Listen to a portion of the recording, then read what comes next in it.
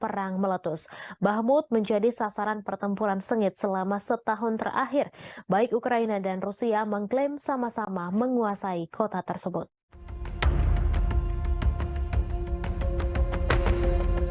Pasukan Rusia mengklaim telah menghancurkan kapal perang besar terakhir yang dimiliki oleh Ukraina.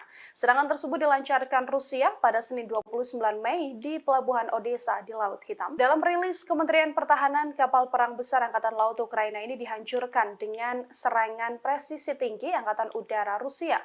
Di tempat berlabuhnya kapal tersebut, kapal perang terakhir Angkatan Laut Ukraina ini bernama Yuri Elefirenko. Hanya saja Ukraina membantah kapal perang terakhir telah dihancurkan pasukan Putin.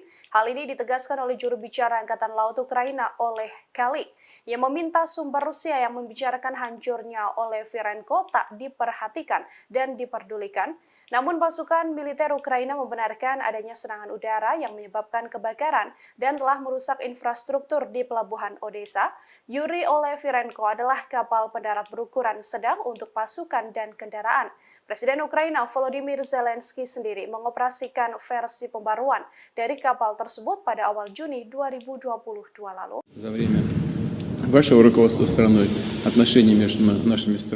Kabar mengejutkan datang dari Rusia yang mengumumkan bahwa negaranya memiliki sekutu baru yang tidak terduga. Bahkan pemimpin negara tersebut telah bertemu langsung dengan Presiden Rusia Vladimir Putin. Lantas, akankah negara tersebut membantu Rusia dalam peperangan dengan Ukraina? Sekutu baru tak terduga dari Rusia yang dimaksud adalah negara Eritrea. Bahkan Putin telah bertemu dengan Presiden Eritrea yakni Isaias Afwerki pada Rabu 31 Mei 2023. Adapun untuk pertama kalinya Isaias Afwerki rela pergi ke Rusia dan bertemu dengan Vladimir Putin. Dalam pertemuan tersebut dikabarkan keduanya membahas prospek hubungan antar dua negara. Kremlin mengatakan Putin dan Isaias membahas di segala bidang, termasuk masalah yang paling mendesak dalam agenda regional dan internasional. Bahkan seusai pertemuan tersebut, keduanya telah menandatangani beberapa kesepakatan antar pemerintah. Sementara sebelumnya, Menteri Luar Negeri Rusia Sergei Lavrov terlebih dahulu mengunjungi Eritrea. Kunjungan itu telah dilakukan pada Januari 2023 silam. Pada pertemuan tersebut, Afwerki dan Lavrov membahas perubahan radikal dalam situasi internasional. Keduanya pun juga membahas soal arah utama pengembangan hubungan antara Rusia dengan Eritrea. Уважаемый господин президент, уважаемые коллеги, друзья, мы очень рады приветствовать вас в России. Работает? Перевод есть? Отлично. Это ваш первый официальный визит в нашу страну. Уважаемый господин президент, на днях Эритрея отмечала 30-летие своей независимости, и это совпадает с датой установления наших дипломатических отношений между нашими странами. Позвольте вас с этим поздравить, поблагодарить вас за то, что за эти годы, за время вашего руководства страной, отношения между нашими странами развиваются и укрепляются. Ukraina kembali mengalami kerugian lantaran kehilangan pos komando angkatan bersenjatanya. Hal itu dikarenakan Rusia kembali menghancurkan markas tentara Ukraina. Kali ini Rusia melakukan penyerangan menggunakan roket peluncuran ganda, yakni MLRS. Klaim tersebut disampaikan oleh Kepala Pusat Pers Pengelompokan yakni Oleg Chekov yang mengatakan penyerangan itu terjadi di Trudoyov ke arah Zaporozhia. Tak hanya itu, penembak jitu Rusia juga berhasil menghancurkan kelompok pengintai Ukraina. Serangan itu dilakukan menggunakan sistem penyembur api berat TOS-1 Solsepek. Selain penembak jitu Ukraina, TOS-1 Solsepek juga menghantam dua benteng militan. Adapun dua benteng militan itu berada di area Stepovoe dan Privolnoye. Oleg Chekov mengatakan beberapa titik penempatan Ukraina juga dihantam oleh artileri self-propelled Gostivka milik Rusia. Beberapa titik yang dimaksud yakni Poltavka dan Malaya Tokmatska. Di satu sisi, Ukraina belum memberikan penjelasan terkait kerugian yang dialami oleh komando pasukannya. Думают, ехать, не ехать, надо ехать. Победа за нами. Ахмат, сила. Pasukan Rusia mengklaim telah menguasai kota Bakhmut, Ukraina. Kini giliran pasukan Chechnya yang bersiap memulai pertempuran baru di wilayah Donetsk. Akankah wilayah Donetsk bernasib sama seperti kota Bakhmut? Pemimpin Chechnya Ramzan Kadyrov menyampaikan pasukannya sedang mempersiapkan peperangan baru. Pernyataan itu disampaikan Kadyrov seusai tentara bayaran Rusia mengumumkan penarikan pasukan di kota Bakhmut. Kadyrov mengaku pasukan Chechnya mendapat perintah baru, adapun perintah itu soal tanggung jawab merebut wilayah di Republik Rakyat Donetsk. Nantinya pasukan Chechnya mulai aktif di zona perang untuk membebaskan sejumlah area. Sejauh ini Kadyrov mengaku dirinya sedang mempersiapkan serangan yang akan dilancarkan pasukannya. Terlebih pasukan Chechnya mendapat dukungan dari Kementerian Pertahanan Rusia dan staf umum Angkatan Bersenjata Rusia. Hal itu dibuktikan dengan pemberian data, informasi, hingga senjata. Berbekal itulah Kadyrov telah menyusun strategi untuk bergerak maju di Donetsk. Diketahui sebelumnya, grup Wagner mengumumkan penarikan pasukannya mulai 24 Mei hingga 1 Juni. Dengan keberhasilan Bakhmut direbut, kepala grup Wagner yakni Yevgeny Prigozhin memberikan garda depan perang ke pasukan Rusia. Я сам знаешь, Как ты к этому решению пришел? повалим, они Коран рвут, и безнаказанными остановиться так нельзя. Каждый мусульманин должен с этим воевать. Ахмад сила, Аллаху Акбар. Я сам с Южно-Сахалинска, еду уже третий раз через Ахмат. Хочу пожелать всем нашим ребятам остальным, которые еще думают, ехать, не ехать, надо ехать. Победа за нами. Ахмат, сила! Ребята приходят высших подготовок в Российском университете спецназа. Если эти ребята прибудут туда, я не советую пробовать связываться с этими ребятами. Любая задача, поставленная боевой части спутника Героя России Рамзана Кадырова, будет исполнена 100%. Ахмад, сила, Аллаху. Kementerian Pertahanan Rusia mengakui serangan militer baru-baru ini di Ukraina menargetkan pusat pengambilan keputusan yang terlibat dalam merencanakan serangan teroris. Pasalnya, menurut Kemhan Rusia pada Selasa 30 Mei, kegiatan teroris dilakukan di bawah bimbingan langsung dari Badan Intelijen Barat. Diketahui Angkatan Bersenjata Rusia melakukan serangan pada siang hari. Militer tidak mengungkapkan jumlah pasti pusat yang ditargetkan atau secara eksplisit menyebutkannya.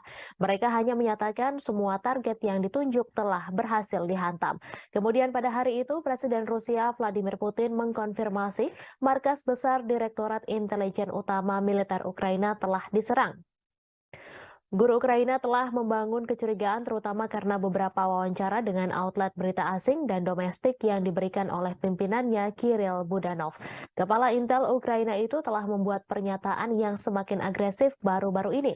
Ia mengklaim keterlibatannya dalam sejumlah serangan di tanah Rusia.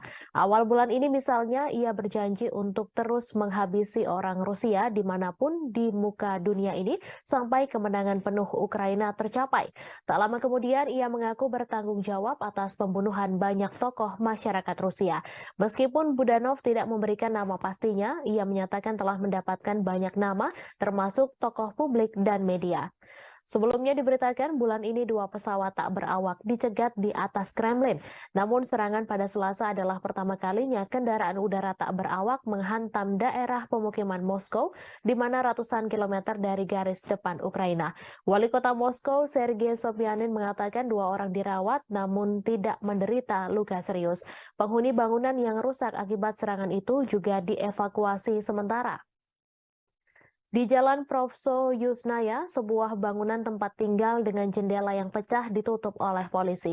Warga Moskow mengatakan bahwa sebuah pesawat tak berawak juga menabrak sebuah apartemen di lantai 14 sebuah gedung tinggi di Leninsky Prospect tetapi tidak meledak.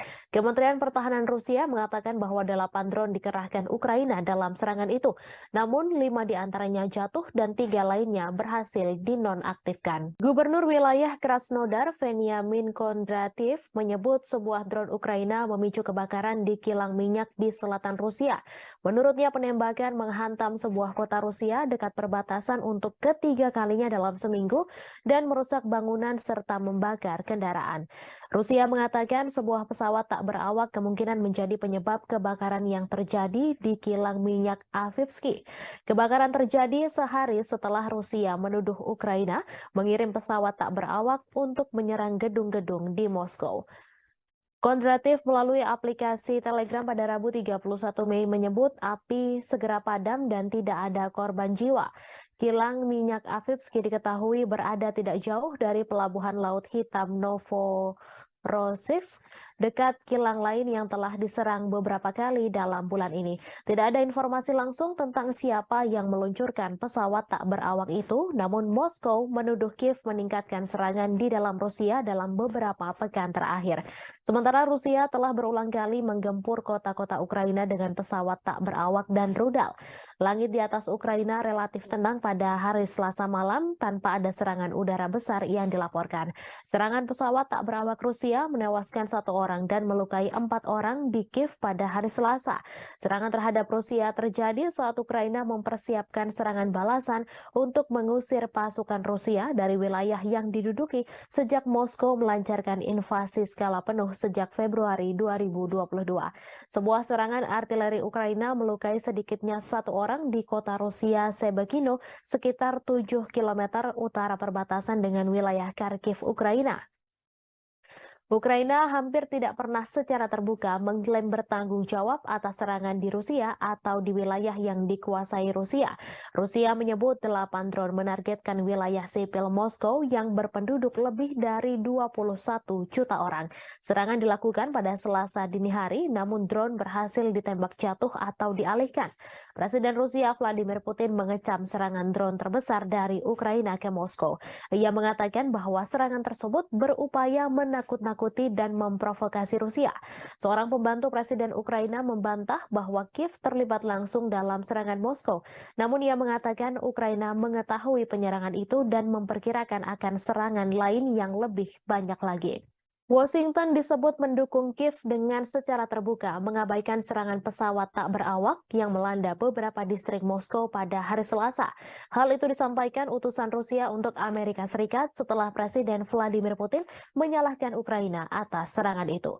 Gedung Putih mengatakan tidak mendukung serangan di dalam Rusia dan masih mengumpulkan informasi tentang insiden tersebut, di mana Putin sebelumnya menyebut bahwa serangan itu adalah upaya Ukraina untuk menakut-nakuti Rusia.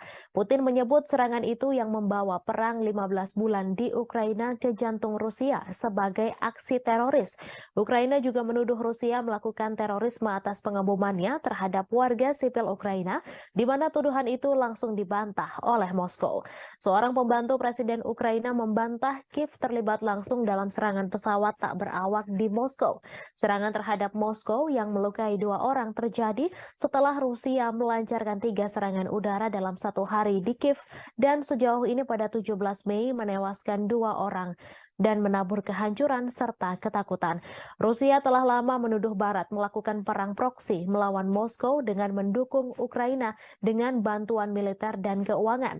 Diketahui Rusia melancarkan invasi besar-besaran ke Ukraina sejak Februari 2022, menghancurkan kota-kota, memaksa jutaan orang meninggalkan rumah mereka dan menelan ribuan nyawa. Moskow menyebut perang itu sebagai operasi militer khusus untuk denazifikasi Ukraina dan melindungi penutur bahasa Rusia. Namun Kiev dan sekutunya mengatakan itu adalah perampasan tanah yang tidak beralasan. Sejak invasi besar-besaran Rusia ke Ukraina pada Februari 2022, banyak yang menyebut perang tersebut merupakan kesalahan kalkulasi yang dilakukan Presiden Rusia Vladimir Putin. Namun demikian, perang tersebut terjadi juga karena kesalahan Presiden Amerika Serikat Joe Biden dalam memberikan penilaian lebih terhadap Ukraina dan mengabaikan Rusia. Putin memang dianggap melakukan kesalahan fatal dengan menginvasi Ukraina dan menilai Kiev akan segera jatuh serta akan membentuk pemerintahan boneka. Faktanya hingga setahun berlalu Kiev terus dibom tetapi pemerintahan Ukraina masih berdiri tegak. Hanya saja Putin justru terus melayani Ukraina yang didukung Amerika Serikat dan NATO untuk melaksanakan perang dalam durasi yang lama. Yang paling menderita adalah rakyat Ukraina karena hanya menjadi medan pertempuran antara dua kekuatan dunia, yakni Amerika Serikat dan Rusia. Saat perang berlarut-larut tanpa akhir yang terlihat merupakan kesalahan utama yang dilakukan Presiden Amerika Serikat Joe Biden. Berikut 5 kesalahan yang dilakukan Presiden Biden dalam menilai perang Ukraina-Rusia. Yang pertama, konflik global antara demokrasi dan otokrasi. Sejak awal, Biden memposisikan diri dengan landasan moral yang tinggi. Ia membingkai konflik di Ukraina sebagai konflik global antara demokrasi dan otokrasi. Dilansir dari Al Jazeera, hal tersebut disampaikan pakar kebijakan luar negeri Amerika Serikat Marwan Bishara. Namun demikian, Douglas Brinkley, seorang sejarawan kepresidenan di Rice University, mengatakan Biden tetap bersemangat dan tangguh. Itu mengacu pada perjuangan mantan presiden untuk menanggapi invasi Soviet ke Afghanistan pada 1979. Yang kedua, meremehkan nasionalisme Rusia. Biden meremehkan kekuatan nasionalisme Rusia dan menolak ketakutan Moskow akan ekspansi NATO ke perbatasannya sebagai alasan tak berdasar untuk imperialisme Rusia.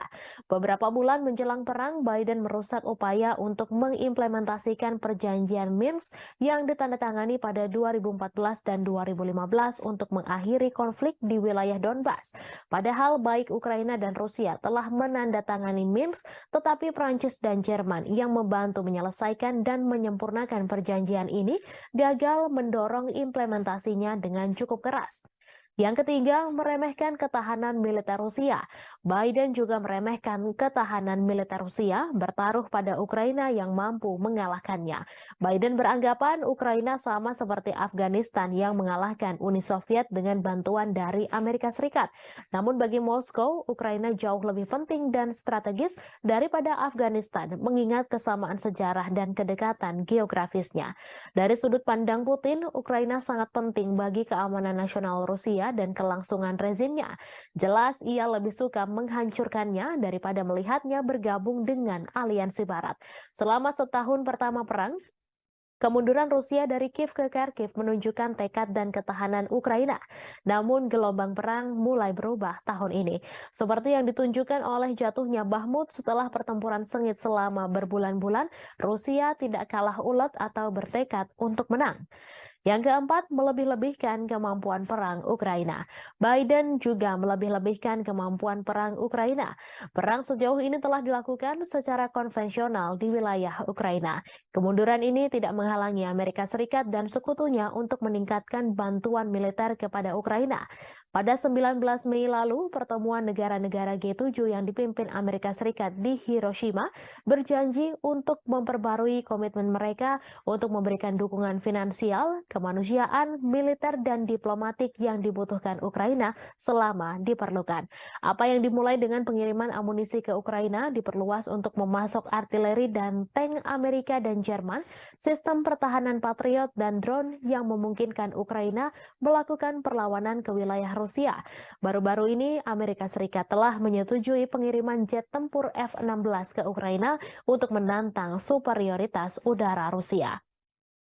Moskow telah memperingatkan bahwa menyediakan Kiev dengan pesawat ini akan menyebabkan eskalasi yang berbahaya. Yang kelima, salah kalkulasi sanksi bagi Rusia. Sama seperti Putin yang meremehkan persatuan Barat dalam mendukung Ukraina, Biden juga meremehkan ketidakpedulian dunia lainnya terhadap dampak perang tersebut. Saat seluruh dunia terus berdagang dengan Rusia, sanksi Barat gagal mengubah perhitungan Moskow. Skenario suram telah memaksa Biden beralih ke rencana kompleks untuk menghukum Rusia secara ekonomi dan menunjukkan bahaya pemerintahan otoriter yang menjungkir balikan demokrasi tetangga. Seperti diungkapkan Do Bando, pakar luar negeri dari Cato Institute, bahwa meskipun perang Rusia-Ukraina mungkin merupakan konflik terburuk di Eropa sejak Perang Dunia II, hal ini bukanlah yang terburuk di seluruh dunia. Konflik yang jauh lebih dahsyat telah terjadi di seluruh dunia berkembang karena dampak perang Ukraina tersebut. Perang Rusia dan Ukraina terus mencapai dinamika terbaru. Meski memiliki ukuran persenjataan yang lebih kecil, Ukraina dilaporkan telah menjatuhkan serangan yang menekan tentara Moskow. Di balik taktik serangan Ukraina, Kiev nyatanya menggunakan strategi yang mirip dengan kelompok teroris ISIS. Hal ini terlihat dari bagaimana Ukraina mengunggah video yang berisi kekejaman untuk menggugah emosi, di mana hal ini serupa dengan ISIS. Kelompok teror itu mendorong video yang canggih dan kadang menampilkan kekerasan sebagai bagian dari kampanye perekrutan yang lebih luas. Mereka juga mendistribusikan rekaman yang menarik secara emosional untuk memangsa identitas target yang lemah. Dilansir dari Newsweek, bagi Ukraina, motivasi di balik pembuatan video dari adegan medan perang adalah menarik cukup banyak pemirsa secara global untuk memastikan bahwa perjuangan negara melawan Rusia tidak dilupakan. Hal ini juga membuktikan bahwa dukungan keuangan dan militer Barat untuk Kiev belum dan tidak akan sia-sia. Menurut salah satu pembuat video asal Ukraina, Konstantin Kalnovsky, Kiev menggunakan teknologi yang cukup mumpuni seperti drone untuk menggambarkan situasi kengerian serangan Rusia. Video itulah yang kemudian membuat Ukraina mendapatkan begitu banyak dukungan. Ukraina nyatanya juga memiliki pasukan khusus pembuat video grafis yang bernama Serigala Putih. Mereka merilis video sepanjang konflik yang menunjukkan bagaimana pasukannya berhasil menghancurkan target Rusia termasuk tank. Salah satu klip yang ditweet oleh Dinas Keamanan Ukraina, SBU, pada bulan Maret menunjukkan pandangan udara dari kendaraan militer yang meledak setelah dihantam dari atas. Sean Houston, seorang profesor propaganda di Military College of South Carolina, mengatakan kepada Newsweek bahwa klip tersebut adalah contoh bagus dari gamifikasi video pertempuran dan kualitas yang tumpang tindih antara video game dan rekaman kehidupan nyata yang terkait dengan teknik video yang digunakan oleh ISIS. Ukraina masih berbuntut konflik mengerikan. Setelah Rusia menyerang Kiev, giliran muncul serangan ke Moskow. Rusia menuduh Ukraina sebagai penyerang Moskow dan Vladimir Putin menyebut hal itu sebagai tindakan terorisme. Menurut Putin, Ukraina berusaha mengintimidasi Rusia, warga Rusia, dan menyerang bangunan-bangunan tempat tinggal. Otoritas Rusia mengklaim 8 drone yang menargetkan wilayah sipil Moskow dan sekitarnya yang dihuni lebih dari 21 juta penduduk pada Selasa 30 Mei dini hari berhasil ditembak jatuh dengan beberapa drone lainnya dinonaktifkan. Moskow yang merupakan ibu kota dari negara dengan kekuatan nuklir terbesar di dunia telah dilindungi oleh sistem peringatan dini yang ekstensif. Namun selesai rentetan serangan drone Ukraina, Putin menyatakan bahwa sistem pertahanan udara di sekitar Moskow akan diperkuat. Sementara itu, Ukraina membantah terlibat secara langsung dalam rentetan serangan drone yang menghujani ibu kota Moskow di Rusia. Namun demikian, Kiev mengakui tengah menikmati situasi di Moskow dan memprediksi masih akan ada serangan lainnya. Seperti dilansir Reuters pada Rabu 31 Mei, bantahan itu disampaikan oleh penasihat kepresidenan Ukraina, Mikhailo Podolyak, saat berbicara dalam acara Breakfast Show. Dilansir Reuters pada Rabu 31 Mei terjadi serangan drone yang menghantam dan memicu kebakaran di sebuah kilang minyak Rusia bagian selatan. Rusia menuding Ukraina sebagai dalang serangan itu. Otoritas Rusia juga melaporkan sebuah serangan artileri Ukraina terhadap kota Shebekino yang berjarak hanya 7 km sebelah utara wilayah Kharkiv di Ukraina. Serangan itu tercatat sebagai serangan ketiga di wilayah perbatasan dalam sepekan terakhir. Gubernur setempat Vyacheslav Gladkov dalam pernyataan melaporkan sedikitnya 2 orang harus dirawat di rumah sakit akibat serangan itu. Gladkov juga menyebut serangan itu menghancurkan jendela-jendela bangunan dan merusak atap gedung apartemen 8 lantai, 4 rumah warga, sebuah sekolah, dan beberapa tempat lainnya. Ia terjadi pada malam hari ketika sebagian besar penduduk Kiev tertidur lelap. Sirine meraung-raung di seluruh ibu kota Ukraina, membangunkan penduduk yang telah menghadapi perang selama 15 bulan. Mereka menyesuaikan rutinitasnya demi menghadapi kampanye udara terbaru Rusia. Dilansir Kompas.com dari Associated Press, dalam eskalasi serangan Rusia baru-baru ini, Olha Buchno, seorang petugas kebersihan, berdoa setiap malam. Di samping tempat tidurnya ada tas berisi barang-barang penting seperti dokumen, makanan kering, dan air. Mendengar bunyi alarm, ia berlari ke bawah ke ruang bawah tanah gedungnya dan berlindung. Hampir 2 minggu lalu, puing-puing dari rudal yang ditembak jatuh mendarat di atap sebuah gedung di sebelahnya di distrik Danitsia, Kiev, menyebabkan kebakaran besar. Ia menangis sambil ketakutan setiap malamnya membayangkan kemungkinan buruk yang bisa terjadi jika alarm sudah berbunyi. Mereka membayangkan pengungsian, terjebak di bawah reruntuhan dan terbunuh. Yang lain bersikap apatis berbaring terjaga di tempat tidur saat suara ledakan memantul melintasi langit. Diketahui dalam sebulan terakhir ketika serangan udara Rusia meningkat menjadi serangan hampir setiap malam, kebanyakan orang mengeluh sulit tidur. Rusia meluncurkan gelombang serangan lain ke Kiev pada dini hari Senin menggunakan kombinasi drone dan rudal jelajah. Lebih dari 40 target udara dijatuhkan dalam serangan malam hari ke-15 di ibu kota pada bulan Mei. Saat siang hari, puing-puing yang berjatuhan menembus atap bangunan tempat tinggal di distrik Potlis, tetapi tidak ada laporan mengenai korban. Seringkali ledakan adalah suara dari sistem pertahanan udara Ukraina yang berhasil menargetkan rudal dan drone mematikan yang dikirim Rusia ke Ukraina. Rusia melancarkan pengeboman yang sangat intens, mengirimkan 18 rudal ke arah Ukraina, 14 diantaranya menargetkan Kiev menurut juru bicara Angkatan Udara Ukraina. Ukraina mengklaim pihaknya telah menembak jatuh 6 rudal hipersonik Kinzhal pada malam itu. Yevgeny Prigozhin, bos kelompok tentara bayaran Rusia Wagner Group, mendesak jaksa untuk menyelidiki kejahatan oleh pejabat-pejabat senior pertahanan negeri beruang merah selama invasi di Ukraina. Prigozhin melayangkan desakan itu melalui surat ke pihak berwenang. Dalam surat itu, ia mengeluhkan operasi khusus militer atau SMO Rusia di Ukraina. Sebagaimana dilansir Reuters, Prigozhin kemudian mengatakan surat-surat tersebut tidak untuk dipublikasikan. Dalam beberapa bulan belakangan, Prigozhin memang kerap mengkritik para pejabat pertahanan Rusia yang ia anggap tidak becus. Akibat ketidakbecusan itu, prajurit Rusia di medan tempur di Ukraina kewalahan dan kehilangan arah sementara nyawa terus berjatuhan. Sejumlah pengamat juga menganggap pasukan militer Rusia di Ukraina tidak becus.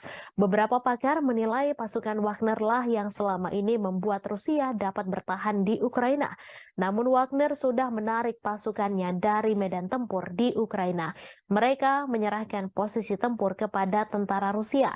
Setelah penarikan pasukan itu, muncul desas-desus bahwa Prigozhin berencana melancarkan kudeta di Rusia. Meski demikian, Prigozhin langsung membantah tudingan tersebut. Ia mengklaim Wagner tak memiliki pasukan yang cukup untuk melancarkan kudeta. Ia malah menuduh balik Menteri Pertahanan Rusia Sergei Shoigu lah yang sebenarnya mampu menggelar kudeta mengingat personel pasukannya begitu banyak. Rusia akan mengevakuasi ratusan anak dari desa-desa di Belgorod karena pengeboman yang intensif di perbatasan Rusia dan Ukraina tersebut. Kremlin menganggap situasi di Belgorod saat ini mengkhawatirkan. Diketahui Rusia mulai menghadapi rentetan serangan intensif di perbatasan termasuk Belgorod. Evakuasi ini dilakukan di daerah perbatasan yang paling terkena dampak. Gubernur Belgorod Vyacheslav Gladkov mengatakan situasi memburuk di desa Sebekino yang dihantam roket pada Rabu 31 Mei pukul 3:15 waktu setempat. Ia mengatakan 300 anak pertama di wilayah terdampak di Belgorod akan dibawa ke Voronezh, sebuah kota sekitar 250 km lebih jauh ke Rusia. Melalui saluran telegramnya, ia memposting foto-foto mobil terbakar yang menghitam tergeletak di rerumputan dekat taman bermain dan sebuah roket yang tampaknya mendarat di jalan. Ia mengatakan serangan itu melukai 4 orang. Sehari sebelumnya, 1 orang tewas dan 2 lainnya luka-luka dalam serangan Ukraina di sebuah pusat pengungsian di wilayah Belgorod pada Selasa 30 Mei. Serangan itu terjadi saat Ukraina mengatakan sedang mempersiapkan serangan besar terhadap pasukan Moskow. Ia mengatakan Rusia sedang mengambil langkah-langkah yang diperlukan. Pada pekan lalu, Rusia menuduh Ukraina meluncurkan serangan ke Belgorod dan serangan drone di Moskow pada Selasa 30 Mei 2023. Sejumlah depot minyak di Rusia telah terpukul dalam beberapa pekan terakhir. Pada Rabu 31 Mei, pihak berwenang di wilayah Krasnodar Selatan Rusia mengatakan sebuah drone menghantam kilang minyak Elsky. Krasnodar telah dihantam drone 2 kali sejak awal Mei 2023. Rusia juga menuduh Ukraina meluncurkan 8 serangan drone ke Moskow pada Selasa 30 Mei. Serangan itu menyebabkan kerusakan pada bangunan apartemen. Warga Rusia dari 2 blok apartemen dievakuasi setelah serangan tersebut. Pasukan Rusia telah menghancurkan kapal perang Ukraina terakhir di pelabuhan Odessa. Kementerian Pertahanan Rusia mengungkapkan kabar tersebut pada Rabu 31 Mei. Kapal perang Yuri Olefirenko diklasifikasikan sebagai korvet dan beroperasi dengan Angkatan Laut Ukraina. Kapal perang itu dibangun pada akhir 1990-an di Rusia, tetapi kemudian dipindahkan ke Ukraina setelah runtuhnya Uni Soviet. Kapal tersebut telah mengalami beberapa modernisasi selama bertahun-tahun, termasuk perombakan besar-besaran pada tahun 2016. Kemhan Rusia menambahkan Ukraina kehilangan lebih dari 200 tentara di sana selama beberapa hari terakhir. Menurut Kemhan Rusia, Kiev kehilangan lebih dari 200 prajurit Ukraina, 3 kendaraan tempur lapis baja, 12 kendaraan dan howitzer D-30 ke arah Donetsk selama 24 jam terakhir. Sementara itu, Shalik, juru bicara Angkatan Laut Ukraina, mengatakan pihaknya tidak akan menanggapi pernyataan apapun yang dibuat sepihak oleh Rusia. Angkatan Laut Ukraina juga tidak akan mengungkapkan informasi apapun tentang kerugian selama perang. Sebelumnya, Rusia mengklaim bahwa pesawat tak berawak Ukraina memicu kebakaran di kilang minyak di Rusia Selatan. Selain itu, serangan udara juga menghantam sebuah kota Rusia dekat perbatasan untuk ketiga kalinya dalam seminggu dan merusak bangunan serta membakar kendaraan. Sementara itu, berikut perkembangan lainnya seputar situasi perang Rusia-Ukraina, di mana hanya ada sekitar 500 orang yang masih tinggal di Bahmut menurut wali kota itu, Oleksiy Reva. Jumlah itu jauh dibandingkan dengan 70.000 orang yang tinggal di kota Ukraina Timur sebelum perang meletus. Bahmut menjadi sasaran pertempuran sengit selama setahun terakhir. Baik Ukraina dan Rusia mengklaim sama-sama menguasai kota tersebut.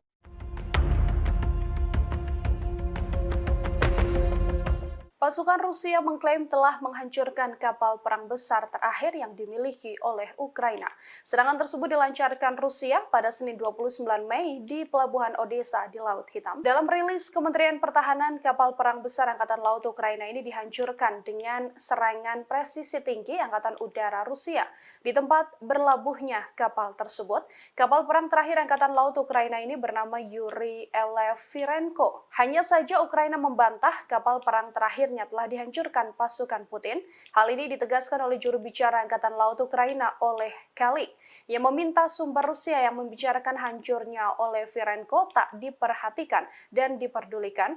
Namun pasukan militer Ukraina membenarkan adanya serangan udara yang menyebabkan kebakaran dan telah merusak infrastruktur di Pelabuhan Odessa.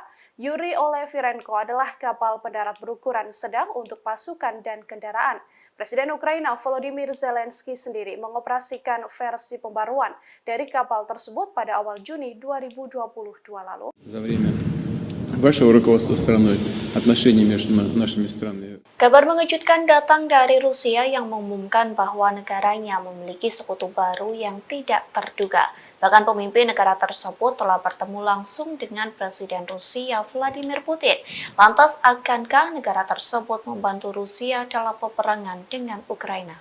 Sekutu baru tak terduga dari Rusia yang dimaksud adalah negara Eritrea. Bahkan Putin telah bertemu dengan Presiden Eritrea yakni Isaias Afwerki pada Rabu 31 Mei 2023. Adapun untuk pertama kalinya Isaias Afwerki rela pergi ke Rusia dan bertemu dengan Vladimir Putin. Dalam pertemuan tersebut dikabarkan keduanya membahas prospek hubungan antar dua negara. Kremlin mengatakan Putin dan Isaias membahas di segala bidang, termasuk masalah yang paling mendesak dalam agenda regional dan internasional. Bahkan selesai pertemuan tersebut, keduanya telah menandatangani beberapa kesepakatan antar pemerintah. Sementara sebelumnya, Menteri Luar Negeri Rusia Sergei Lavrov terlebih dahulu mengunjungi Eritrea. Kunjungan itu telah dilakukan pada Januari 2023 silam. Pada pertemuan tersebut, Afwerki dan Lavrov membahas perubahan radikal dalam situasi internasional. Keduanya pun juga membahas soal arah utama pengembangan hubungan antara Rusia dengan Eritrea. Уважаемый господин президент, уважаемые коллеги, друзья, мы очень рады приветствовать вас в России. Работает? Перевод есть? Отлично. Это ваш первый официальный визит в нашу страну. Уважаемый господин президент, на днях Эритрея отмечала 30-летие своей независимости. И это совпадает с датой установления наших дипломатических отношений между нашими странами. Позвольте вас с этим поздравить, поблагодарить вас за то, что за эти годы, за время вашего руководства страной, отношения между нашими странами развиваются и укрепляются. Ukraina kembali mengalami kerugian lantaran kehilangan pos komando angkatan bersenjatanya. Hal itu dikarenakan Rusia kembali menghancurkan markas tentara Ukraina. Kali ini Rusia melakukan penyerangan menggunakan roket peluncuran ganda, yakni MLRS. Klaim tersebut disampaikan oleh Kepala Pusat Pers Pengelompokan yakni Oleg Chekov yang mengatakan penyerangan itu terjadi di Trudoyov ke arah Zaporozhia. Tak hanya itu, penembak jitu Rusia juga berhasil menghancurkan kelompok pengintai Ukraina. Serangan itu dilakukan menggunakan sistem penyembur api berat TOS-1 Solsepek. Selain penembak jitu Ukraina, TOS-1 Solsepek juga menghantam 2 benteng militan. Adapun 2 benteng militan itu berada di area Stepovoe dan Privolnoye. Oleg Chekov mengatakan beberapa titik penempatan Ukraina juga dihantam oleh artileri self-propelled Gostivka milik Rusia. Beberapa titik yang dimaksud yakni Poltavka dan Malaya Tokmatska. Di satu sisi, Ukraina belum memberikan penjelasan terkait kerugian yang dialami oleh komando pasukannya. Думают, ехать, не ехать, надо ехать. Победа за нами. Ахмат, сила! Pasukan Rusia mengklaim telah menguasai kota Bakhmut, Ukraina. Kini giliran pasukan Chechnya yang bersiap memulai pertempuran baru di wilayah Donetsk. Akankah wilayah Donetsk bernasib sama seperti kota Bakhmut?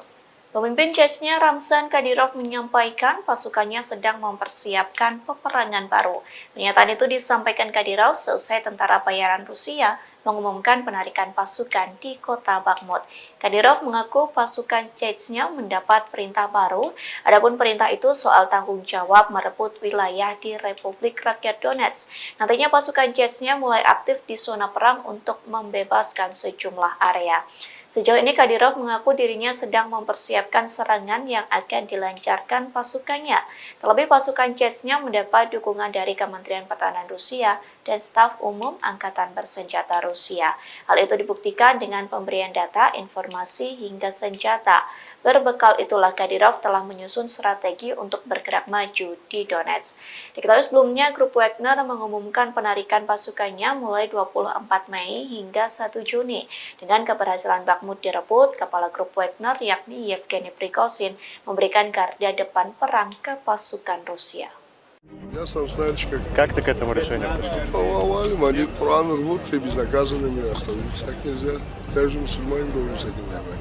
Ахмат, сила, Аллаху Акбар. Я сам с Южно-Сахалинска, еду уже 3-й раз через Ахмат. Хочу пожелать всем нашим ребятам остальным, которые еще думают, ехать, не ехать, надо ехать. Победа за нами. Ахмат, сила! Ребята проходят высшую подготовку в Российском университете спецназа. Если эти ребята прибудут туда, я не советую пробовать связываться с этими ребятами. Любая задача, поставленная в боевой части республики Героя России Кадырова, будет исполнена 100%. Ахмат, сила, Аллаху. Kementerian Pertahanan Rusia mengakui serangan militer baru-baru ini di Ukraina menargetkan pusat pengambilan keputusan yang terlibat dalam merencanakan serangan teroris. Pasalnya, menurut Kemhan Rusia pada Selasa 30 Mei, kegiatan teroris dilakukan di bawah bimbingan langsung dari Badan Intelijen Barat. Diketahui Angkatan Bersenjata Rusia melakukan serangan pada siang hari. Militer tidak mengungkapkan jumlah pasti pusat yang ditargetkan atau secara eksplisit menyebutkannya. Mereka hanya menyatakan semua target yang ditunjuk telah berhasil dihantam. Kemudian pada hari itu, Presiden Rusia Vladimir Putin mengkonfirmasi markas besar Direktorat Intelijen Utama Militer Ukraina telah diserang.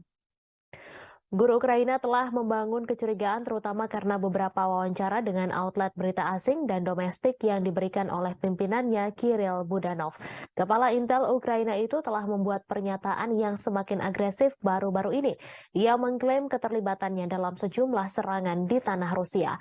Awal bulan ini misalnya ia berjanji untuk terus menghabisi orang Rusia dimanapun di muka dunia ini sampai kemenangan penuh Ukraina tercapai.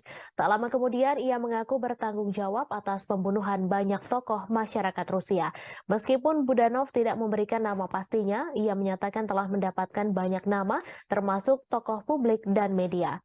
Sebelumnya diberitakan bulan ini 2 pesawat tak berawak dicegat di atas Kremlin. Namun serangan pada Selasa adalah pertama kalinya kendaraan udara tak berawak menghantam daerah pemukiman Moskow, di mana ratusan kilometer dari garis depan Ukraina. Wali kota Moskow, Sergei Sobyanin, mengatakan 2 orang dirawat namun tidak menderita luka serius. Penghuni bangunan yang rusak akibat serangan itu juga dievakuasi sementara. Di Jalan Provso Yusnaya, sebuah bangunan tempat tinggal dengan jendela yang pecah ditutup oleh polisi. Warga Moskow mengatakan bahwa sebuah pesawat tak berawak juga menabrak sebuah apartemen di lantai 14 sebuah gedung tinggi di Leninsky Prospect tetapi tidak meledak. Kementerian Pertahanan Rusia mengatakan bahwa 8 drone dikerahkan Ukraina dalam serangan itu. Namun 5 diantaranya jatuh dan 3 lainnya berhasil dinonaktifkan. Gubernur wilayah Krasnodar, Veniamin Kondratiev, menyebut sebuah drone Ukraina memicu kebakaran di kilang minyak di selatan Rusia. Menurutnya penembakan menghantam sebuah kota Rusia dekat perbatasan untuk ketiga kalinya dalam seminggu dan merusak bangunan serta membakar kendaraan. Rusia mengatakan sebuah pesawat tak berawak kemungkinan menjadi penyebab kebakaran yang terjadi di kilang minyak Avivsky. Kebakaran terjadi sehari setelah Rusia menuduh Ukraina mengirim pesawat tak berawak untuk menyerang gedung-gedung di Moskow. Kondratiev melalui aplikasi Telegram pada Rabu 31 Mei menyebut api segera padam dan tidak ada korban jiwa. Kilang minyak Avivsky diketahui berada tidak jauh dari pelabuhan Laut Hitam Novorossiysk, dekat kilang lain yang telah diserang beberapa kali dalam bulan ini. Tidak ada informasi langsung tentang siapa yang meluncurkan pesawat tak berawak itu, namun Moskow menuduh Kiev meningkatkan serangan di dalam Rusia dalam beberapa pekan terakhir. Sementara Rusia telah berulang kali menggempur kota-kota Ukraina dengan pesawat tak berawak dan rudal. Langit di atas Ukraina relatif tenang pada hari Selasa malam tanpa ada serangan udara besar yang dilaporkan. Serangan pesawat tak berawak Rusia menewaskan 1 orang dan melukai 4 orang di Kiev pada hari Selasa.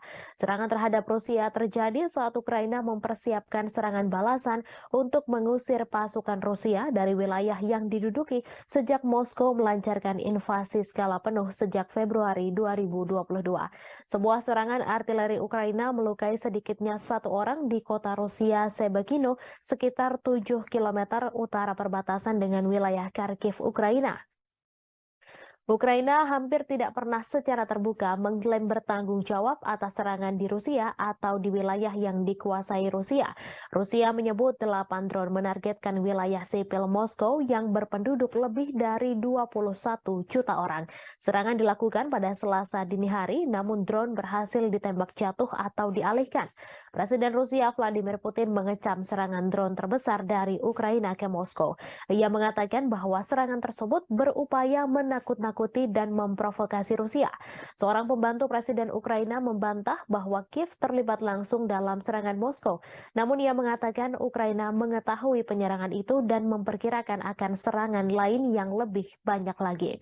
Washington disebut mendukung Kiev dengan secara terbuka mengabaikan serangan pesawat tak berawak yang melanda beberapa distrik Moskow pada hari Selasa. Hal itu disampaikan utusan Rusia untuk Amerika Serikat setelah Presiden Vladimir Putin menyalahkan Ukraina atas serangan itu.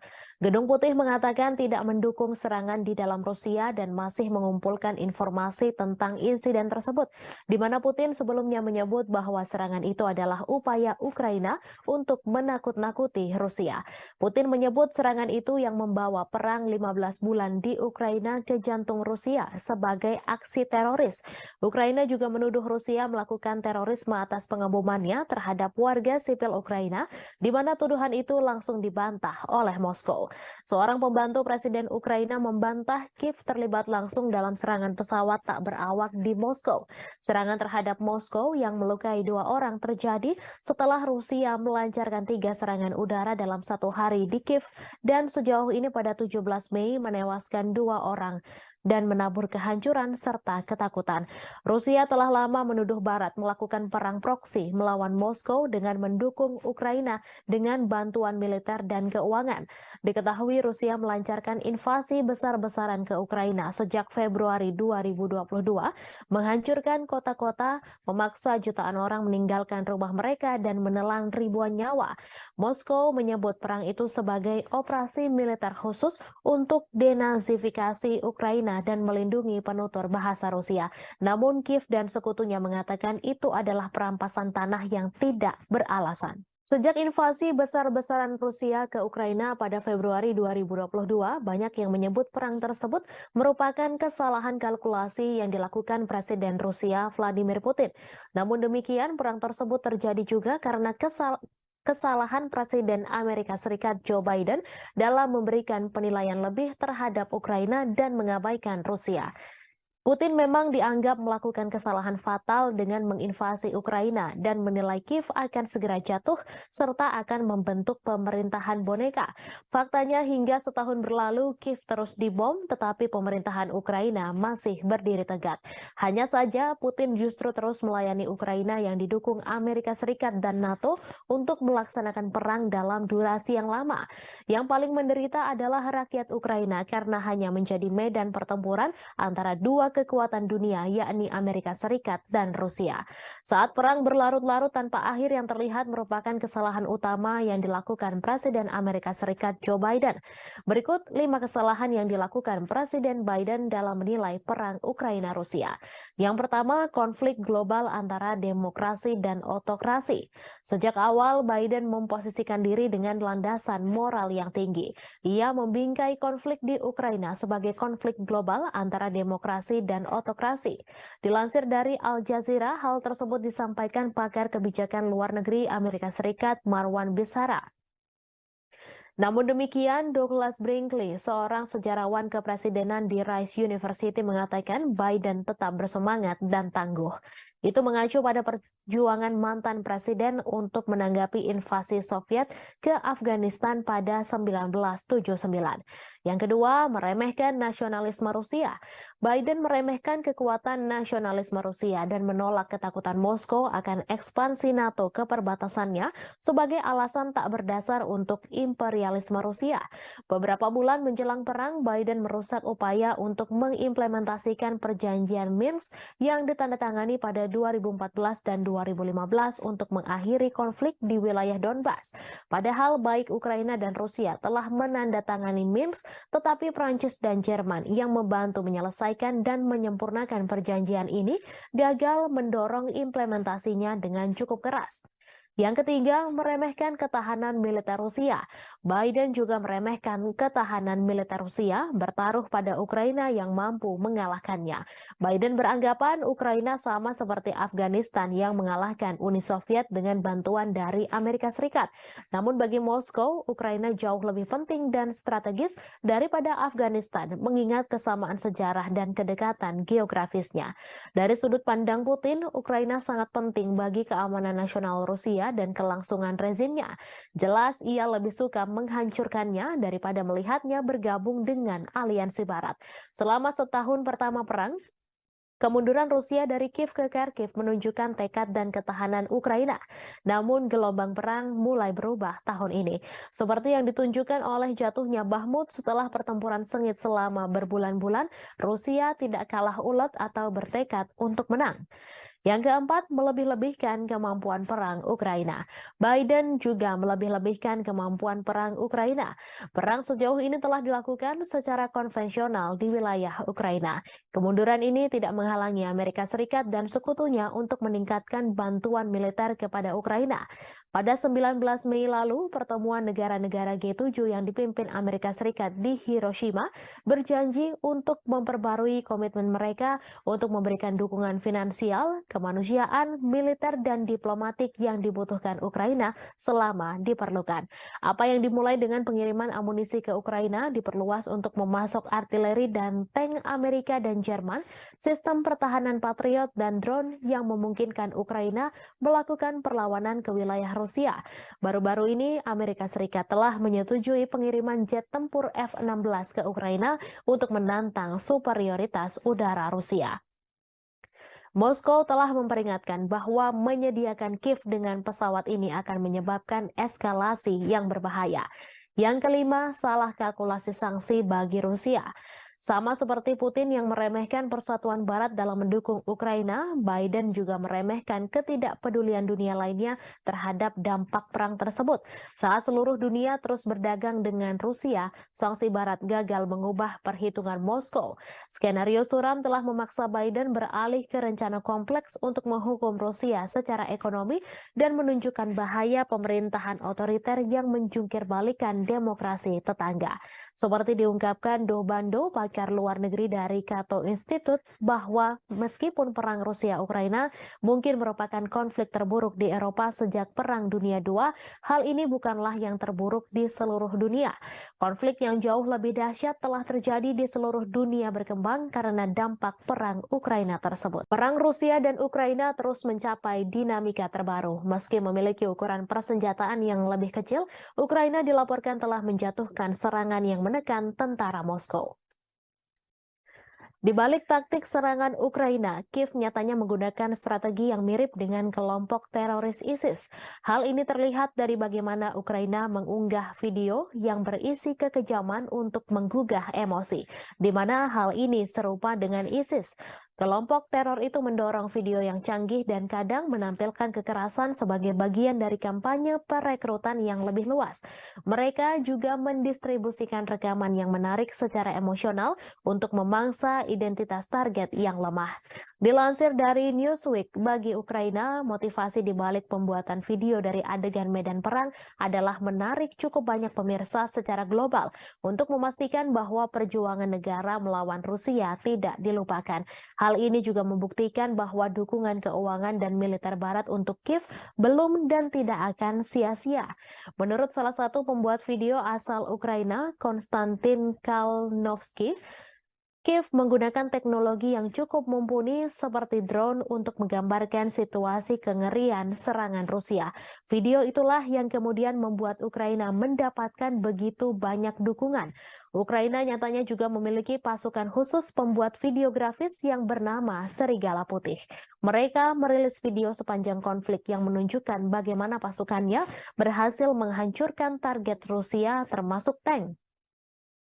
Salah satu klip yang ditweet oleh Dinas Keamanan Ukraina, SBU, pada bulan Maret menunjukkan pandangan udara dari kendaraan militer yang meledak setelah dihantam dari atas.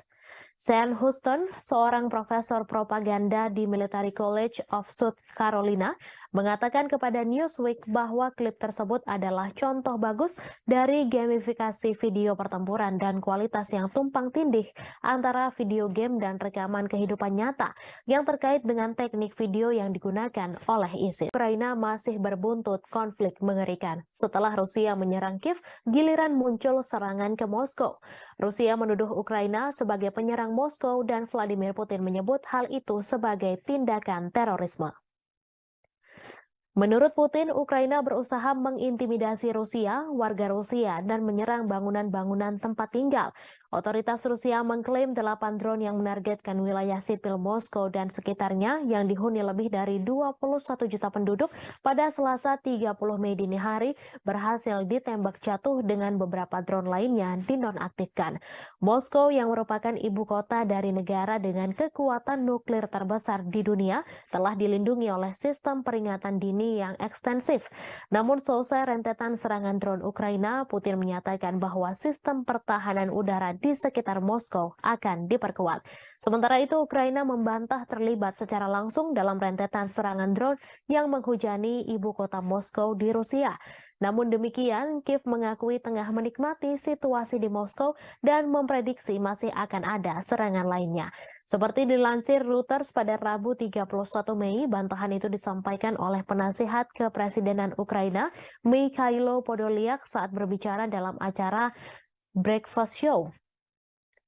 Dilansir Reuters pada Rabu 31 Mei terjadi serangan drone yang menghantam dan memicu kebakaran di sebuah kilang minyak Rusia bagian selatan. Rusia menuding Ukraina sebagai dalang serangan itu. Otoritas Rusia juga melaporkan sebuah serangan artileri Ukraina terhadap kota Shebekino yang berjarak hanya 7 km sebelah utara wilayah Kharkiv di Ukraina. Serangan itu tercatat sebagai serangan ketiga di wilayah perbatasan dalam sepekan terakhir. Gubernur setempat Vyacheslav Gladkov dalam pernyataan melaporkan sedikitnya 2 orang harus dirawat di rumah sakit akibat serangan itu. Gladkov juga menyebut serangan itu menghancurkan jendela-jendela bangunan dan merusak atap gedung apartemen 8 lantai, 4 rumah warga, sebuah sekolah, dan beberapa tempat lainnya. Ia terjadi pada malam hari ketika sebagian besar penduduk Kiev tertidur lelap. Sirine meraung-raung di seluruh ibu kota Ukraina, membangunkan penduduk yang telah menghadapi perang selama 15 bulan. Mereka menyesuaikan rutinitasnya demi menghadapi kampanye udara terbaru Rusia. Dilansir Kompas.com dari Associated Press, dalam eskalasi serangan Rusia baru-baru ini, Olha Buchno, seorang petugas kebersihan, berdoa setiap malam. Di samping tempat tidurnya ada tas berisi barang-barang penting seperti dokumen, makanan kering, dan air. Mendengar bunyi alarm, ia berlari ke bawah ke ruang bawah tanah gedungnya dan berlindung. Hampir 2 minggu lalu, puing-puing dari rudal yang ditembak jatuh mendarat di atap sebuah gedung di sebelahnya di distrik Darnitsia, Kiev, menyebabkan kebakaran besar. Ia menangis sambil ketakutan setiap malamnya, membayangkan kemungkinan buruk yang bisa terjadi jika alarm sudah berbunyi.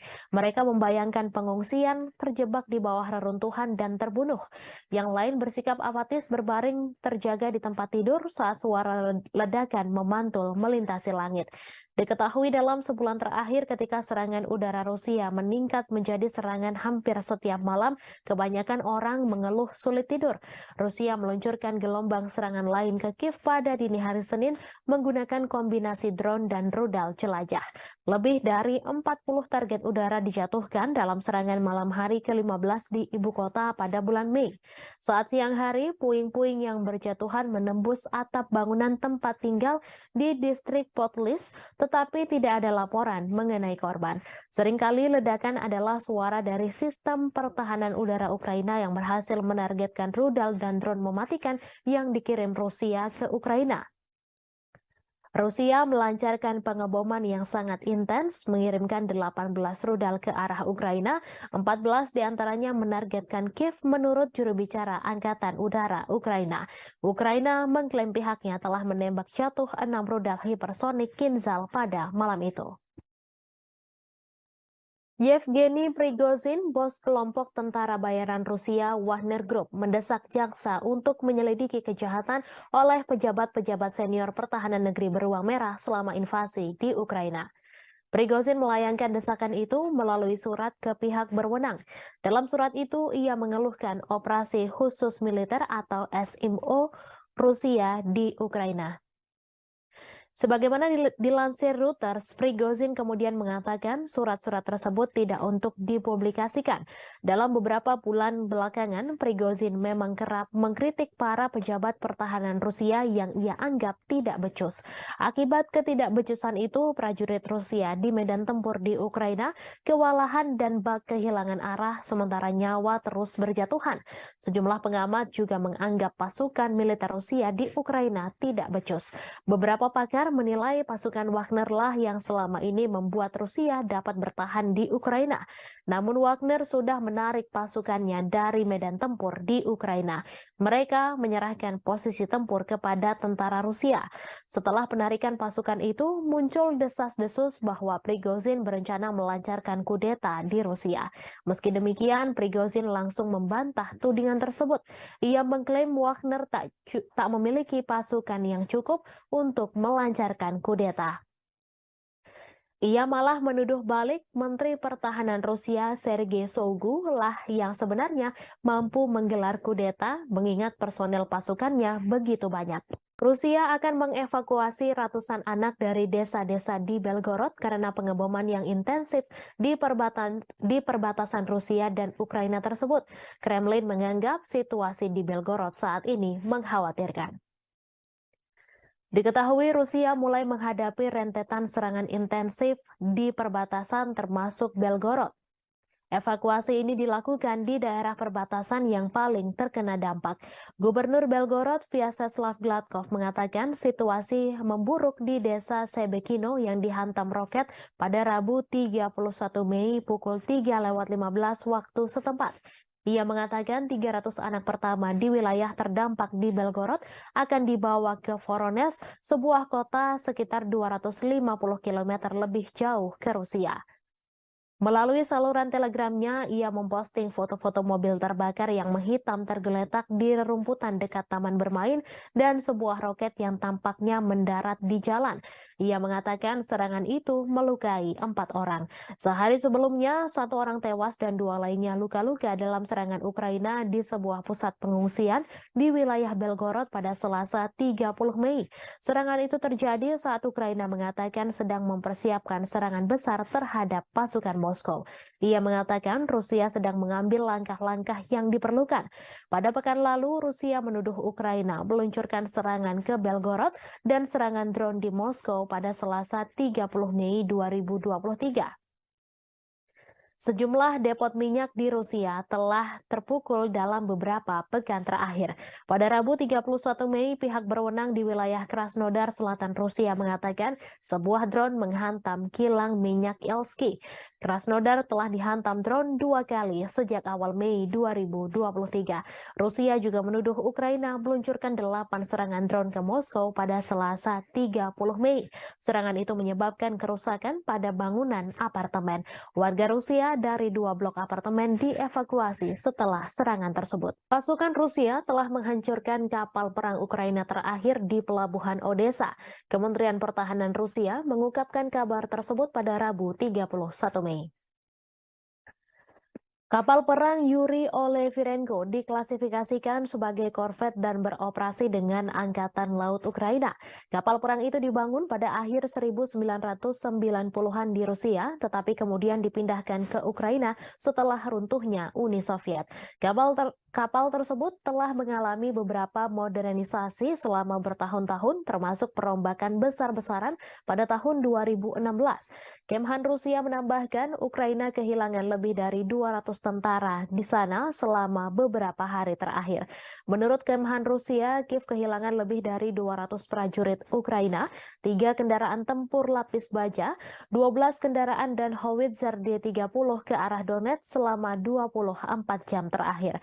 Sementara itu, Shalik, juru bicara Angkatan Laut Ukraina, mengatakan pihaknya tidak akan menanggapi pernyataan apapun yang dibuat sepihak oleh Rusia. Angkatan Laut Ukraina juga tidak akan mengungkapkan informasi apapun tentang kerugian selama perang. Sebelumnya, Rusia mengklaim bahwa pesawat tak berawak Ukraina memicu kebakaran di kilang minyak di Rusia Selatan. Selain itu, serangan udara juga menghantam sebuah kota Rusia dekat perbatasan untuk ketiga kalinya dalam seminggu dan merusak bangunan serta membakar kendaraan. Sementara itu, berikut perkembangan lainnya seputar situasi perang Rusia-Ukraina, di mana hanya ada sekitar 500 orang yang masih tinggal di Bakhmut menurut wali kota itu, Oleksiy Reva. Jumlah itu jauh dibandingkan dengan 70.000 orang yang tinggal di kota Ukraina Timur sebelum perang meletus. Bakhmut menjadi sasaran pertempuran sengit selama setahun terakhir. Baik Ukraina dan Rusia mengklaim sama-sama menguasai kota tersebut.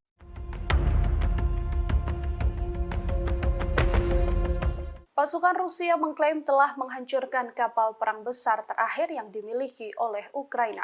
Serangan tersebut dilancarkan Rusia pada Senin 29 Mei di Pelabuhan Odessa di Laut Hitam. Dalam rilis Kementerian Pertahanan, kapal perang besar Angkatan Laut Ukraina ini dihancurkan dengan serangan presisi tinggi Angkatan Udara Rusia. Di tempat berlabuhnya kapal tersebut, kapal perang terakhir Angkatan Laut Ukraina ini bernama Yuri Elefirenko. Hanya saja Ukraina membantah kapal perang terakhir telah dihancurkan pasukan Putin. Hal ini ditegaskan oleh juru bicara Angkatan Laut Ukraina Oleg Kali, yang meminta sumber Rusia yang membicarakan hancurnya oleh Firenko tak diperhatikan dan diperdulikan. Namun pasukan militer Ukraina membenarkan adanya serangan udara yang menyebabkan kebakaran dan telah merusak infrastruktur di Pelabuhan Odessa. Yuri Olefirenko adalah kapal pendarat berukuran sedang untuk pasukan dan kendaraan. Presiden Ukraina Volodymyr Zelensky sendiri mengoperasikan versi pembaruan dari kapal tersebut pada awal Juni 2022 lalu. За время вашего руководства страной отношения между нашими странами. Kabar mengejutkan datang dari Rusia yang mengumumkan bahwa negaranya memiliki sekutu baru yang tidak terduga. Bahkan pemimpin negara tersebut telah bertemu langsung dengan Presiden Rusia Vladimir Putin. Lantas, akankah negara tersebut membantu Rusia dalam peperangan dengan Ukraina? Sekutu baru tak terduga dari Rusia yang dimaksud adalah negara Eritrea.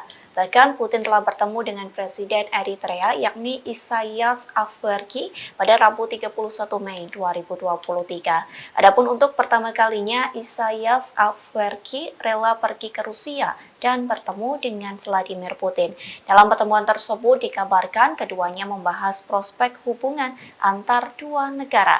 Kremlin mengatakan Putin dan Isaias membahas di segala bidang, termasuk masalah yang paling mendesak dalam agenda regional dan internasional. Bahkan selesai pertemuan tersebut, keduanya telah menandatangani beberapa kesepakatan antar pemerintah.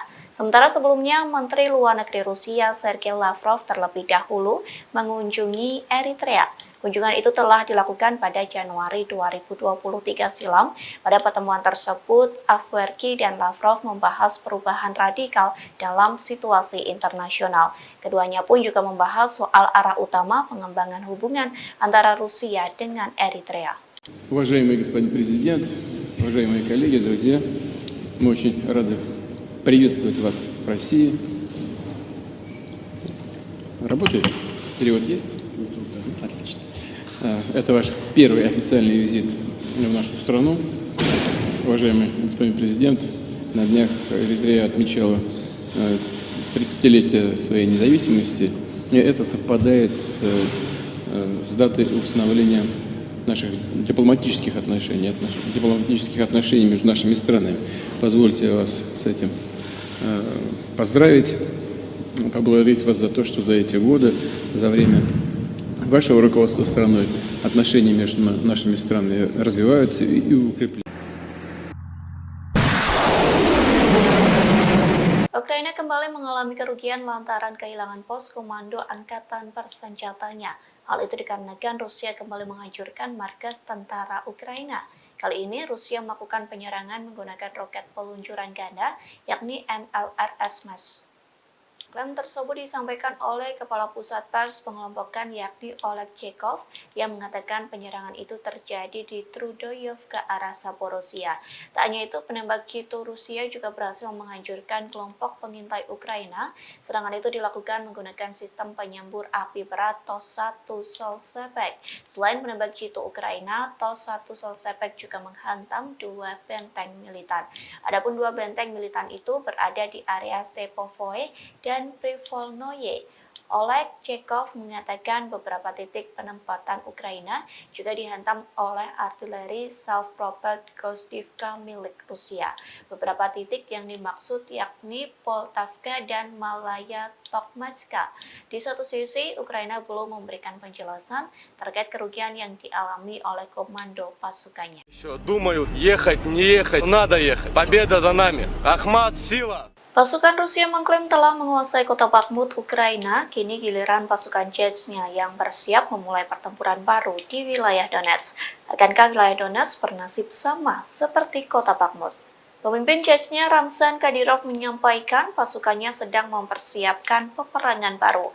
Pernyataan itu disampaikan Kadyrov seusai tentara bayaran Rusia mengumumkan penarikan pasukan di kota Bakhmut. Kadyrov mengaku pasukan Chechnya mendapat perintah baru, adapun perintah itu soal tanggung jawab merebut wilayah di Republik Rakyat Donetsk. Nantinya pasukan Chechnya mulai aktif di zona perang untuk membebaskan sejumlah area. Sejauh ini Kadyrov mengaku dirinya sedang mempersiapkan serangan yang akan dilancarkan pasukannya. Terlebih pasukan Chechnya mendapat dukungan dari Kementerian Pertahanan Rusia dan staf umum Angkatan Bersenjata Rusia. Hal itu dibuktikan dengan pemberian data, informasi, hingga senjata. Berbekal itulah Kadyrov telah menyusun strategi untuk bergerak maju di Donetsk. Diketahui sebelumnya, grup Wagner mengumumkan penarikan pasukannya mulai 24 Mei hingga 1 Juni. Dengan keberhasilan Bakhmut direbut, kepala grup Wagner yakni Yevgeny Prigozhin memberikan garda depan perang ke pasukan Rusia. Я сам знаешь, Как ты к этому решению пришел? повалим, они Коран рвут и безнаказанными остановиться так нельзя. Каждый мусульманин должен с этим воевать. Ахмат сила Аллаха. Я сам с Южно-Сахалинска, еду уже третий раз через Ахмат. Хочу пожелать всем нашим ребятам остальным, которые еще думают, ехать, не ехать, надо ехать. Победа за нами. Ахмат, сила! Ребята проходят высшую подготовку в Российском университете спецназа. Если эти ребята прибудут туда, я не советую пробовать связываться с этими ребятами. Любая задача поставлена боевой части республики Героя Рамзана Кадырова будет исполнена 100%. Ахмат, сила Аллаха. Kementerian Pertahanan Rusia mengakui serangan militer baru-baru ini di Ukraina menargetkan pusat pengambilan keputusan yang terlibat dalam merencanakan serangan teroris. Pasalnya, menurut Kemhan Rusia pada Selasa 30 Mei, kegiatan teroris dilakukan di bawah bimbingan langsung dari Badan Intelijen Barat. Diketahui Angkatan Bersenjata Rusia melakukan serangan pada siang hari. Militer tidak mengungkapkan jumlah pasti pusat yang ditargetkan atau secara eksplisit menyebutkannya. Mereka hanya menyatakan semua target yang ditunjuk telah berhasil dihantam. Kemudian pada hari itu, Presiden Rusia Vladimir Putin mengkonfirmasi markas besar Direktorat Intelijen Utama Militer Ukraina telah diserang. Guru Ukraina telah membangun kecurigaan terutama karena beberapa wawancara dengan outlet berita asing dan domestik yang diberikan oleh pimpinannya Kirill Budanov. Kepala Intel Ukraina itu telah membuat pernyataan yang semakin agresif baru-baru ini. Ia mengklaim keterlibatannya dalam sejumlah serangan di tanah Rusia. Awal bulan ini misalnya ia berjanji untuk terus menghabisi orang Rusia dimanapun di muka dunia ini sampai kemenangan penuh Ukraina tercapai. Tak lama kemudian ia mengaku bertanggung jawab atas pembunuhan banyak tokoh masyarakat Rusia. Meskipun Budanov tidak memberikan nama pastinya, ia menyatakan telah mendapatkan banyak nama, termasuk tokoh publik dan media. Sebelumnya diberitakan bulan ini 2 pesawat tak berawak dicegat di atas Kremlin. Namun serangan pada Selasa adalah pertama kalinya kendaraan udara tak berawak menghantam daerah pemukiman Moskow, di mana ratusan kilometer dari garis depan Ukraina. Wali kota Moskow, Sergei Sobyanin, mengatakan 2 orang dirawat namun tidak menderita luka serius. Penghuni bangunan yang rusak akibat serangan itu juga dievakuasi sementara. Di Jalan Provso Yusnaya, sebuah bangunan tempat tinggal dengan jendela yang pecah ditutup oleh polisi. Warga Moskow mengatakan bahwa sebuah pesawat tak berawak juga menabrak sebuah apartemen di lantai 14 sebuah gedung tinggi di Leninsky Prospect tetapi tidak meledak. Kementerian Pertahanan Rusia mengatakan bahwa 8 drone dikerahkan Ukraina dalam serangan itu.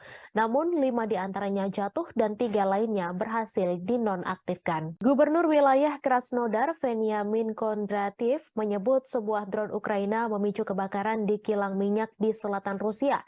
Menurutnya penembakan menghantam sebuah kota Rusia dekat perbatasan untuk ketiga kalinya dalam seminggu dan merusak bangunan serta membakar kendaraan. Rusia mengatakan sebuah pesawat tak berawak kemungkinan menjadi penyebab kebakaran yang terjadi di kilang minyak Avivsky. Kebakaran terjadi sehari setelah Rusia menuduh Ukraina mengirim pesawat tak berawak untuk menyerang gedung-gedung di Moskow. Kondratiev melalui aplikasi Telegram pada Rabu 31 Mei menyebut api segera padam dan tidak ada korban jiwa. Kilang minyak Avivsky diketahui berada tidak jauh dari pelabuhan Laut Hitam Novorossiysk dekat kilang lain yang telah diserang beberapa kali dalam bulan ini. Tidak ada informasi langsung tentang siapa yang meluncurkan pesawat tak berawak itu, namun Moskow menuduh Kiev meningkatkan serangan di dalam Rusia dalam beberapa pekan terakhir.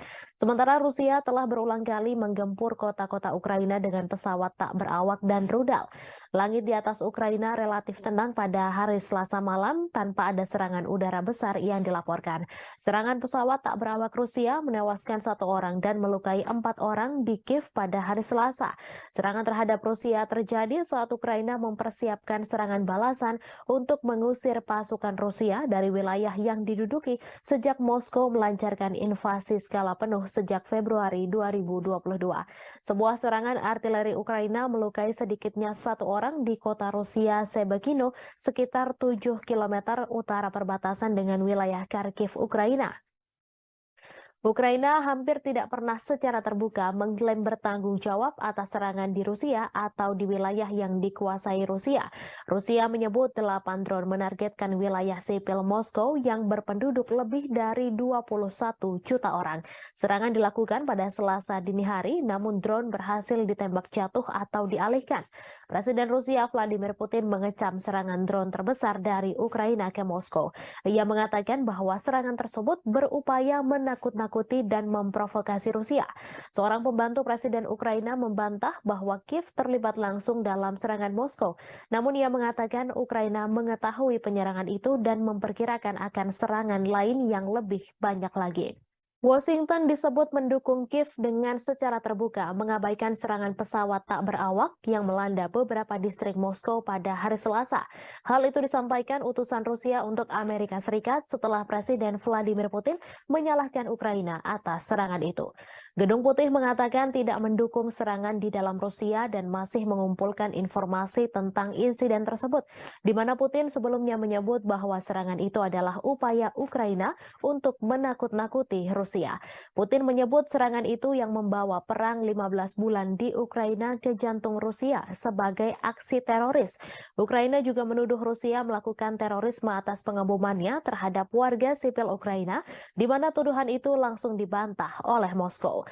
Seorang pembantu Presiden Ukraina membantah Kiev terlibat langsung dalam serangan pesawat tak berawak di Moskow. Serangan terhadap Moskow yang melukai 2 orang terjadi setelah Rusia melancarkan 3 serangan udara dalam 1 hari di Kiev dan sejauh ini pada 17 Mei menewaskan 2 orang dan menabur kehancuran serta ketakutan. Rusia telah lama menuduh Barat melakukan perang proksi melawan Moskow dengan mendukung Ukraina dengan bantuan militer dan keuangan. Diketahui Rusia melancarkan invasi besar-besaran ke Ukraina sejak Februari 2022, menghancurkan kota-kota, memaksa jutaan orang meninggalkan rumah mereka dan menelan ribuan nyawa. Moskow menyebut perang itu sebagai operasi militer khusus untuk denazifikasi Ukraina dan melindungi penutur bahasa Rusia. Namun Kiev dan sekutunya mengatakan itu adalah perampasan tanah yang tidak beralasan. Sejak invasi besar-besaran Rusia ke Ukraina pada Februari 2022, banyak yang menyebut perang tersebut merupakan kesalahan kalkulasi yang dilakukan Presiden Rusia Vladimir Putin.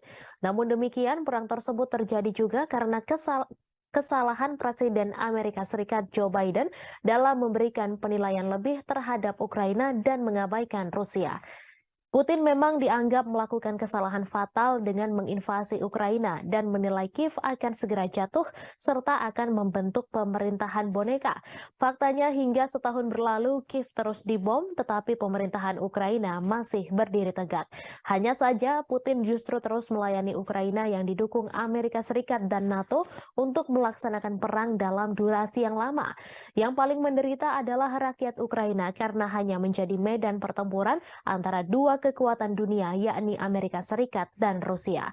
Saat perang berlarut-larut tanpa akhir yang terlihat merupakan kesalahan utama yang dilakukan Presiden Amerika Serikat Joe Biden. Berikut 5 kesalahan yang dilakukan Presiden Biden dalam menilai perang Ukraina-Rusia. Yang pertama, konflik global antara demokrasi dan otokrasi. Sejak awal Biden memposisikan diri dengan landasan moral yang tinggi. Ia membingkai konflik di Ukraina sebagai konflik global antara demokrasi dan otokrasi. Dilansir dari Al Jazeera, hal tersebut disampaikan pakar kebijakan luar negeri Amerika Serikat Marwan Bissara. Namun demikian, Douglas Brinkley, seorang sejarawan kepresidenan di Rice University, mengatakan Biden tetap bersemangat dan tangguh.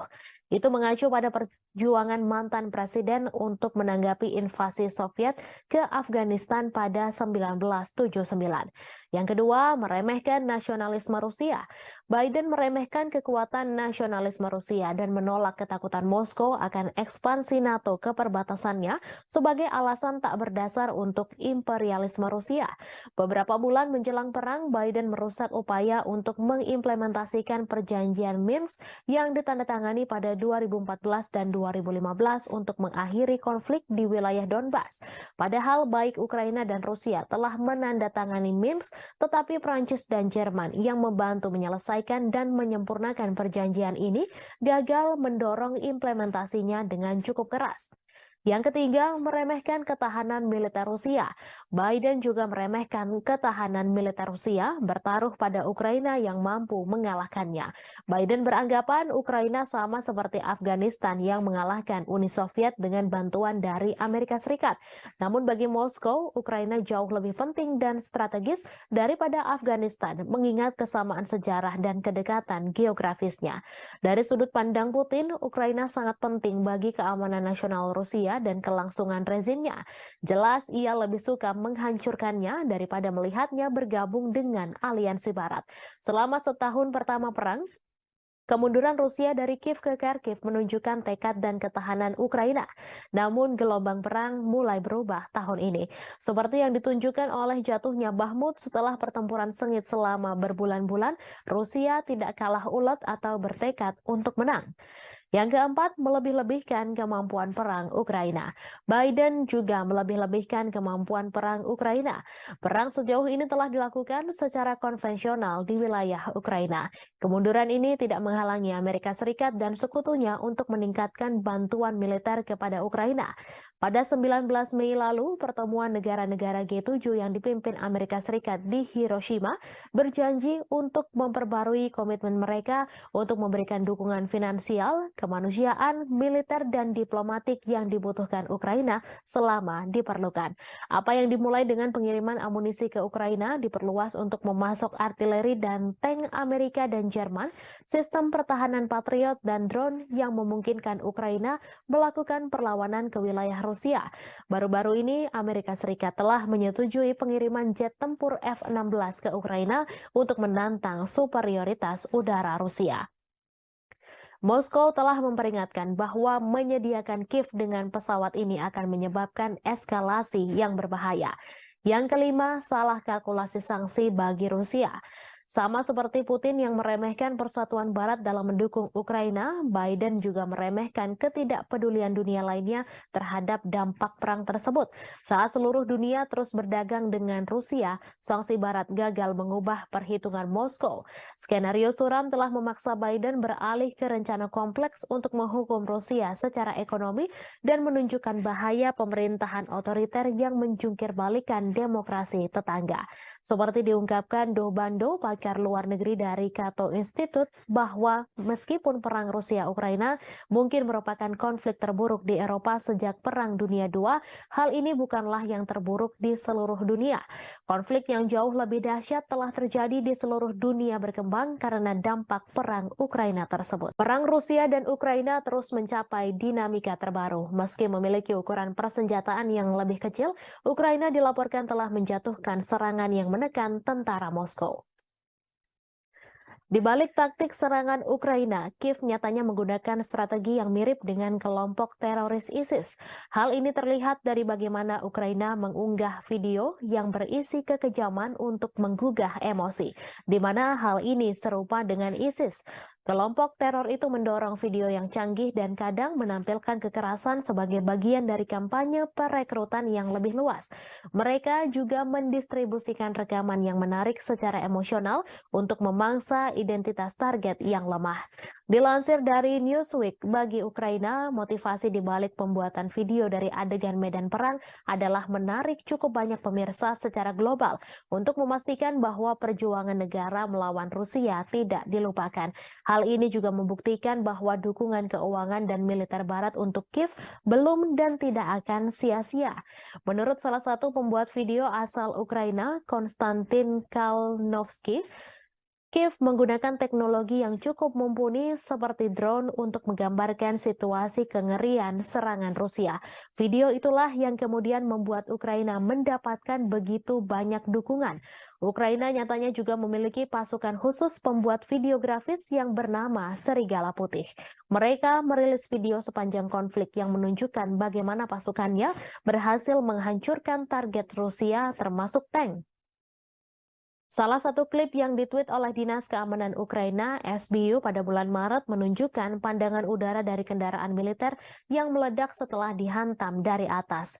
Sean Houston, seorang profesor propaganda di Military College of South Carolina, mengatakan kepada Newsweek bahwa klip tersebut adalah contoh bagus dari gamifikasi video pertempuran dan kualitas yang tumpang tindih antara video game dan rekaman kehidupan nyata yang terkait dengan teknik video yang digunakan oleh ISIS. Ukraina masih berbuntut konflik mengerikan. Setelah Rusia menyerang Kiev, giliran muncul serangan ke Moskow.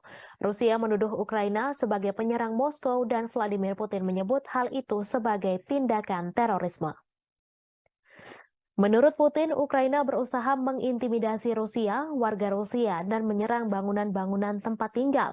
Otoritas Rusia mengklaim 8 drone yang menargetkan wilayah sipil Moskow dan sekitarnya yang dihuni lebih dari 21 juta penduduk pada Selasa 30 Mei dini hari berhasil ditembak jatuh dengan beberapa drone lainnya dinonaktifkan. Moskow yang merupakan ibu kota dari negara dengan kekuatan nuklir terbesar di dunia telah dilindungi oleh sistem peringatan dini yang ekstensif. Namun selesai rentetan serangan drone Ukraina, Putin menyatakan bahwa sistem pertahanan udara di sekitar Moskow akan diperkuat. Sementara itu, Ukraina membantah terlibat secara langsung dalam rentetan serangan drone yang menghujani ibu kota Moskow di Rusia. Namun demikian, Kiev mengakui tengah menikmati situasi di Moskow dan memprediksi masih akan ada serangan lainnya. Seperti dilansir Reuters pada Rabu 31 Mei, bantahan itu disampaikan oleh penasihat kepresidenan Ukraina, Mikhailo Podolyak, saat berbicara dalam acara Breakfast Show. Dilansir Reuters pada Rabu 31 Mei terjadi serangan drone yang menghantam dan memicu kebakaran di sebuah kilang minyak Rusia bagian selatan. Rusia menuding Ukraina sebagai dalang serangan itu. Otoritas Rusia juga melaporkan sebuah serangan artileri Ukraina terhadap kota Shebekino yang berjarak hanya 7 km sebelah utara wilayah Kharkiv di Ukraina. Serangan itu tercatat sebagai serangan ketiga di wilayah perbatasan dalam sepekan terakhir. Gubernur setempat Vyacheslav Gladkov dalam pernyataan melaporkan sedikitnya 2 orang harus dirawat di rumah sakit akibat serangan itu. Gladkov juga menyebut serangan itu menghancurkan jendela-jendela bangunan dan merusak atap gedung apartemen 8 lantai, 4 rumah warga, sebuah sekolah, dan beberapa tempat lainnya. Ia terjadi pada malam hari ketika sebagian besar penduduk Kiev tertidur lelap. Sirine meraung-raung di seluruh ibu kota Ukraina, membangunkan penduduk yang telah menghadapi perang selama 15 bulan. Mereka menyesuaikan rutinitasnya demi menghadapi kampanye udara terbaru Rusia. Dilansir Kompas.com dari Associated Press, dalam eskalasi serangan Rusia baru-baru ini, Olha Buchno, seorang petugas kebersihan, berdoa setiap malam.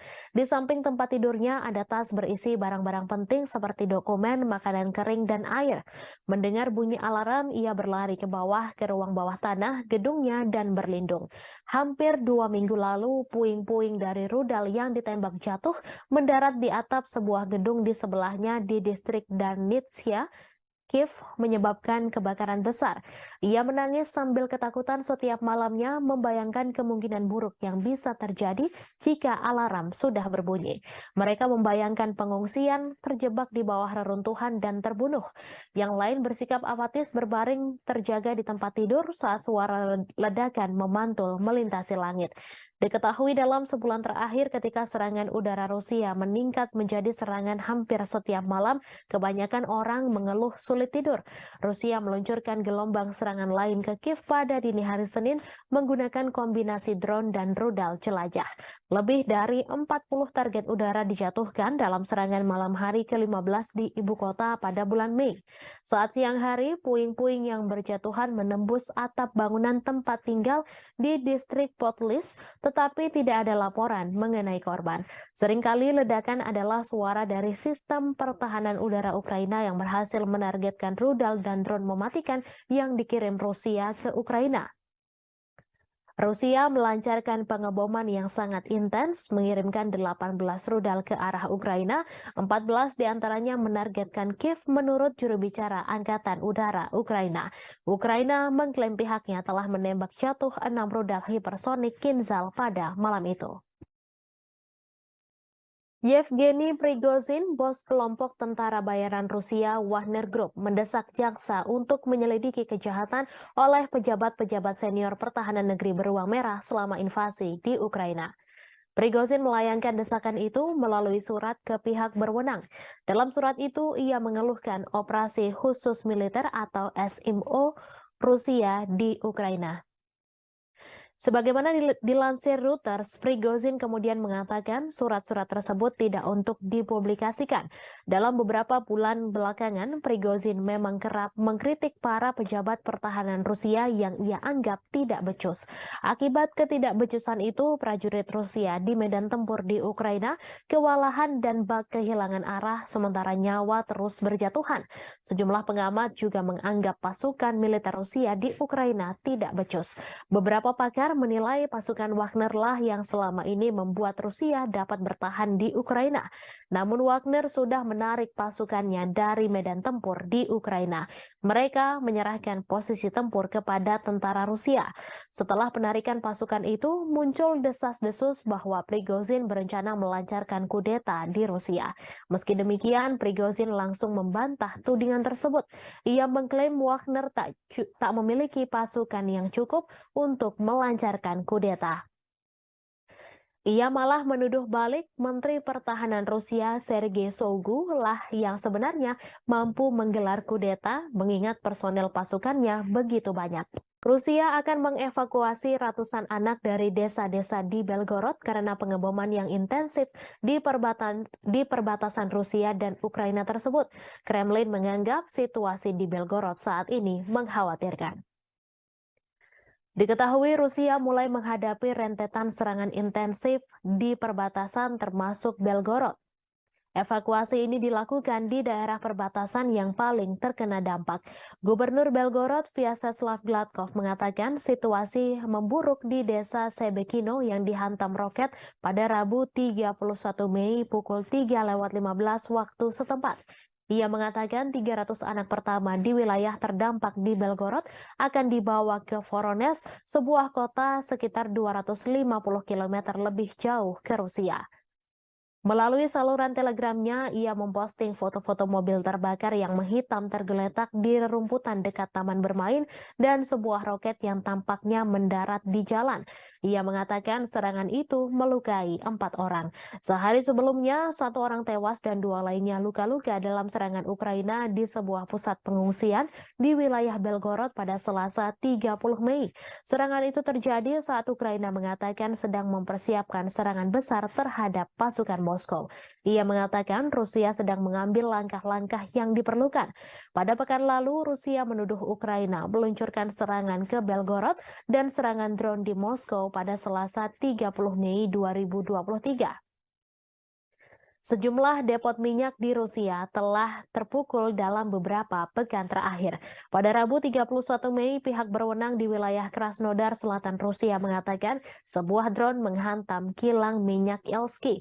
Krasnodar telah dihantam drone 2 kali sejak awal Mei 2023. Rusia juga menuduh Ukraina meluncurkan 8 serangan drone ke Moskow pada Selasa 30 Mei. Serangan itu menyebabkan kerusakan pada bangunan apartemen. Warga Rusia warga dari 2 blok apartemen dievakuasi setelah serangan tersebut. Pasukan Rusia telah menghancurkan kapal perang Ukraina terakhir di pelabuhan Odessa. Kementerian Pertahanan Rusia mengungkapkan kabar tersebut pada Rabu 31 Mei. Kapal perang Yuri Olefirenko diklasifikasikan sebagai korvet dan beroperasi dengan Angkatan Laut Ukraina. Kapal perang itu dibangun pada akhir 1990-an di Rusia, tetapi kemudian dipindahkan ke Ukraina setelah runtuhnya Uni Soviet. Kapal tersebut telah mengalami beberapa modernisasi selama bertahun-tahun, termasuk perombakan besar-besaran pada tahun 2016. Kemhan Rusia menambahkan Ukraina kehilangan lebih dari 200 tentara di sana selama beberapa hari terakhir. Menurut Kemhan Rusia, Kiev kehilangan lebih dari 200 prajurit Ukraina, 3 kendaraan tempur lapis baja, 12 kendaraan dan howitzer D-30 ke arah Donetsk selama 24 jam terakhir. Sementara itu, Shalik, juru bicara Angkatan Laut Ukraina, mengatakan pihaknya tidak akan menanggapi pernyataan apapun yang dibuat sepihak oleh Rusia. Angkatan Laut Ukraina juga tidak akan mengungkapkan informasi apapun tentang kerugian selama perang. Sebelumnya, Rusia mengklaim bahwa pesawat tak berawak Ukraina memicu kebakaran di kilang minyak di Rusia Selatan. Selain itu, serangan udara juga menghantam sebuah kota Rusia dekat perbatasan untuk ketiga kalinya dalam seminggu dan merusak bangunan serta membakar kendaraan. Sementara itu, berikut perkembangan lainnya seputar situasi perang Rusia-Ukraina, di mana hanya ada sekitar 500 orang yang masih tinggal di Bakhmut menurut wali kota itu, Oleksiy Reva. Jumlah itu jauh dibandingkan dengan 70.000 orang yang tinggal di kota Ukraina Timur sebelum perang meletus. Bakhmut menjadi sasaran pertempuran sengit selama setahun terakhir. Baik Ukraina dan Rusia mengklaim sama-sama menguasai kota tersebut.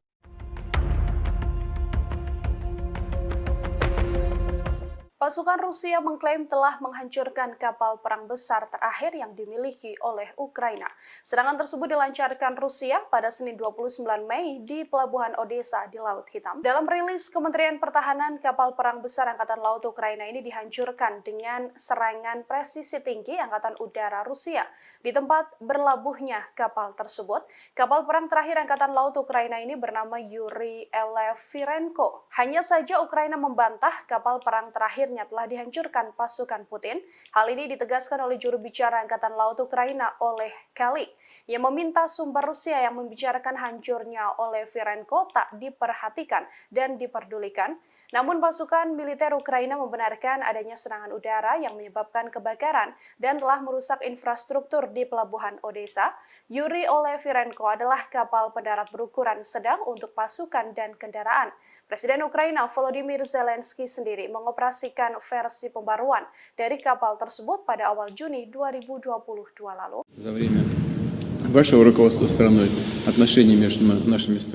Kabar mengejutkan datang dari Rusia yang mengumumkan bahwa negaranya memiliki sekutu baru yang tidak terduga. Bahkan pemimpin negara tersebut telah bertemu langsung dengan Presiden Rusia Vladimir Putin. Lantas, akankah negara tersebut membantu Rusia dalam peperangan dengan Ukraina? Sekutu baru tak terduga dari Rusia yang dimaksud adalah negara Eritrea. Bahkan Putin telah bertemu dengan Presiden Eritrea yakni Isaias Afwerki pada Rabu 31 Mei 2023. Adapun untuk pertama kalinya Isaias Afwerki rela pergi ke Rusia dan bertemu dengan Vladimir Putin. Dalam pertemuan tersebut dikabarkan keduanya membahas prospek hubungan antar dua negara. Kremlin mengatakan Putin dan Isaias membahas di segala bidang, termasuk masalah yang paling mendesak dalam agenda regional dan internasional. Bahkan seusai pertemuan tersebut, keduanya telah menandatangani beberapa kesepakatan antar pemerintah. Sementara sebelumnya, Menteri Luar Negeri Rusia Sergei Lavrov terlebih dahulu mengunjungi Eritrea. Kunjungan itu telah dilakukan pada Januari 2023 silam. Pada pertemuan tersebut, Afwerki dan Lavrov membahas perubahan radikal dalam situasi internasional. Keduanya pun juga membahas soal arah utama pengembangan hubungan antara Rusia dengan Eritrea. Уважаемый господин президент, уважаемые коллеги, друзья, мы очень рады приветствовать вас в России. Работает? Перевод есть? Отлично. Это ваш первый официальный визит в нашу страну. Уважаемый господин президент, на днях Эритрея отмечала 30-летие своей независимости. И это совпадает с датой установления наших дипломатических отношений между нашими странами. Позвольте вас с этим поздравить, поблагодарить вас за то, что за эти годы, за время вашего руководства страной, отношения между нашими странами развиваются и укрепляются. Ukraina kembali mengalami kerugian lantaran kehilangan pos komando angkatan bersenjatanya. Hal itu dikarenakan Rusia kembali menghancurkan markas tentara Ukraina. Kali ini Rusia melakukan penyerangan menggunakan roket peluncuran ganda, yakni MLRS. Klaim tersebut disampaikan oleh Kepala Pusat Pers Pengelompokan yakni Oleg Chekov yang mengatakan penyerangan itu terjadi di Trudoyov ke arah Zaporozhia.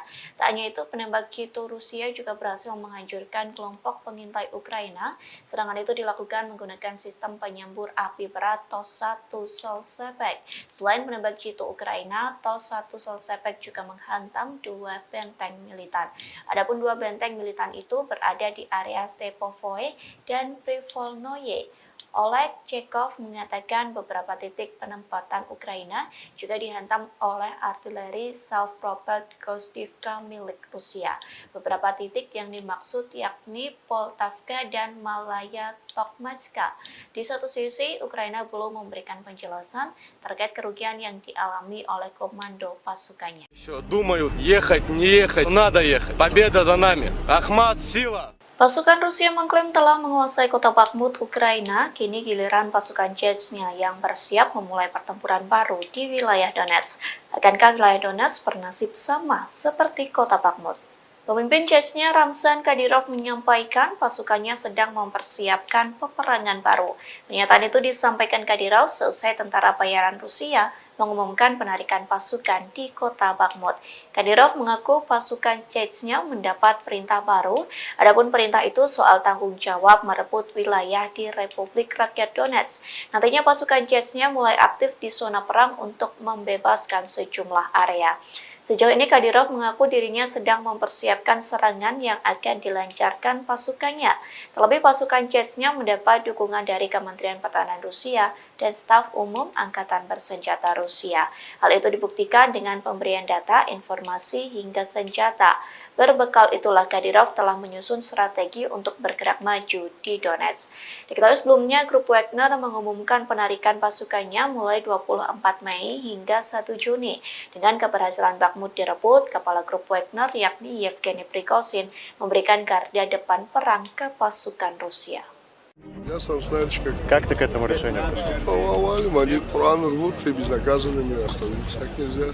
Каждый мусульманин должен с этим воевать. Ахмат, сила, Аллаху Акбар. Я сам с Южно-Сахалинска, еду уже 3-й раз через Ахмат. Хочу пожелать всем нашим ребятам остальным, которые еще думают, ехать, не ехать, надо ехать. Победа за нами. Ахмат, сила! Ребята приходят высших подготовок в российских университете спецназа. Если эти ребята прибудут туда, я не советую пробовать связываться с этими ребятами. Любая задача поставлена, вы сейчас используете героя Рамзана Кадырова, будет исполнить 100%. Ахмат, сила, Аллах. Kementerian Pertahanan Rusia mengakui serangan militer baru-baru ini di Ukraina menargetkan pusat pengambilan keputusan yang terlibat dalam merencanakan serangan teroris. Pasalnya, menurut Kemhan Rusia pada Selasa 30 Mei, kegiatan teroris dilakukan di bawah bimbingan langsung dari Badan Intelijen Barat. Diketahui Angkatan Bersenjata Rusia melakukan serangan pada siang hari.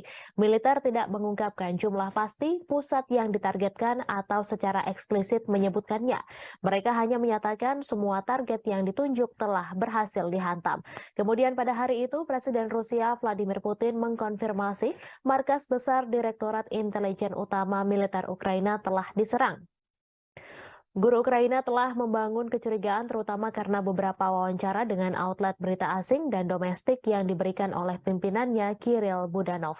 Kepala Intel Ukraina itu telah membuat pernyataan yang semakin agresif baru-baru ini. Ia mengklaim keterlibatannya dalam sejumlah serangan di tanah Rusia.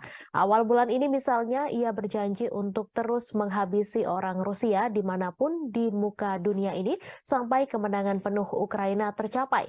Tak lama kemudian ia mengaku bertanggung jawab atas pembunuhan banyak tokoh masyarakat Rusia. Meskipun Budanov tidak memberikan nama pastinya, ia menyatakan telah mendapatkan banyak nama, termasuk tokoh publik dan media. Sebelumnya diberitakan bulan ini 2 pesawat tak berawak dicegat di atas Kremlin. Namun serangan pada Selasa adalah pertama kalinya kendaraan udara tak berawak menghantam daerah pemukiman Moskow, di mana ratusan kilometer dari garis depan Ukraina. Wali kota Moskow, Sergei Sobyanin, mengatakan 2 orang dirawat namun tidak menderita luka serius. Penghuni bangunan yang rusak akibat serangan itu juga dievakuasi sementara. Di Jalan Provso Yusnaya, sebuah bangunan tempat tinggal dengan jendela yang pecah ditutup oleh polisi. Warga Moskow mengatakan bahwa sebuah pesawat tak berawak juga menabrak sebuah apartemen di lantai 14 sebuah gedung tinggi di Leninsky Prospect tetapi tidak meledak. Kementerian Pertahanan Rusia mengatakan bahwa 8 drone dikerahkan Ukraina dalam serangan itu.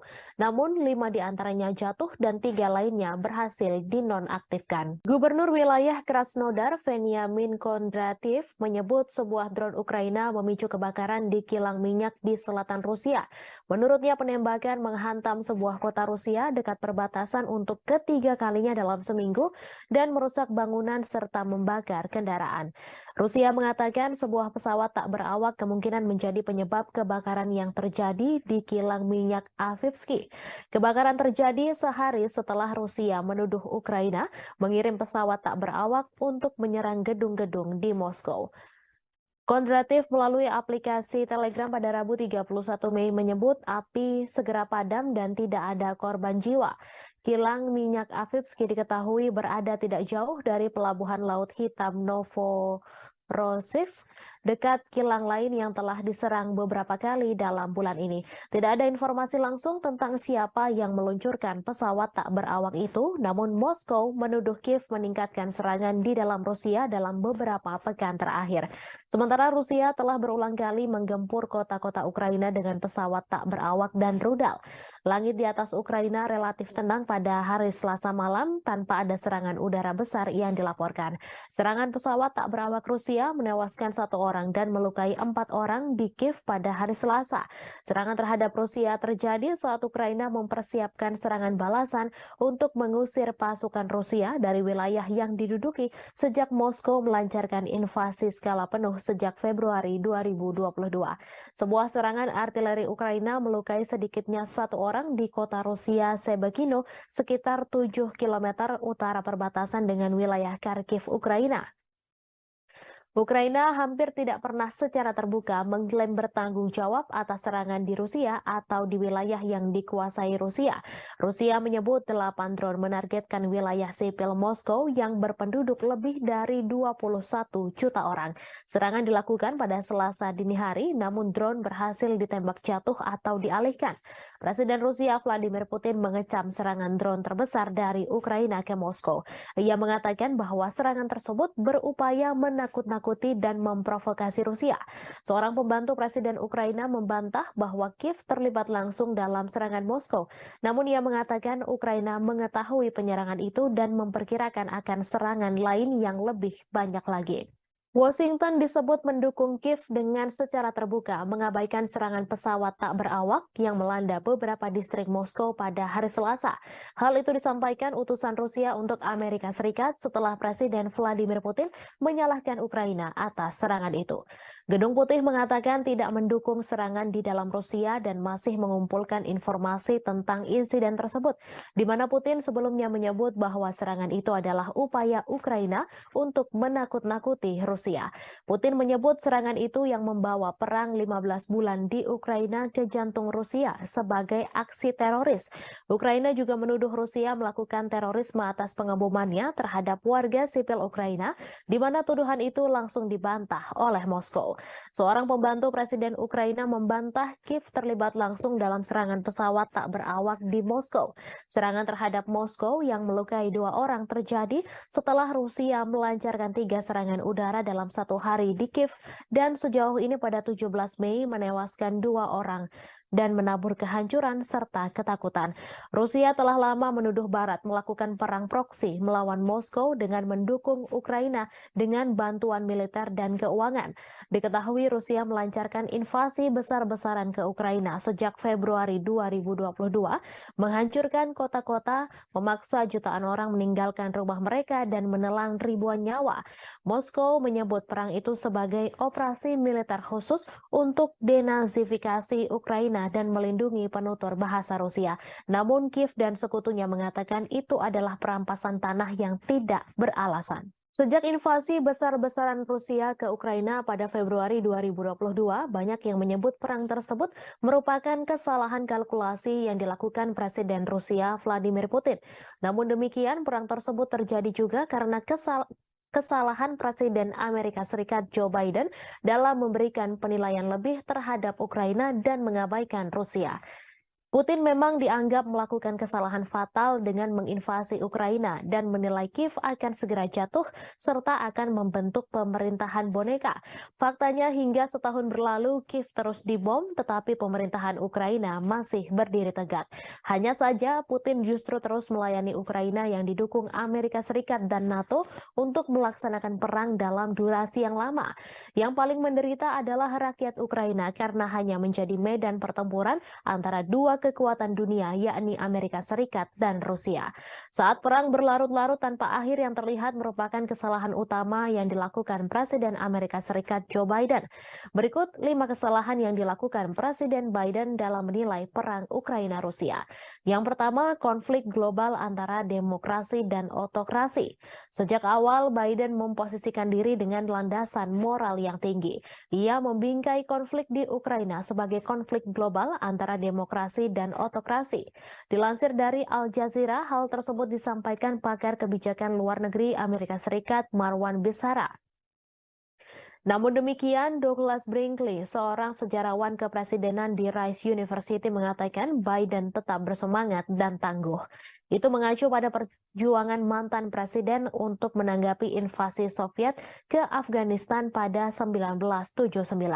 Yang kedua, meremehkan nasionalisme Rusia. Biden meremehkan kekuatan nasionalisme Rusia dan menolak ketakutan Moskow akan ekspansi NATO ke perbatasannya sebagai alasan tak berdasar untuk imperialisme Rusia. Beberapa bulan menjelang perang, Biden merusak upaya untuk mengimplementasikan perjanjian Minsk yang ditandatangani pada 2014 dan 2015 untuk mengakhiri konflik di wilayah Donbas.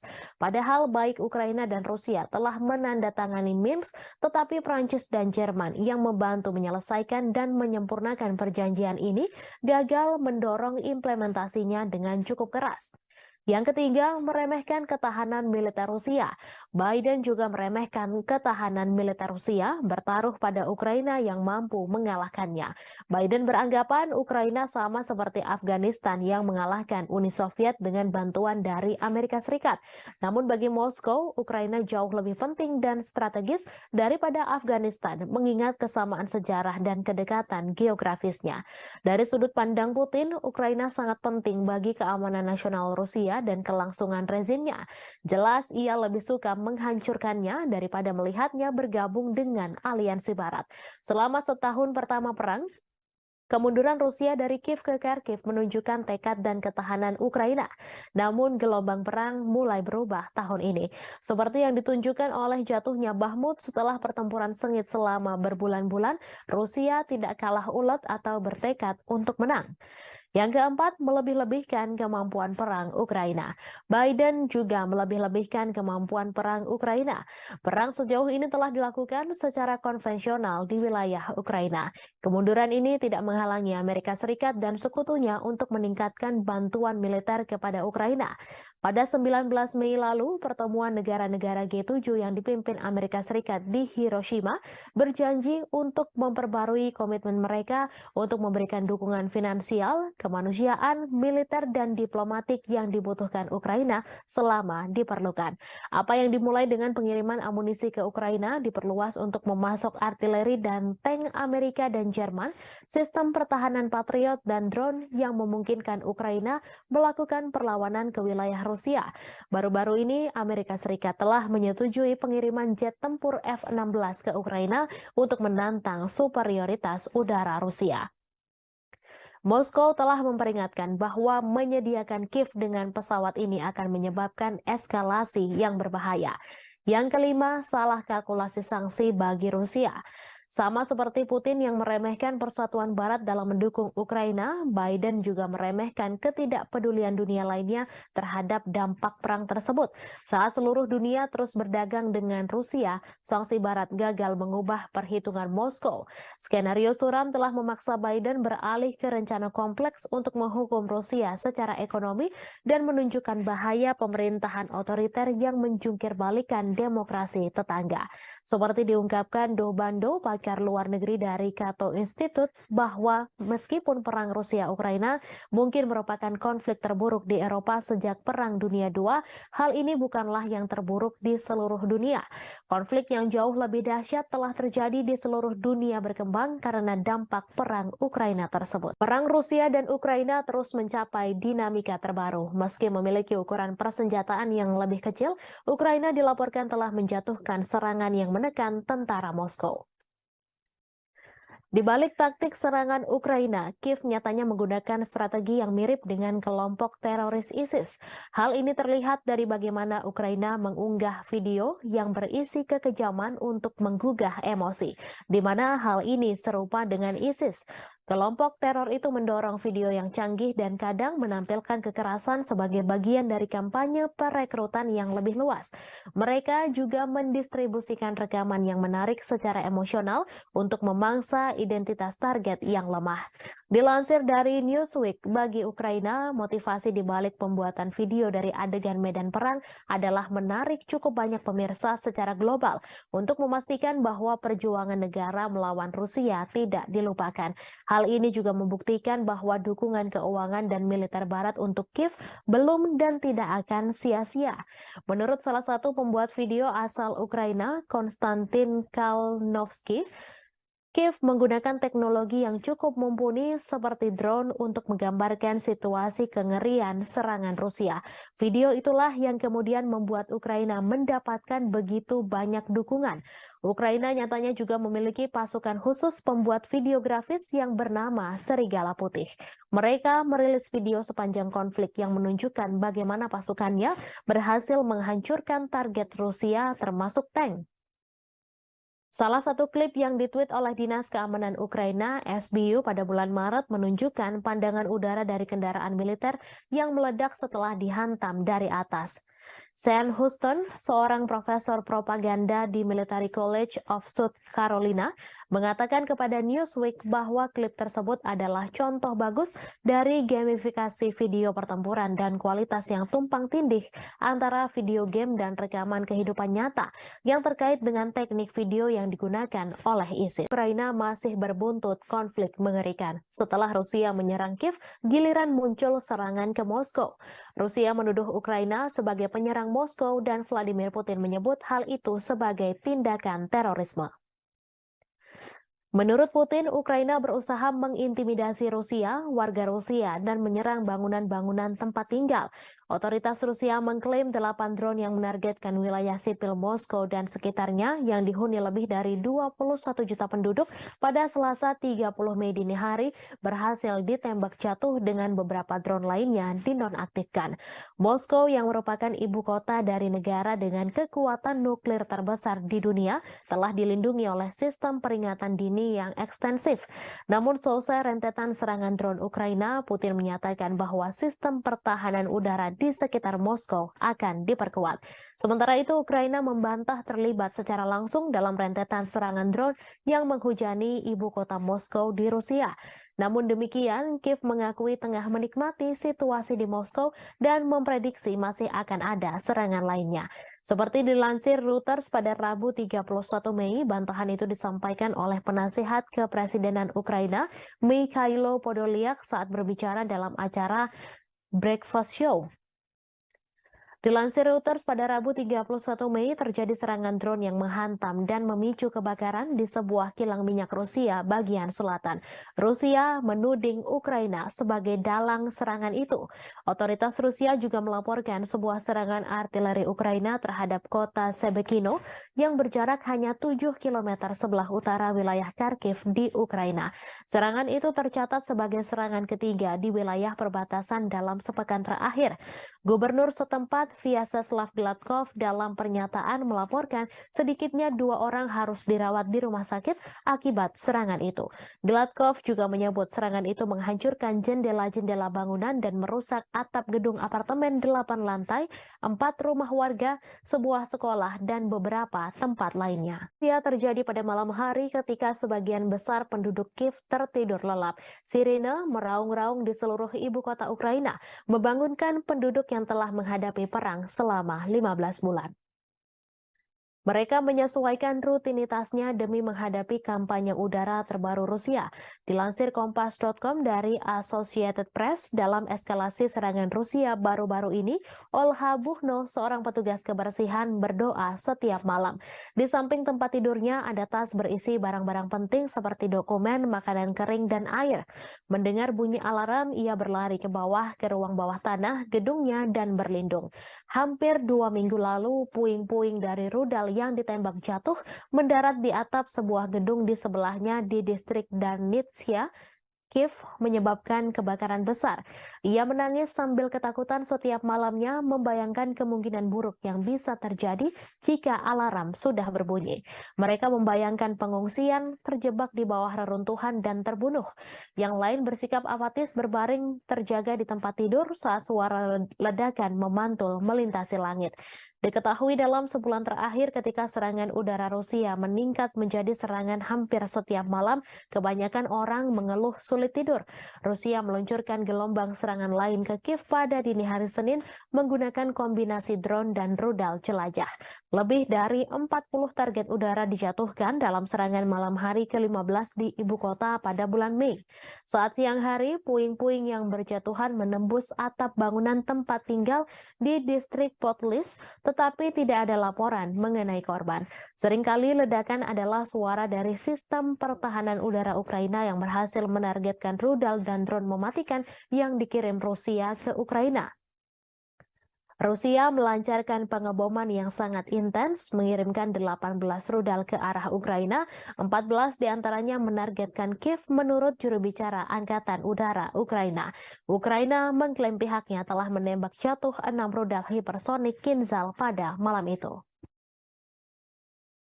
Yevgeny Prigozhin, bos kelompok tentara bayaran Rusia Wagner Group, mendesak jaksa untuk menyelidiki kejahatan oleh pejabat-pejabat senior pertahanan negeri beruang merah selama invasi di Ukraina. Prigozhin melayangkan desakan itu melalui surat ke pihak berwenang. Dalam surat itu, ia mengeluhkan operasi khusus militer atau SMO Rusia di Ukraina.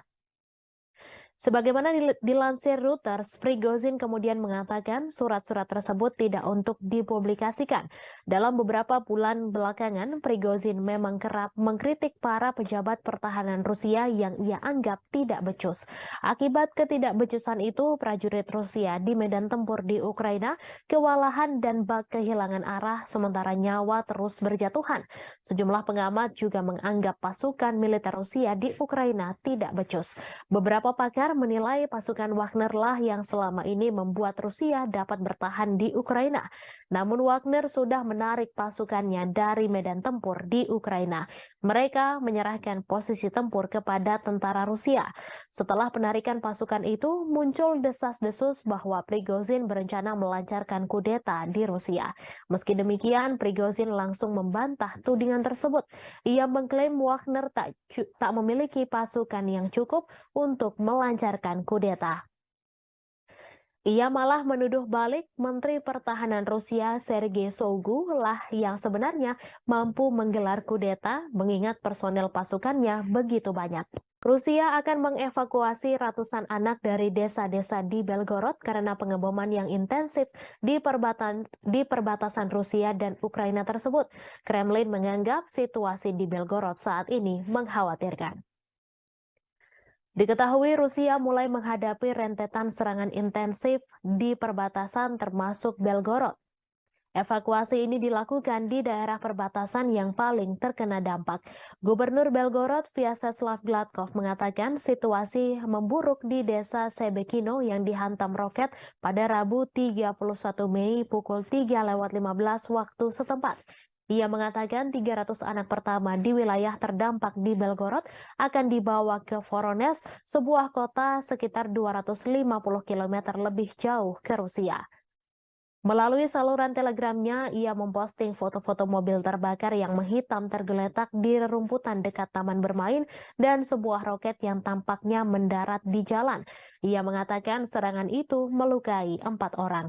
Sehari sebelumnya, 1 orang tewas dan 2 lainnya luka-luka dalam serangan Ukraina di sebuah pusat pengungsian di wilayah Belgorod pada Selasa 30 Mei.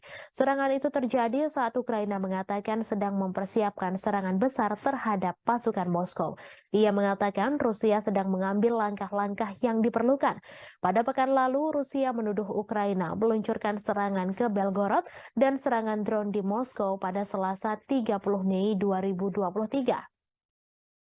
Sejumlah depot minyak di Rusia telah terpukul dalam beberapa pekan terakhir. Pada Rabu 31 Mei, pihak berwenang di wilayah Krasnodar Selatan Rusia mengatakan sebuah drone menghantam kilang minyak Ilsky. Krasnodar telah dihantam drone 2 kali sejak awal Mei 2023. Rusia juga menuduh Ukraina meluncurkan 8 serangan drone ke Moskow pada Selasa 30 Mei. Serangan itu menyebabkan kerusakan pada bangunan apartemen. Warga Rusia dari 2 blok apartemen dievakuasi setelah serangan tersebut. Pasukan Rusia telah menghancurkan kapal perang Ukraina terakhir di pelabuhan Odessa. Kementerian Pertahanan Rusia mengungkapkan kabar tersebut pada Rabu 31 Mei. Kapal perang Yuri Olefirenko diklasifikasikan sebagai korvet dan beroperasi dengan Angkatan Laut Ukraina. Kapal perang itu dibangun pada akhir 1990-an di Rusia, tetapi kemudian dipindahkan ke Ukraina setelah runtuhnya Uni Soviet. Kapal tersebut telah mengalami beberapa modernisasi selama bertahun-tahun, termasuk perombakan besar-besaran pada tahun 2016. Kemhan Rusia menambahkan Ukraina kehilangan lebih dari 200 tentara di sana selama beberapa hari terakhir. Menurut Kemhan Rusia, Kiev kehilangan lebih dari 200 prajurit Ukraina, 3 kendaraan tempur lapis baja, 12 kendaraan dan howitzer D-30 ke arah Donetsk selama 24 jam terakhir. Sementara itu, Shalik, juru bicara Angkatan Laut Ukraina, mengatakan pihaknya tidak akan menanggapi pernyataan apapun yang dibuat sepihak oleh Rusia.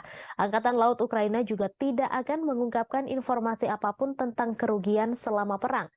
Sebelumnya, Rusia mengklaim bahwa pesawat tak berawak Ukraina memicu kebakaran di kilang minyak di Rusia Selatan. Selain itu, serangan udara juga menghantam sebuah kota Rusia dekat perbatasan untuk ketiga kalinya dalam seminggu dan merusak bangunan serta membakar kendaraan. Sementara itu, berikut perkembangan lainnya seputar situasi perang Rusia-Ukraina, di mana hanya ada sekitar 500 orang yang masih tinggal di Bakhmut menurut wali kota itu, Oleksiy Reva. Jumlah itu jauh dibandingkan dengan 70.000 orang yang tinggal di kota Ukraina Timur sebelum perang meletus.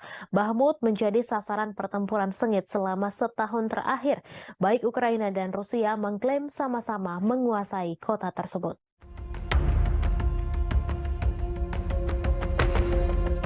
Pasukan Rusia mengklaim telah menghancurkan kapal perang besar terakhir yang dimiliki oleh Ukraina. Serangan tersebut dilancarkan Rusia pada Senin 29 Mei di Pelabuhan Odessa di Laut Hitam. Dalam rilis Kementerian Pertahanan, kapal perang besar Angkatan Laut Ukraina ini dihancurkan dengan serangan presisi tinggi Angkatan Udara Rusia.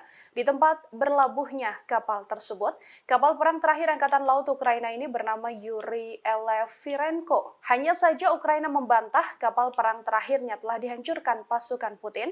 Hal ini ditegaskan oleh juru bicara Angkatan Laut Ukraina oleh Kali, yang meminta sumber Rusia yang membicarakan hancurnya oleh Firenko tak diperhatikan dan diperdulikan. Namun pasukan militer Ukraina membenarkan adanya serangan udara yang menyebabkan kebakaran dan telah merusak infrastruktur di Pelabuhan Odessa. Yuri Olefirenko adalah kapal pendarat berukuran sedang untuk pasukan dan kendaraan.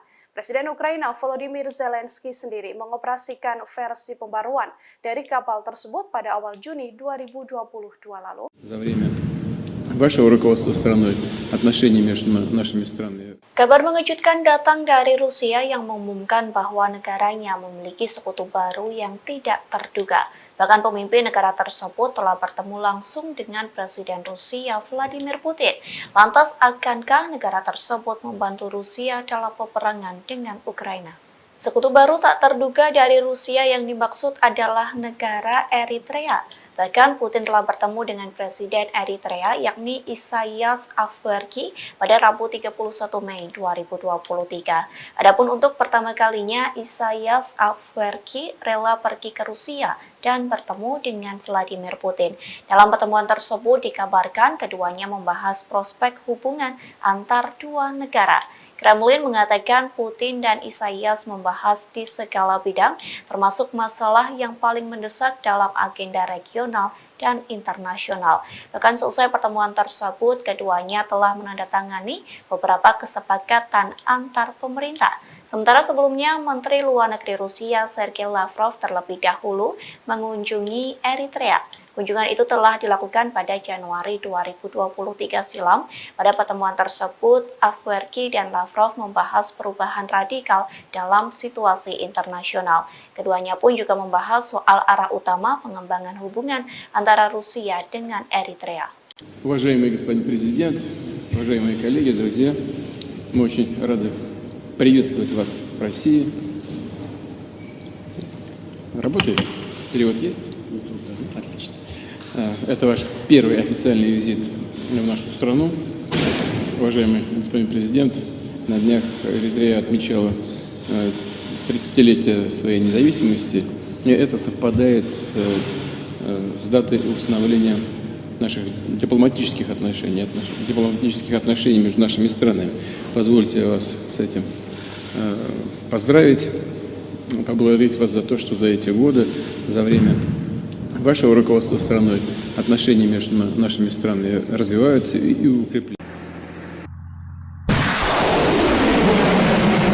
Ukraina kembali mengalami kerugian lantaran kehilangan pos komando angkatan bersenjatanya. Hal itu dikarenakan Rusia kembali menghancurkan markas tentara Ukraina. Kali ini Rusia melakukan penyerangan menggunakan roket peluncuran ganda, yakni MLRS. Klaim tersebut dan Privolnoye. Oleg Chekov mengatakan beberapa titik penempatan Ukraina juga dihantam oleh artileri self-propelled Gostivka milik Rusia. Beberapa titik yang dimaksud yakni Poltavka dan Malaya Tokmatska. Di satu sisi, Ukraina belum memberikan penjelasan terkait kerugian yang dialami oleh komando pasukannya. Думают, ехать, не ехать, надо ехать. Победа за нами. Ахмат, сила. Pasukan Rusia mengklaim telah menguasai kota Bakhmut, Ukraina. Kini giliran pasukan Chechnya yang bersiap memulai pertempuran baru di wilayah Donetsk. Akankah wilayah Donetsk bernasib sama seperti kota Bakhmut? Pemimpin Chechnya Ramzan Kadyrov menyampaikan pasukannya sedang mempersiapkan peperangan baru. Pernyataan itu disampaikan Kadyrov seusai tentara bayaran Rusia mengumumkan penarikan pasukan di kota Bakhmut. Kadyrov mengaku pasukan Chechnya mendapat perintah baru. Adapun perintah itu soal tanggung jawab merebut wilayah di Republik Rakyat Donetsk. Nantinya pasukan Chechnya mulai aktif di zona perang untuk membebaskan sejumlah area. Sejauh ini Kadyrov mengaku dirinya sedang mempersiapkan serangan yang akan dilancarkan pasukannya. Terlebih pasukan Chechnya mendapat dukungan dari Kementerian Pertahanan Rusia dan staf umum Angkatan Bersenjata Rusia. Hal itu dibuktikan dengan pemberian data, informasi, hingga senjata. Berbekal itulah Kadyrov telah menyusun strategi untuk bergerak maju di Donetsk. Diketahui sebelumnya, grup Wagner mengumumkan penarikan pasukannya mulai 24 Mei hingga 1 Juni. Dengan keberhasilan Bakhmut direbut, kepala grup Wagner yakni Yevgeny Prigozhin memberikan garda depan perang ke pasukan Rusia. Я сам знаю, Как ты к этому решению пришел? повалим, они Коран рвут и безнаказанными остановиться так нельзя. Каждый мусульманин должен с этим воевать. Ахмат сила, Аллаху акбар. Я сам с Южно-Сахалинска, еду уже третий раз через Ахмат. Хочу пожелать всем нашим ребятам остальным, которые еще думают, ехать, не ехать, надо ехать. Победа за нами. Ахмат, сила! Ребята приходят высших подготовок российских университетов спецназа. Если эти ребята прибудут туда, я не советую пробовать связываться с этими ребятами. Любая задача, поставим боевой часть республики Героя Северного Захмата Кадырова, будет исполнить 100%. Мать сила, Kementerian Pertahanan Rusia mengakui serangan militer baru-baru ini di Ukraina menargetkan pusat pengambilan keputusan yang terlibat dalam merencanakan serangan teroris. Pasalnya, menurut Kemhan Rusia pada Selasa 30 Mei, kegiatan teroris dilakukan di bawah bimbingan langsung dari Badan Intelijen Barat. Diketahui Angkatan Bersenjata Rusia melakukan serangan pada siang hari. Militer tidak mengungkapkan jumlah pasti pusat yang ditargetkan atau secara eksplisit menyebutkannya. Mereka hanya menyatakan semua target yang ditunjuk telah berhasil dihantam. Kemudian pada hari itu, Presiden Rusia Vladimir Putin mengkonfirmasi markas besar Direktorat Intelijen Utama Militer Ukraina telah diserang. Guru Ukraina telah membangun kecurigaan terutama karena beberapa wawancara dengan outlet berita asing dan domestik yang diberikan oleh pimpinannya Kirill Budanov. Kepala Intel Ukraina itu telah membuat pernyataan yang semakin agresif baru-baru ini. Ia mengklaim keterlibatannya dalam sejumlah serangan di tanah Rusia. Awal bulan ini misalnya ia berjanji untuk terus menghabisi orang Rusia dimanapun di muka dunia ini sampai kemenangan penuh Ukraina tercapai. Tak lama kemudian ia mengaku bertanggung jawab atas pembunuhan banyak tokoh masyarakat Rusia. Meskipun Budanov tidak memberikan nama pastinya, ia menyatakan telah mendapatkan banyak nama, termasuk tokoh publik dan media. Sebelumnya diberitakan bulan ini 2 pesawat tak berawak dicegat di atas Kremlin. Namun serangan pada Selasa adalah pertama kalinya kendaraan udara tak berawak menghantam daerah pemukiman Moskow, di mana ratusan kilometer dari garis depan Ukraina. Wali kota Moskow, Sergei Sobyanin, mengatakan 2 orang dirawat namun tidak menderita luka serius. Penghuni bangunan yang rusak akibat serangan itu juga dievakuasi sementara. Di Jalan Provso Yusnaya, sebuah bangunan tempat tinggal dengan jendela yang pecah ditutup oleh polisi. Warga Moskow mengatakan bahwa sebuah pesawat tak berawak juga menabrak sebuah apartemen di lantai 14 sebuah gedung tinggi di Leninsky Prospect tetapi tidak meledak. Kementerian Pertahanan Rusia mengatakan bahwa 8 drone dikerahkan Ukraina dalam serangan itu. Namun 5 diantaranya jatuh dan 3 lainnya berhasil dinonaktifkan. Gubernur wilayah Krasnodar, Veniamin Kondratiev, menyebut sebuah drone Ukraina memicu kebakaran di kilang minyak di selatan Rusia.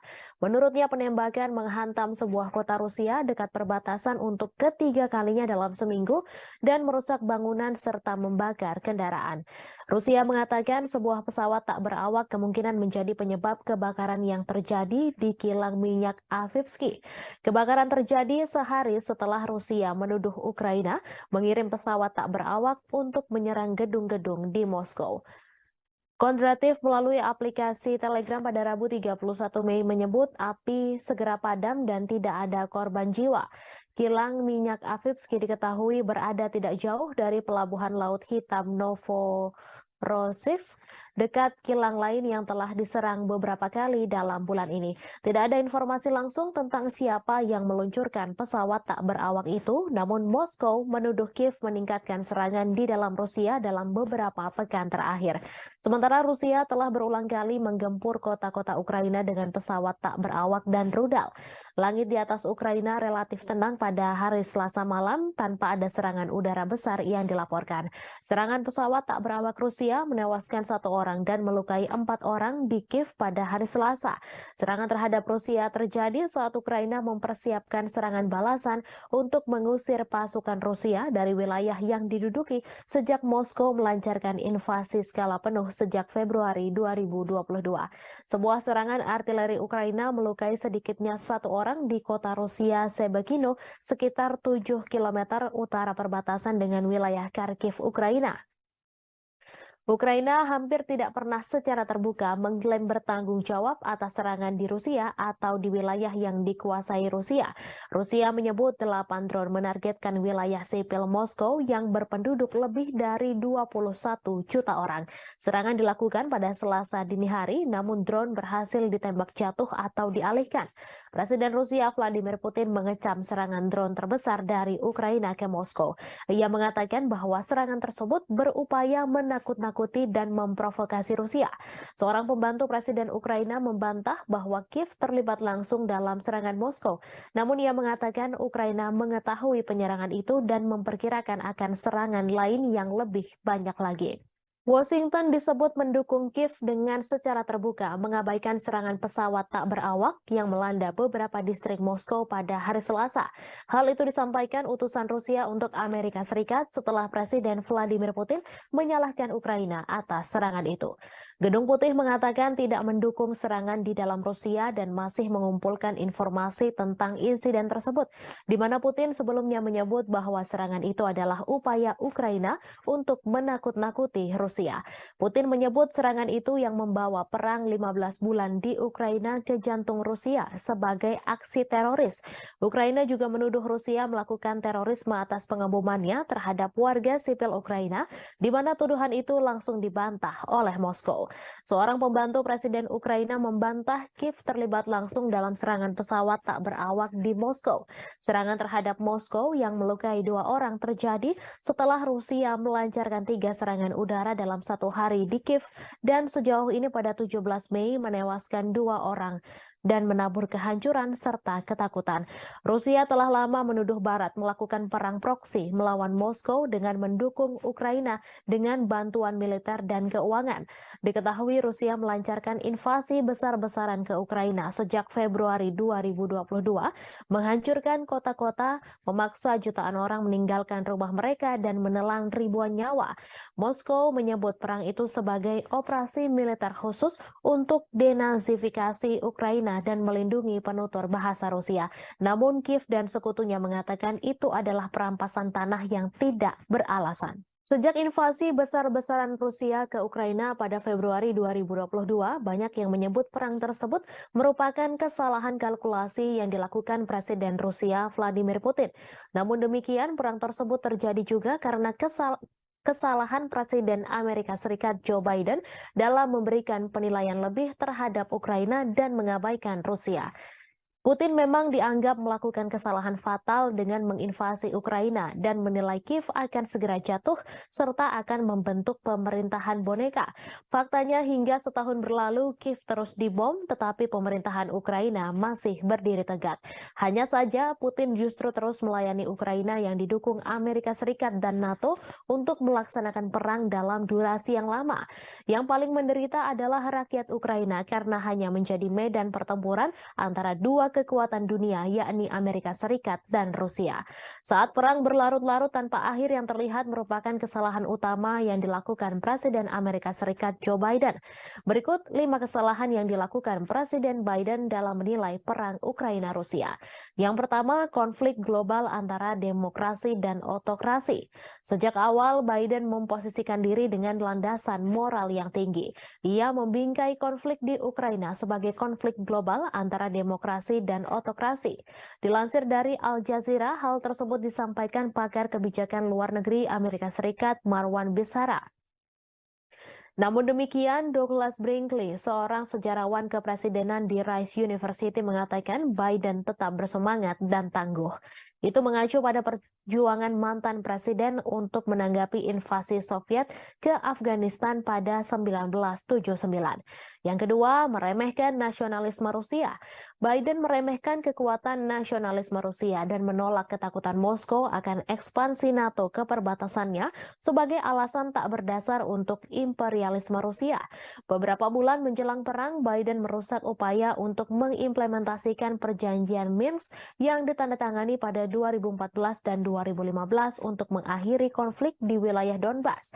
Padahal baik Ukraina dan Rusia telah menandatangani Minsk, tetapi Prancis dan Jerman yang membantu menyelesaikan dan menyempurnakan perjanjian ini gagal mendorong implementasinya dengan cukup keras. Yang ketiga, meremehkan ketahanan militer Rusia. Biden juga meremehkan ketahanan militer Rusia bertaruh pada Ukraina yang mampu mengalahkannya. Biden beranggapan Ukraina sama seperti Afghanistan yang mengalahkan Uni Soviet dengan bantuan dari Amerika Serikat.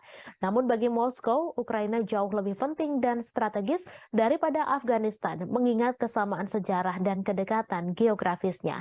Dari sudut pandang Putin, Ukraina sangat penting bagi keamanan nasional Rusia dan kelangsungan rezimnya. Jelas ia lebih suka menghancurkannya daripada melihatnya bergabung dengan aliansi Barat. Selama setahun pertama perang, kemunduran Rusia dari Kiev ke Kharkiv menunjukkan tekad dan ketahanan Ukraina. Namun gelombang perang mulai berubah tahun ini.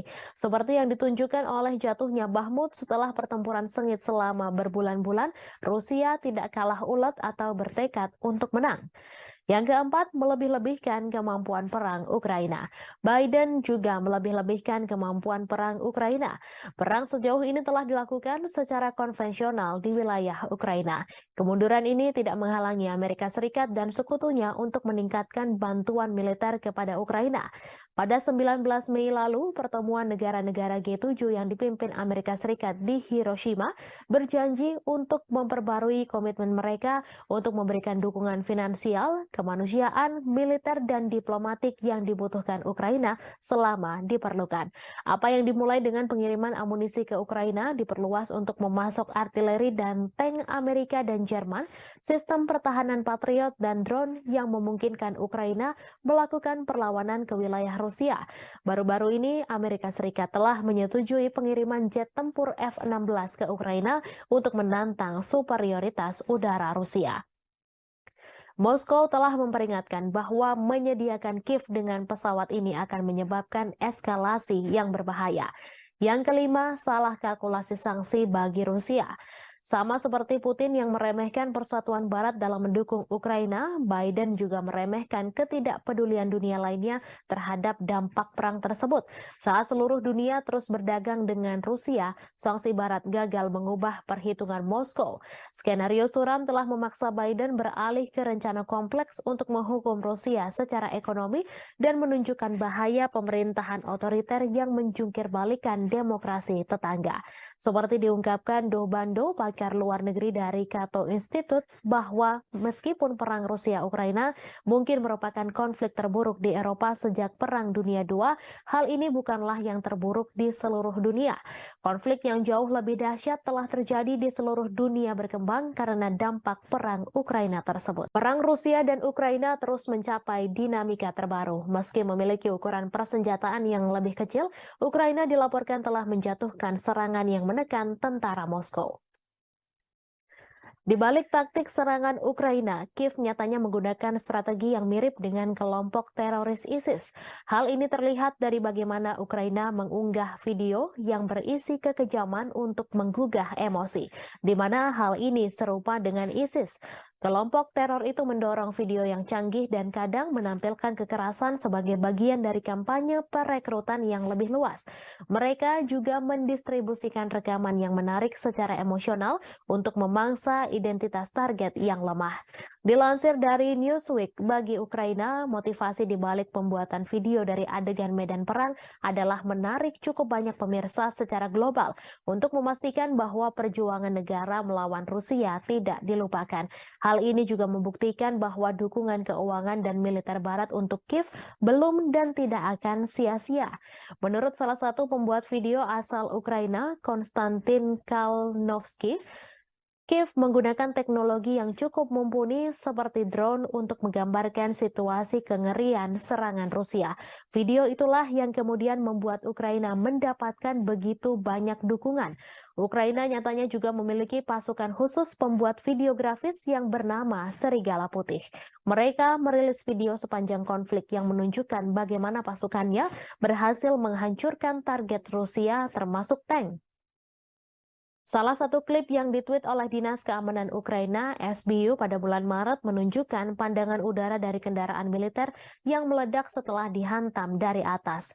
Sean Houston, seorang profesor propaganda di Military College of South Carolina, mengatakan kepada Newsweek bahwa klip tersebut adalah contoh bagus dari gamifikasi video pertempuran dan kualitas yang tumpang tindih antara video game dan rekaman kehidupan nyata yang terkait dengan teknik video yang digunakan oleh ISIS. Ukraina masih berbuntut konflik mengerikan. Setelah Rusia menyerang Kiev, giliran muncul serangan ke Moskow.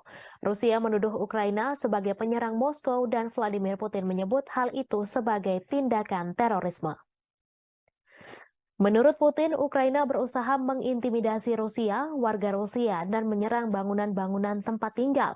Otoritas Rusia mengklaim 8 drone yang menargetkan wilayah sipil Moskow dan sekitarnya yang dihuni lebih dari 21 juta penduduk pada Selasa 30 Mei dini hari berhasil ditembak jatuh dengan beberapa drone lainnya dinonaktifkan. Moskow yang merupakan ibu kota dari negara dengan kekuatan nuklir terbesar di dunia telah dilindungi oleh sistem peringatan dini yang ekstensif. Namun selesai rentetan serangan drone Ukraina, Putin menyatakan bahwa sistem pertahanan udara di sekitar Moskow akan diperkuat. Sementara itu, Ukraina membantah terlibat secara langsung dalam rentetan serangan drone yang menghujani ibu kota Moskow di Rusia. Namun demikian, Kiev mengakui tengah menikmati situasi di Moskow dan memprediksi masih akan ada serangan lainnya. Seperti dilansir Reuters pada Rabu 31 Mei, bantahan itu disampaikan oleh penasihat kepresidenan Ukraina, Mikhailo Podolyak, saat berbicara dalam acara Breakfast Show. Dilansir Reuters pada Rabu 31 Mei terjadi serangan drone yang menghantam dan memicu kebakaran di sebuah kilang minyak Rusia bagian selatan. Rusia menuding Ukraina sebagai dalang serangan itu.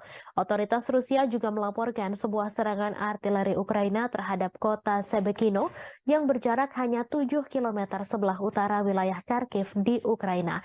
Serangan itu tercatat sebagai serangan ketiga di wilayah perbatasan dalam sepekan terakhir.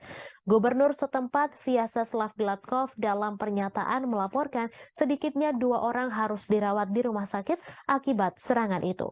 Gladkov juga menyebut serangan itu menghancurkan jendela-jendela bangunan dan merusak atap gedung apartemen 8 lantai, 4 rumah warga, sebuah sekolah, dan beberapa tempat lainnya. Ia terjadi pada malam hari ketika sebagian besar penduduk Kiev tertidur lelap. Sirine meraung-raung di seluruh ibu kota Ukraina, membangunkan penduduk yang telah menghadapi perang selama 15 bulan.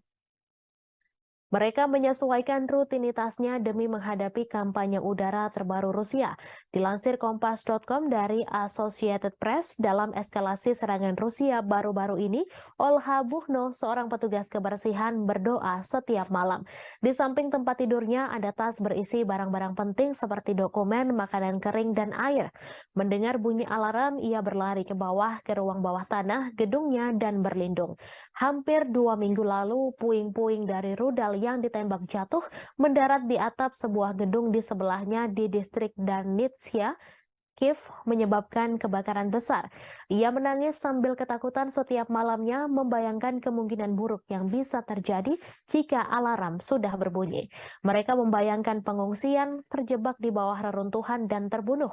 Yang lain bersikap apatis berbaring terjaga di tempat tidur saat suara ledakan memantul melintasi langit. Diketahui dalam sebulan terakhir ketika serangan udara Rusia meningkat menjadi serangan hampir setiap malam, kebanyakan orang mengeluh sulit tidur. Rusia meluncurkan gelombang serangan lain ke Kiev pada dini hari Senin menggunakan kombinasi drone dan rudal jelajah. Lebih dari 40 target udara dijatuhkan dalam serangan malam hari ke-15 di ibu kota pada bulan Mei. Saat siang hari, puing-puing yang berjatuhan menembus atap bangunan tempat tinggal di distrik Potlis, tetapi tidak ada laporan mengenai korban.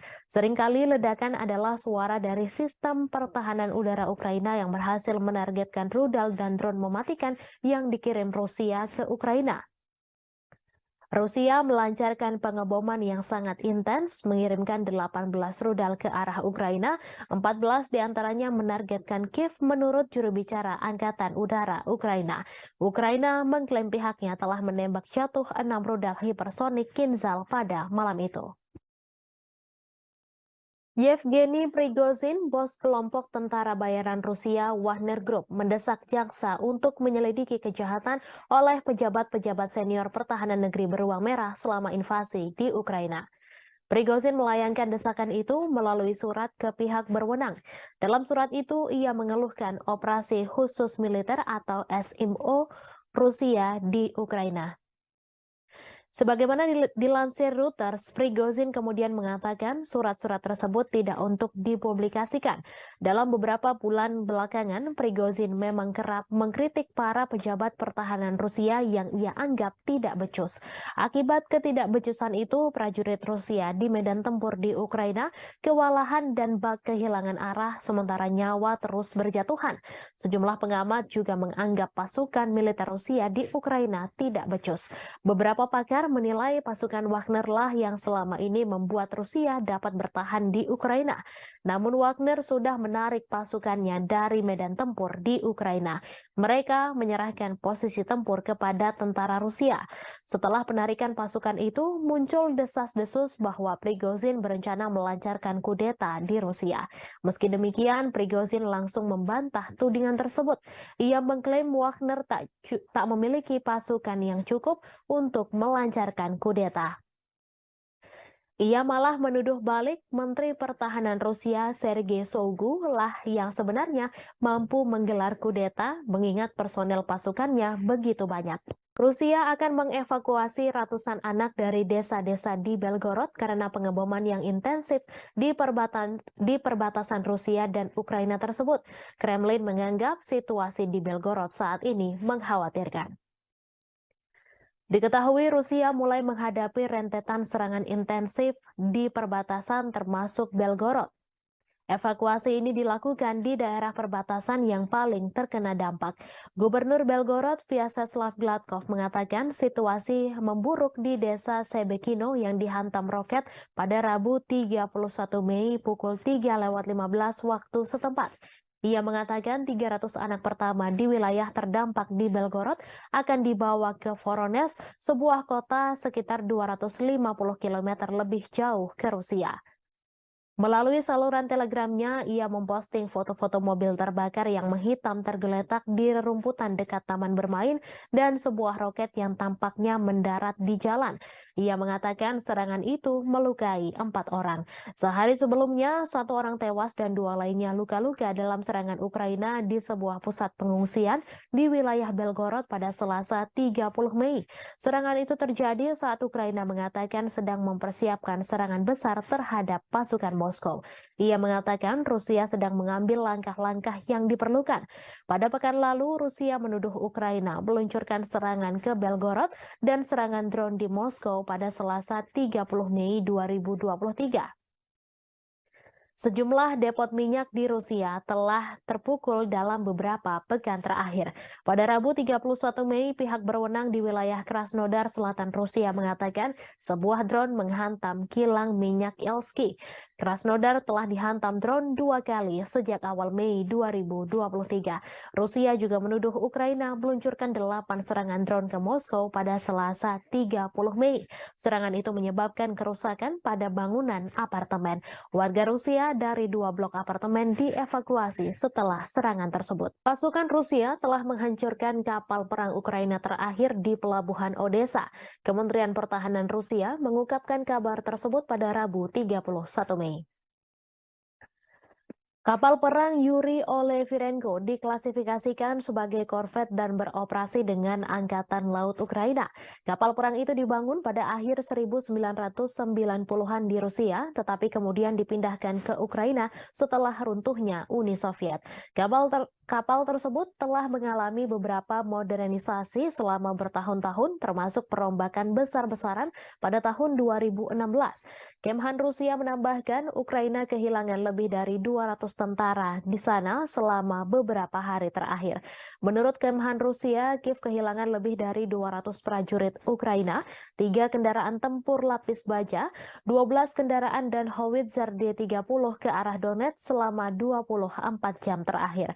Sementara itu, Shalik, juru bicara Angkatan Laut Ukraina, mengatakan pihaknya tidak akan menanggapi pernyataan apapun yang dibuat sepihak oleh Rusia. Angkatan Laut Ukraina juga tidak akan mengungkapkan informasi apapun tentang kerugian selama perang. Sebelumnya, Rusia mengklaim bahwa pesawat tak berawak Ukraina memicu kebakaran di kilang minyak di Rusia Selatan. Selain itu, serangan udara juga menghantam sebuah kota Rusia dekat perbatasan untuk ketiga kalinya dalam seminggu dan merusak bangunan serta membakar kendaraan. Sementara itu, berikut perkembangan lainnya seputar situasi perang Rusia-Ukraina, di mana hanya ada sekitar 500 orang yang masih tinggal di Bahmut menurut wali kota itu, Oleksiy Reva. Jumlah itu jauh dibandingkan dengan 70.000 orang yang tinggal di kota Ukraina Timur sebelum perang meletus. Bahmut menjadi sasaran pertempuran sengit selama setahun terakhir. Baik Ukraina dan Rusia mengklaim sama-sama menguasai kota tersebut.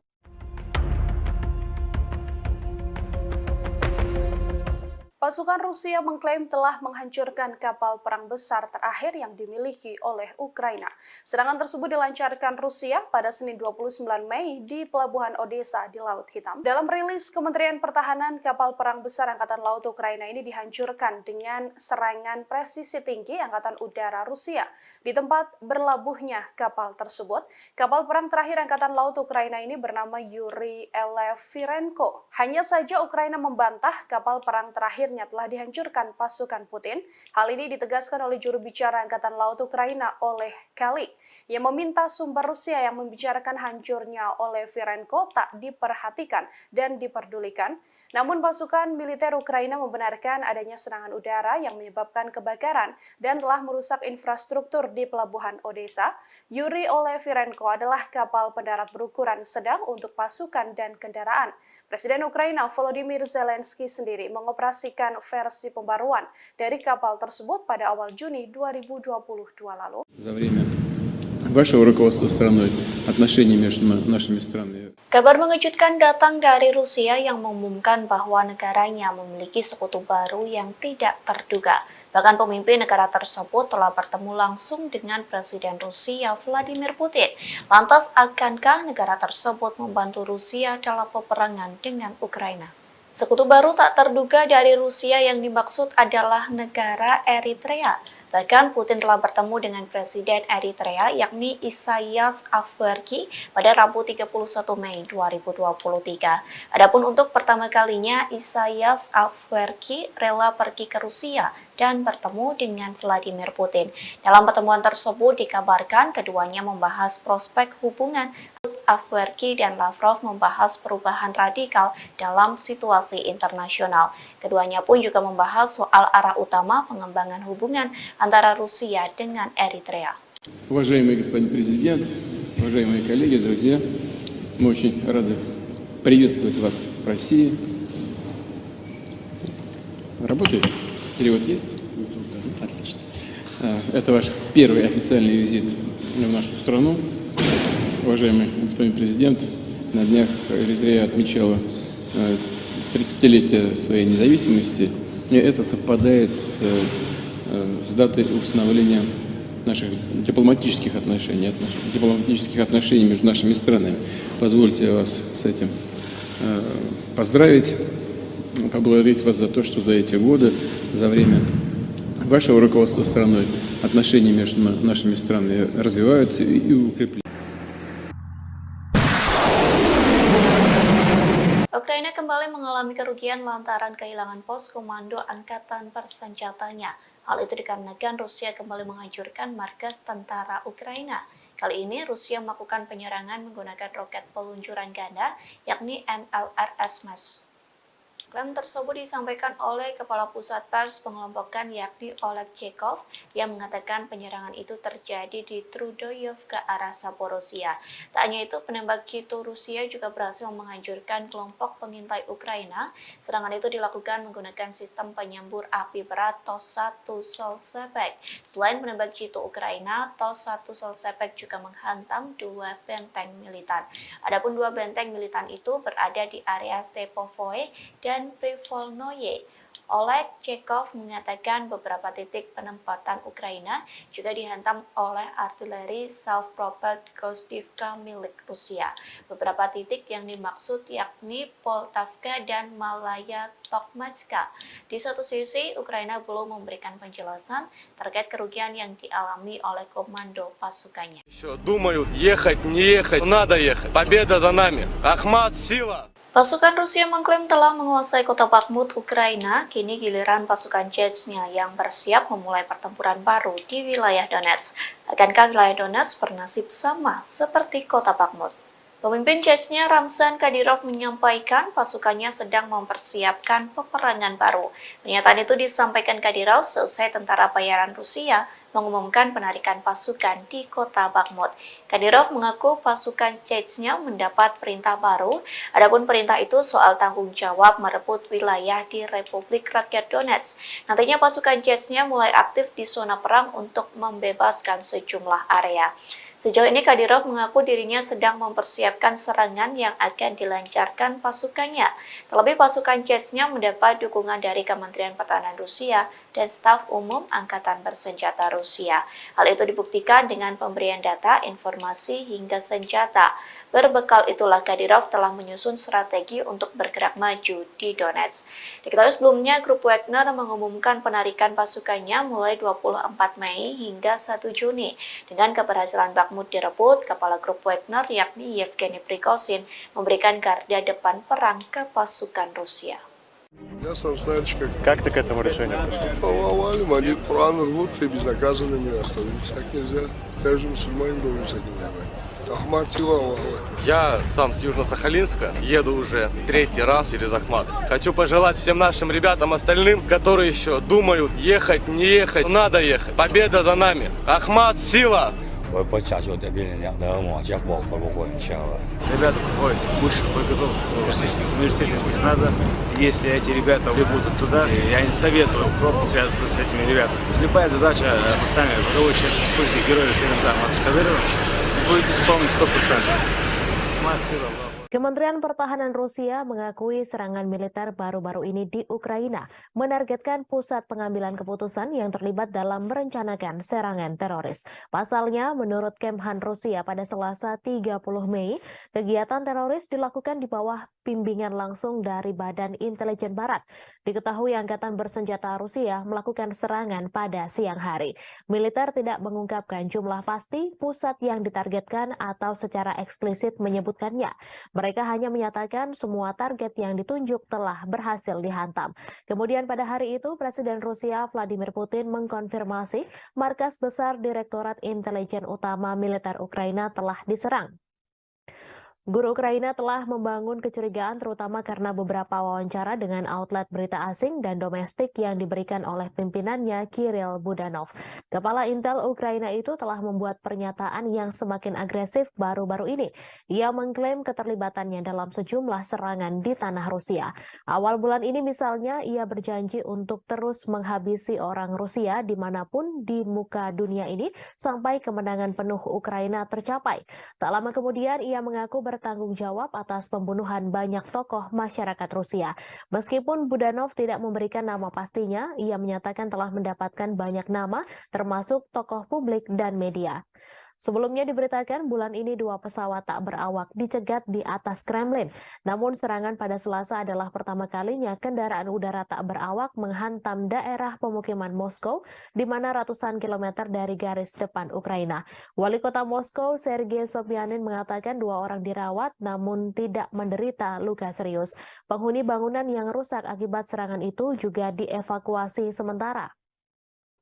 Di Jalan Profso Yusnaya, sebuah bangunan tempat tinggal dengan jendela yang pecah ditutup oleh polisi. Warga Moskow mengatakan bahwa sebuah pesawat tak berawak juga menabrak sebuah apartemen di lantai 14 sebuah gedung tinggi di Leninsky Prospect tetapi tidak meledak. Kementerian Pertahanan Rusia mengatakan bahwa 8 drone dikerahkan Ukraina dalam serangan itu. Namun 5 diantaranya jatuh dan 3 lainnya berhasil dinonaktifkan. Gubernur wilayah Krasnodar, Veniamin Kondrativ, menyebut sebuah drone Ukraina memicu kebakaran di kilang minyak di selatan Rusia. Menurutnya penembakan menghantam sebuah kota Rusia dekat perbatasan untuk ketiga kalinya dalam seminggu dan merusak bangunan serta membakar kendaraan. Rusia mengatakan sebuah pesawat tak berawak kemungkinan menjadi penyebab kebakaran yang terjadi di kilang minyak Avivsky. Kebakaran terjadi sehari setelah Rusia menuduh Ukraina mengirim pesawat tak berawak untuk menyerang gedung-gedung di Moskow. Kondrativ melalui aplikasi Telegram pada Rabu 31 Mei menyebut api segera padam dan tidak ada korban jiwa. Kilang minyak Avivsky diketahui berada tidak jauh dari pelabuhan Laut Hitam Novorossiysk, dekat kilang lain yang telah diserang beberapa kali dalam bulan ini. Tidak ada informasi langsung tentang siapa yang meluncurkan pesawat tak berawak itu, namun Moskow menuduh Kiev meningkatkan serangan di dalam Rusia dalam beberapa pekan terakhir. Sementara Rusia telah berulang kali menggempur kota-kota Ukraina dengan pesawat tak berawak dan rudal. Langit di atas Ukraina relatif tenang pada hari Selasa malam tanpa ada serangan udara besar yang dilaporkan. Serangan pesawat tak berawak Rusia menewaskan 1 orang dan melukai 4 orang di Kiev pada hari Selasa. Serangan terhadap Rusia terjadi saat Ukraina mempersiapkan serangan balasan untuk mengusir pasukan Rusia dari wilayah yang diduduki sejak Moskow melancarkan invasi skala penuh sejak Februari 2022. Sebuah serangan artileri Ukraina melukai sedikitnya 1 orang di kota Rusia Sebekino, sekitar 7 km utara perbatasan dengan wilayah Kharkiv, Ukraina. Ukraina hampir tidak pernah secara terbuka mengklaim bertanggung jawab atas serangan di Rusia atau di wilayah yang dikuasai Rusia. Rusia menyebut 8 drone menargetkan wilayah sipil Moskow yang berpenduduk lebih dari 21 juta orang. Serangan dilakukan pada Selasa dini hari, namun drone berhasil ditembak jatuh atau dialihkan. Presiden Rusia Vladimir Putin mengecam serangan drone terbesar dari Ukraina ke Moskow. Ia mengatakan bahwa serangan tersebut berupaya menakut-nakuti dan memprovokasi Rusia. Seorang pembantu Presiden Ukraina membantah bahwa Kiev terlibat langsung dalam serangan Moskow. Namun ia mengatakan Ukraina mengetahui penyerangan itu dan memperkirakan akan serangan lain yang lebih banyak lagi. Washington disebut mendukung Kiev dengan secara terbuka mengabaikan serangan pesawat tak berawak yang melanda beberapa distrik Moskow pada hari Selasa. Hal itu disampaikan utusan Rusia untuk Amerika Serikat setelah Presiden Vladimir Putin menyalahkan Ukraina atas serangan itu. Gedung Putih mengatakan tidak mendukung serangan di dalam Rusia dan masih mengumpulkan informasi tentang insiden tersebut, di mana Putin sebelumnya menyebut bahwa serangan itu adalah upaya Ukraina untuk menakut-nakuti Rusia. Putin menyebut serangan itu yang membawa perang 15 bulan di Ukraina ke jantung Rusia sebagai aksi teroris.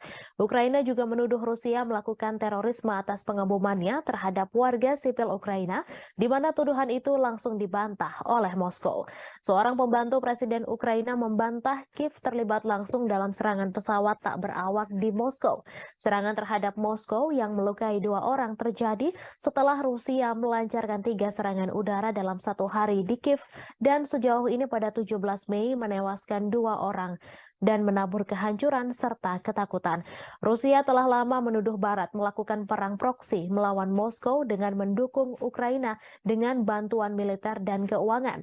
Diketahui Rusia melancarkan invasi besar-besaran ke Ukraina sejak Februari 2022, menghancurkan kota-kota, memaksa jutaan orang meninggalkan rumah mereka dan menelan ribuan nyawa.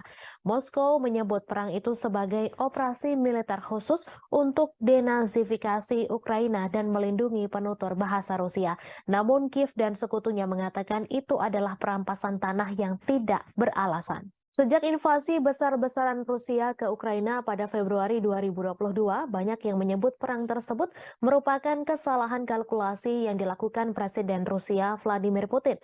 Namun demikian, perang tersebut terjadi juga karena kesalahan Presiden Amerika Serikat Joe Biden dalam memberikan penilaian lebih terhadap Ukraina dan mengabaikan Rusia.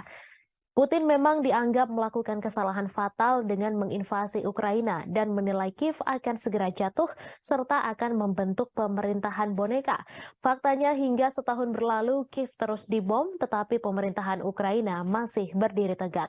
Hanya saja Putin justru terus melayani Ukraina yang didukung Amerika Serikat dan NATO untuk melaksanakan perang dalam durasi yang lama. Yang paling menderita adalah rakyat Ukraina karena hanya menjadi medan pertempuran antara dua kekuatan dunia yakni Amerika Serikat dan Rusia. Saat perang berlarut-larut tanpa akhir yang terlihat merupakan kesalahan utama yang dilakukan Presiden Amerika Serikat Joe Biden. Berikut 5 kesalahan yang dilakukan Presiden Biden dalam menilai perang Ukraina-Rusia. Yang pertama, konflik global antara demokrasi dan otokrasi. Sejak awal Biden memposisikan diri dengan landasan moral yang tinggi. Ia membingkai konflik di Ukraina sebagai konflik global antara demokrasi dan otokrasi. Dilansir dari Al Jazeera, hal tersebut disampaikan pakar kebijakan luar negeri Amerika Serikat Marwan Bisara. Namun demikian, Douglas Brinkley, seorang sejarawan kepresidenan di Rice University mengatakan Biden tetap bersemangat dan tangguh. Itu mengacu pada perjuangan mantan presiden untuk menanggapi invasi Soviet ke Afghanistan pada 1979. Yang kedua, meremehkan nasionalisme Rusia. Biden meremehkan kekuatan nasionalisme Rusia dan menolak ketakutan Moskow akan ekspansi NATO ke perbatasannya sebagai alasan tak berdasar untuk imperialisme Rusia. Beberapa bulan menjelang perang, Biden merusak upaya untuk mengimplementasikan perjanjian Minsk yang ditandatangani pada 2014 dan 2015 untuk mengakhiri konflik di wilayah Donbas. Padahal baik Ukraina dan Rusia telah menandatangani Minsk, tetapi Prancis dan Jerman yang membantu menyelesaikan dan menyempurnakan perjanjian ini gagal mendorong implementasinya dengan cukup keras. Yang ketiga, meremehkan ketahanan militer Rusia. Biden juga meremehkan ketahanan militer Rusia bertaruh pada Ukraina yang mampu mengalahkannya. Biden beranggapan Ukraina sama seperti Afghanistan yang mengalahkan Uni Soviet dengan bantuan dari Amerika Serikat. Namun bagi Moskow, Ukraina jauh lebih penting dan strategis daripada Afghanistan, mengingat kesamaan sejarah dan kedekatan geografisnya. Dari sudut pandang Putin, Ukraina sangat penting bagi keamanan nasional Rusia dan kelangsungan rezimnya. Jelas ia lebih suka menghancurkannya daripada melihatnya bergabung dengan aliansi Barat. Selama setahun pertama perang, kemunduran Rusia dari Kiev ke Kharkiv menunjukkan tekad dan ketahanan Ukraina. Namun gelombang perang mulai berubah tahun ini. Seperti yang ditunjukkan oleh jatuhnya Bakhmut setelah pertempuran sengit selama berbulan-bulan, Rusia tidak kalah ulet atau bertekad untuk menang. Yang keempat, melebih-lebihkan kemampuan perang Ukraina. Biden juga melebih-lebihkan kemampuan perang Ukraina. Perang sejauh ini telah dilakukan secara konvensional di wilayah Ukraina. Kemunduran ini tidak menghalangi Amerika Serikat dan sekutunya untuk meningkatkan bantuan militer kepada Ukraina. Pada 19 Mei lalu, pertemuan negara-negara G7 yang dipimpin Amerika Serikat di Hiroshima berjanji untuk memperbarui komitmen mereka untuk memberikan dukungan finansial, kemanusiaan, militer, dan diplomatik yang dibutuhkan Ukraina selama diperlukan.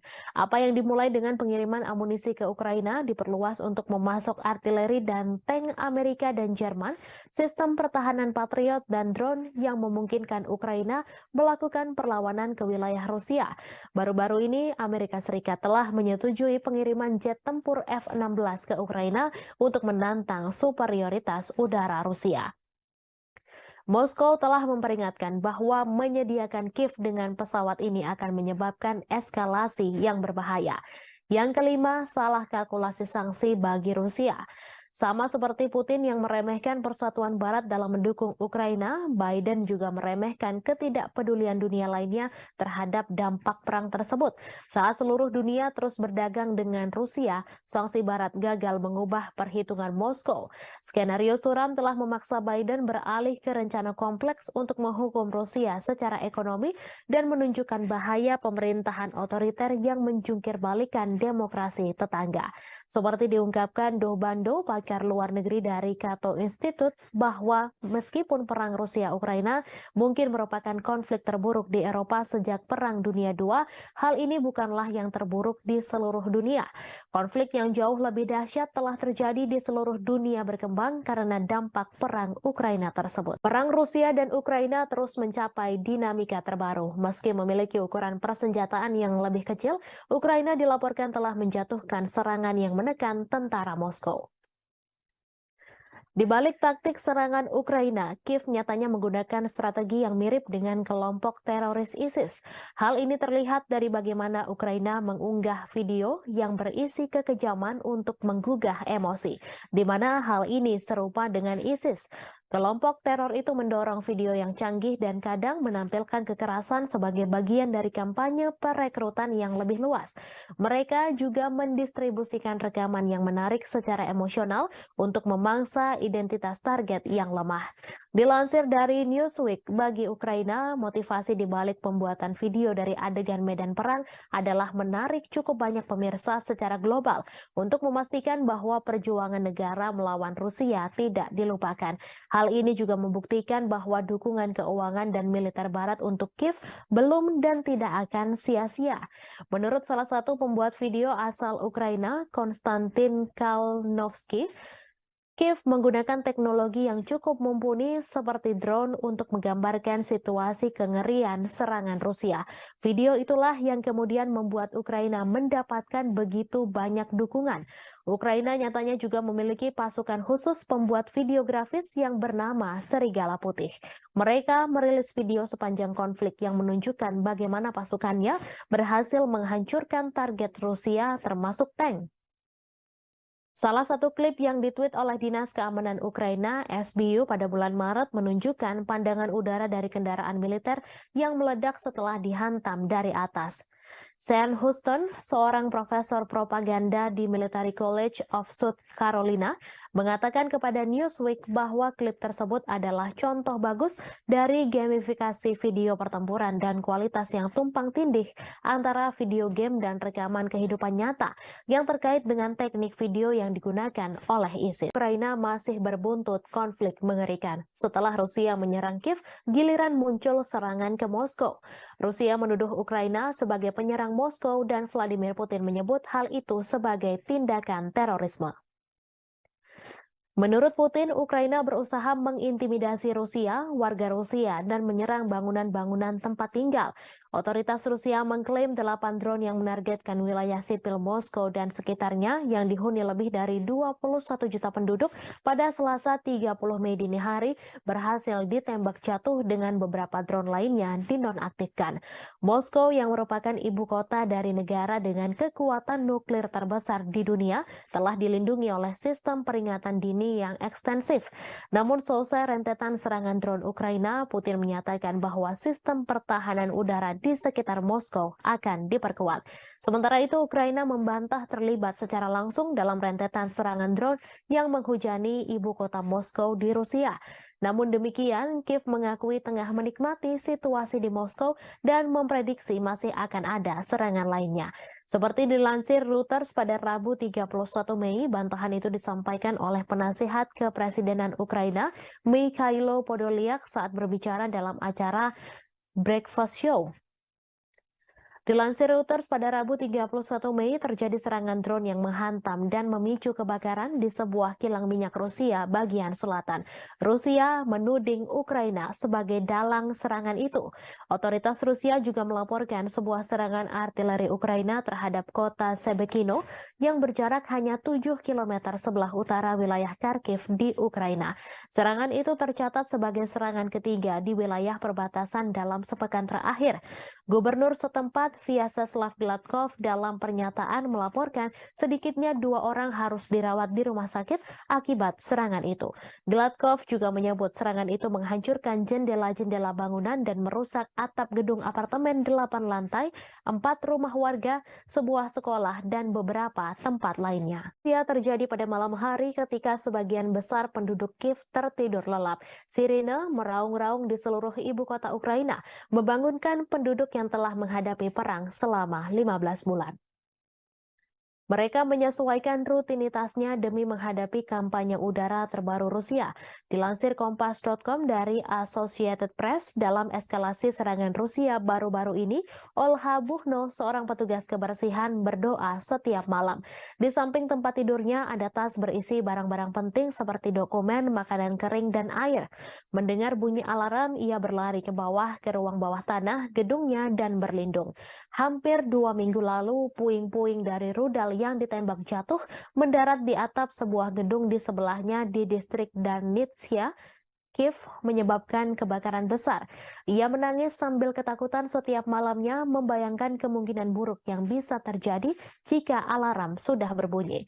Mereka membayangkan pengungsian, terjebak di bawah reruntuhan, dan terbunuh. Yang lain bersikap apatis berbaring terjaga di tempat tidur saat suara ledakan memantul melintasi langit. Diketahui dalam sebulan terakhir ketika serangan udara Rusia meningkat menjadi serangan hampir setiap malam, kebanyakan orang mengeluh sulit tidur.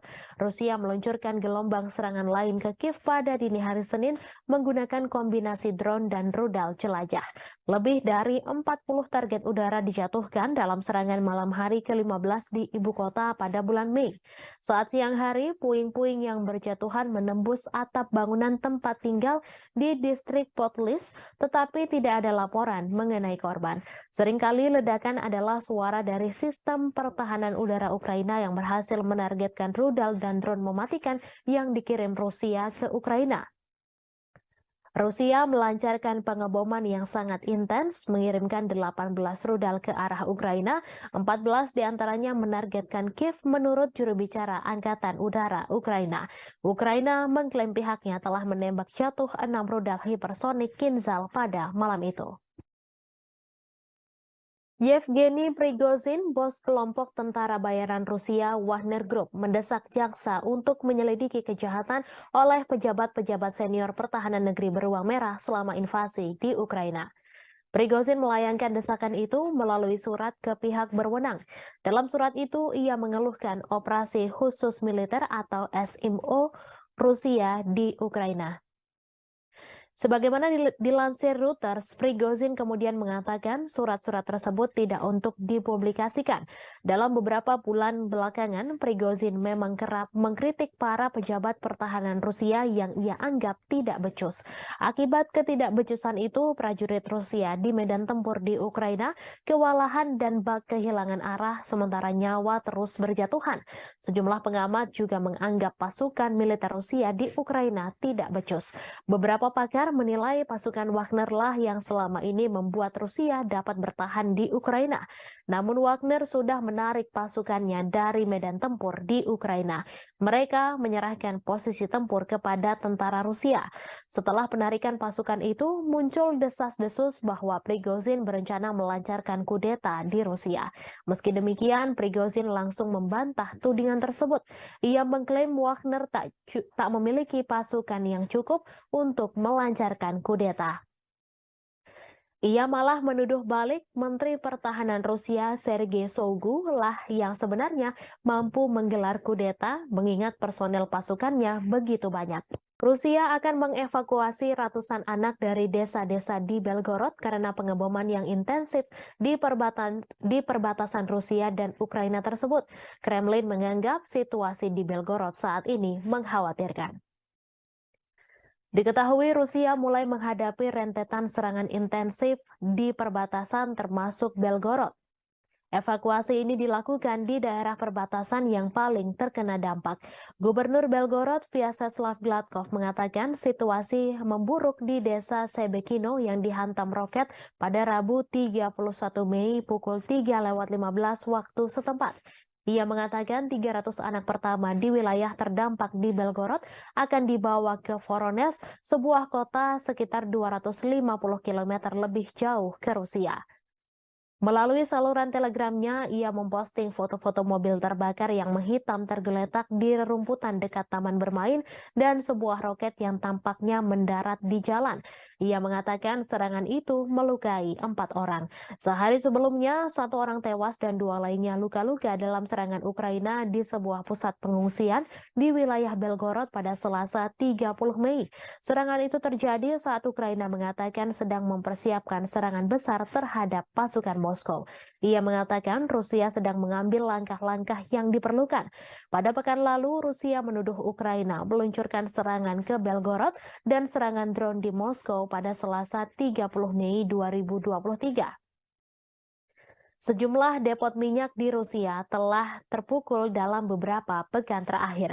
Pada Rabu 31 Mei, pihak berwenang di wilayah Krasnodar Selatan Rusia mengatakan sebuah drone menghantam kilang minyak Elsky. Krasnodar telah dihantam drone 2 kali sejak awal Mei 2023. Rusia juga menuduh Ukraina meluncurkan 8 serangan drone ke Moskow pada Selasa 30 Mei. Serangan itu menyebabkan kerusakan pada bangunan apartemen. Warga Rusia dari 2 blok apartemen dievakuasi setelah serangan tersebut. Pasukan Rusia telah menghancurkan kapal perang Ukraina terakhir di pelabuhan Odessa. Kementerian Pertahanan Rusia mengungkapkan kabar tersebut pada Rabu 31 Mei. Kapal perang Yuri Olefirenko diklasifikasikan sebagai korvet dan beroperasi dengan Angkatan Laut Ukraina. Kapal perang itu dibangun pada akhir 1990-an di Rusia, tetapi kemudian dipindahkan ke Ukraina setelah runtuhnya Uni Soviet. Kapal tersebut telah mengalami beberapa modernisasi selama bertahun-tahun, termasuk perombakan besar-besaran pada tahun 2016. Kemhan Rusia menambahkan Ukraina kehilangan lebih dari 200 tentara di sana selama beberapa hari terakhir. Menurut Kemhan Rusia, Kiev kehilangan lebih dari 200 prajurit Ukraina, 3 kendaraan tempur lapis baja, 12 kendaraan dan howitzer D-30 ke arah Donetsk selama 24 jam terakhir. Sementara itu, Shalik, juru bicara Angkatan Laut Ukraina, mengatakan pihaknya tidak akan menanggapi pernyataan apapun yang dibuat sepihak oleh Rusia. Angkatan Laut Ukraina juga tidak akan mengungkapkan informasi apapun tentang kerugian selama perang. Sebelumnya, Rusia mengklaim bahwa pesawat tak berawak Ukraina memicu kebakaran di kilang minyak di Rusia Selatan.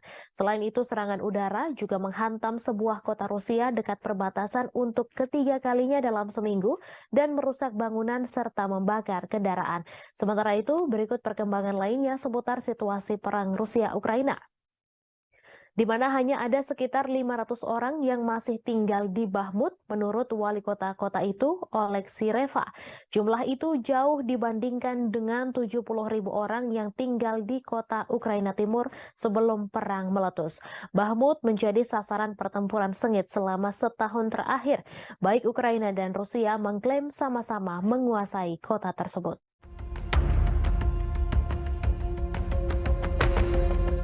Pasukan Rusia mengklaim telah menghancurkan kapal perang besar terakhir yang dimiliki oleh Ukraina.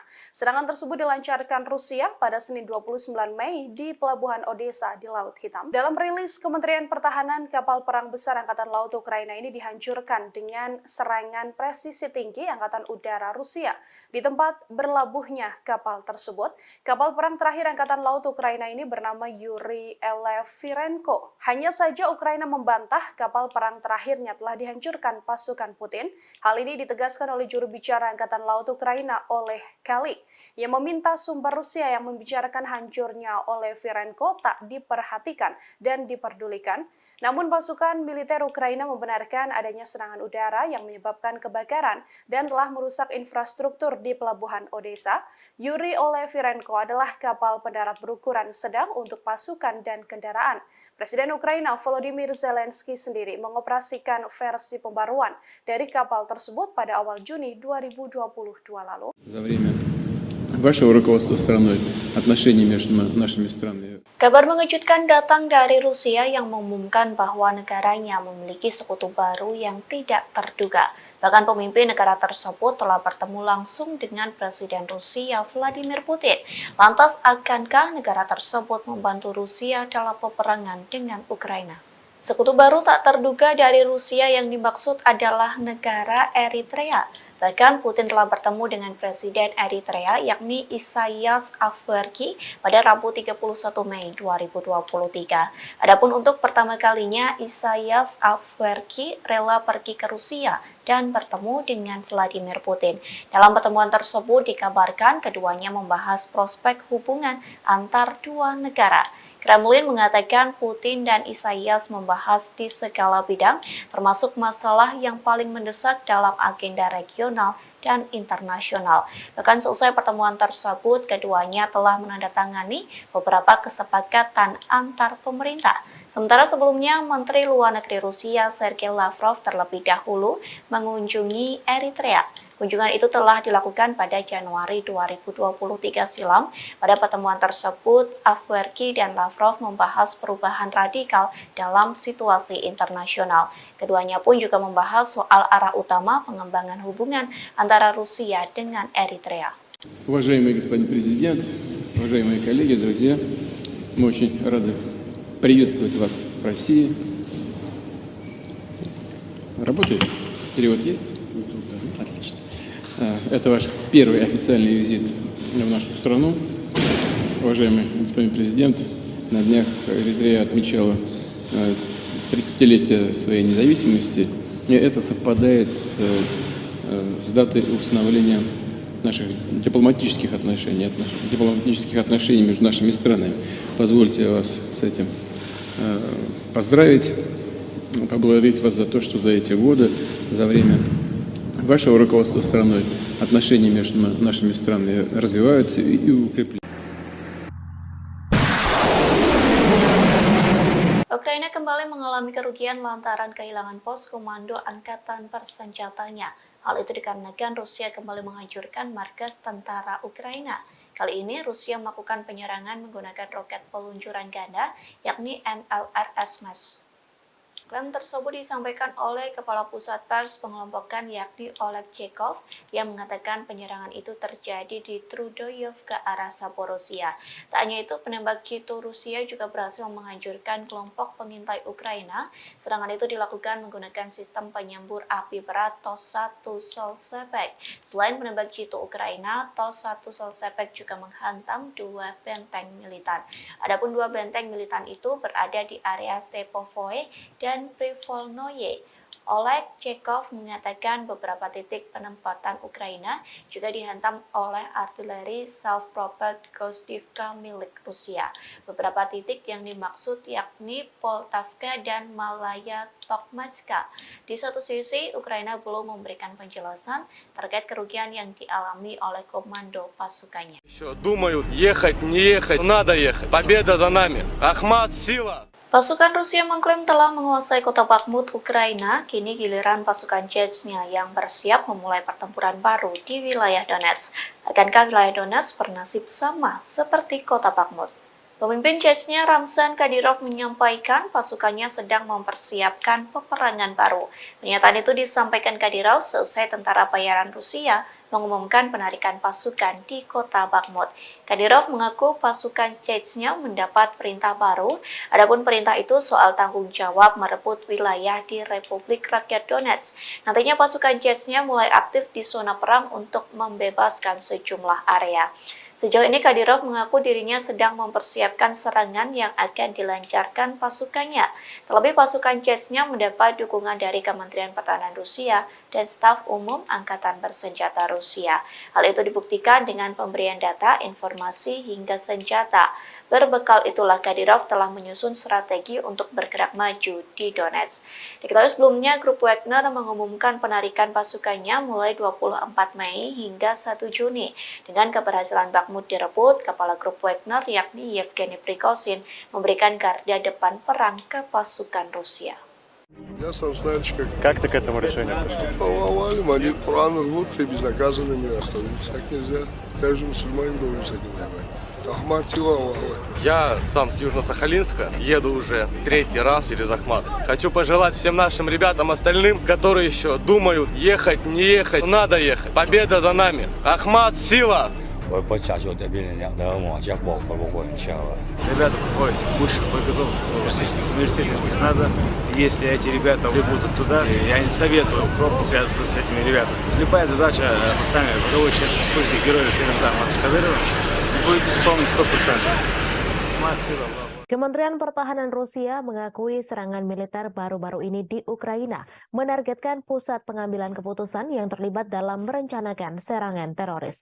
Pasalnya, menurut Kemhan Rusia pada Selasa 30 Mei, kegiatan teroris dilakukan di bawah bimbingan langsung dari Badan Intelijen Barat.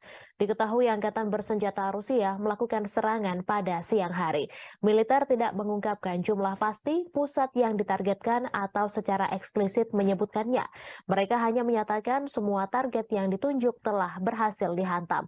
Kemudian pada hari itu, Presiden Rusia Vladimir Putin mengkonfirmasi markas besar Direktorat Intelijen Utama Militer Ukraina telah diserang.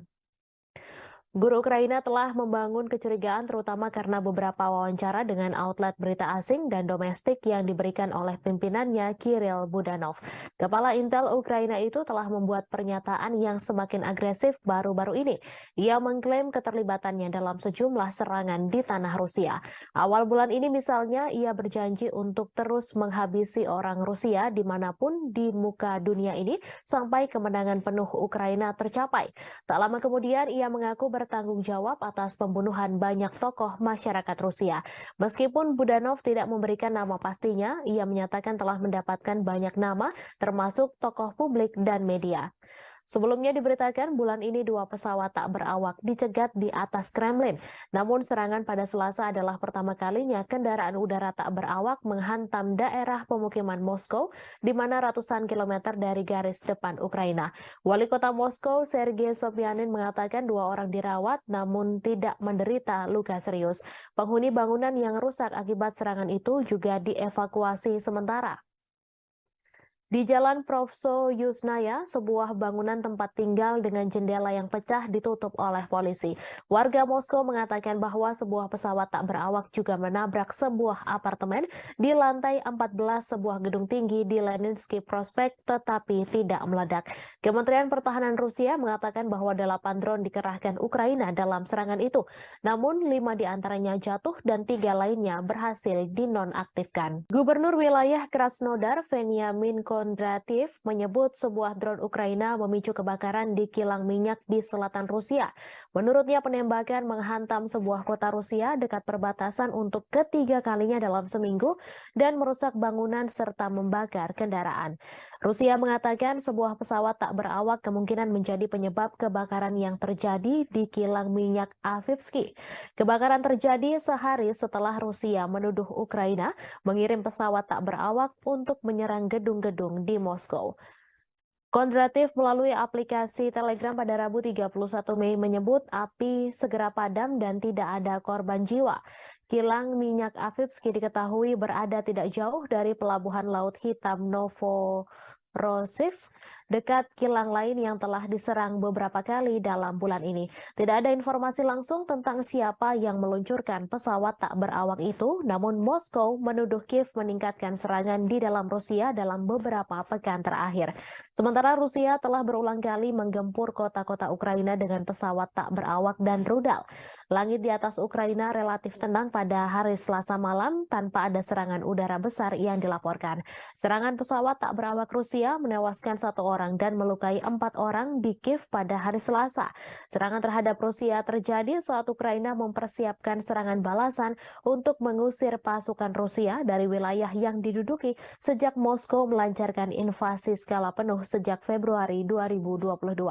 Sebuah serangan artileri Ukraina melukai sedikitnya 1 orang di kota Rusia Sebekino, sekitar 7 km utara perbatasan dengan wilayah Kharkiv, Ukraina.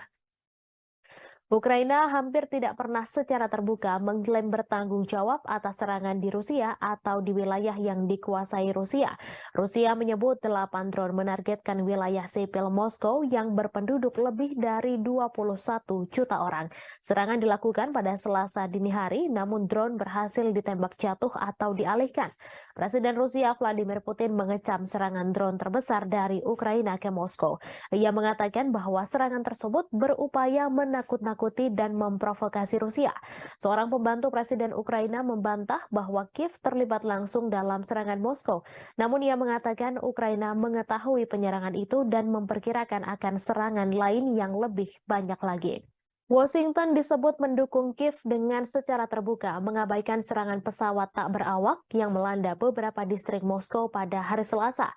Hal itu disampaikan utusan Rusia untuk Amerika Serikat setelah Presiden Vladimir Putin menyalahkan Ukraina atas serangan itu. Gedung Putih mengatakan tidak mendukung serangan di dalam Rusia dan masih mengumpulkan informasi tentang insiden tersebut, di mana Putin sebelumnya menyebut bahwa serangan itu adalah upaya Ukraina untuk menakut-nakuti Rusia. Putin menyebut serangan itu yang membawa perang 15 bulan di Ukraina ke jantung Rusia sebagai aksi teroris. Ukraina juga menuduh Rusia melakukan terorisme atas pengebomannya terhadap warga sipil Ukraina, di mana tuduhan itu langsung dibantah oleh Moskow. Seorang pembantu Presiden Ukraina membantah Kiev terlibat langsung dalam serangan pesawat tak berawak di Moskow. Serangan terhadap Moskow yang melukai 2 orang terjadi setelah Rusia melancarkan 3 serangan udara dalam 1 hari di Kiev dan sejauh ini pada 17 Mei menewaskan 2 orang dan menabur kehancuran serta ketakutan. Rusia telah lama menuduh Barat melakukan perang proksi melawan Moskow dengan mendukung Ukraina dengan bantuan militer dan keuangan. Diketahui Rusia melancarkan invasi besar-besaran ke Ukraina sejak Februari 2022, menghancurkan kota-kota, memaksa jutaan orang meninggalkan rumah mereka dan menelan ribuan nyawa. Moskow menyebut perang itu sebagai operasi militer khusus untuk denazifikasi Ukraina dan melindungi penutur bahasa Rusia. Namun Kiev dan sekutunya mengatakan itu adalah perampasan tanah yang tidak beralasan. Sejak invasi besar-besaran Rusia ke Ukraina pada Februari 2022, banyak yang menyebut perang tersebut merupakan kesalahan kalkulasi yang dilakukan Presiden Rusia Vladimir Putin. Namun demikian, perang tersebut terjadi juga karena kesalahan Presiden Amerika Serikat Joe Biden dalam memberikan penilaian lebih terhadap Ukraina dan mengabaikan Rusia. Putin memang dianggap melakukan kesalahan fatal dengan menginvasi Ukraina dan menilai Kiev akan segera jatuh serta akan membentuk pemerintahan boneka. Faktanya hingga setahun berlalu Kiev terus dibom tetapi pemerintahan Ukraina masih berdiri tegak. Hanya saja Putin justru terus melayani Ukraina yang didukung Amerika Serikat dan NATO untuk melaksanakan perang dalam durasi yang lama. Yang paling menderita adalah rakyat Ukraina karena hanya menjadi medan pertempuran antara dua kekuatan dunia yakni Amerika Serikat dan Rusia. Saat perang berlarut-larut tanpa akhir yang terlihat merupakan kesalahan utama yang dilakukan Presiden Amerika Serikat Joe Biden. Berikut 5 kesalahan yang dilakukan Presiden Biden dalam menilai perang Ukraina-Rusia. Yang pertama, konflik global antara demokrasi dan otokrasi. Sejak awal Biden memposisikan diri dengan landasan moral yang tinggi. Ia membingkai konflik di Ukraina sebagai konflik global antara demokrasi dan otokrasi. Dilansir dari Al Jazeera, hal tersebut disampaikan pakar kebijakan luar negeri Amerika Serikat Marwan Bisara. Namun demikian, Douglas Brinkley, seorang sejarawan kepresidenan di Rice University mengatakan Biden tetap bersemangat dan tangguh. Itu mengacu pada perjuangan mantan presiden untuk menanggapi invasi Soviet ke Afghanistan pada 1979. Yang kedua, meremehkan nasionalisme Rusia. Biden meremehkan kekuatan nasionalisme Rusia dan menolak ketakutan Moskow akan ekspansi NATO ke perbatasannya sebagai alasan tak berdasar untuk imperialisme Rusia. Beberapa bulan menjelang perang, Biden merusak upaya untuk mengimplementasikan perjanjian Minsk yang ditandatangani pada 2014 dan 2015 untuk mengakhiri konflik di wilayah Donbas. Padahal baik Ukraina dan Rusia telah menandatangani Minsk, tetapi Prancis dan Jerman yang membantu menyelesaikan dan menyempurnakan perjanjian ini gagal mendorong implementasinya dengan cukup keras. Yang ketiga, meremehkan ketahanan militer Rusia. Biden juga meremehkan ketahanan militer Rusia bertaruh pada Ukraina yang mampu mengalahkannya. Biden beranggapan Ukraina sama seperti Afghanistan yang mengalahkan Uni Soviet dengan bantuan dari Amerika Serikat. Namun bagi Moskow, Ukraina jauh lebih penting dan strategis daripada Afghanistan, mengingat kesamaan sejarah dan kedekatan geografisnya. Dari sudut pandang Putin, Ukraina sangat penting bagi keamanan nasional Rusia dan kelangsungan rezimnya. Jelas ia lebih suka menghancurkannya daripada melihatnya bergabung dengan aliansi Barat. Selama setahun pertama perang, kemunduran Rusia dari Kiev ke Kharkiv menunjukkan tekad dan ketahanan Ukraina. Namun gelombang perang mulai berubah tahun ini. Seperti yang ditunjukkan oleh jatuhnya Bakhmut setelah pertempuran sengit selama berbulan-bulan, Rusia tidak kalah ulet atau bertekad untuk menang. Yang keempat, melebih-lebihkan kemampuan perang Ukraina. Biden juga melebih-lebihkan kemampuan perang Ukraina. Perang sejauh ini telah dilakukan secara konvensional di wilayah Ukraina. Kemunduran ini tidak menghalangi Amerika Serikat dan sekutunya untuk meningkatkan bantuan militer kepada Ukraina. Pada 19 Mei lalu, pertemuan negara-negara G7 yang dipimpin Amerika Serikat di Hiroshima berjanji untuk memperbarui komitmen mereka untuk memberikan dukungan finansial, kemanusiaan, militer, dan diplomatik yang dibutuhkan Ukraina selama diperlukan. Apa yang dimulai dengan pengiriman amunisi ke Ukraina diperluas untuk memasok artileri dan tank Amerika dan Jerman, sistem pertahanan Patriot, dan drone yang memungkinkan Ukraina melakukan perlawanan ke wilayah Rusia. Baru-baru ini, Amerika Serikat telah menyetujui pengiriman jet tempur F-16 ke Ukraina untuk menantang superioritas udara Rusia. Moskow telah memperingatkan bahwa menyediakan Kiev dengan pesawat ini akan menyebabkan eskalasi yang berbahaya. Yang kelima, salah kalkulasi sanksi bagi Rusia. Sama seperti Putin yang meremehkan persatuan Barat dalam mendukung Ukraina, Biden juga meremehkan ketidakpedulian dunia lainnya terhadap dampak perang tersebut. Saat seluruh dunia terus berdagang dengan Rusia, sanksi Barat gagal mengubah perhitungan Moskow. Skenario suram telah memaksa Biden beralih ke rencana kompleks untuk menghukum Rusia secara ekonomi dan menunjukkan bahaya pemerintahan otoriter yang menjungkir balikan demokrasi tetangga. Seperti diungkapkan Do Bando, pakar luar negeri dari Cato Institute, bahwa meskipun perang Rusia-Ukraina mungkin merupakan konflik terburuk di Eropa sejak Perang Dunia II, hal ini bukanlah yang terburuk di seluruh dunia. Konflik yang jauh lebih dahsyat telah terjadi di seluruh dunia berkembang karena dampak perang Ukraina tersebut. Perang Rusia dan Ukraina terus mencapai dinamika terbaru. Meski memiliki ukuran persenjataan yang lebih kecil, Ukraina dilaporkan telah menjatuhkan serangan yang menekan tentara Moskow. Di balik taktik serangan Ukraina, Kiev nyatanya menggunakan strategi yang mirip dengan kelompok teroris ISIS. Hal ini terlihat dari bagaimana Ukraina mengunggah video yang berisi kekejaman untuk menggugah emosi, di mana hal ini serupa dengan ISIS. Kelompok teror itu mendorong video yang canggih dan kadang menampilkan kekerasan sebagai bagian dari kampanye perekrutan yang lebih luas. Mereka juga mendistribusikan rekaman yang menarik secara emosional untuk memangsa identitas target yang lemah. Dilansir dari Newsweek, bagi Ukraina, motivasi di balik pembuatan video dari adegan medan perang adalah menarik cukup banyak pemirsa secara global untuk memastikan bahwa perjuangan negara melawan Rusia tidak dilupakan. Hal ini juga membuktikan bahwa dukungan keuangan dan militer Barat untuk Kiev belum dan tidak akan sia-sia. Menurut salah satu pembuat video asal Ukraina, Konstantin Kalnovsky, Kiev menggunakan teknologi yang cukup mumpuni seperti drone untuk menggambarkan situasi kengerian serangan Rusia. Video itulah yang kemudian membuat Ukraina mendapatkan begitu banyak dukungan. Ukraina nyatanya juga memiliki pasukan khusus pembuat video grafis yang bernama Serigala Putih. Mereka merilis video sepanjang konflik yang menunjukkan bagaimana pasukannya berhasil menghancurkan target Rusia termasuk tank. Salah satu klip yang ditweet oleh Dinas Keamanan Ukraina, SBU, pada bulan Maret menunjukkan pandangan udara dari kendaraan militer yang meledak setelah dihantam dari atas. Sean Houston, seorang profesor propaganda di Military College of South Carolina, mengatakan kepada Newsweek bahwa klip tersebut adalah contoh bagus dari gamifikasi video pertempuran dan kualitas yang tumpang tindih antara video game dan rekaman kehidupan nyata yang terkait dengan teknik video yang digunakan oleh ISIS. Ukraina masih berbuntut konflik mengerikan. Setelah Rusia menyerang Kiev, giliran muncul serangan ke Moskow. Rusia menuduh Ukraina sebagai penyerang Moskow dan Vladimir Putin menyebut hal itu sebagai tindakan terorisme. Menurut Putin, Ukraina berusaha mengintimidasi Rusia, warga Rusia, dan menyerang bangunan-bangunan tempat tinggal.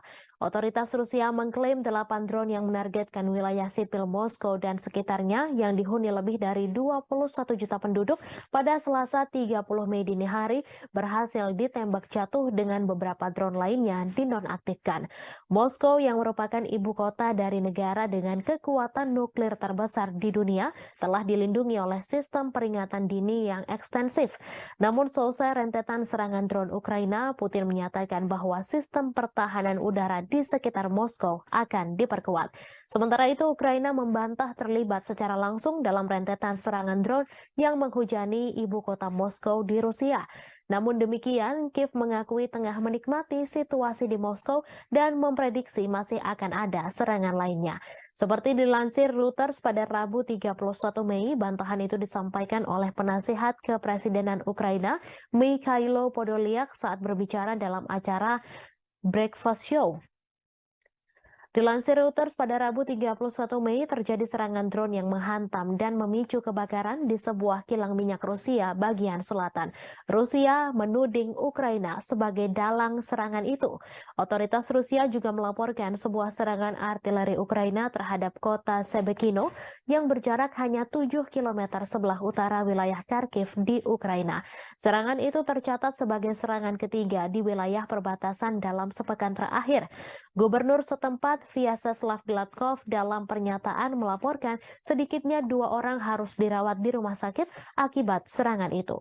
Gladkov juga menyebut serangan itu menghancurkan jendela-jendela bangunan dan merusak atap gedung apartemen 8 lantai, 4 rumah warga, sebuah sekolah, dan beberapa tempat lainnya. Ia terjadi pada malam hari ketika sebagian besar penduduk Kiev tertidur lelap. Sirine meraung-raung di seluruh ibu kota Ukraina, membangunkan penduduk yang telah menghadapi perang selama 15 bulan.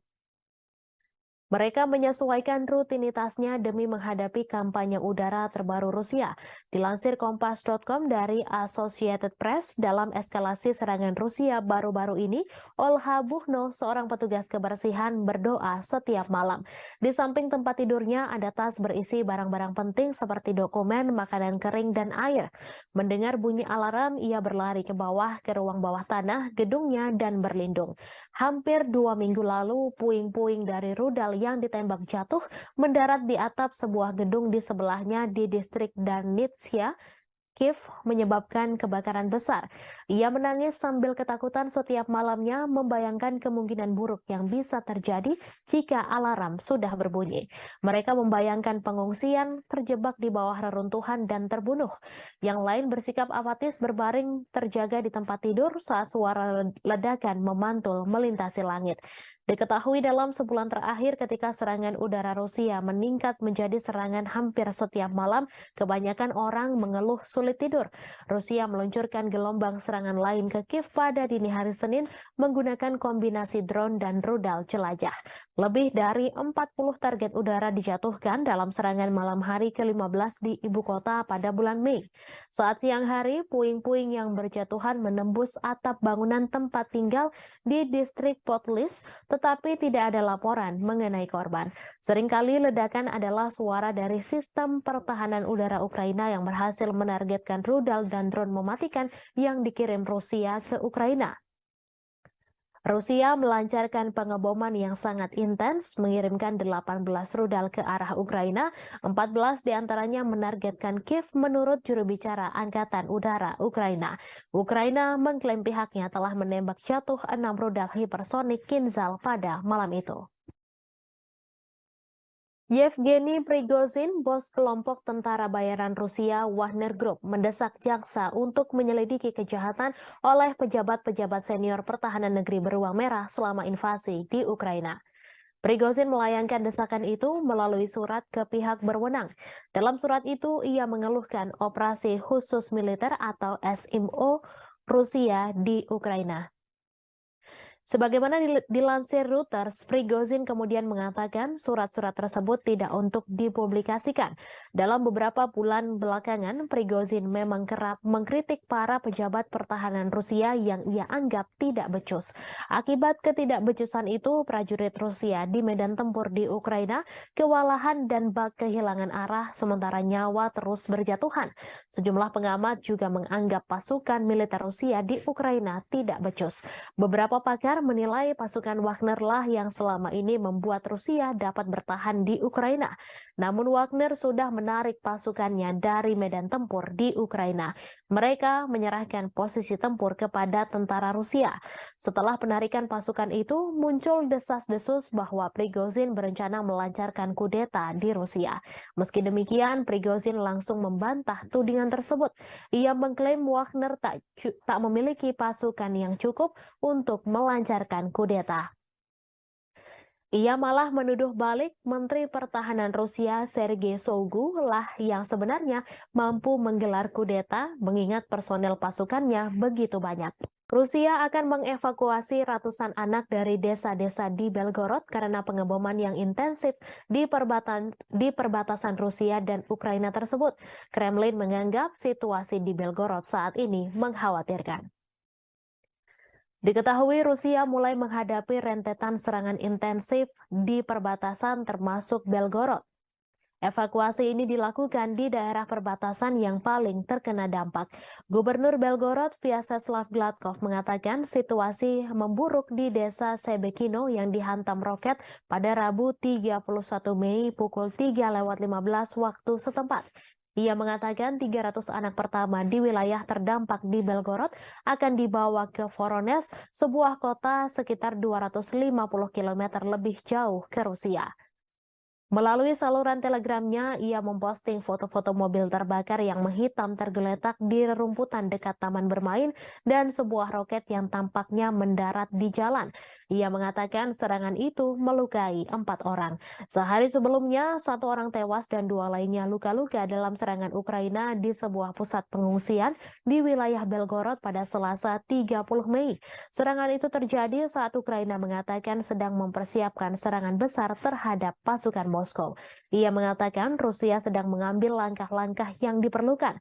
Pada pekan lalu, Rusia menuduh Ukraina meluncurkan serangan ke Belgorod dan serangan drone di Moskow pada Selasa 30 Mei 2023. Sejumlah depot minyak di Rusia telah terpukul dalam beberapa pekan terakhir. Pada Rabu 31 Mei, pihak berwenang di wilayah Krasnodar Selatan Rusia mengatakan sebuah drone menghantam kilang minyak Elsky. Krasnodar telah dihantam drone 2 kali sejak awal Mei 2023. Rusia juga menuduh Ukraina meluncurkan 8 serangan drone ke Moskow pada Selasa 30 Mei. Serangan itu menyebabkan kerusakan pada bangunan apartemen. Warga Rusia dari 2 blok apartemen dievakuasi setelah serangan tersebut. Pasukan Rusia telah menghancurkan kapal perang Ukraina terakhir di pelabuhan Odessa. Kementerian Pertahanan Rusia mengungkapkan kabar tersebut pada Rabu 31 Mei. Kapal perang Yuri Olefirenko diklasifikasikan sebagai korvet dan beroperasi dengan Angkatan Laut Ukraina. Kapal perang itu dibangun pada akhir 1990-an di Rusia, tetapi kemudian dipindahkan ke Ukraina setelah runtuhnya Uni Soviet. Kapal tersebut telah mengalami beberapa modernisasi selama bertahun-tahun, termasuk perombakan besar-besaran pada tahun 2016. Kemhan Rusia menambahkan Ukraina kehilangan lebih dari 200 tentara di sana selama beberapa hari terakhir. Menurut Kemhan Rusia, Kiev kehilangan lebih dari 200 prajurit Ukraina, 3 kendaraan tempur lapis baja, 12 kendaraan dan howitzer D-30 ke arah Donetsk selama 24 jam terakhir. Sementara itu, Shalik, juru bicara Angkatan Laut Ukraina, mengatakan pihaknya tidak akan menanggapi pernyataan apapun yang dibuat sepihak oleh Rusia. Angkatan Laut Ukraina juga tidak akan mengungkapkan informasi apapun tentang kerugian selama perang. Sebelumnya, Rusia mengklaim bahwa pesawat tak berawak Ukraina memicu kebakaran di kilang minyak di Rusia Selatan. Selain itu, serangan udara juga menghantam sebuah kota Rusia dekat perbatasan untuk ketiga kalinya dalam seminggu dan merusak bangunan serta membakar kendaraan. Sementara itu, berikut perkembangan lainnya seputar situasi perang Rusia-Ukraina, di mana hanya ada sekitar 500 orang yang masih tinggal di Bahmut menurut wali kota itu, Oleksiy Reva. Jumlah itu jauh dibandingkan dengan 70.000 orang yang tinggal di kota Ukraina Timur sebelum perang meletus. Bahmut menjadi sasaran pertempuran sengit selama setahun terakhir. Baik Ukraina dan Rusia mengklaim sama-sama menguasai kota tersebut.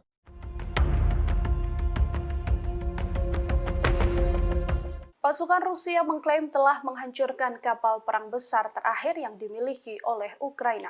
Serangan tersebut dilancarkan Rusia pada Senin 29 Mei di Pelabuhan Odessa di Laut Hitam. Dalam rilis Kementerian Pertahanan, kapal perang besar Angkatan Laut Ukraina ini dihancurkan dengan serangan presisi tinggi Angkatan Udara Rusia. Di tempat berlabuhnya kapal tersebut, kapal perang terakhir Angkatan Laut Ukraina ini bernama Yuri Elefirenko. Hanya saja Ukraina membantah kapal perang terakhir telah dihancurkan pasukan Putin.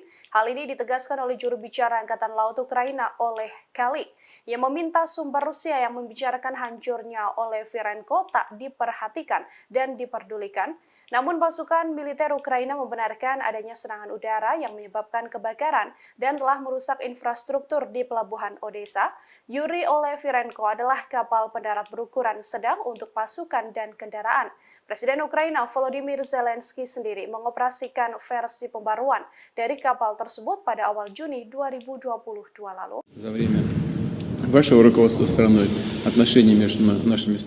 Kabar mengejutkan datang dari Rusia yang mengumumkan bahwa negaranya memiliki sekutu baru yang tidak terduga. Bahkan pemimpin negara tersebut telah bertemu langsung dengan Presiden Rusia Vladimir Putin. Lantas, akankah negara tersebut membantu Rusia dalam peperangan dengan Ukraina? Sekutu baru tak terduga dari Rusia yang dimaksud adalah negara Eritrea.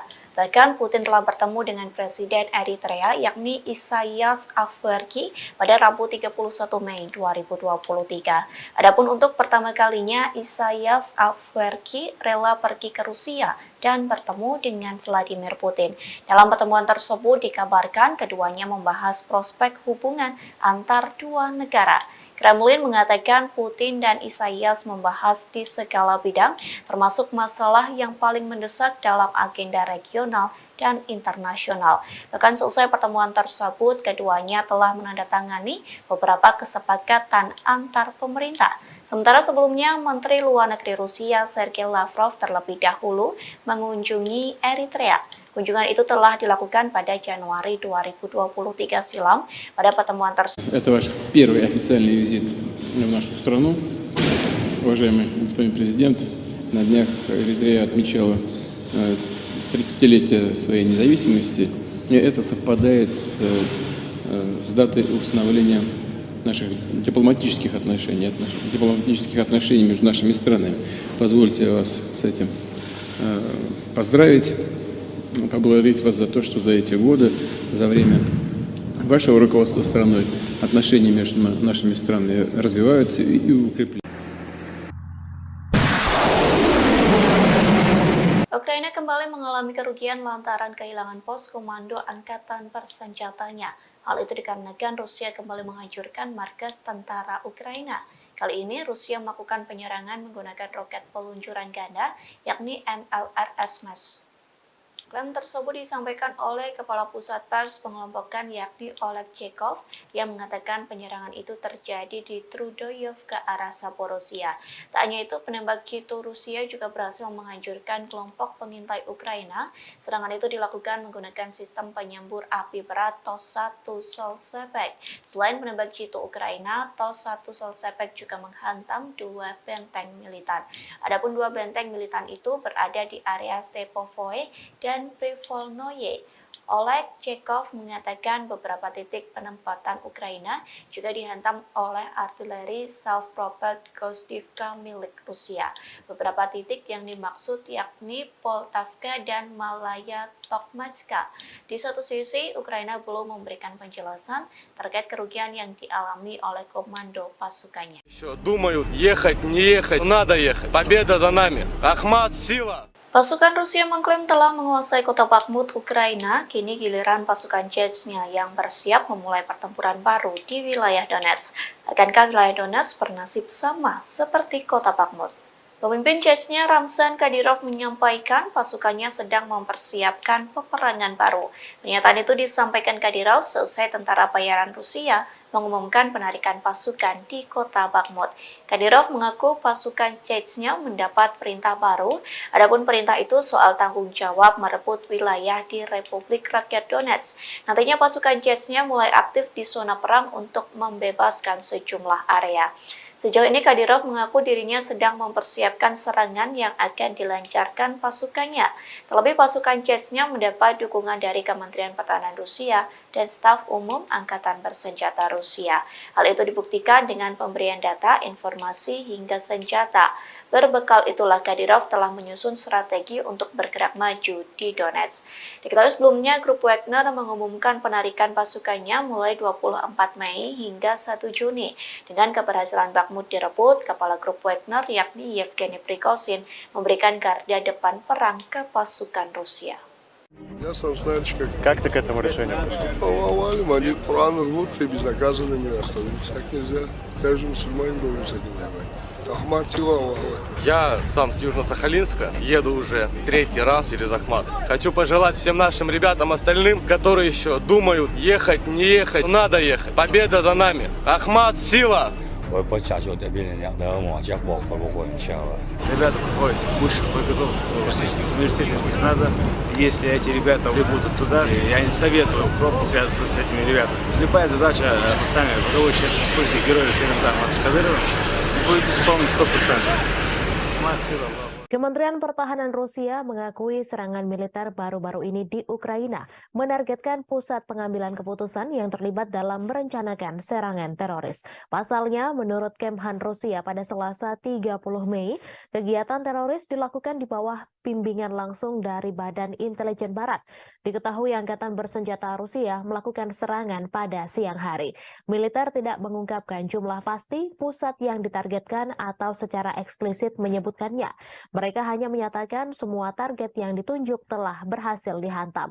Kemudian pada hari itu, Presiden Rusia Vladimir Putin mengkonfirmasi markas besar Direktorat Intelijen Utama Militer Ukraina telah diserang. Guru Ukraina telah membangun kecurigaan terutama karena beberapa wawancara dengan outlet berita asing dan domestik yang diberikan oleh pimpinannya Kirill Budanov.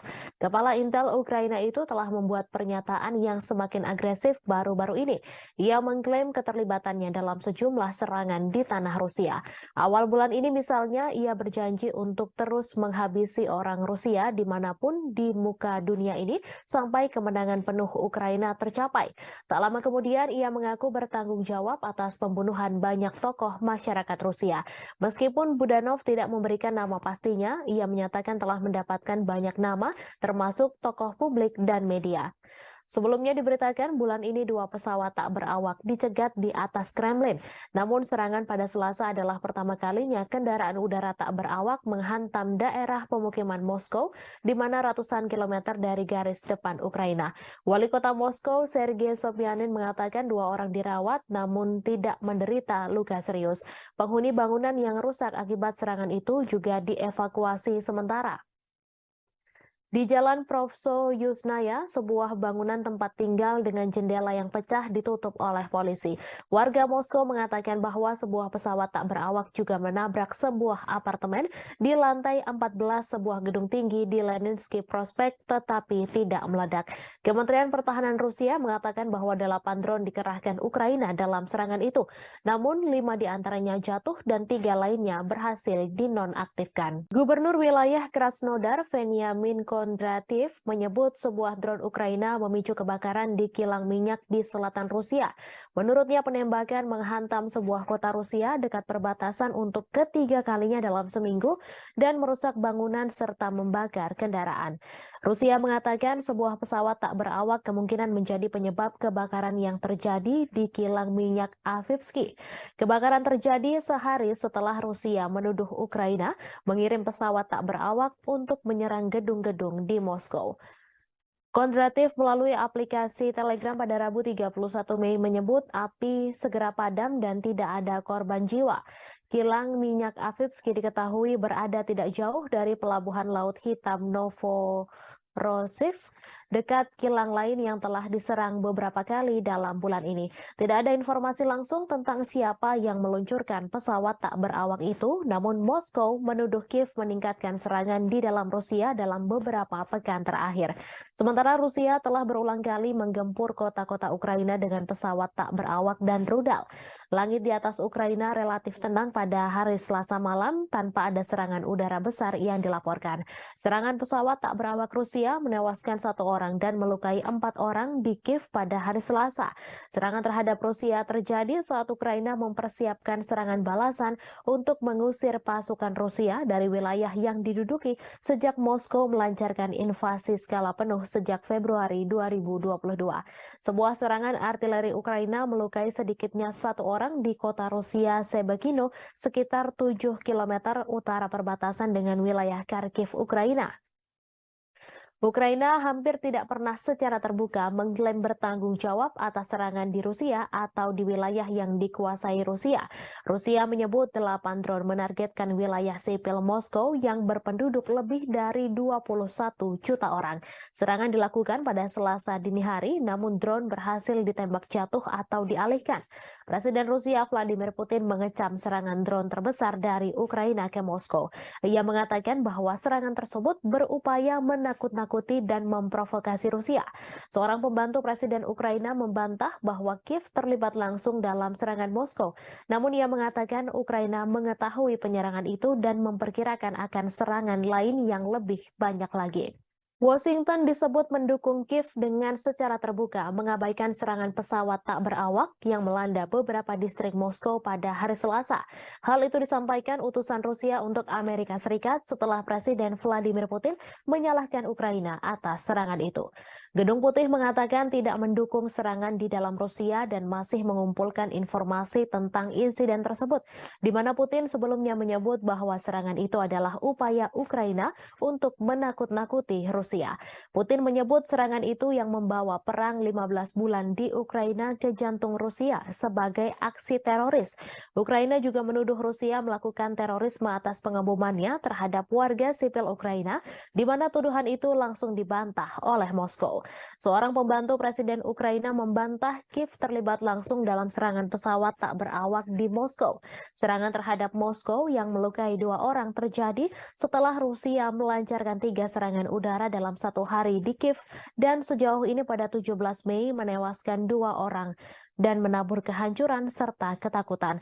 Rusia telah lama menuduh Barat melakukan perang proksi melawan Moskow dengan mendukung Ukraina dengan bantuan militer dan keuangan. Diketahui Rusia melancarkan invasi besar-besaran ke Ukraina sejak Februari 2022, menghancurkan kota-kota, memaksa jutaan orang meninggalkan rumah mereka dan menelan ribuan nyawa. Moskow menyebut perang itu sebagai operasi militer khusus untuk denazifikasi Ukraina dan melindungi penutur bahasa Rusia. Namun Kiev dan sekutunya mengatakan itu adalah perampasan tanah yang tidak beralasan. Sejak invasi besar-besaran Rusia ke Ukraina pada Februari 2022, banyak yang menyebut perang tersebut merupakan kesalahan kalkulasi yang dilakukan Presiden Rusia Vladimir Putin. Namun demikian, perang tersebut terjadi juga karena kesalahan Presiden Amerika Serikat Joe Biden dalam memberikan penilaian lebih terhadap Ukraina dan mengabaikan Rusia. Putin memang dianggap melakukan kesalahan fatal dengan menginvasi Ukraina dan menilai Kiev akan segera jatuh serta akan membentuk pemerintahan boneka. Faktanya hingga setahun berlalu Kiev terus dibom tetapi pemerintahan Ukraina masih berdiri tegak. Hanya saja Putin justru terus melayani Ukraina yang didukung Amerika Serikat dan NATO untuk melaksanakan perang dalam durasi yang lama. Yang paling menderita adalah rakyat Ukraina karena hanya menjadi medan pertempuran antara dua kekuatan dunia yakni Amerika Serikat dan Rusia.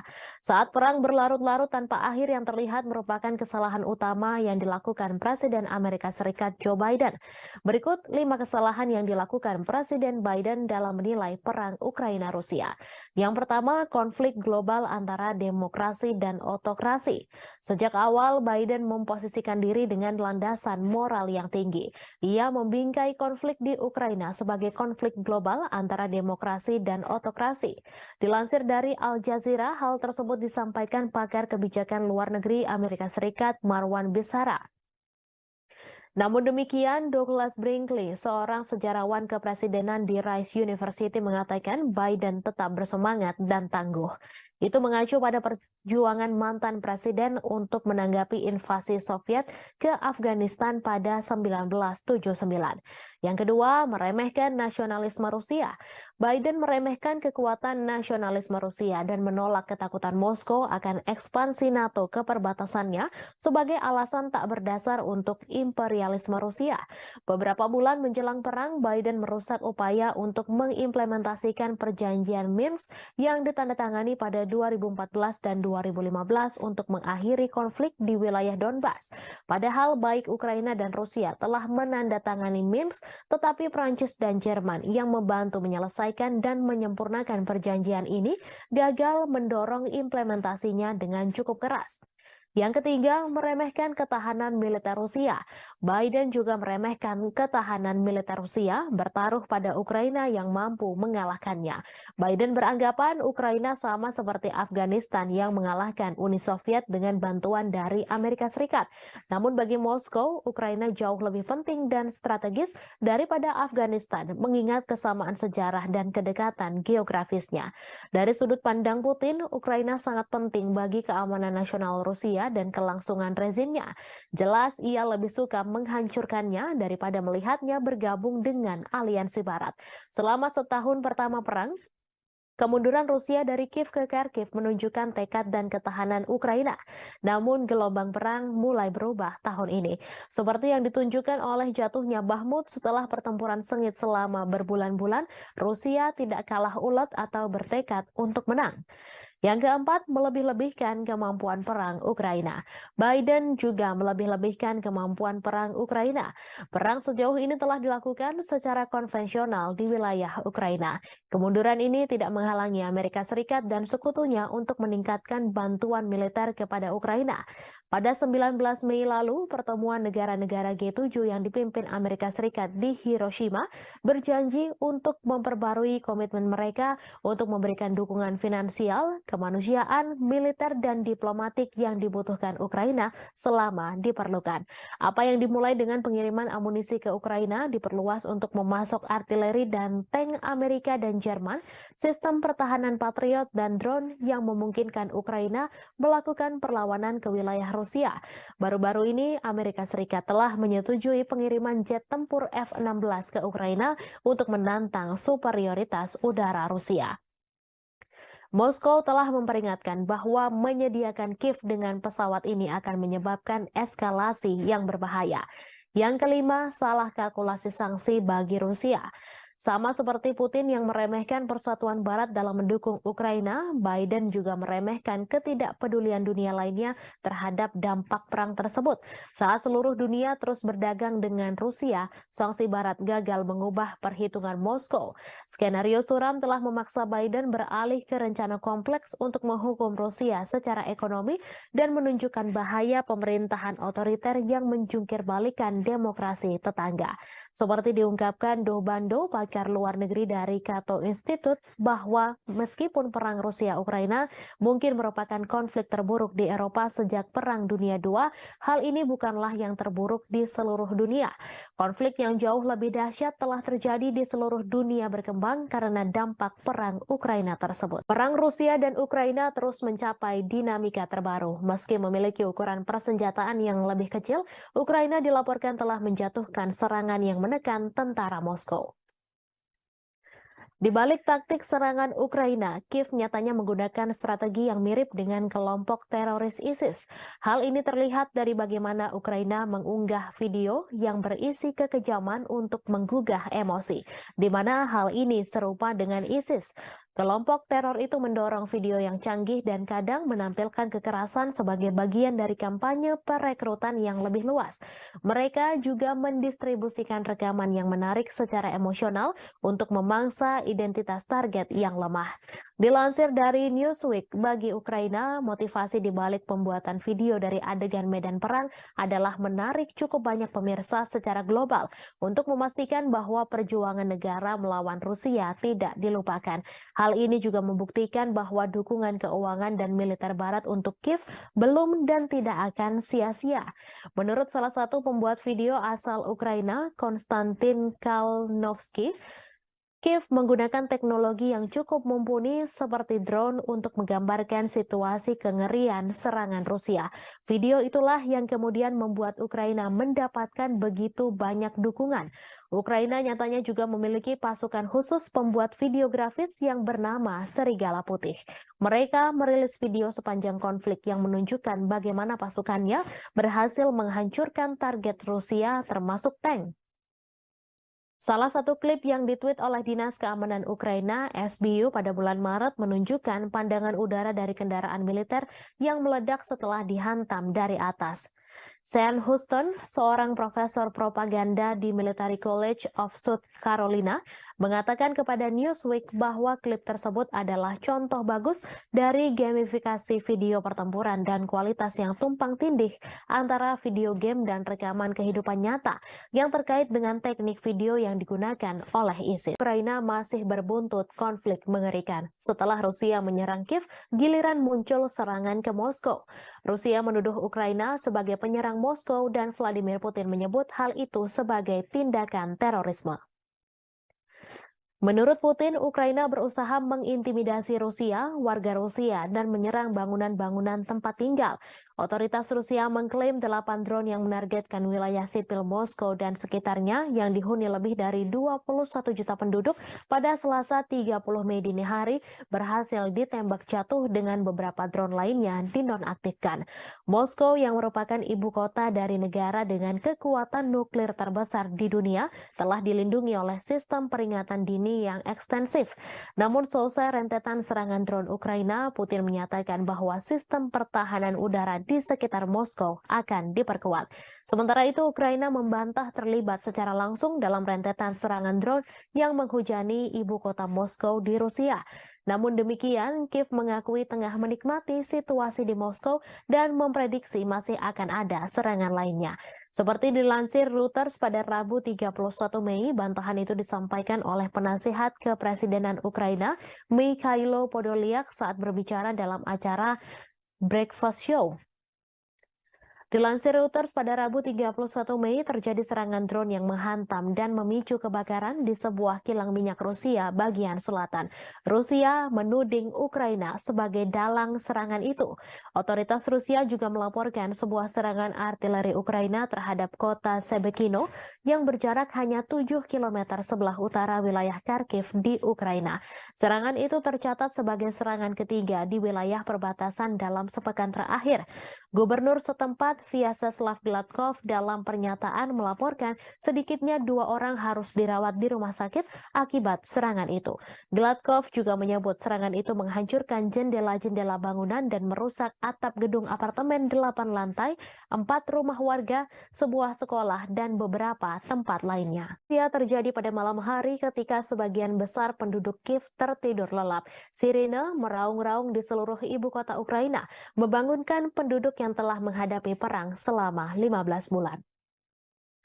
Mereka menyesuaikan rutinitasnya demi menghadapi kampanye udara terbaru Rusia. Dilansir Kompas.com dari Associated Press, dalam eskalasi serangan Rusia baru-baru ini, Olha Buchno, seorang petugas kebersihan, berdoa setiap malam. Di samping tempat tidurnya ada tas berisi barang-barang penting seperti dokumen, makanan kering, dan air. Mendengar bunyi alarm, ia berlari ke bawah, ke ruang bawah tanah gedungnya, dan berlindung.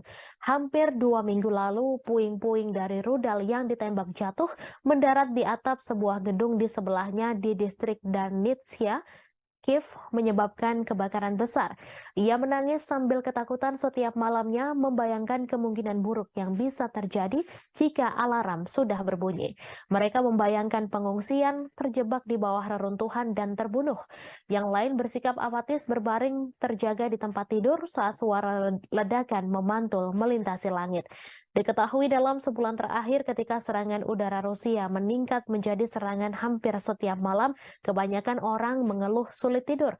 Rusia meluncurkan gelombang serangan lain ke Kiev pada dini hari Senin menggunakan kombinasi drone dan rudal jelajah. Lebih dari 40 target udara dijatuhkan dalam serangan malam hari ke-15 di ibu kota pada bulan Mei. Saat siang hari, puing-puing yang berjatuhan menembus atap bangunan tempat tinggal di distrik Potlis, tetapi tidak ada laporan mengenai korban. Seringkali ledakan adalah suara dari sistem pertahanan udara Ukraina yang berhasil menargetkan rudal dan drone mematikan yang dikirim Rusia ke Ukraina. Rusia melancarkan pengeboman yang sangat intens, mengirimkan 18 rudal ke arah Ukraina, 14 diantaranya menargetkan Kiev menurut juru bicara Angkatan Udara Ukraina. Ukraina mengklaim pihaknya telah menembak jatuh 6 rudal hipersonik Kinzhal pada malam itu. Yevgeny Prigozhin, bos kelompok tentara bayaran Rusia Wagner Group, mendesak jaksa untuk menyelidiki kejahatan oleh pejabat-pejabat senior pertahanan negeri beruang merah selama invasi di Ukraina. Prigozhin melayangkan desakan itu melalui surat ke pihak berwenang. Dalam surat itu, ia mengeluhkan operasi khusus militer atau SMO Rusia di Ukraina. Sebagaimana dilansir Reuters, Prigozhin kemudian mengatakan surat-surat tersebut tidak untuk dipublikasikan.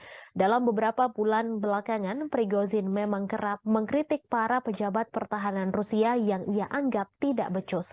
Akibat ketidakbecusan itu, prajurit Rusia di medan tempur di Ukraina kewalahan dan bak kehilangan arah, sementara nyawa terus berjatuhan. Sejumlah pengamat juga menganggap pasukan militer Rusia di Ukraina tidak becus. Beberapa pakar menilai pasukan Wagner lah yang selama ini membuat Rusia dapat bertahan di Ukraina. Namun Wagner sudah menarik pasukannya dari medan tempur di Ukraina. Mereka menyerahkan posisi tempur kepada tentara Rusia. Setelah penarikan pasukan itu, muncul desas-desus bahwa Prigozhin berencana melancarkan kudeta di Rusia.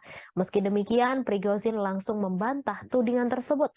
Ia mengklaim Wagner tak memiliki pasukan yang cukup untuk melancarkan kudeta.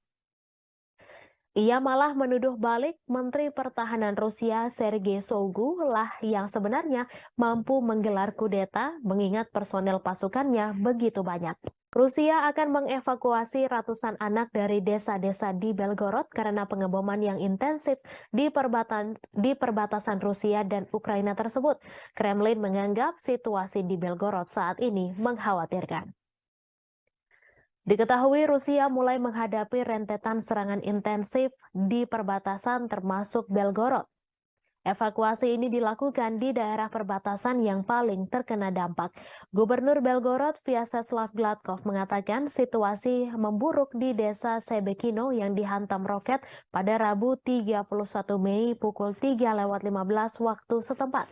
Ia mengatakan 300 anak pertama di wilayah terdampak di Belgorod akan dibawa ke Voronezh, sebuah kota sekitar 250 km lebih jauh ke Rusia. Melalui saluran telegramnya, ia memposting foto-foto mobil terbakar yang menghitam tergeletak di rerumputan dekat taman bermain dan sebuah roket yang tampaknya mendarat di jalan. Ia mengatakan serangan itu melukai 4 orang. Sehari sebelumnya, 1 orang tewas dan 2 lainnya luka-luka dalam serangan Ukraina di sebuah pusat pengungsian di wilayah Belgorod pada Selasa 30 Mei. Serangan itu terjadi saat Ukraina mengatakan sedang mempersiapkan serangan besar terhadap pasukan Moskow. Ia mengatakan Rusia sedang mengambil langkah-langkah yang diperlukan. Pada pekan lalu, Rusia menuduh Ukraina meluncurkan serangan ke Belgorod dan serangan drone di Moskow pada Selasa 30 Mei 2023. Sejumlah depot minyak di Rusia telah terpukul dalam beberapa pekan terakhir. Pada Rabu 31 Mei, pihak berwenang di wilayah Krasnodar Selatan Rusia mengatakan sebuah drone menghantam kilang minyak Ilsky. Krasnodar telah dihantam drone 2 kali sejak awal Mei 2023. Rusia juga menuduh Ukraina meluncurkan 8 serangan drone ke Moskow pada Selasa 30 Mei. Serangan itu menyebabkan kerusakan pada bangunan apartemen. Warga Rusia dari 2 blok apartemen dievakuasi setelah serangan tersebut. Pasukan Rusia telah menghancurkan kapal perang Ukraina terakhir di pelabuhan Odessa. Kementerian Pertahanan Rusia mengungkapkan kabar tersebut pada Rabu 31 Mei. Kapal perang Yuri Olefirenko diklasifikasikan sebagai korvet dan beroperasi dengan Angkatan Laut Ukraina. Kapal perang itu dibangun pada akhir 1990-an di Rusia, tetapi kemudian dipindahkan ke Ukraina setelah runtuhnya Uni Soviet. Kapal tersebut telah mengalami beberapa modernisasi selama bertahun-tahun, termasuk perombakan besar-besaran pada tahun 2016.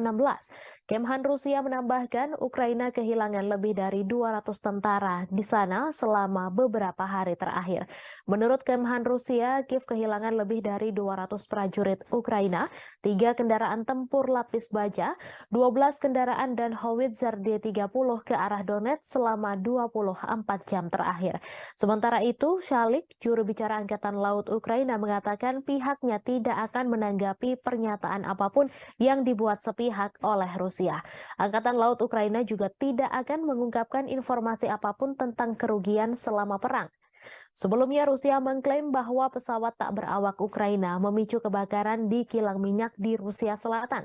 Selain itu, serangan udara juga menghantam sebuah kota Rusia dekat perbatasan untuk ketiga kalinya dalam seminggu dan merusak bangunan serta membakar kendaraan. Sementara itu, berikut perkembangan lainnya seputar situasi perang Rusia-Ukraina, di mana hanya ada sekitar 500 orang yang masih tinggal di Bakhmut menurut wali kota itu, Oleksiy Reva. Jumlah itu jauh dibandingkan dengan 70.000 orang yang tinggal di kota Ukraina Timur sebelum perang meletus. Bakhmut menjadi sasaran pertempuran sengit selama setahun terakhir. Baik Ukraina dan Rusia mengklaim sama-sama menguasai kota tersebut.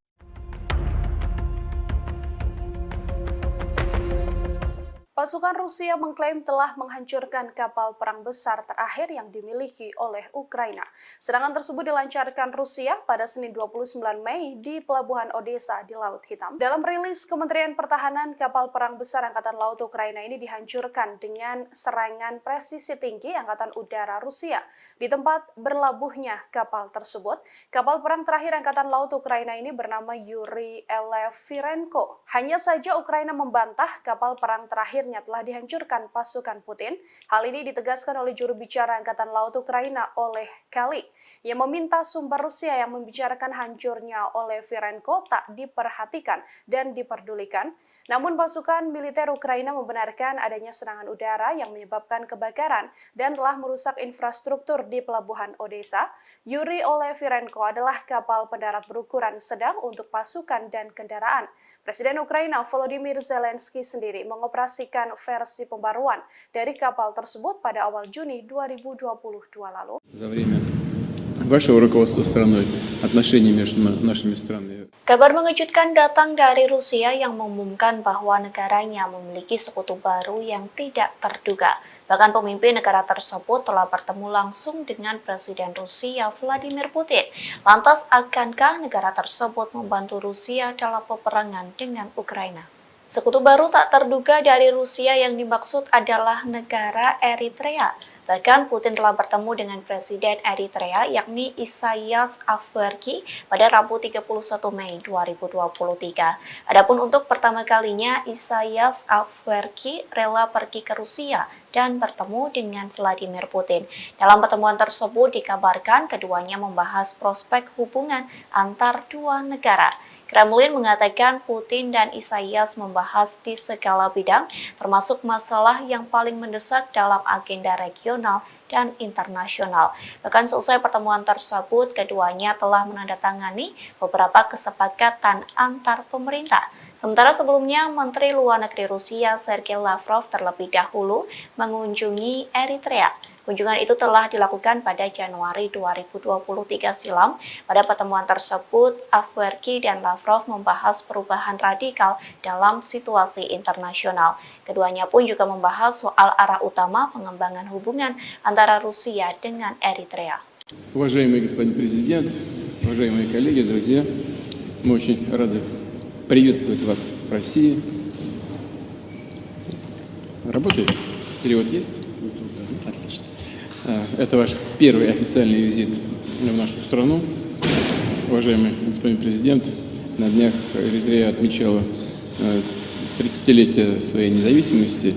И это совпадает с датой установления наших дипломатических отношений между нашими странами.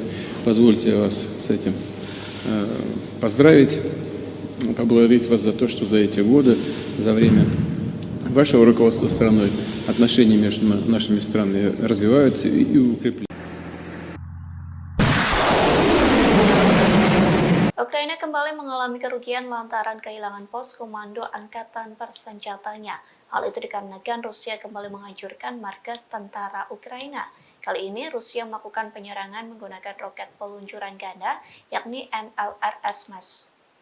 Klaim tersebut disampaikan oleh Kepala Pusat Pers Pengelompokan yakni Oleg Chekov yang mengatakan penyerangan itu terjadi di Trudoyov ke arah Zaporozhia. Tak hanya itu, penembak jitu Rusia juga berhasil menghancurkan kelompok pengintai Ukraina. Serangan itu dilakukan menggunakan sistem penyembur api berat TOS-1 Solsepek. Selain penembak jitu Ukraina, TOS-1 Solsepek juga menghantam dua benteng militan. Adapun dua benteng militan itu berada di area Stepovoe dan Privolnoye. Oleg Chekov mengatakan beberapa titik penempatan Ukraina juga dihantam oleh artileri self-propelled Gostivka milik Rusia. Beberapa titik yang dimaksud yakni Poltavka dan Malaya Tokmatska. Di satu sisi, Ukraina belum memberikan penjelasan terkait kerugian yang dialami oleh komando pasukannya. Думают, ехать, не ехать, надо ехать. Победа за нами. Ахмат, сила. Pasukan Rusia mengklaim telah menguasai kota Bakhmut, Ukraina. Kini giliran pasukan Chechnya yang bersiap memulai pertempuran baru di wilayah Donetsk. Akankah wilayah Donetsk bernasib sama seperti kota Bakhmut? Pemimpin Chechnya Ramzan Kadyrov menyampaikan pasukannya sedang mempersiapkan peperangan baru.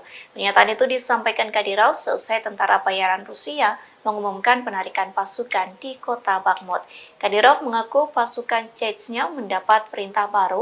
Adapun perintah itu soal tanggung jawab merebut wilayah di Republik Rakyat Donetsk.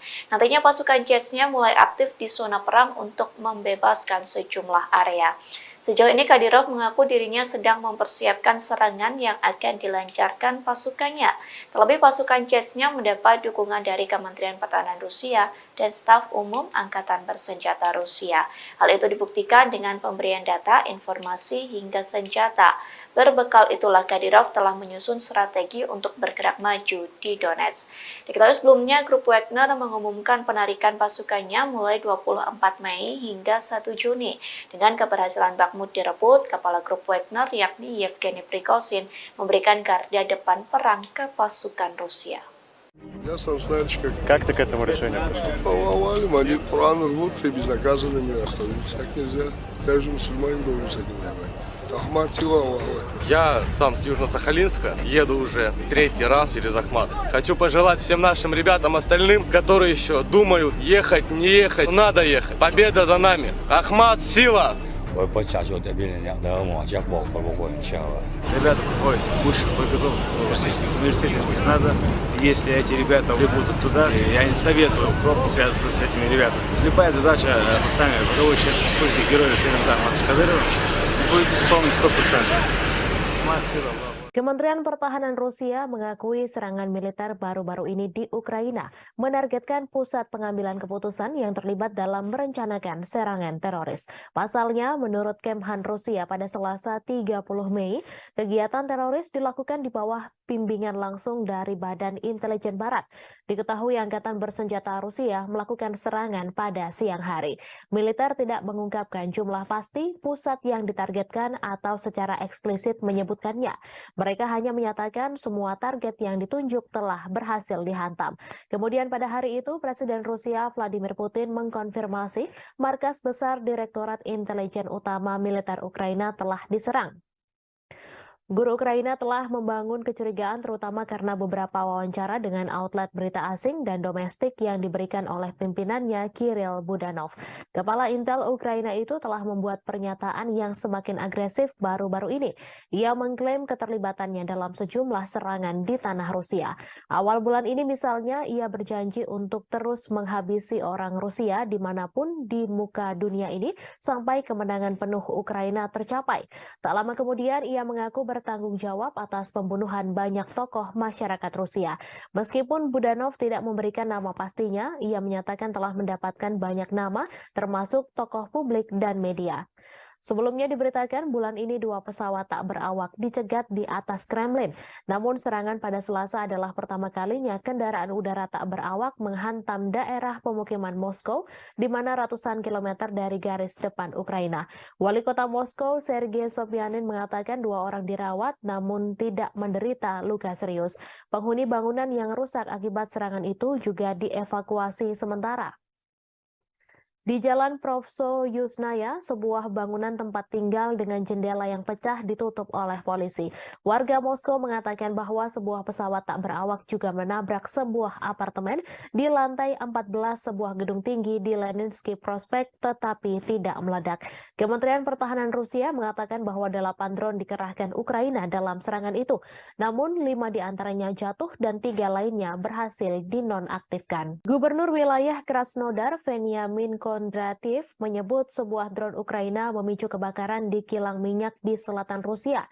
Menurutnya penembakan menghantam sebuah kota Rusia dekat perbatasan untuk ketiga kalinya dalam seminggu dan merusak bangunan serta membakar kendaraan. Rusia mengatakan sebuah pesawat tak berawak kemungkinan menjadi penyebab kebakaran yang terjadi di kilang minyak Avivsky. Kebakaran terjadi sehari setelah Rusia menuduh Ukraina mengirim pesawat tak berawak untuk menyerang gedung-gedung di Moskow. Kondrativ melalui aplikasi Telegram pada Rabu 31 Mei menyebut api segera padam dan tidak ada korban jiwa. Kilang minyak Avivsky diketahui berada tidak jauh dari pelabuhan Laut Hitam Novorossiysk, dekat kilang lain yang telah diserang beberapa kali dalam bulan ini. Tidak ada informasi langsung tentang siapa yang meluncurkan pesawat tak berawak itu, namun Moskow menuduh Kiev meningkatkan serangan di dalam Rusia dalam beberapa pekan terakhir. Sementara Rusia telah berulang kali menggempur kota-kota Ukraina dengan pesawat tak berawak dan rudal.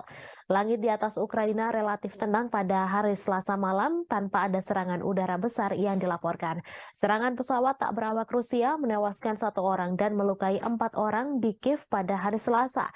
Serangan terhadap Rusia terjadi saat Ukraina mempersiapkan serangan balasan untuk mengusir pasukan Rusia dari wilayah yang diduduki sejak Moskow melancarkan invasi skala penuh sejak Februari 2022.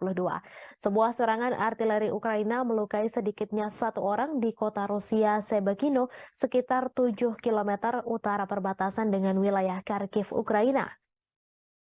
Ukraina hampir tidak pernah secara terbuka mengklaim bertanggung jawab atas serangan di Rusia atau di wilayah yang dikuasai Rusia. Rusia menyebut 8 drone menargetkan wilayah sipil Moskow yang berpenduduk lebih dari 21 juta orang. Serangan dilakukan pada Selasa dini hari, namun drone berhasil ditembak jatuh atau dialihkan. Presiden Rusia Vladimir Putin mengecam serangan drone terbesar dari Ukraina ke Moskow. Ia mengatakan bahwa serangan tersebut berupaya menakut-nakuti menakuti dan memprovokasi Rusia. Seorang pembantu Presiden Ukraina membantah bahwa Kiev terlibat langsung dalam serangan Moskow. Namun ia mengatakan Ukraina mengetahui penyerangan itu dan memperkirakan akan serangan lain yang lebih banyak lagi. Washington disebut mendukung Kiev dengan secara terbuka mengabaikan serangan pesawat tak berawak yang melanda beberapa distrik Moskow pada hari Selasa. Hal itu disampaikan utusan Rusia untuk Amerika Serikat setelah Presiden Vladimir Putin menyalahkan Ukraina atas serangan itu. Gedung Putih mengatakan tidak mendukung serangan di dalam Rusia dan masih mengumpulkan informasi tentang insiden tersebut, di mana Putin sebelumnya menyebut bahwa serangan itu adalah upaya Ukraina untuk menakut-nakuti Rusia. Putin menyebut serangan itu yang membawa perang 15 bulan di Ukraina ke jantung Rusia sebagai aksi teroris. Ukraina juga menuduh Rusia melakukan terorisme atas pengebomannya terhadap warga sipil Ukraina, di mana tuduhan itu langsung dibantah oleh Moskow. Seorang pembantu Presiden Ukraina membantah Kiev terlibat langsung dalam serangan pesawat tak berawak di Moskow. Serangan terhadap Moskow yang melukai 2 orang terjadi setelah Rusia melancarkan 3 serangan udara dalam 1 hari di Kiev dan sejauh ini pada 17 Mei menewaskan 2 orang dan menabur kehancuran serta ketakutan. Rusia telah lama menuduh Barat melakukan perang proksi melawan Moskow dengan mendukung Ukraina dengan bantuan militer dan keuangan.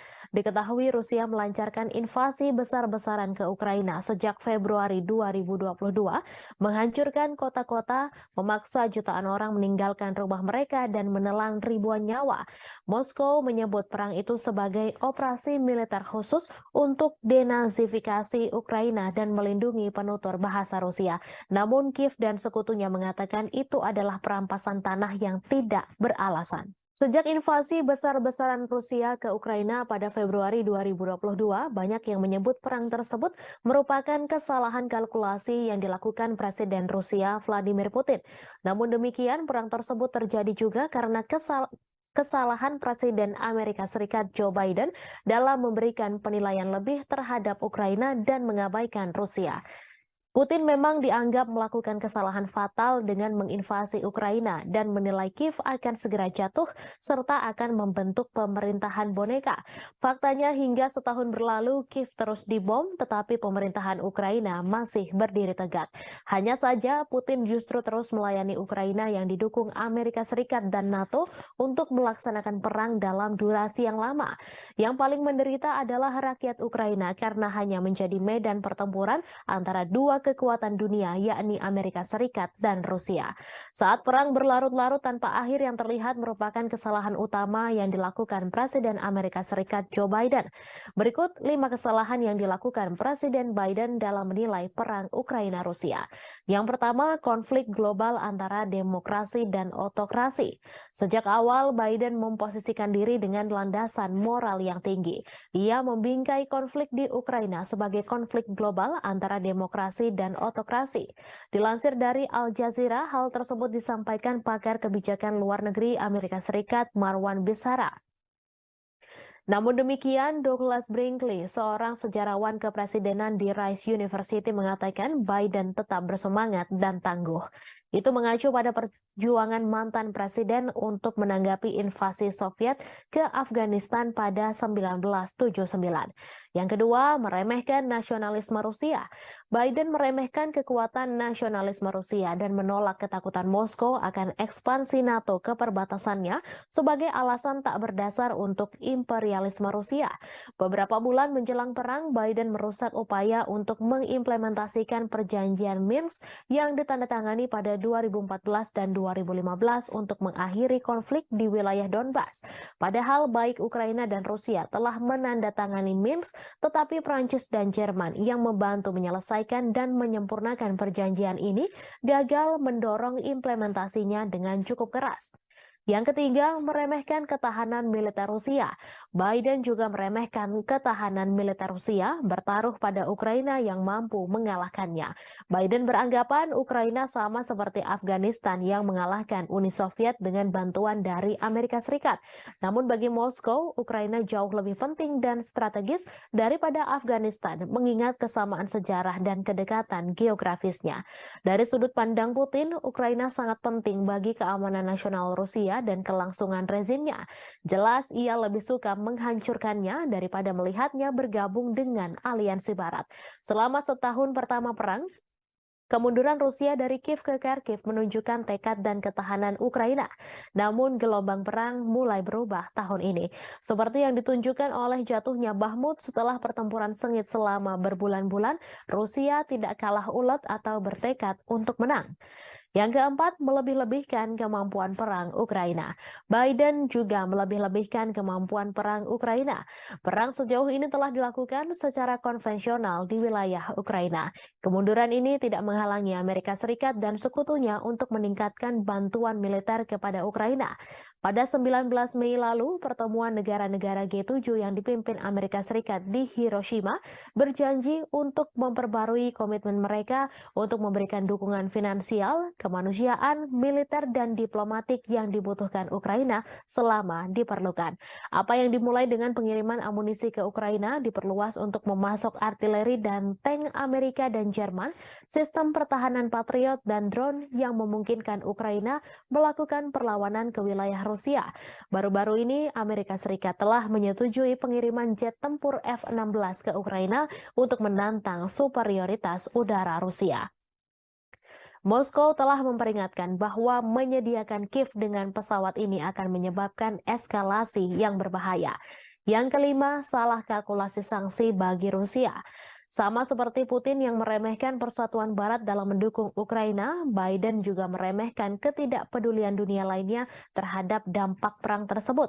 Saat seluruh dunia terus berdagang dengan Rusia, sanksi Barat gagal mengubah perhitungan Moskow. Skenario suram telah memaksa Biden beralih ke rencana kompleks untuk menghukum Rusia secara ekonomi dan menunjukkan bahaya pemerintahan otoriter yang menjungkir-balikan demokrasi tetangga. Seperti diungkapkan Do Bando, pakar luar negeri dari Cato Institute, bahwa meskipun perang Rusia-Ukraina mungkin merupakan konflik terburuk di Eropa sejak Perang Dunia II, hal ini bukanlah yang terburuk di seluruh dunia. Konflik yang jauh lebih dahsyat telah terjadi di seluruh dunia berkembang karena dampak perang Ukraina tersebut. Perang Rusia dan Ukraina terus mencapai dinamika terbaru. Meski memiliki ukuran persenjataan yang lebih kecil, Ukraina dilaporkan telah menjatuhkan serangan yang menekan tentara Moskow. Di balik taktik serangan Ukraina, Kiev nyatanya menggunakan strategi yang mirip dengan kelompok teroris ISIS. Hal ini terlihat dari bagaimana Ukraina mengunggah video yang berisi kekejaman untuk menggugah emosi, di mana hal ini serupa dengan ISIS.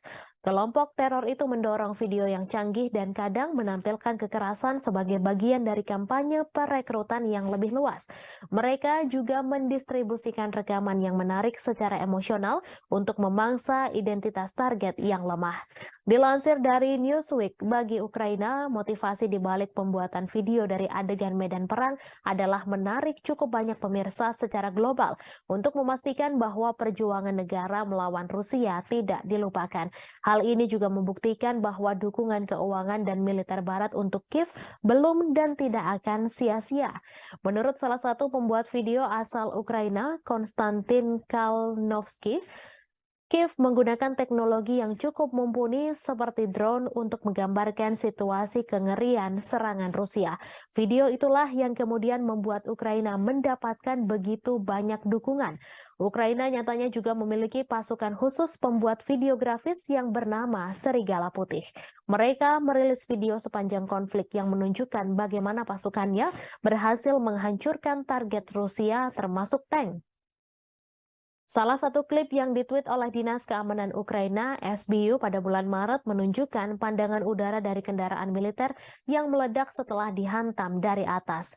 Sean Houston, seorang profesor propaganda di Military College of South Carolina, mengatakan kepada Newsweek bahwa klip tersebut adalah contoh bagus dari gamifikasi video pertempuran dan kualitas yang tumpang tindih antara video game dan rekaman kehidupan nyata yang terkait dengan teknik video yang digunakan oleh ISIS. Ukraina masih berbuntut konflik mengerikan. Setelah Rusia menyerang Kiev, giliran muncul serangan ke Moskow.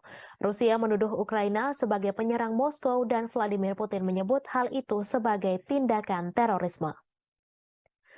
Menurut Putin, Ukraina berusaha mengintimidasi Rusia, warga Rusia, dan menyerang bangunan-bangunan tempat tinggal.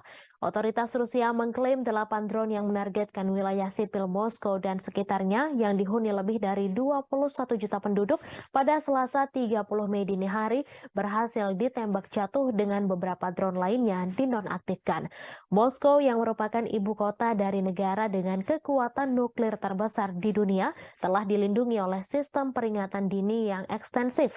Namun selesai rentetan serangan drone Ukraina, Putin menyatakan bahwa sistem pertahanan udara di sekitar Moskow akan diperkuat. Sementara itu, Ukraina membantah terlibat secara langsung dalam rentetan serangan drone yang menghujani ibu kota Moskow di Rusia. Namun demikian, Kiev mengakui tengah menikmati situasi di Moskow dan memprediksi masih akan ada serangan lainnya. Seperti dilansir Reuters pada Rabu 31 Mei, bantahan itu disampaikan oleh penasihat kepresidenan Ukraina, Mikhailo Podolyak saat berbicara dalam acara Breakfast Show. Dilansir Reuters pada Rabu 31 Mei terjadi serangan drone yang menghantam dan memicu kebakaran di sebuah kilang minyak Rusia bagian selatan. Rusia menuding Ukraina sebagai dalang serangan itu. Otoritas Rusia juga melaporkan sebuah serangan artileri Ukraina terhadap kota Shebekino yang berjarak hanya 7 km sebelah utara wilayah Kharkiv di Ukraina. Serangan itu tercatat sebagai serangan ketiga di wilayah perbatasan dalam sepekan terakhir.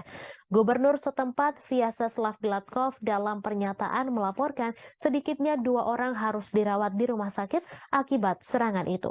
Gladkov juga menyebut serangan itu menghancurkan jendela-jendela bangunan dan merusak atap gedung apartemen 8 lantai, 4 rumah warga, sebuah sekolah, dan beberapa tempat lainnya. Ia terjadi pada malam hari ketika sebagian besar penduduk Kiev tertidur lelap. Sirine meraung-raung di seluruh ibu kota Ukraina, membangunkan penduduk yang telah menghadapi perang selama 15 bulan. Mereka menyesuaikan rutinitasnya demi menghadapi kampanye udara terbaru Rusia. Dilansir Kompas.com dari Associated Press, dalam eskalasi serangan Rusia baru-baru ini, Olha Buchno, seorang petugas kebersihan, berdoa setiap malam. Di samping tempat tidurnya ada tas berisi barang-barang penting seperti dokumen, makanan kering, dan air. Mendengar bunyi alarm, ia berlari ke bawah ke ruang bawah tanah gedungnya dan berlindung. Hampir 2 minggu lalu, puing-puing dari rudal yang ditembak jatuh mendarat di atap sebuah gedung di sebelahnya di distrik Darnitsia, Kiev, menyebabkan kebakaran besar. Ia menangis sambil ketakutan setiap malamnya, membayangkan kemungkinan buruk yang bisa terjadi jika alarm sudah berbunyi. Mereka membayangkan pengungsian, terjebak di bawah reruntuhan, dan terbunuh. Yang lain bersikap apatis berbaring terjaga di tempat tidur saat suara ledakan memantul melintasi langit. Diketahui dalam sebulan terakhir ketika serangan udara Rusia meningkat menjadi serangan hampir setiap malam, kebanyakan orang mengeluh sulit tidur. Rusia meluncurkan gelombang serangan lain ke Kiev pada dini hari Senin menggunakan kombinasi drone dan rudal jelajah. Lebih dari 40 target udara dijatuhkan dalam serangan malam hari ke-15 di ibu kota pada bulan Mei. Saat siang hari, puing-puing yang berjatuhan menembus atap bangunan tempat tinggal di distrik Potlis, tetapi tidak ada laporan mengenai korban. Seringkali ledakan adalah suara dari sistem pertahanan udara Ukraina yang berhasil menargetkan rudal dan drone mematikan yang dikirim Rusia ke Ukraina. Rusia melancarkan pengeboman yang sangat intens, mengirimkan 18 rudal ke arah Ukraina, 14 diantaranya menargetkan Kiev menurut juru bicara Angkatan Udara Ukraina. Ukraina mengklaim pihaknya telah menembak jatuh 6 rudal hipersonik Kinzhal pada malam itu. Yevgeny Prigozhin, bos kelompok tentara bayaran Rusia Wagner Group, mendesak jaksa untuk menyelidiki kejahatan oleh pejabat-pejabat senior pertahanan negeri beruang merah selama invasi di Ukraina. Prigozhin melayangkan desakan itu melalui surat ke pihak berwenang. Dalam surat itu, ia mengeluhkan operasi khusus militer atau SMO Rusia di Ukraina. Sebagaimana dilansir Reuters, Prigozhin kemudian mengatakan surat-surat tersebut tidak untuk dipublikasikan. Dalam beberapa bulan belakangan, Prigozhin memang kerap mengkritik para pejabat pertahanan Rusia yang ia anggap tidak becus. Akibat ketidakbecusan itu, prajurit Rusia di medan tempur di Ukraina kewalahan dan bak kehilangan arah sementara nyawa terus berjatuhan. Sejumlah pengamat juga menganggap pasukan militer Rusia di Ukraina tidak becus. Beberapa pakar menilai pasukan Wagner lah yang selama ini membuat Rusia dapat bertahan di Ukraina. Namun Wagner sudah menarik pasukannya dari medan tempur di Ukraina. Mereka menyerahkan posisi tempur kepada tentara Rusia. Setelah penarikan pasukan itu, muncul desas-desus bahwa Prigozhin berencana melancarkan kudeta di Rusia. Meski demikian, Prigozhin langsung membantah tudingan tersebut. Ia mengklaim Wagner tak memiliki pasukan yang cukup untuk melancarkan kudeta. Ia malah menuduh balik Menteri Pertahanan Rusia Sergei Shoigu lah yang sebenarnya mampu menggelar kudeta mengingat personel pasukannya begitu banyak. Rusia akan mengevakuasi ratusan anak dari desa-desa di Belgorod karena pengeboman yang intensif di perbatasan Rusia dan Ukraina tersebut. Kremlin menganggap situasi di Belgorod saat ini mengkhawatirkan. Diketahui Rusia mulai menghadapi rentetan serangan intensif di perbatasan termasuk Belgorod. Evakuasi ini dilakukan di daerah perbatasan yang paling terkena dampak. Gubernur Belgorod Vyacheslav Gladkov mengatakan situasi memburuk di desa Sebekino yang dihantam roket pada Rabu 31 Mei pukul 3:15 waktu setempat. Ia mengatakan 300 anak pertama di wilayah terdampak di Belgorod akan dibawa ke Voronezh, sebuah kota sekitar 250 km lebih jauh ke Rusia. Melalui saluran telegramnya, ia memposting foto-foto mobil terbakar yang menghitam tergeletak di rerumputan dekat taman bermain dan sebuah roket yang tampaknya mendarat di jalan. Ia mengatakan serangan itu melukai 4 orang. Sehari sebelumnya, 1 orang tewas dan 2 lainnya luka-luka dalam serangan Ukraina di sebuah pusat pengungsian di wilayah Belgorod pada Selasa 30 Mei. Serangan itu terjadi saat Ukraina mengatakan sedang mempersiapkan serangan besar terhadap pasukan Moskow. Ia mengatakan Rusia sedang mengambil langkah-langkah yang diperlukan. Pada pekan lalu, Rusia menuduh Ukraina meluncurkan serangan ke Belgorod dan serangan drone di Moskow pada Selasa 30 Mei 2023. Sejumlah depot minyak di Rusia telah terpukul dalam beberapa pekan terakhir. Pada Rabu 31 Mei, pihak berwenang di wilayah Krasnodar Selatan Rusia mengatakan sebuah drone menghantam kilang minyak Elsky. Krasnodar telah dihantam drone 2 kali sejak awal Mei 2023. Rusia juga menuduh Ukraina meluncurkan 8 serangan drone ke Moskow pada Selasa 30 Mei. Serangan itu menyebabkan kerusakan pada bangunan apartemen. Warga Rusia dari 2 blok apartemen dievakuasi setelah serangan tersebut. Pasukan Rusia telah menghancurkan kapal perang Ukraina terakhir di pelabuhan Odessa. Kementerian Pertahanan Rusia mengungkapkan kabar tersebut pada Rabu 31 Mei. Kapal perang Yuri Olefirenko diklasifikasikan sebagai korvet dan beroperasi dengan Angkatan Laut Ukraina. Kapal perang itu dibangun pada akhir 1990-an di Rusia, tetapi kemudian dipindahkan ke Ukraina setelah runtuhnya Uni Soviet. Kapal tersebut telah mengalami beberapa modernisasi selama bertahun-tahun, termasuk perombakan besar-besaran pada tahun 2016. Kemhan Rusia menambahkan Ukraina kehilangan lebih dari 200 tentara di sana selama beberapa hari terakhir. Menurut Kemhan Rusia, Kiev kehilangan lebih dari 200 prajurit Ukraina, 3 kendaraan tempur lapis baja, 12 kendaraan dan howitzer D-30 ke arah Donetsk selama 24 jam terakhir. Sementara itu, Shalik, juru bicara Angkatan Laut Ukraina, mengatakan pihaknya tidak akan menanggapi pernyataan apapun yang dibuat sepihak oleh Rusia. Angkatan Laut Ukraina juga tidak akan mengungkapkan informasi apapun tentang kerugian selama perang. Sebelumnya, Rusia mengklaim bahwa pesawat tak berawak Ukraina memicu kebakaran di kilang minyak di Rusia Selatan. Selain itu, serangan udara juga menghantam sebuah kota Rusia dekat perbatasan untuk ketiga kalinya dalam seminggu dan merusak bangunan serta membakar kendaraan. Sementara itu, berikut perkembangan lainnya seputar situasi perang Rusia-Ukraina, di mana hanya ada sekitar 500 orang yang masih tinggal di Bahmut menurut wali kota itu, Oleksiy Reva. Jumlah itu jauh dibandingkan dengan 70.000 orang yang tinggal di kota Ukraina Timur sebelum perang meletus. Bahmut menjadi sasaran pertempuran sengit selama setahun terakhir. Baik Ukraina dan Rusia mengklaim sama-sama menguasai kota tersebut.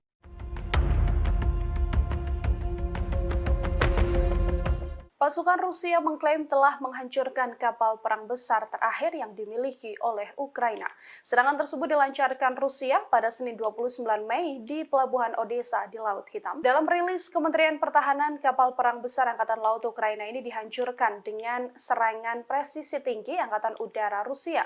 Di tempat berlabuhnya kapal tersebut, kapal perang terakhir Angkatan Laut Ukraina ini bernama Yuri Elefirenko. Hanya saja Ukraina membantah kapal perang terakhir telah dihancurkan pasukan Putin.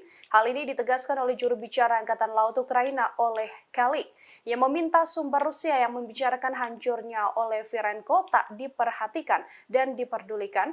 Namun pasukan militer Ukraina membenarkan adanya serangan udara yang menyebabkan kebakaran dan telah merusak infrastruktur di Pelabuhan Odessa. Yuri Olefirenko adalah kapal pendarat berukuran sedang untuk pasukan dan kendaraan.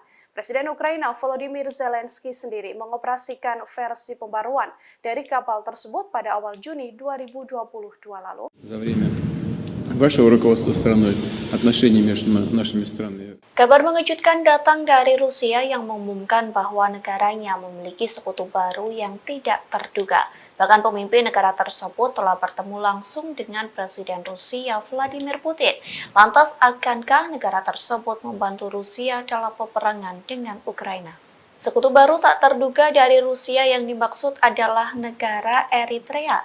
Bahkan Putin telah bertemu dengan Presiden Eritrea yakni Isaias Afwerki pada Rabu 31 Mei 2023. Adapun untuk pertama kalinya Isaias Afwerki rela pergi ke Rusia dan bertemu dengan Vladimir Putin.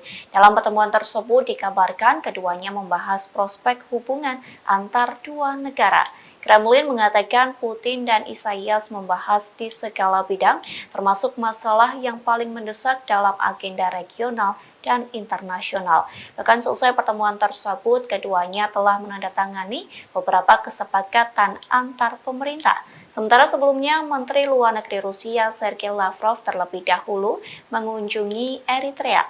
Kunjungan itu telah dilakukan pada Januari 2023 silam. Pada pertemuan tersebut, Afwerki dan Lavrov membahas perubahan radikal dalam situasi internasional. Keduanya pun juga membahas soal arah utama pengembangan hubungan antara Rusia dengan Eritrea. Уважаемый господин президент, уважаемые коллеги, друзья, мы очень рады приветствовать вас в России. Работает? Перевод есть? Отлично. Это ваш первый официальный визит в нашу страну.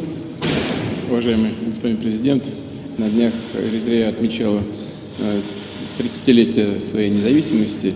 И это совпадает с датой установления наших дипломатических отношений между нашими странами. Позвольте вас с этим поздравить, поблагодарить вас за то, что за эти годы, за время вашего руководства страной, отношения между нашими странами развиваются и укрепляются. Ukraina kembali mengalami kerugian lantaran kehilangan pos komando angkatan bersenjatanya. Hal itu dikarenakan Rusia kembali menghancurkan markas tentara Ukraina. Kali ini Rusia melakukan penyerangan menggunakan roket peluncuran ganda, yakni MLRS MES. Klaim tersebut disampaikan oleh Kepala Pusat Pers Pengelompokan yakni Oleg Chekov yang mengatakan penyerangan itu terjadi di Trudoyevka arah Zaporozhia. Tak hanya itu, penembak jitu Rusia juga berhasil menghancurkan kelompok pengintai Ukraina. Serangan itu dilakukan menggunakan sistem penyembur api berat TOS-1 Solsepek. Selain penembak jitu Ukraina, TOS-1 Solsepek juga menghantam 2 benteng militan. Adapun 2 benteng militan itu berada di area Stepovoe dan Privolnoye. Oleg Chekov mengatakan beberapa titik penempatan Ukraina juga dihantam oleh artileri self-propelled Gostivka milik Rusia. Beberapa titik yang dimaksud yakni Poltavka dan Malaya Tokmatska. Di satu sisi, Ukraina belum memberikan penjelasan terkait kerugian yang dialami oleh komando pasukannya. Думают, ехать, не ехать, надо ехать. Победа за нами. Ахмат, сила! Pasukan Rusia mengklaim telah menguasai kota Bakhmut, Ukraina. Kini giliran pasukan Chechnya yang bersiap memulai pertempuran baru di wilayah Donetsk. Akankah wilayah Donetsk bernasib sama seperti kota Bakhmut? Pemimpin Chechnya Ramzan Kadyrov menyampaikan pasukannya sedang mempersiapkan peperangan baru. Pernyataan itu disampaikan Kadyrov seusai tentara bayaran Rusia mengumumkan penarikan pasukan di kota Bakhmut. Kadyrov mengaku pasukan Chechnya mendapat perintah baru, adapun perintah itu soal tanggung jawab merebut wilayah di Republik Rakyat Donetsk. Nantinya pasukan Chechnya mulai aktif di zona perang untuk membebaskan sejumlah area. Sejauh ini Kadyrov mengaku dirinya sedang mempersiapkan serangan yang akan dilancarkan pasukannya. Terlebih pasukan Chechnya mendapat dukungan dari Kementerian Pertahanan Rusia dan staf umum Angkatan Bersenjata Rusia. Hal itu dibuktikan dengan pemberian data, informasi, hingga senjata. Berbekal itulah Kadyrov telah menyusun strategi untuk bergerak maju di Donetsk. Diketahui sebelumnya, grup Wagner mengumumkan penarikan pasukannya mulai 24 Mei hingga 1 Juni. Dengan keberhasilan Bakhmut direbut, kepala grup Wagner yakni Yevgeny Prigozhin memberikan garda depan perang ke pasukan Rusia. Я сам знаешь, Как ты к этому решению пришел? повалим, они Коран рвут и безнаказанными остановиться так нельзя. Каждый мусульманин должен с этим воевать. Ахмат, сила, Аллаху Акбар. Я сам с Южно-Сахалинска, еду уже 3-й раз через Ахмат. Хочу пожелать всем нашим ребятам остальным, которые еще думают, ехать, не ехать, надо ехать. Победа за нами. Ахмат, сила!我不假就对别人讲的往家报会不会笑。 Ребята проходят высшую подготовку в Российском университете спецназа. Если эти ребята прибудут туда, я не советую пробовать связываться с этими ребятами. Любая задача, поставленная боевой части героя Северза Ахмата Кадырова, будет исполнена 100%. Ахмат, сила, Аллах. Kementerian Pertahanan Rusia mengakui serangan militer baru-baru ini di Ukraina menargetkan pusat pengambilan keputusan yang terlibat dalam merencanakan serangan teroris. Pasalnya, menurut Kemhan Rusia pada Selasa 30 Mei, kegiatan teroris dilakukan di bawah bimbingan langsung dari Badan Intelijen Barat. Diketahui Angkatan Bersenjata Rusia melakukan serangan pada siang hari. Militer tidak mengungkapkan jumlah pasti pusat yang ditargetkan atau secara eksplisit menyebutkannya. Mereka hanya menyatakan semua target yang ditunjuk telah berhasil dihantam. Kemudian pada hari itu, Presiden Rusia Vladimir Putin mengkonfirmasi markas besar Direktorat Intelijen Utama Militer Ukraina telah diserang. Guru Ukraina telah membangun kecurigaan terutama karena beberapa wawancara dengan outlet berita asing dan domestik yang diberikan oleh pimpinannya Kirill Budanov. Kepala Intel Ukraina itu telah membuat pernyataan yang semakin agresif baru-baru ini. Ia mengklaim keterlibatannya dalam sejumlah serangan di tanah Rusia. Awal bulan ini misalnya ia berjanji untuk terus menghabisi orang Rusia dimanapun di muka dunia ini sampai kemenangan penuh Ukraina tercapai. Tak lama kemudian ia mengaku bertanggung jawab atas pembunuhan banyak tokoh masyarakat Rusia. Meskipun Budanov tidak memberikan nama pastinya, ia menyatakan telah mendapatkan banyak nama, termasuk tokoh publik dan media. Sebelumnya diberitakan bulan ini 2 pesawat tak berawak dicegat di atas Kremlin. Namun serangan pada Selasa adalah pertama kalinya kendaraan udara tak berawak menghantam daerah pemukiman Moskow, di mana ratusan kilometer dari garis depan Ukraina. Wali kota Moskow, Sergei Sobyanin, mengatakan 2 orang dirawat namun tidak menderita luka serius. Penghuni bangunan yang rusak akibat serangan itu juga dievakuasi sementara. Di Jalan Profso Yusnaya, sebuah bangunan tempat tinggal dengan jendela yang pecah ditutup oleh polisi. Warga Moskow mengatakan bahwa sebuah pesawat tak berawak juga menabrak sebuah apartemen di lantai 14 sebuah gedung tinggi di Leninsky Prospect tetapi tidak meledak. Kementerian Pertahanan Rusia mengatakan bahwa 8 drone dikerahkan Ukraina dalam serangan itu. Namun 5 diantaranya jatuh dan 3 lainnya berhasil dinonaktifkan. Gubernur wilayah Krasnodar, Veniamin Kondrativ, menyebut sebuah drone Ukraina memicu kebakaran di kilang minyak di selatan Rusia. Menurutnya penembakan menghantam sebuah kota Rusia dekat perbatasan untuk ketiga kalinya dalam seminggu dan merusak bangunan serta membakar kendaraan. Rusia mengatakan sebuah pesawat tak berawak kemungkinan menjadi penyebab kebakaran yang terjadi di kilang minyak Avivsky. Kebakaran terjadi sehari setelah Rusia menuduh Ukraina mengirim pesawat tak berawak untuk menyerang gedung-gedung di Moskow. Kondrativ melalui aplikasi Telegram pada Rabu 31 Mei menyebut api segera padam dan tidak ada korban jiwa. Kilang minyak Avivsky diketahui berada tidak jauh dari pelabuhan Laut Hitam Novorossiysk, dekat kilang lain yang telah diserang beberapa kali dalam bulan ini. Tidak ada informasi langsung tentang siapa yang meluncurkan pesawat tak berawak itu, namun Moskow menuduh Kiev meningkatkan serangan di dalam Rusia dalam beberapa pekan terakhir. Sementara Rusia telah berulang kali menggempur kota-kota Ukraina dengan pesawat tak berawak dan rudal. Langit di atas Ukraina relatif tenang pada hari Selasa malam tanpa ada serangan udara besar yang dilaporkan. Serangan pesawat tak berawak Rusia menewaskan 1 orang dan melukai 4 orang di Kiev pada hari Selasa. Serangan terhadap Rusia terjadi saat Ukraina mempersiapkan serangan balasan untuk mengusir pasukan Rusia dari wilayah yang diduduki sejak Moskow melancarkan invasi skala penuh sejak Februari 2022.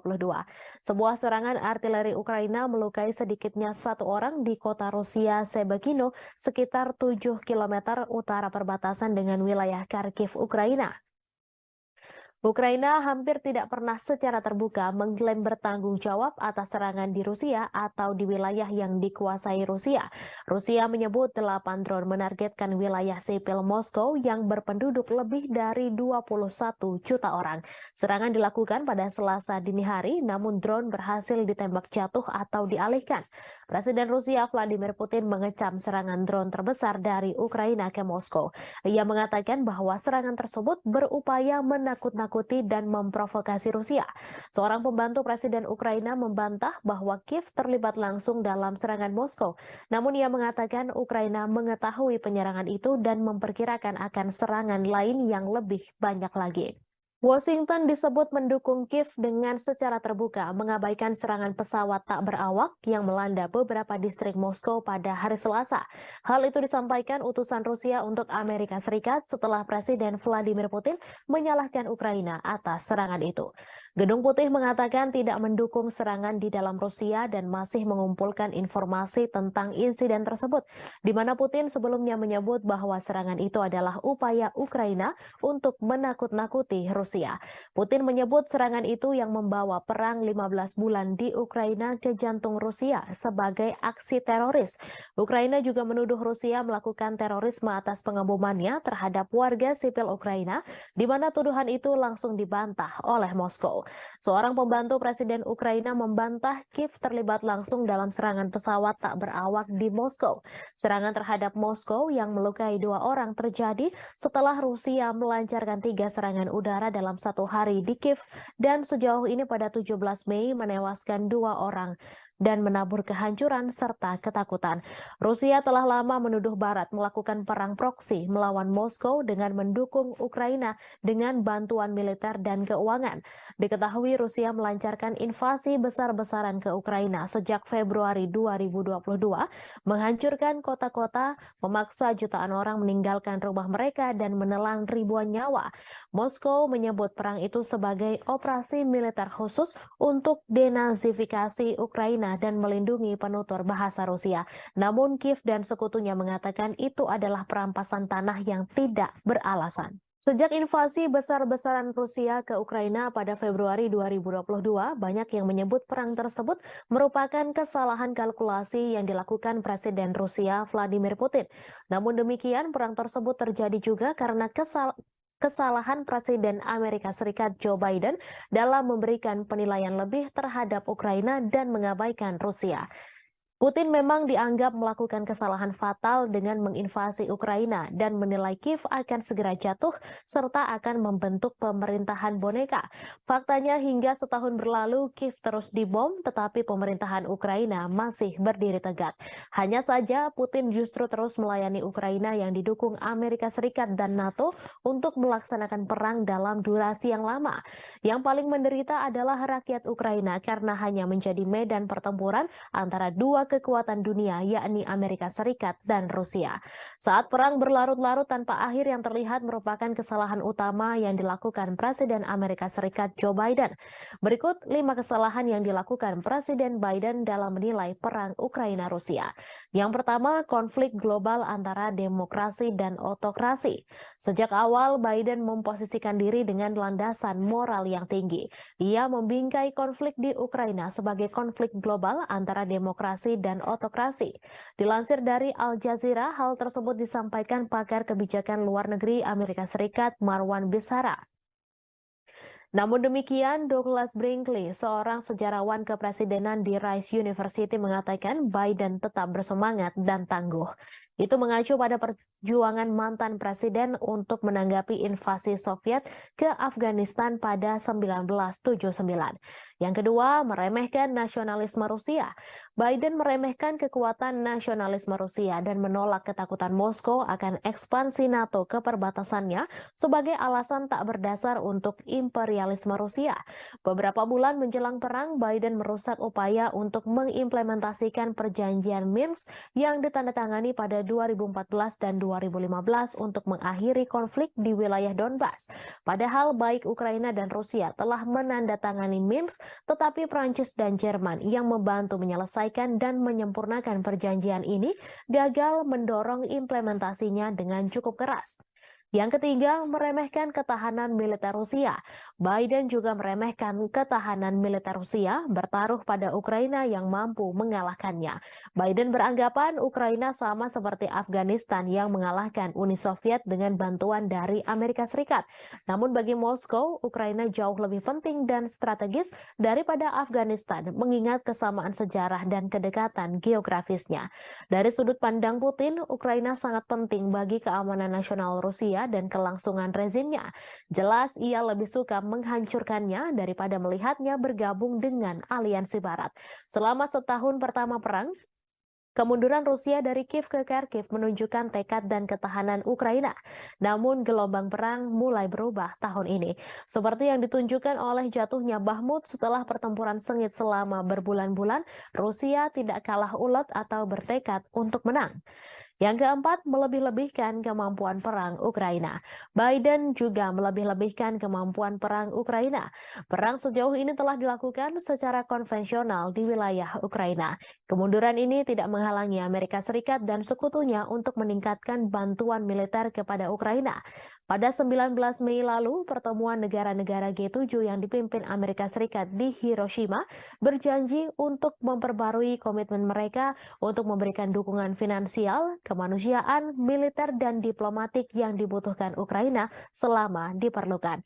Apa yang dimulai dengan pengiriman amunisi ke Ukraina diperluas untuk memasok artileri dan tank Amerika dan Jerman, sistem pertahanan Patriot, dan drone yang memungkinkan Ukraina melakukan perlawanan ke wilayah Rusia. Baru-baru ini, Amerika Serikat telah menyetujui pengiriman jet tempur F-16 ke Ukraina untuk menantang superioritas udara Rusia. Moskow telah memperingatkan bahwa menyediakan Kiev dengan pesawat ini akan menyebabkan eskalasi yang berbahaya. Yang kelima, salah kalkulasi sanksi bagi Rusia. Sama seperti Putin yang meremehkan persatuan Barat dalam mendukung Ukraina, Biden juga meremehkan ketidakpedulian dunia lainnya terhadap dampak perang tersebut. Saat seluruh dunia terus berdagang dengan Rusia, sanksi Barat gagal mengubah perhitungan Moskow. Skenario suram telah memaksa Biden beralih ke rencana kompleks untuk menghukum Rusia secara ekonomi dan menunjukkan bahaya pemerintahan otoriter yang menjungkir balikan demokrasi tetangga.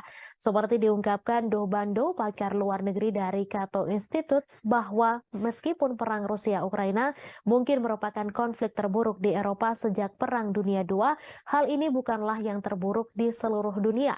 Konflik yang jauh lebih dahsyat telah terjadi di seluruh dunia berkembang karena dampak perang Ukraina tersebut. Perang Rusia dan Ukraina terus mencapai dinamika terbaru. Meski memiliki ukuran persenjataan yang lebih kecil, Ukraina dilaporkan telah menjatuhkan serangan yang menekan tentara Moskow. Di balik taktik serangan Ukraina, Kiev nyatanya menggunakan strategi yang mirip dengan kelompok teroris ISIS. Hal ini terlihat dari bagaimana Ukraina mengunggah video yang berisi kekejaman untuk menggugah emosi, di mana hal ini serupa dengan ISIS. Kelompok teror itu mendorong video yang canggih dan kadang menampilkan kekerasan sebagai bagian dari kampanye perekrutan yang lebih luas. Mereka juga mendistribusikan rekaman yang menarik secara emosional untuk memangsa identitas target yang lemah. Dilansir dari Newsweek, bagi Ukraina, motivasi di balik pembuatan video dari adegan medan perang adalah menarik cukup banyak pemirsa secara global untuk memastikan bahwa perjuangan negara melawan Rusia tidak dilupakan. Hal ini juga membuktikan bahwa dukungan keuangan dan militer Barat untuk Kiev belum dan tidak akan sia-sia. Menurut salah satu pembuat video asal Ukraina, Konstantin Kalnovsky, Kiev menggunakan teknologi yang cukup mumpuni seperti drone untuk menggambarkan situasi kengerian serangan Rusia. Video itulah yang kemudian membuat Ukraina mendapatkan begitu banyak dukungan. Ukraina nyatanya juga memiliki pasukan khusus pembuat video grafis yang bernama Serigala Putih. Mereka merilis video sepanjang konflik yang menunjukkan bagaimana pasukannya berhasil menghancurkan target Rusia termasuk tank. Salah satu klip yang ditweet oleh Dinas Keamanan Ukraina, SBU, pada bulan Maret menunjukkan pandangan udara dari kendaraan militer yang meledak setelah dihantam dari atas. Sean Houston, seorang profesor propaganda di Military College of South Carolina, mengatakan kepada Newsweek bahwa klip tersebut adalah contoh bagus dari gamifikasi video pertempuran dan kualitas yang tumpang tindih antara video game dan rekaman kehidupan nyata yang terkait dengan teknik video yang digunakan oleh ISIS. Ukraina masih berbuntut konflik mengerikan. Setelah Rusia menyerang Kiev, giliran muncul serangan ke Moskow. Rusia menuduh Ukraina sebagai penyerang Moskow dan Vladimir Putin menyebut hal itu sebagai tindakan terorisme. Menurut Putin, Ukraina berusaha mengintimidasi Rusia, warga Rusia, dan menyerang bangunan-bangunan tempat tinggal. Otoritas Rusia mengklaim 8 drone yang menargetkan wilayah sipil Moskow dan sekitarnya yang dihuni lebih dari 21 juta penduduk pada Selasa 30 Mei dini hari berhasil ditembak jatuh dengan beberapa drone lainnya dinonaktifkan. Moskow yang merupakan ibu kota dari negara dengan kekuatan nuklir terbesar di dunia telah dilindungi oleh sistem peringatan dini yang ekstensif. Namun selesai rentetan serangan drone Ukraina, Putin menyatakan bahwa sistem pertahanan udara di sekitar Moskow akan diperkuat. Sementara itu, Ukraina membantah terlibat secara langsung dalam rentetan serangan drone yang menghujani ibu kota Moskow di Rusia. Namun demikian, Kiev mengakui tengah menikmati situasi di Moskow dan memprediksi masih akan ada serangan lainnya. Seperti dilansir Reuters pada Rabu 31 Mei, bantahan itu disampaikan oleh penasihat kepresidenan Ukraina, Mikhailo Podolyak, saat berbicara dalam acara Breakfast Show. Dilansir Reuters pada Rabu 31 Mei terjadi serangan drone yang menghantam dan memicu kebakaran di sebuah kilang minyak Rusia bagian selatan. Rusia menuding Ukraina sebagai dalang serangan itu. Otoritas Rusia juga melaporkan sebuah serangan artileri Ukraina terhadap kota Sebekino yang berjarak hanya 7 km sebelah utara wilayah Kharkiv di Ukraina. Serangan itu tercatat sebagai serangan ketiga di wilayah perbatasan dalam sepekan terakhir. Gubernur setempat Vyacheslav Gladkov dalam pernyataan melaporkan sedikitnya 2 orang harus dirawat di rumah sakit akibat serangan itu. Gladkov juga menyebut serangan itu menghancurkan jendela-jendela bangunan dan merusak atap gedung apartemen 8 lantai, 4 rumah warga, sebuah sekolah, dan beberapa tempat lainnya. Ia terjadi pada malam hari ketika sebagian besar penduduk Kiev tertidur lelap. Sirine meraung-raung di seluruh ibu kota Ukraina, membangunkan penduduk yang telah menghadapi perang selama 15 bulan. Mereka menyesuaikan rutinitasnya demi menghadapi kampanye udara terbaru Rusia. Dilansir Kompas.com dari Associated Press, dalam eskalasi serangan Rusia baru-baru ini, Olha Buchno, seorang petugas kebersihan, berdoa setiap malam. Di samping tempat tidurnya ada tas berisi barang-barang penting seperti dokumen, makanan kering, dan air. Mendengar bunyi alarm, ia berlari ke bawah, ke ruang bawah tanah gedungnya, dan berlindung. Hampir 2 minggu lalu, puing-puing dari rudal yang ditembak jatuh mendarat di atap sebuah gedung di sebelahnya di distrik Darnitsia, Kiev, menyebabkan kebakaran besar. Ia menangis sambil ketakutan setiap malamnya, membayangkan kemungkinan buruk yang bisa terjadi jika alarm sudah berbunyi. Mereka membayangkan pengungsian, terjebak di bawah reruntuhan, dan terbunuh. Yang lain bersikap apatis berbaring terjaga di tempat tidur saat suara ledakan memantul melintasi langit. Diketahui dalam sebulan terakhir ketika serangan udara Rusia meningkat menjadi serangan hampir setiap malam, kebanyakan orang mengeluh sulit tidur. Rusia meluncurkan gelombang serangan lain ke Kiev pada dini hari Senin menggunakan kombinasi drone dan rudal jelajah. Lebih dari 40 target udara dijatuhkan dalam serangan malam hari ke-15 di ibu kota pada bulan Mei. Saat siang hari, puing-puing yang berjatuhan menembus atap bangunan tempat tinggal di distrik Potlis, tetapi tidak ada laporan mengenai korban. Seringkali ledakan adalah suara dari sistem pertahanan udara Ukraina yang berhasil menargetkan rudal dan drone mematikan yang dikirim Rusia ke Ukraina. Rusia melancarkan pengeboman yang sangat intens, mengirimkan 18 rudal ke arah Ukraina, 14 diantaranya menargetkan Kiev menurut juru bicara Angkatan Udara Ukraina. Ukraina mengklaim pihaknya telah menembak jatuh 6 rudal hipersonik Kinzhal pada malam itu. Yevgeny Prigozhin, bos kelompok tentara bayaran Rusia Wagner Group, mendesak jaksa untuk menyelidiki kejahatan oleh pejabat-pejabat senior pertahanan negeri beruang merah selama invasi di Ukraina. Prigozhin melayangkan desakan itu melalui surat ke pihak berwenang. Dalam surat itu, ia mengeluhkan operasi khusus militer atau SMO Rusia di Ukraina. Sebagaimana dilansir Reuters, Prigozhin kemudian mengatakan surat-surat tersebut tidak untuk dipublikasikan. Dalam beberapa bulan belakangan, Prigozhin memang kerap mengkritik para pejabat pertahanan Rusia yang ia anggap tidak becus. Akibat ketidakbecusan itu, prajurit Rusia di medan tempur di Ukraina kewalahan dan bak kehilangan arah, sementara nyawa terus berjatuhan. Sejumlah pengamat juga menganggap pasukan militer Rusia di Ukraina tidak becus. Beberapa pakar menilai pasukan Wagner lah yang selama ini membuat Rusia dapat bertahan di Ukraina. Namun Wagner sudah menarik pasukannya dari medan tempur di Ukraina. Mereka menyerahkan posisi tempur kepada tentara Rusia. Setelah penarikan pasukan itu, muncul desas-desus bahwa Prigozhin berencana melancarkan kudeta di Rusia. Meski demikian, Prigozhin langsung membantah tudingan tersebut. Ia mengklaim Wagner tak memiliki pasukan yang cukup untuk melancarkan kudeta. Ia malah menuduh balik Menteri Pertahanan Rusia Sergei Shoigu lah yang sebenarnya mampu menggelar kudeta mengingat personel pasukannya begitu banyak. Rusia akan mengevakuasi ratusan anak dari desa-desa di Belgorod karena pengeboman yang intensif di perbatasan Rusia dan Ukraina tersebut. Kremlin menganggap situasi di Belgorod saat ini mengkhawatirkan. Diketahui Rusia mulai menghadapi rentetan serangan intensif di perbatasan termasuk Belgorod. Evakuasi ini dilakukan di daerah perbatasan yang paling terkena dampak. Gubernur Belgorod Vyacheslav Gladkov mengatakan situasi memburuk di desa Sebekino yang dihantam roket pada Rabu 31 Mei pukul 3:15 waktu setempat. Ia mengatakan 300 anak pertama di wilayah terdampak di Belgorod akan dibawa ke Voronezh, sebuah kota sekitar 250 km lebih jauh ke Rusia. Melalui saluran telegramnya, ia memposting foto-foto mobil terbakar yang menghitam tergeletak di rerumputan dekat taman bermain dan sebuah roket yang tampaknya mendarat di jalan. Ia mengatakan serangan itu melukai 4 orang. Sehari sebelumnya, 1 orang tewas dan 2 lainnya luka-luka dalam serangan Ukraina di sebuah pusat pengungsian di wilayah Belgorod pada Selasa 30 Mei. Serangan itu terjadi saat Ukraina mengatakan sedang mempersiapkan serangan besar terhadap pasukan Moskow. Ia mengatakan Rusia sedang mengambil langkah-langkah yang diperlukan.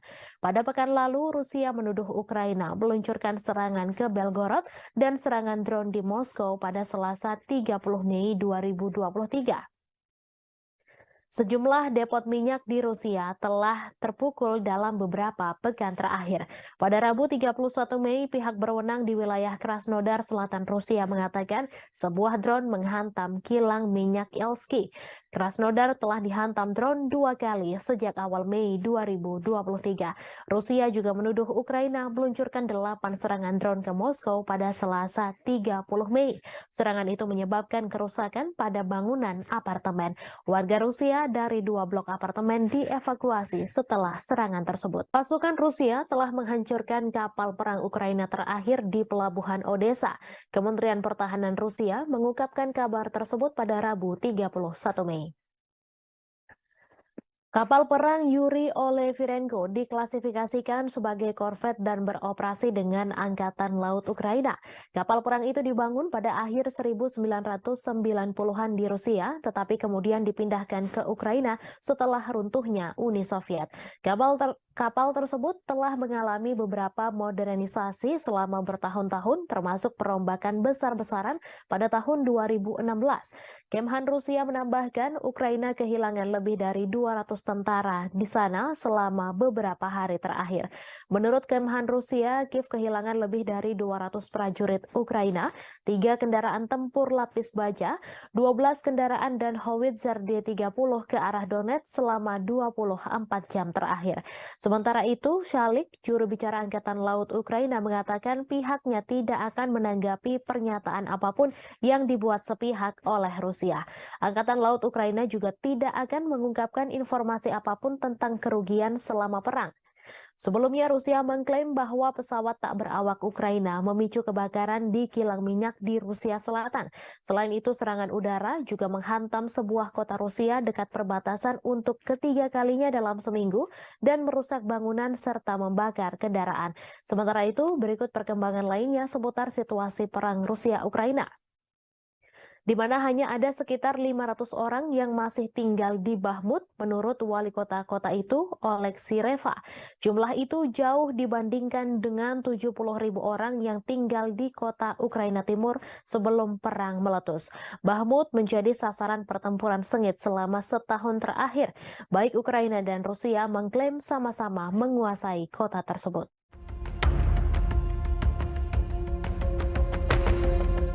Pasukan Rusia mengklaim telah menghancurkan kapal perang besar terakhir yang dimiliki oleh Ukraina. Serangan tersebut dilancarkan Rusia pada Senin 29 Mei di Pelabuhan Odessa di Laut Hitam. Dalam rilis Kementerian Pertahanan, kapal perang besar Angkatan Laut Ukraina ini dihancurkan dengan serangan presisi tinggi Angkatan Udara Rusia. Di tempat berlabuhnya kapal tersebut, kapal perang terakhir Angkatan Laut Ukraina ini bernama Yuri Olefirenko. Hanya saja Ukraina membantah kapal perang terakhir telah dihancurkan pasukan Putin. Hal ini ditegaskan oleh juru bicara Angkatan Laut Ukraina, Oleh Kalik, yang meminta sumber Rusia yang membicarakan hancurnya Olefirenko tak diperhatikan dan diperdulikan. Namun pasukan militer Ukraina membenarkan adanya serangan udara yang menyebabkan kebakaran dan telah merusak infrastruktur di Pelabuhan Odessa. Yuri Olefirenko adalah kapal pendarat berukuran sedang untuk pasukan dan kendaraan. Presiden Ukraina Volodymyr Zelensky sendiri mengoperasikan versi pembaruan dari kapal tersebut pada awal Juni 2022 lalu.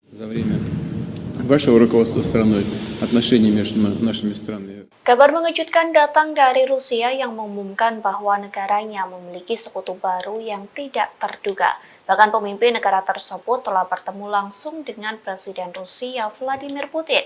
Lantas, akankah negara tersebut membantu Rusia dalam peperangan dengan Ukraina?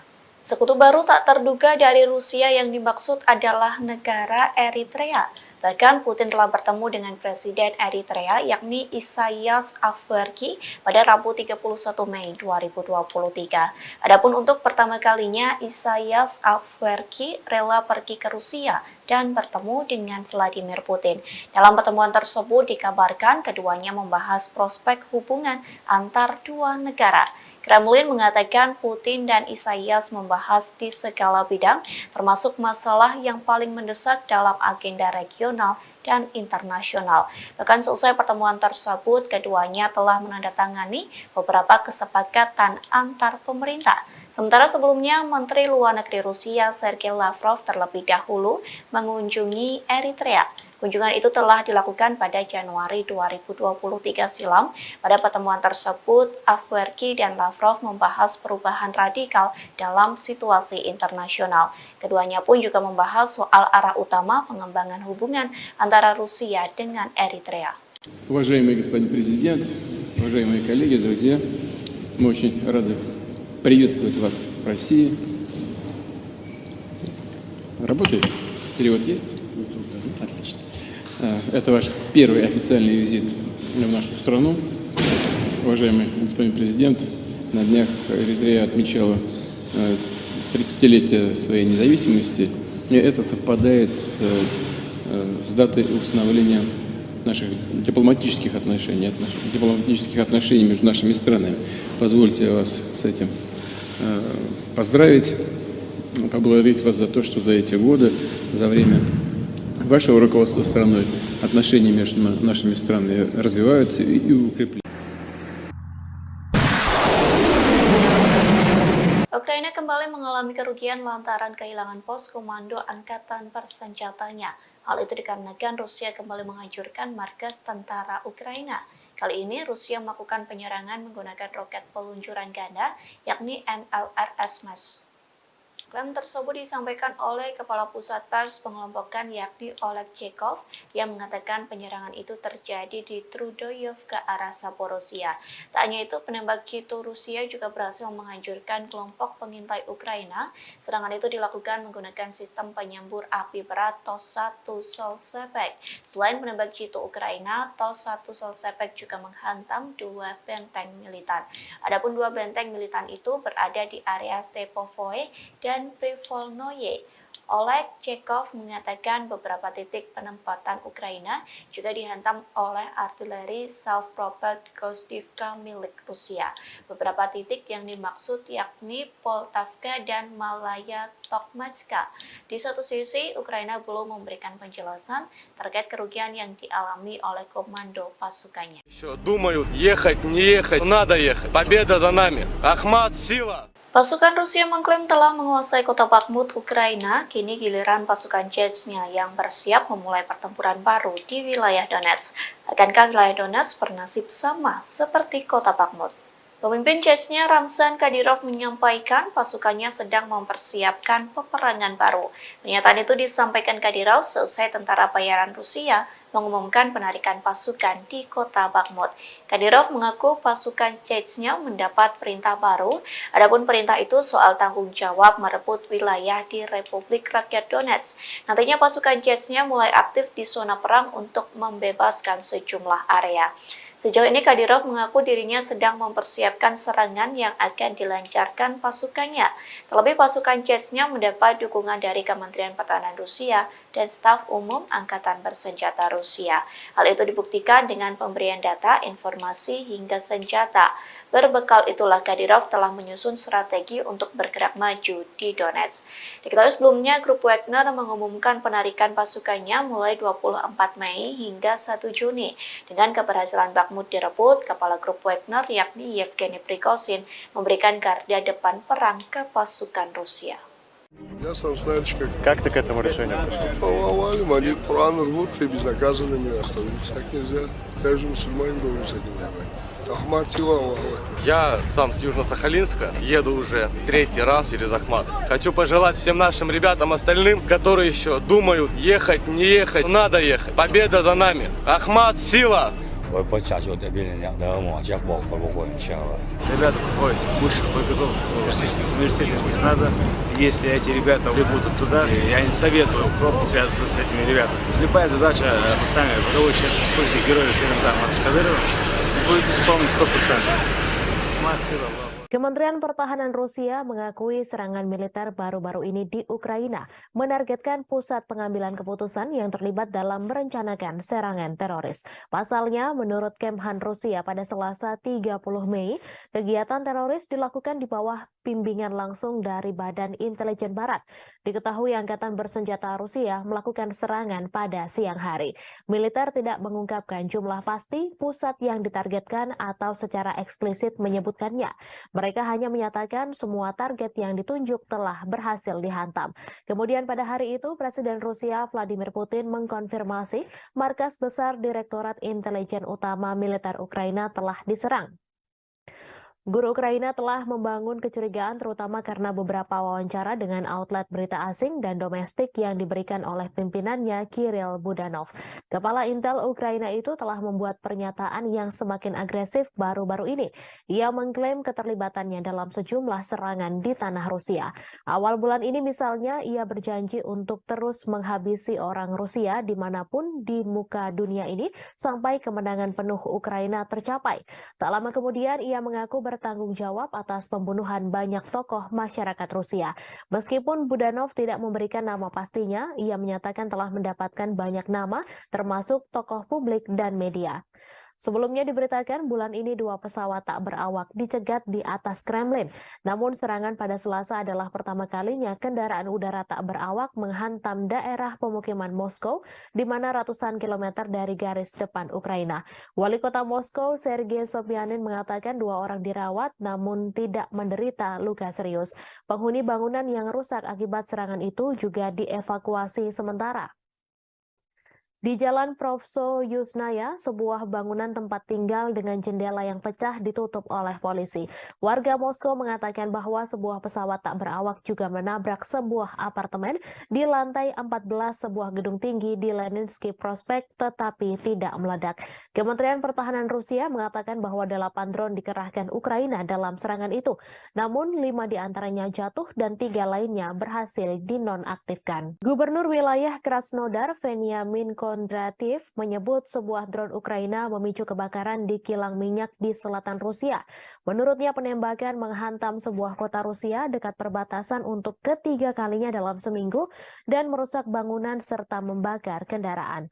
Rusia mengatakan sebuah pesawat tak berawak kemungkinan menjadi penyebab kebakaran yang terjadi di kilang minyak Avivsky. Kebakaran terjadi sehari setelah Rusia menuduh Ukraina mengirim pesawat tak berawak untuk menyerang gedung-gedung di Moskow. Kondrativ melalui aplikasi Telegram pada Rabu 31 Mei menyebut api segera padam dan tidak ada korban jiwa. Kilang minyak Avivsky diketahui berada tidak jauh dari pelabuhan Laut Hitam Novorossiysk, dekat kilang lain yang telah diserang beberapa kali dalam bulan ini. Tidak ada informasi langsung tentang siapa yang meluncurkan pesawat tak berawak itu, namun Moskow menuduh Kiev meningkatkan serangan di dalam Rusia dalam beberapa pekan terakhir. Sementara Rusia telah berulang kali menggempur kota-kota Ukraina dengan pesawat tak berawak dan rudal. Langit di atas Ukraina relatif tenang pada hari Selasa malam tanpa ada serangan udara besar yang dilaporkan. Serangan pesawat tak berawak Rusia menewaskan 1 orang dan melukai 4 orang di Kiev pada hari Selasa. Serangan terhadap Rusia terjadi saat Ukraina mempersiapkan serangan balasan untuk mengusir pasukan Rusia dari wilayah yang diduduki sejak Moskow melancarkan invasi skala penuh sejak Februari 2022. Sebuah serangan artileri Ukraina melukai sedikitnya 1 orang di kota Rusia Sebekino, sekitar 7 km utara perbatasan dengan wilayah Kharkiv, Ukraina. Ukraina hampir tidak pernah secara terbuka mengklaim bertanggung jawab atas serangan di Rusia atau di wilayah yang dikuasai Rusia. Rusia menyebut 8 drone menargetkan wilayah sipil Moskow yang berpenduduk lebih dari 21 juta orang. Serangan dilakukan pada Selasa dini hari, namun drone berhasil ditembak jatuh atau dialihkan. Presiden Rusia Vladimir Putin mengecam serangan drone terbesar dari Ukraina ke Moskow. Ia mengatakan bahwa serangan tersebut berupaya menakut-nakuti menakut-nakuti dan memprovokasi Rusia. Seorang pembantu Presiden Ukraina membantah bahwa Kiev terlibat langsung dalam serangan Moskow. Namun ia mengatakan Ukraina mengetahui penyerangan itu dan memperkirakan akan serangan lain yang lebih banyak lagi. Washington disebut mendukung Kiev dengan secara terbuka mengabaikan serangan pesawat tak berawak yang melanda beberapa distrik Moskow pada hari Selasa. Hal itu disampaikan utusan Rusia untuk Amerika Serikat setelah Presiden Vladimir Putin menyalahkan Ukraina atas serangan itu. Gedung Putih mengatakan tidak mendukung serangan di dalam Rusia dan masih mengumpulkan informasi tentang insiden tersebut, di mana Putin sebelumnya menyebut bahwa serangan itu adalah upaya Ukraina untuk menakut-nakuti Rusia. Putin menyebut serangan itu yang membawa perang 15 bulan di Ukraina ke jantung Rusia sebagai aksi teroris. Ukraina juga menuduh Rusia melakukan terorisme atas pengebomannya terhadap warga sipil Ukraina, di mana tuduhan itu langsung dibantah oleh Moskow. Seorang pembantu Presiden Ukraina membantah Kiev terlibat langsung dalam serangan pesawat tak berawak di Moskow. Serangan terhadap Moskow yang melukai 2 orang terjadi setelah Rusia melancarkan 3 serangan udara dalam 1 hari di Kiev dan sejauh ini pada 17 Mei menewaskan 2 orang dan menabur kehancuran serta ketakutan. Rusia telah lama menuduh Barat melakukan perang proksi melawan Moskow dengan mendukung Ukraina dengan bantuan militer dan keuangan. Diketahui Rusia melancarkan invasi besar-besaran ke Ukraina sejak Februari 2022, menghancurkan kota-kota, memaksa jutaan orang meninggalkan rumah mereka dan menelan ribuan nyawa. Moskow menyebut perang itu sebagai operasi militer khusus untuk denazifikasi Ukraina dan melindungi penutur bahasa Rusia. Namun Kiev dan sekutunya mengatakan itu adalah perampasan tanah yang tidak beralasan. Sejak invasi besar-besaran Rusia ke Ukraina pada Februari 2022, banyak yang menyebut perang tersebut merupakan kesalahan kalkulasi yang dilakukan Presiden Rusia Vladimir Putin. Namun demikian, perang tersebut terjadi juga karena kesalahan Presiden Amerika Serikat Joe Biden dalam memberikan penilaian lebih terhadap Ukraina dan mengabaikan Rusia. Putin memang dianggap melakukan kesalahan fatal dengan menginvasi Ukraina dan menilai Kiev akan segera jatuh serta akan membentuk pemerintahan boneka. Faktanya hingga setahun berlalu Kiev terus dibom tetapi pemerintahan Ukraina masih berdiri tegak. Hanya saja Putin justru terus melayani Ukraina yang didukung Amerika Serikat dan NATO untuk melaksanakan perang dalam durasi yang lama. Yang paling menderita adalah rakyat Ukraina karena hanya menjadi medan pertempuran antara dua kekuatan dunia yakni Amerika Serikat dan Rusia. Saat perang berlarut-larut tanpa akhir yang terlihat merupakan kesalahan utama yang dilakukan Presiden Amerika Serikat Joe Biden. Berikut 5 kesalahan yang dilakukan Presiden Biden dalam menilai perang Ukraina-Rusia. Yang pertama, konflik global antara demokrasi dan otokrasi. Sejak awal Biden memposisikan diri dengan landasan moral yang tinggi. Ia membingkai konflik di Ukraina sebagai konflik global antara demokrasi dan otokrasi. Dilansir dari Al Jazeera, hal tersebut disampaikan pakar kebijakan luar negeri Amerika Serikat Marwan Bissara.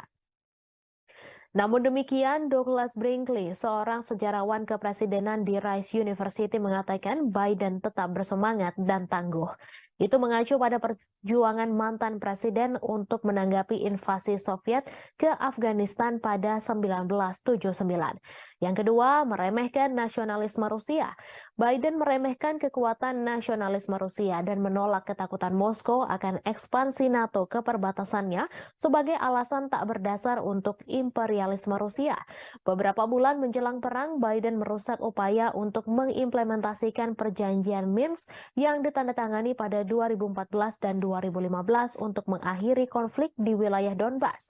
Padahal baik Ukraina dan Rusia telah menandatangani Minsk, tetapi Prancis dan Jerman yang membantu menyelesaikan dan menyempurnakan perjanjian ini gagal mendorong implementasinya dengan cukup keras.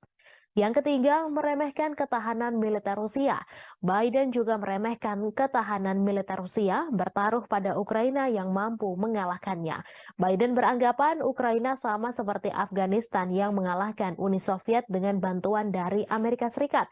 Namun bagi Moskow, Ukraina jauh lebih penting dan strategis daripada Afghanistan, mengingat kesamaan sejarah dan kedekatan geografisnya. Dari sudut pandang Putin, Ukraina sangat penting bagi keamanan nasional Rusia Rusia dan kelangsungan rezimnya.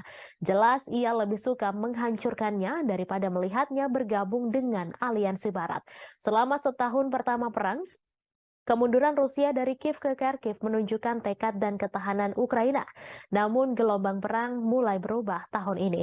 Seperti yang ditunjukkan oleh jatuhnya Bakhmut setelah pertempuran sengit selama berbulan-bulan, Rusia tidak kalah ulet atau bertekad untuk menang.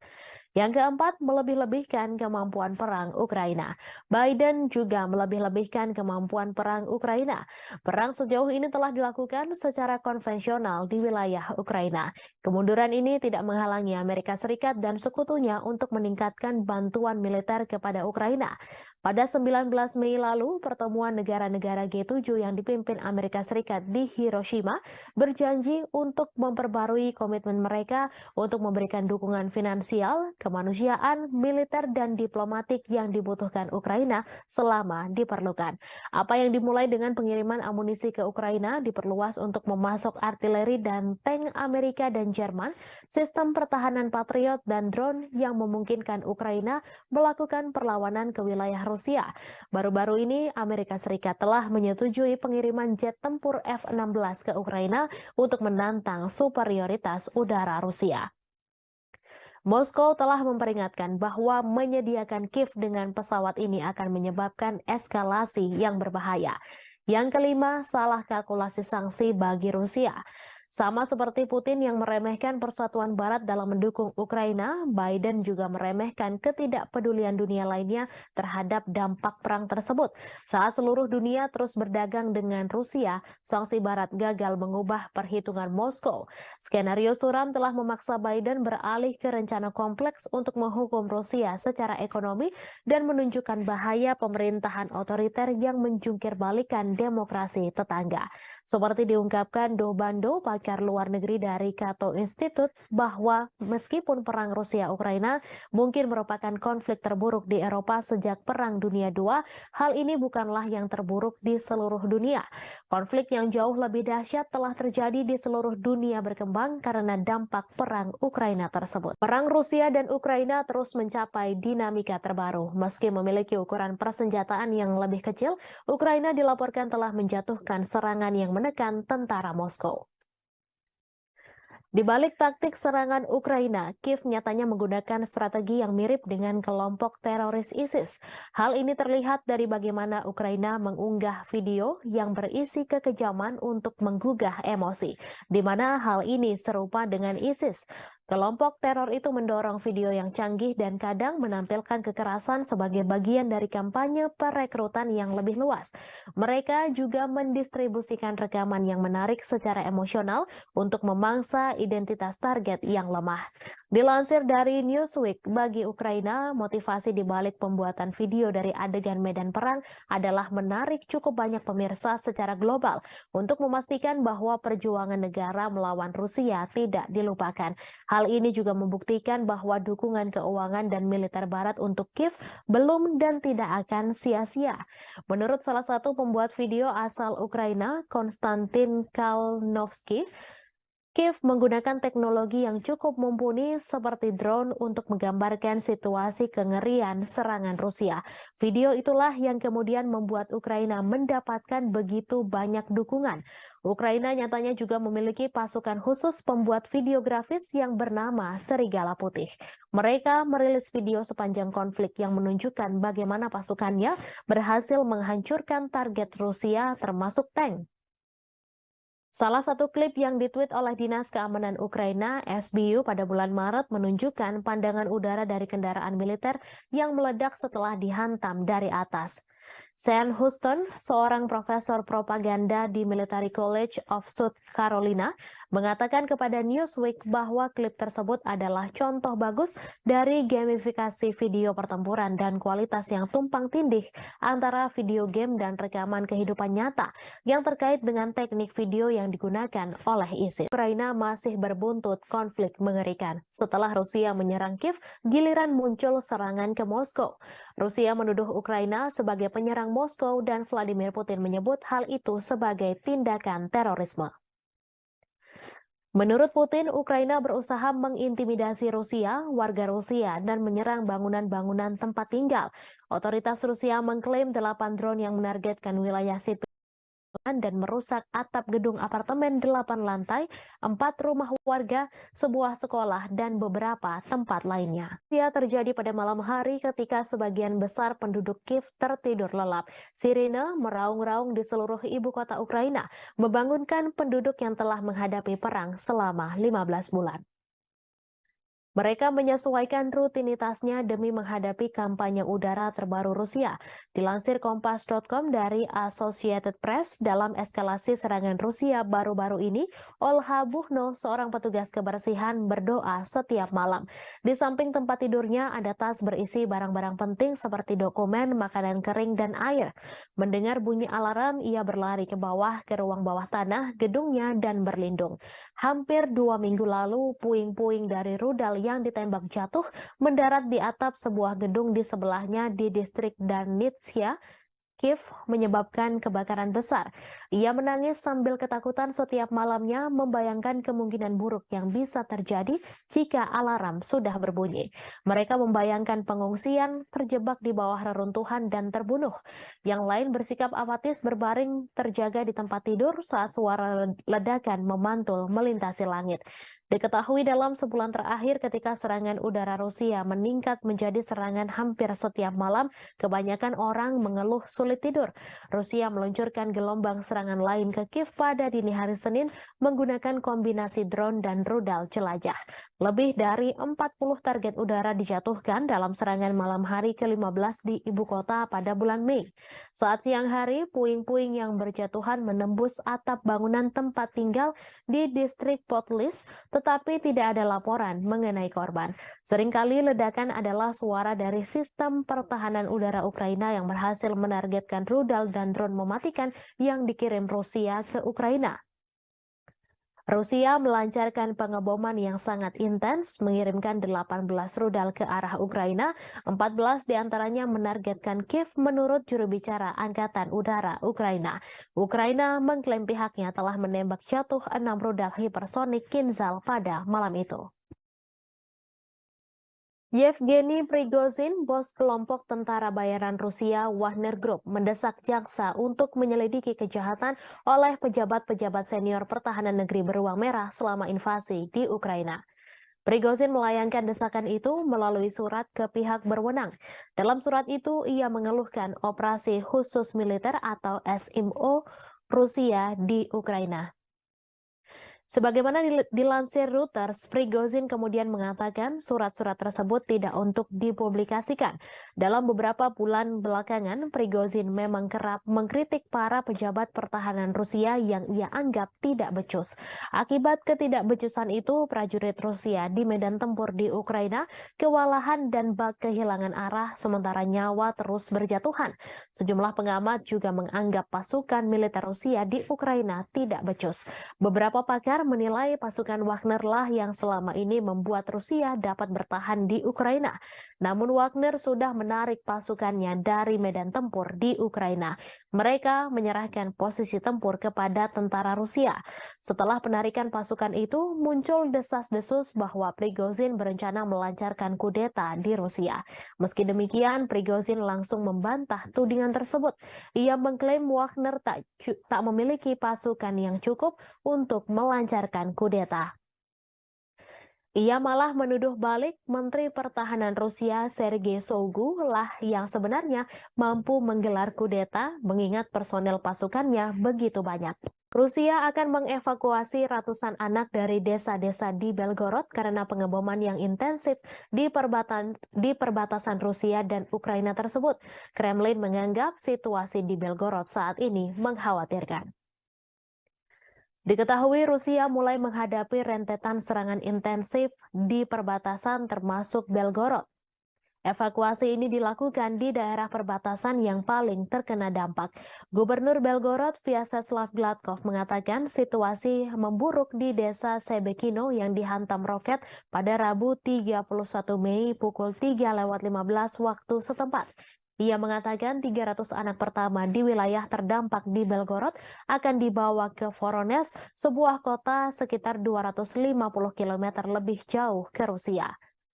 Melalui saluran telegramnya, ia memposting foto-foto mobil terbakar yang menghitam tergeletak di rerumputan dekat taman bermain dan sebuah roket yang tampaknya mendarat di jalan. Ia mengatakan serangan itu melukai 4 orang. Sehari sebelumnya, 1 orang tewas dan 2 lainnya luka-luka dalam serangan Ukraina di sebuah pusat pengungsian di wilayah Belgorod pada Selasa 30 Mei. Serangan itu terjadi saat Ukraina mengatakan sedang mempersiapkan serangan besar terhadap pasukan Moskow. Ia mengatakan Rusia sedang mengambil langkah-langkah yang diperlukan. Pada pekan lalu, Rusia menuduh Ukraina meluncurkan serangan ke Belgorod dan serangan drone di Moskow pada Selasa 30 Mei 2023. Sejumlah depot minyak di Rusia telah terpukul dalam beberapa pekan terakhir.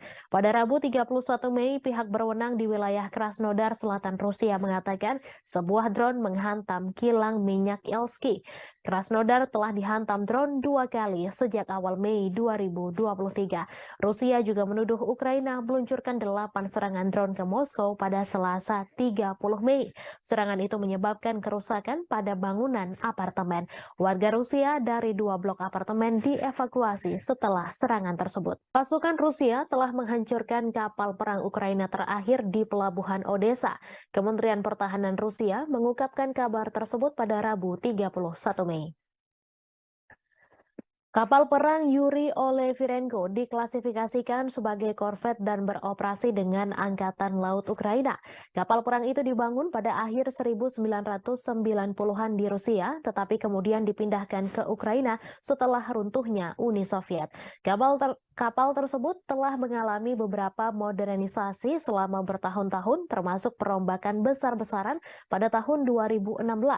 Kemhan Rusia menambahkan Ukraina kehilangan lebih dari 200 tentara di sana selama beberapa hari terakhir. Menurut Kemhan Rusia, Kiev kehilangan lebih dari 200 prajurit Ukraina, 3 kendaraan tempur lapis baja, 12 kendaraan dan howitzer D-30 ke arah Donetsk selama 24 jam terakhir. Sementara itu, Shalik, juru bicara Angkatan Laut Ukraina, mengatakan pihaknya tidak akan menanggapi pernyataan apapun yang dibuat sepihak oleh Rusia. Angkatan Laut Ukraina juga tidak akan mengungkapkan informasi apapun tentang kerugian selama perang. Sebelumnya, Rusia mengklaim bahwa pesawat tak berawak Ukraina memicu kebakaran di kilang minyak di Rusia Selatan. Selain itu, serangan udara juga menghantam sebuah kota Rusia dekat perbatasan untuk ketiga kalinya dalam seminggu dan merusak bangunan serta membakar kendaraan. Sementara itu, berikut perkembangan lainnya seputar situasi perang Rusia-Ukraina, di mana hanya ada sekitar 500 orang yang masih tinggal di Bakhmut menurut wali kota itu, Oleksiy Reva. Jumlah itu jauh dibandingkan dengan 70.000 orang yang tinggal di kota Ukraina Timur sebelum perang meletus. Bakhmut menjadi sasaran pertempuran sengit selama setahun terakhir. Baik Ukraina dan Rusia mengklaim sama-sama menguasai kota tersebut.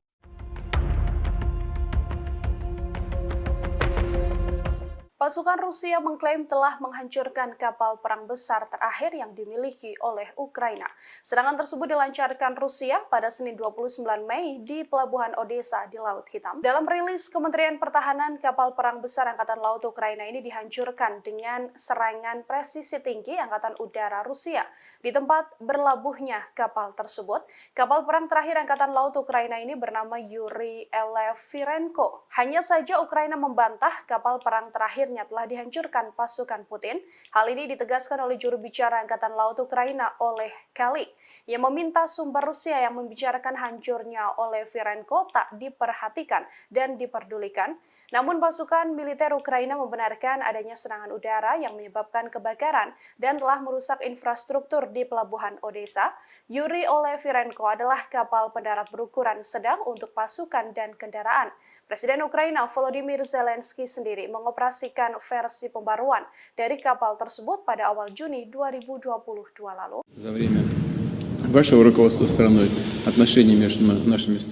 Kabar mengejutkan datang dari Rusia yang mengumumkan bahwa negaranya memiliki sekutu baru yang tidak terduga. Bahkan pemimpin negara tersebut telah bertemu langsung dengan Presiden Rusia Vladimir Putin. Lantas, akankah negara tersebut membantu Rusia dalam peperangan dengan Ukraina? Sekutu baru tak terduga dari Rusia yang dimaksud adalah negara Eritrea. Bahkan Putin telah bertemu dengan Presiden Eritrea yakni Isaias Afwerki pada Rabu 31 Mei 2023. Adapun untuk pertama kalinya Isaias Afwerki rela pergi ke Rusia dan bertemu dengan Vladimir Putin. Dalam pertemuan tersebut dikabarkan keduanya membahas prospek hubungan antar dua negara. Kremlin mengatakan Putin dan Isaias membahas di segala bidang, termasuk masalah yang paling mendesak dalam agenda regional dan internasional. Bahkan selesai pertemuan tersebut, keduanya telah menandatangani beberapa kesepakatan antar pemerintah. Sementara sebelumnya, Menteri Luar Negeri Rusia Sergei Lavrov terlebih dahulu mengunjungi Eritrea. Kunjungan itu telah dilakukan pada Januari 2023 silam. Pada pertemuan tersebut, Afwerki dan Lavrov membahas perubahan radikal dalam situasi internasional. Keduanya pun juga membahas soal arah utama pengembangan hubungan antara Rusia dengan Eritrea. Уважаемый господин президент, уважаемые коллеги, друзья, мы очень рады приветствовать вас в России. Работает? Перевод есть? Отлично. Это ваш первый официальный визит в нашу страну. Уважаемый господин президент, на днях Эритрея отмечала 30-летие своей независимости. И это совпадает с датой установления наших дипломатических отношений между нашими странами. Позвольте вас с этим поздравить, поблагодарить вас за то, что за эти годы, за время вашего руководства страной, отношения между нашими странами развиваются и укрепляются. Ukraina kembali mengalami kerugian lantaran kehilangan pos komando angkatan bersenjatanya. Hal itu dikarenakan Rusia kembali menghancurkan markas tentara Ukraina. Kali ini Rusia melakukan penyerangan menggunakan roket peluncuran ganda, yakni MLRS. Klaim tersebut disampaikan oleh Kepala Pusat Pers Pengelompokan yakni Oleg Chekov yang mengatakan penyerangan itu terjadi di Trudoyov ke arah Zaporozhia. Tak hanya itu, penembak jitu Rusia juga berhasil menghancurkan kelompok pengintai Ukraina. Serangan itu dilakukan menggunakan sistem penyembur api berat TOS-1 Solsepek. Selain penembak jitu Ukraina, TOS-1 Solsepek juga menghantam dua benteng militan. Adapun dua benteng militan itu berada di area Stepovoe dan Privolnoye. Oleg Chekov mengatakan beberapa titik penempatan Ukraina juga dihantam oleh artileri self-propelled Gostivka milik Rusia. Beberapa titik yang dimaksud yakni Poltavka dan Malaya Tokmatska. Di satu sisi, Ukraina belum memberikan penjelasan terkait kerugian yang dialami oleh komando pasukannya. Думают, ехать, не ехать, надо ехать. Победа за нами. Ахмат, сила. Pasukan Rusia mengklaim telah menguasai kota Bakhmut, Ukraina. Kini giliran pasukan Chechnya yang bersiap memulai pertempuran baru di wilayah Donetsk. Akankah wilayah Donetsk bernasib sama seperti kota Bakhmut? Pemimpin Chechnya Ramzan Kadyrov menyampaikan pasukannya sedang mempersiapkan peperangan baru. Pernyataan itu disampaikan Kadyrov seusai tentara bayaran Rusia mengumumkan penarikan pasukan di kota Bakhmut. Kadyrov mengaku pasukan Chechnya mendapat perintah baru. Adapun perintah itu soal tanggung jawab merebut wilayah di Republik Rakyat Donetsk. Nantinya pasukan Chechnya mulai aktif di zona perang untuk membebaskan sejumlah area. Sejauh ini Kadyrov mengaku dirinya sedang mempersiapkan serangan yang akan dilancarkan pasukannya. Terlebih pasukan Chechnya mendapat dukungan dari Kementerian Pertahanan Rusia dan staf umum Angkatan Bersenjata Rusia. Hal itu dibuktikan dengan pemberian data, informasi, hingga senjata. Berbekal itulah Kadyrov telah menyusun strategi untuk bergerak maju di Donetsk. Diketahui sebelumnya, grup Wagner mengumumkan penarikan pasukannya mulai 24 Mei hingga 1 Juni. Dengan keberhasilan Bakhmut direbut, kepala grup Wagner yakni Yevgeny Prigozhin memberikan garda depan perang ke pasukan Rusia. Я сам знаешь, Как ты к этому решению пришел? повалим, они Коран рвут и безнаказанными остановиться как нельзя. Каждый мусульманин должен с этим воевать. Ахмат Силова. Я сам с Южно-Сахалинска, еду уже третий раз через Ахмат. Хочу пожелать всем нашим ребятам остальным, которые еще думают, ехать, не ехать, надо ехать. Победа за нами. Ахмат, сила!我不下就这边的往家报考不会начало. Ребята приходят высших подготовок в Российском университете спецназа. Если эти ребята прибудут туда, я не советую пробовать связываться с этими ребятами. Любая задача поставлена боевой части республики Героя России Ахмата Кадырова будет исполнена 100%. Ахмат, сила, Allah. Kementerian Pertahanan Rusia mengakui serangan militer baru-baru ini di Ukraina menargetkan pusat pengambilan keputusan yang terlibat dalam merencanakan serangan teroris. Pasalnya, menurut Kemhan Rusia pada Selasa 30 Mei, kegiatan teroris dilakukan di bawah bimbingan langsung dari Badan Intelijen Barat. Diketahui Angkatan Bersenjata Rusia melakukan serangan pada siang hari. Militer tidak mengungkapkan jumlah pasti pusat yang ditargetkan atau secara eksplisit menyebutkannya. Mereka hanya menyatakan semua target yang ditunjuk telah berhasil dihantam. Kemudian pada hari itu, Presiden Rusia Vladimir Putin mengkonfirmasi markas besar Direktorat Intelijen Utama Militer Ukraina telah diserang. Guru Ukraina telah membangun kecurigaan terutama karena beberapa wawancara dengan outlet berita asing dan domestik yang diberikan oleh pimpinannya Kirill Budanov.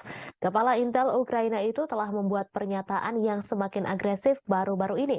Ia mengklaim keterlibatannya dalam sejumlah serangan di tanah Rusia. Awal bulan ini misalnya ia berjanji untuk terus menghabisi orang Rusia dimanapun di muka dunia ini sampai kemenangan penuh Ukraina tercapai. Tak lama kemudian ia mengaku bertanggung jawab atas pembunuhan banyak tokoh masyarakat Rusia. Meskipun Budanov tidak memberikan nama pastinya, ia menyatakan telah mendapatkan banyak nama, termasuk tokoh publik dan media. Sebelumnya diberitakan bulan ini 2 pesawat tak berawak dicegat di atas Kremlin. Namun serangan pada Selasa adalah pertama kalinya kendaraan udara tak berawak menghantam daerah pemukiman Moskow, di mana ratusan kilometer dari garis depan Ukraina. Wali kota Moskow, Sergei Sobyanin, mengatakan 2 orang dirawat namun tidak menderita luka serius. Penghuni bangunan yang rusak akibat serangan itu juga dievakuasi sementara. Di Jalan Provso Yusnaya, sebuah bangunan tempat tinggal dengan jendela yang pecah ditutup oleh polisi. Warga Moskow mengatakan bahwa sebuah pesawat tak berawak juga menabrak sebuah apartemen di lantai 14 sebuah gedung tinggi di Leninsky Prospect tetapi tidak meledak. Kementerian Pertahanan Rusia mengatakan bahwa 8 drone dikerahkan Ukraina dalam serangan itu. Namun 5 diantaranya jatuh dan 3 lainnya berhasil dinonaktifkan. Gubernur wilayah Krasnodar, Veniamin Kondratiev, menyebut sebuah drone Ukraina memicu kebakaran di kilang minyak di selatan Rusia. Menurutnya penembakan menghantam sebuah kota Rusia dekat perbatasan untuk ketiga kalinya dalam seminggu dan merusak bangunan serta membakar kendaraan. Rusia mengatakan sebuah pesawat tak berawak kemungkinan menjadi penyebab kebakaran yang terjadi di kilang minyak Avivsky. Kebakaran terjadi sehari setelah Rusia menuduh Ukraina mengirim pesawat tak berawak untuk menyerang gedung-gedung di Moskow. Kondratiev melalui aplikasi Telegram pada Rabu 31 Mei menyebut api segera padam dan tidak ada korban jiwa. Kilang minyak Avivsky diketahui berada tidak jauh dari pelabuhan Laut Hitam Novorossiysk, dekat kilang lain yang telah diserang beberapa kali dalam bulan ini. Tidak ada informasi langsung tentang siapa yang meluncurkan pesawat tak berawak itu, namun Moskow menuduh Kiev meningkatkan serangan di dalam Rusia dalam beberapa pekan terakhir. Sementara Rusia telah berulang kali menggempur kota-kota Ukraina dengan pesawat tak berawak dan rudal. Langit di atas Ukraina relatif tenang pada hari Selasa malam tanpa ada serangan udara besar yang dilaporkan. Serangan pesawat tak berawak Rusia menewaskan 1 orang dan melukai 4 orang di Kiev pada hari Selasa. Serangan terhadap Rusia terjadi saat Ukraina mempersiapkan serangan balasan untuk mengusir pasukan Rusia dari wilayah yang diduduki sejak Moskow melancarkan invasi skala penuh sejak Februari 2022. Sebuah serangan artileri Ukraina melukai sedikitnya 1 orang di kota Rusia Sebekino, sekitar 7 km utara perbatasan dengan wilayah Kharkiv, Ukraina. Ukraina hampir tidak pernah secara terbuka mengklaim bertanggung jawab atas serangan di Rusia atau di wilayah yang dikuasai Rusia. Rusia menyebut 8 drone menargetkan wilayah sipil Moskow yang berpenduduk lebih dari 21 juta orang. Serangan dilakukan pada Selasa dini hari, namun drone berhasil ditembak jatuh atau dialihkan. Presiden Rusia Vladimir Putin mengecam serangan drone terbesar dari Ukraina ke Moskow. Ia mengatakan bahwa serangan tersebut berupaya menakut-nakuti dan memprovokasi Rusia. Seorang pembantu Presiden Ukraina membantah bahwa Kiev terlibat langsung dalam serangan Moskow. Namun ia mengatakan Ukraina mengetahui penyerangan itu dan memperkirakan akan serangan lain yang lebih banyak lagi. Washington disebut mendukung Kiev dengan secara terbuka mengabaikan serangan pesawat tak berawak yang melanda beberapa distrik Moskow pada hari Selasa.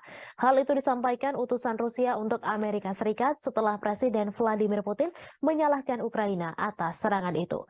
Gedung Putih mengatakan tidak mendukung serangan di dalam Rusia dan masih mengumpulkan informasi tentang insiden tersebut, di mana Putin sebelumnya menyebut bahwa serangan itu adalah upaya Ukraina untuk menakut-nakuti Rusia. Putin menyebut serangan itu yang membawa perang 15 bulan di Ukraina ke jantung Rusia sebagai aksi teroris. Ukraina juga menuduh Rusia melakukan terorisme atas pengebomannya terhadap warga sipil Ukraina, di mana tuduhan itu langsung dibantah oleh Moskow.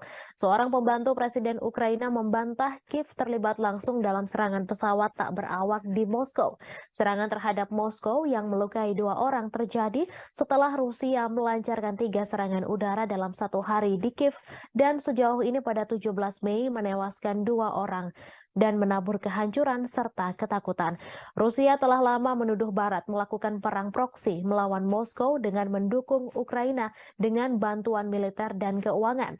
Diketahui Rusia melancarkan invasi besar-besaran ke Ukraina sejak Februari 2022, menghancurkan kota-kota, memaksa jutaan orang meninggalkan rumah mereka dan menelan ribuan nyawa. Moskow menyebut perang itu sebagai operasi militer khusus untuk denazifikasi Ukraina dan melindungi penutur bahasa Rusia. Namun Kiev dan sekutunya mengatakan itu adalah perampasan tanah yang tidak beralasan. Sejak invasi besar-besaran Rusia ke Ukraina pada Februari 2022, banyak yang menyebut perang tersebut merupakan kesalahan kalkulasi yang dilakukan Presiden Rusia Vladimir Putin. Namun demikian, perang tersebut terjadi juga karena kesalahan Presiden Amerika Serikat Joe Biden dalam memberikan penilaian lebih terhadap Ukraina dan mengabaikan Rusia. Putin memang dianggap melakukan kesalahan fatal dengan menginvasi Ukraina dan menilai Kiev akan segera jatuh serta akan membentuk pemerintahan boneka. Faktanya hingga setahun berlalu Kiev terus dibom tetapi pemerintahan Ukraina masih berdiri tegak. Hanya saja Putin justru terus melayani Ukraina yang didukung Amerika Serikat dan NATO untuk melaksanakan perang dalam durasi yang lama. Yang paling menderita adalah rakyat Ukraina karena hanya menjadi medan pertempuran antara dua kekuatan dunia yakni Amerika Serikat dan Rusia. Saat perang berlarut-larut tanpa akhir yang terlihat merupakan kesalahan utama yang dilakukan Presiden Amerika Serikat Joe Biden. Berikut 5 kesalahan yang dilakukan Presiden Biden dalam menilai perang Ukraina-Rusia. Yang pertama, konflik global antara demokrasi dan otokrasi. Sejak awal Biden memposisikan diri dengan landasan moral yang tinggi. Ia membingkai konflik di Ukraina sebagai konflik global antara demokrasi dan otokrasi. Dilansir dari Al Jazeera, hal tersebut disampaikan pakar kebijakan luar negeri Amerika Serikat Marwan Bisara. Namun demikian, Douglas Brinkley, seorang sejarawan kepresidenan di Rice University mengatakan Biden tetap bersemangat dan tangguh. Itu mengacu pada perjuangan mantan presiden untuk menanggapi invasi Soviet ke Afghanistan pada 1979. Yang kedua, meremehkan nasionalisme Rusia. Biden meremehkan kekuatan nasionalisme Rusia dan menolak ketakutan Moskow akan ekspansi NATO ke perbatasannya sebagai alasan tak berdasar untuk imperialisme Rusia. Beberapa bulan menjelang perang, Biden merusak upaya untuk mengimplementasikan perjanjian Minsk yang ditandatangani pada 2014 dan 2015 untuk mengakhiri konflik di wilayah Donbas. Padahal baik Ukraina dan Rusia telah menandatangani Minsk, tetapi Prancis dan Jerman yang membantu menyelesaikan dan menyempurnakan perjanjian ini gagal mendorong implementasinya dengan cukup keras. Yang ketiga, meremehkan ketahanan militer Rusia. Biden juga meremehkan ketahanan militer Rusia bertaruh pada Ukraina yang mampu mengalahkannya. Biden beranggapan Ukraina sama seperti Afghanistan yang mengalahkan Uni Soviet dengan bantuan dari Amerika Serikat. Namun bagi Moskow, Ukraina jauh lebih penting dan strategis daripada Afghanistan, mengingat kesamaan sejarah dan kedekatan geografisnya. Dari sudut pandang Putin, Ukraina sangat penting bagi keamanan nasional Rusia dan kelangsungan rezimnya. Jelas ia lebih suka menghancurkannya daripada melihatnya bergabung dengan aliansi Barat. Selama setahun pertama perang, kemunduran Rusia dari Kiev ke Kharkiv menunjukkan tekad dan ketahanan Ukraina.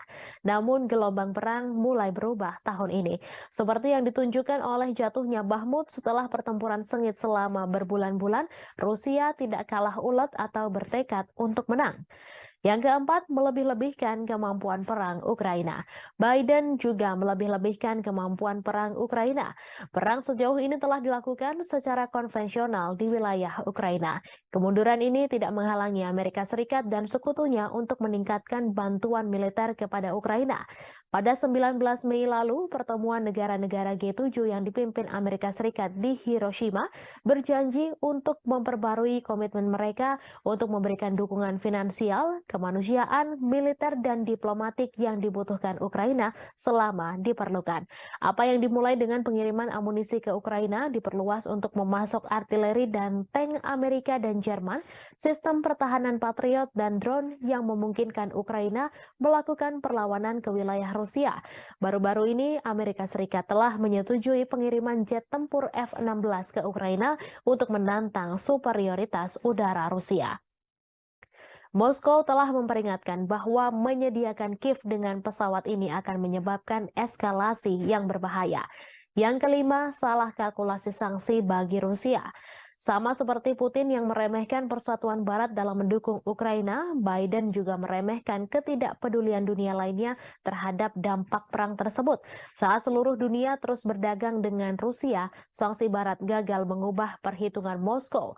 Skenario suram telah memaksa Biden beralih ke rencana kompleks untuk menghukum Rusia secara ekonomi dan menunjukkan bahaya pemerintahan otoriter yang menjungkir balikan demokrasi tetangga. Seperti diungkapkan Do Bando, pakar luar negeri dari Cato Institute, bahwa meskipun perang Rusia-Ukraina mungkin merupakan konflik terburuk di Eropa sejak Perang Dunia II, hal ini bukanlah yang terburuk di seluruh dunia. Konflik yang jauh lebih dahsyat telah terjadi di seluruh dunia berkembang karena dampak perang Ukraina tersebut. Perang Rusia dan Ukraina terus mencapai dinamika terbaru. Meski memiliki ukuran persenjataan yang lebih kecil, Ukraina dilaporkan telah menjatuhkan serangan yang menekan tentara Moskow. Di balik taktik serangan Ukraina, Kiev nyatanya menggunakan strategi yang mirip dengan kelompok teroris ISIS. Hal ini terlihat dari bagaimana Ukraina mengunggah video yang berisi kekejaman untuk menggugah emosi, di mana hal ini serupa dengan ISIS. Kelompok teror itu mendorong video yang canggih dan kadang menampilkan kekerasan sebagai bagian dari kampanye perekrutan yang lebih luas. Mereka juga mendistribusikan rekaman yang menarik secara emosional untuk memangsa identitas target yang lemah. Dilansir dari Newsweek, bagi Ukraina, motivasi di balik pembuatan video dari adegan medan perang adalah menarik cukup banyak pemirsa secara global untuk memastikan bahwa perjuangan negara melawan Rusia tidak dilupakan. Hal ini juga membuktikan bahwa dukungan keuangan dan militer Barat untuk Kiev belum dan tidak akan sia-sia. Menurut salah satu pembuat video asal Ukraina, Konstantin Kalnovsky, Kiev menggunakan teknologi yang cukup mumpuni seperti drone untuk menggambarkan situasi kengerian serangan Rusia. Video itulah yang kemudian membuat Ukraina mendapatkan begitu banyak dukungan.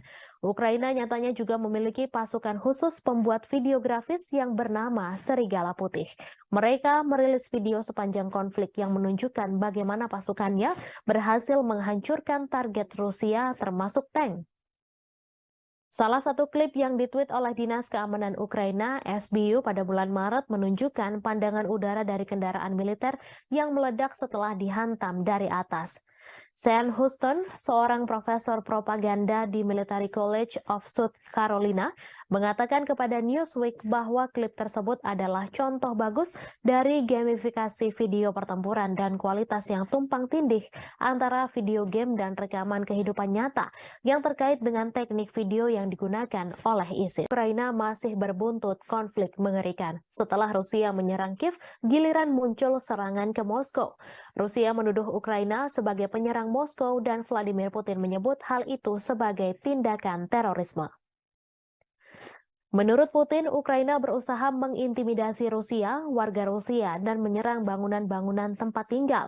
Otoritas Rusia mengklaim 8 drone yang menargetkan wilayah sipil Moskow dan sekitarnya yang dihuni lebih dari 21 juta penduduk pada Selasa 30 Mei dini hari berhasil ditembak jatuh dengan beberapa drone lainnya dinonaktifkan.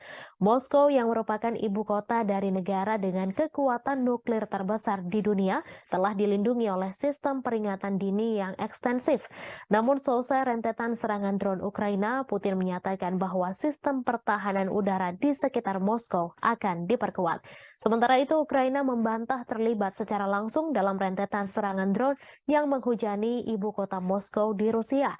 Namun demikian, Kiev mengakui tengah menikmati situasi di Moskow dan memprediksi masih akan ada serangan lainnya.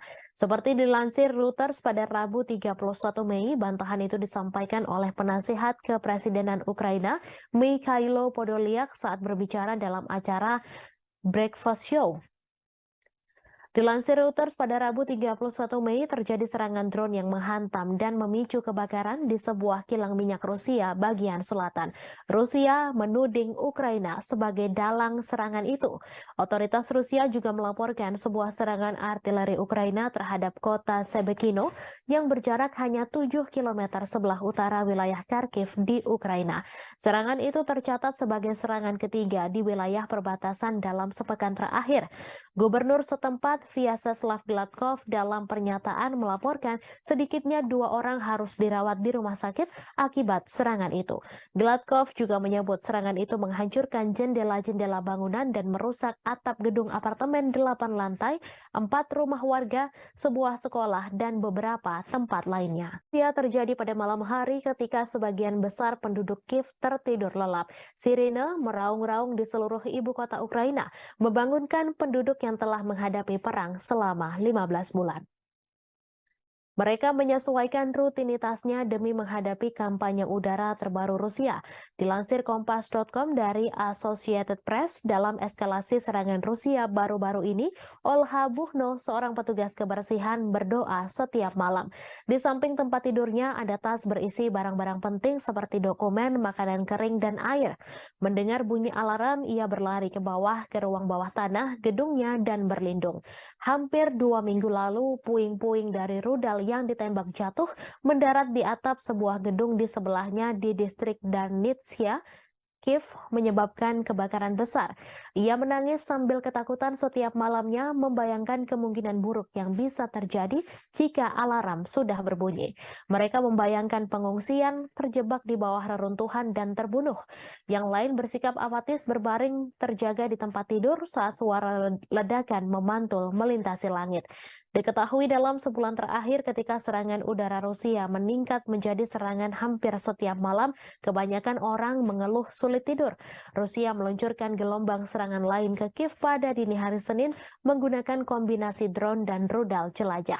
Lebih dari 40 target udara dijatuhkan dalam serangan malam hari ke-15 di ibu kota pada bulan Mei. Saat siang hari, puing-puing yang berjatuhan menembus atap bangunan tempat tinggal di distrik Potlis, tetapi tidak ada laporan mengenai korban. Seringkali ledakan adalah suara dari sistem pertahanan udara Ukraina yang berhasil menargetkan rudal dan drone mematikan yang dikirim Rusia ke Ukraina. Rusia melancarkan pengeboman yang sangat intens, mengirimkan 18 rudal ke arah Ukraina, 14 diantaranya menargetkan Kiev menurut juru bicara Angkatan Udara Ukraina. Ukraina mengklaim pihaknya telah menembak jatuh 6 rudal hipersonik Kinzhal pada malam itu. Yevgeny Prigozhin, bos kelompok tentara bayaran Rusia Wagner Group, mendesak jaksa untuk menyelidiki kejahatan oleh pejabat-pejabat senior pertahanan negeri beruang merah selama invasi di Ukraina. Prigozhin melayangkan desakan itu melalui surat ke pihak berwenang. Dalam surat itu, ia mengeluhkan operasi khusus militer atau SMO Rusia di Ukraina. Sebagaimana dilansir Reuters, Prigozhin kemudian mengatakan surat-surat tersebut tidak untuk dipublikasikan. Dalam beberapa bulan belakangan, Prigozhin memang kerap mengkritik para pejabat pertahanan Rusia yang ia anggap tidak becus. Akibat ketidakbecusan itu, prajurit Rusia di medan tempur di Ukraina kewalahan dan bak kehilangan arah sementara nyawa terus berjatuhan. Sejumlah pengamat juga menganggap pasukan militer Rusia di Ukraina tidak becus. Beberapa pakar menilai pasukan Wagner lah yang selama ini membuat Rusia dapat bertahan di Ukraina. Namun Wagner sudah menarik pasukannya dari medan tempur di Ukraina. Mereka menyerahkan posisi tempur kepada tentara Rusia. Setelah penarikan pasukan itu, muncul desas-desus bahwa Prigozhin berencana melancarkan kudeta di Rusia. Meski demikian, Prigozhin langsung membantah tudingan tersebut. Ia mengklaim Wagner tak memiliki pasukan yang cukup untuk melancarkan kudeta. Ia malah menuduh balik Menteri Pertahanan Rusia Sergei Shoigu lah yang sebenarnya mampu menggelar kudeta mengingat personel pasukannya begitu banyak. Rusia akan mengevakuasi ratusan anak dari desa-desa di Belgorod karena pengeboman yang intensif di perbatasan Rusia dan Ukraina tersebut. Kremlin menganggap situasi di Belgorod saat ini mengkhawatirkan. Diketahui Rusia mulai menghadapi rentetan serangan intensif di perbatasan termasuk Belgorod. Evakuasi ini dilakukan di daerah perbatasan yang paling terkena dampak. Gubernur Belgorod Vyacheslav Gladkov mengatakan situasi memburuk di desa Sebekino yang dihantam roket pada Rabu 31 Mei pukul 3:15 waktu setempat. Ia mengatakan 300 anak pertama di wilayah terdampak di Belgorod akan dibawa ke Voronezh, sebuah kota sekitar 250 km lebih jauh ke Rusia. Melalui saluran telegramnya, ia memposting foto-foto mobil terbakar yang menghitam tergeletak di rerumputan dekat taman bermain dan sebuah roket yang tampaknya mendarat di jalan. Ia mengatakan serangan itu melukai 4 orang. Sehari sebelumnya, 1 orang tewas dan 2 lainnya luka-luka dalam serangan Ukraina di sebuah pusat pengungsian di wilayah Belgorod pada Selasa 30 Mei. Serangan itu terjadi saat Ukraina mengatakan sedang mempersiapkan serangan besar terhadap pasukan Moskow. Ia mengatakan Rusia sedang mengambil langkah-langkah yang diperlukan. Pada pekan lalu, Rusia menuduh Ukraina meluncurkan serangan ke Belgorod dan serangan drone di Moskow pada Selasa 30 Mei 2023. Sejumlah depot minyak di Rusia telah terpukul dalam beberapa pekan terakhir. Pada Rabu 31 Mei, pihak berwenang di wilayah Krasnodar Selatan Rusia mengatakan sebuah drone menghantam kilang minyak Ilsky. Krasnodar telah dihantam drone 2 kali sejak awal Mei 2023. Rusia juga menuduh Ukraina meluncurkan 8 serangan drone ke Moskow pada Selasa 30 Mei. Serangan itu menyebabkan kerusakan pada bangunan apartemen. Warga Rusia dari 2 blok apartemen dievakuasi setelah serangan tersebut. Pasukan Rusia telah menghancurkan kapal perang Ukraina terakhir di pelabuhan Odessa. Kementerian Pertahanan Rusia mengungkapkan kabar tersebut pada Rabu 31 Mei. Kapal perang Yuri Olefirenko diklasifikasikan sebagai korvet dan beroperasi dengan Angkatan Laut Ukraina. Kapal perang itu dibangun pada akhir 1990-an di Rusia, tetapi kemudian dipindahkan ke Ukraina setelah runtuhnya Uni Soviet. Kapal tersebut telah mengalami beberapa modernisasi selama bertahun-tahun, termasuk perombakan besar-besaran pada tahun 2016. Kemhan Rusia menambahkan Ukraina kehilangan lebih dari 200 tentara di sana selama beberapa hari terakhir. Menurut Kemhan Rusia, Kiev kehilangan lebih dari 200 prajurit Ukraina, 3 kendaraan tempur lapis baja, 12 kendaraan dan howitzer D-30 ke arah Donetsk selama 24 jam terakhir. Sementara itu, Shalik, juru bicara Angkatan Laut Ukraina, mengatakan pihaknya tidak akan menanggapi pernyataan apapun yang dibuat sepihak oleh Rusia. Angkatan Laut Ukraina juga tidak akan mengungkapkan informasi apapun tentang kerugian selama perang. Sebelumnya, Rusia mengklaim bahwa pesawat tak berawak Ukraina memicu kebakaran di kilang minyak di Rusia Selatan. Selain itu, serangan udara juga menghantam sebuah kota Rusia dekat perbatasan untuk ketiga kalinya dalam seminggu dan merusak bangunan serta membakar kendaraan.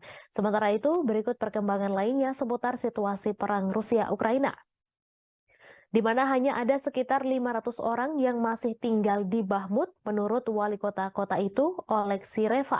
Jumlah itu jauh dibandingkan dengan 70.000 orang yang tinggal di kota Ukraina Timur sebelum perang meletus. Bakhmut menjadi sasaran pertempuran sengit selama setahun terakhir. Baik Ukraina dan Rusia mengklaim sama-sama menguasai kota tersebut.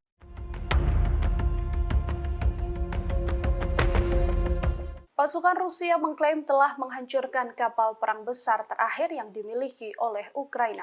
Serangan tersebut dilancarkan Rusia pada Senin 29 Mei di Pelabuhan Odesa di Laut Hitam. Dalam rilis Kementerian Pertahanan, kapal perang besar Angkatan Laut Ukraina ini dihancurkan dengan serangan presisi tinggi Angkatan Udara Rusia. Di tempat berlabuhnya kapal tersebut, kapal perang terakhir Angkatan Laut Ukraina ini bernama Yuri Elefirenko. Hanya saja Ukraina membantah kapal perang terakhir telah dihancurkan pasukan Putin. Hal ini ditegaskan oleh juru bicara Angkatan Laut Ukraina, Oleh Kalik, yang meminta sumber Rusia yang membicarakan hancurnya Elefirenko tak diperhatikan dan diperdulikan. Namun pasukan militer Ukraina membenarkan adanya serangan udara yang menyebabkan kebakaran dan telah merusak infrastruktur di Pelabuhan Odesa. Yuri Elefirenko adalah kapal pendarat berukuran sedang untuk pasukan dan kendaraan. Presiden Ukraina Volodymyr Zelensky sendiri mengoperasikan versi pembaruan dari kapal tersebut pada awal Juni 2022 lalu.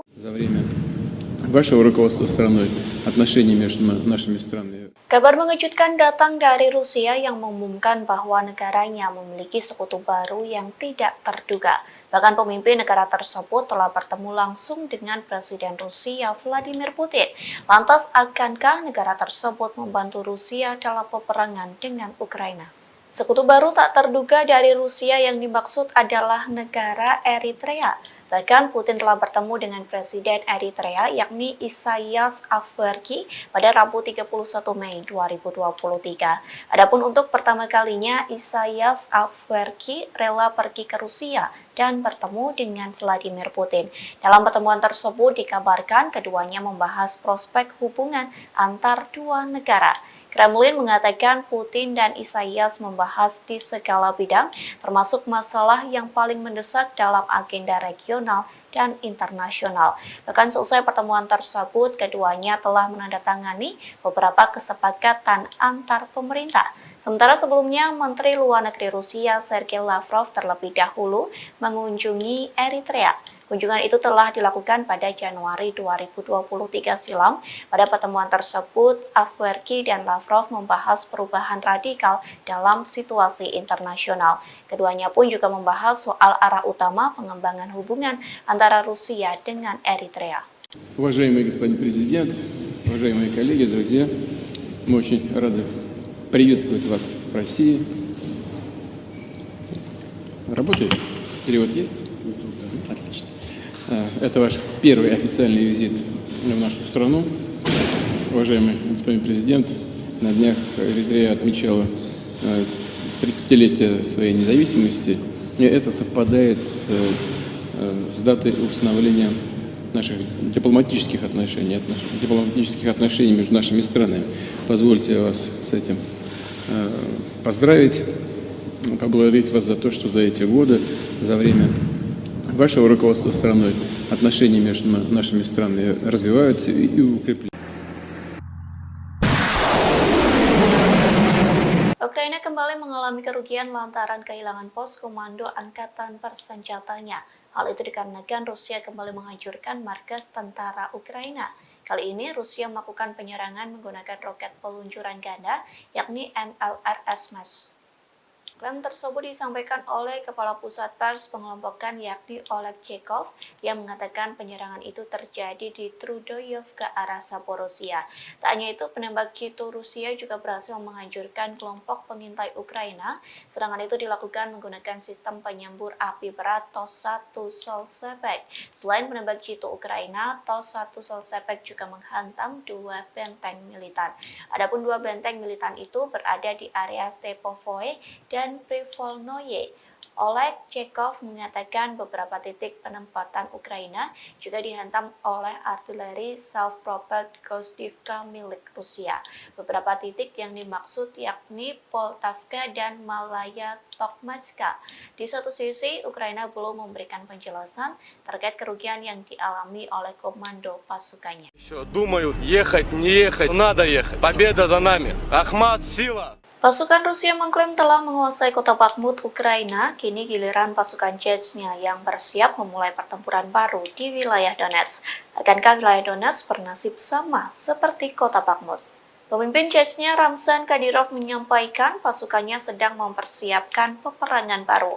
Pernyataan itu disampaikan Kadyrov seusai tentara bayaran Rusia mengumumkan penarikan pasukan di kota Bakhmut. Kadyrov mengaku pasukan Chechnya mendapat perintah baru, adapun perintah itu soal tanggung jawab merebut wilayah di Republik Rakyat Donetsk. Nantinya pasukan Chechnya mulai aktif di zona perang untuk membebaskan sejumlah area. Sejauh ini Kadyrov mengaku dirinya sedang mempersiapkan serangan yang akan dilancarkan pasukannya.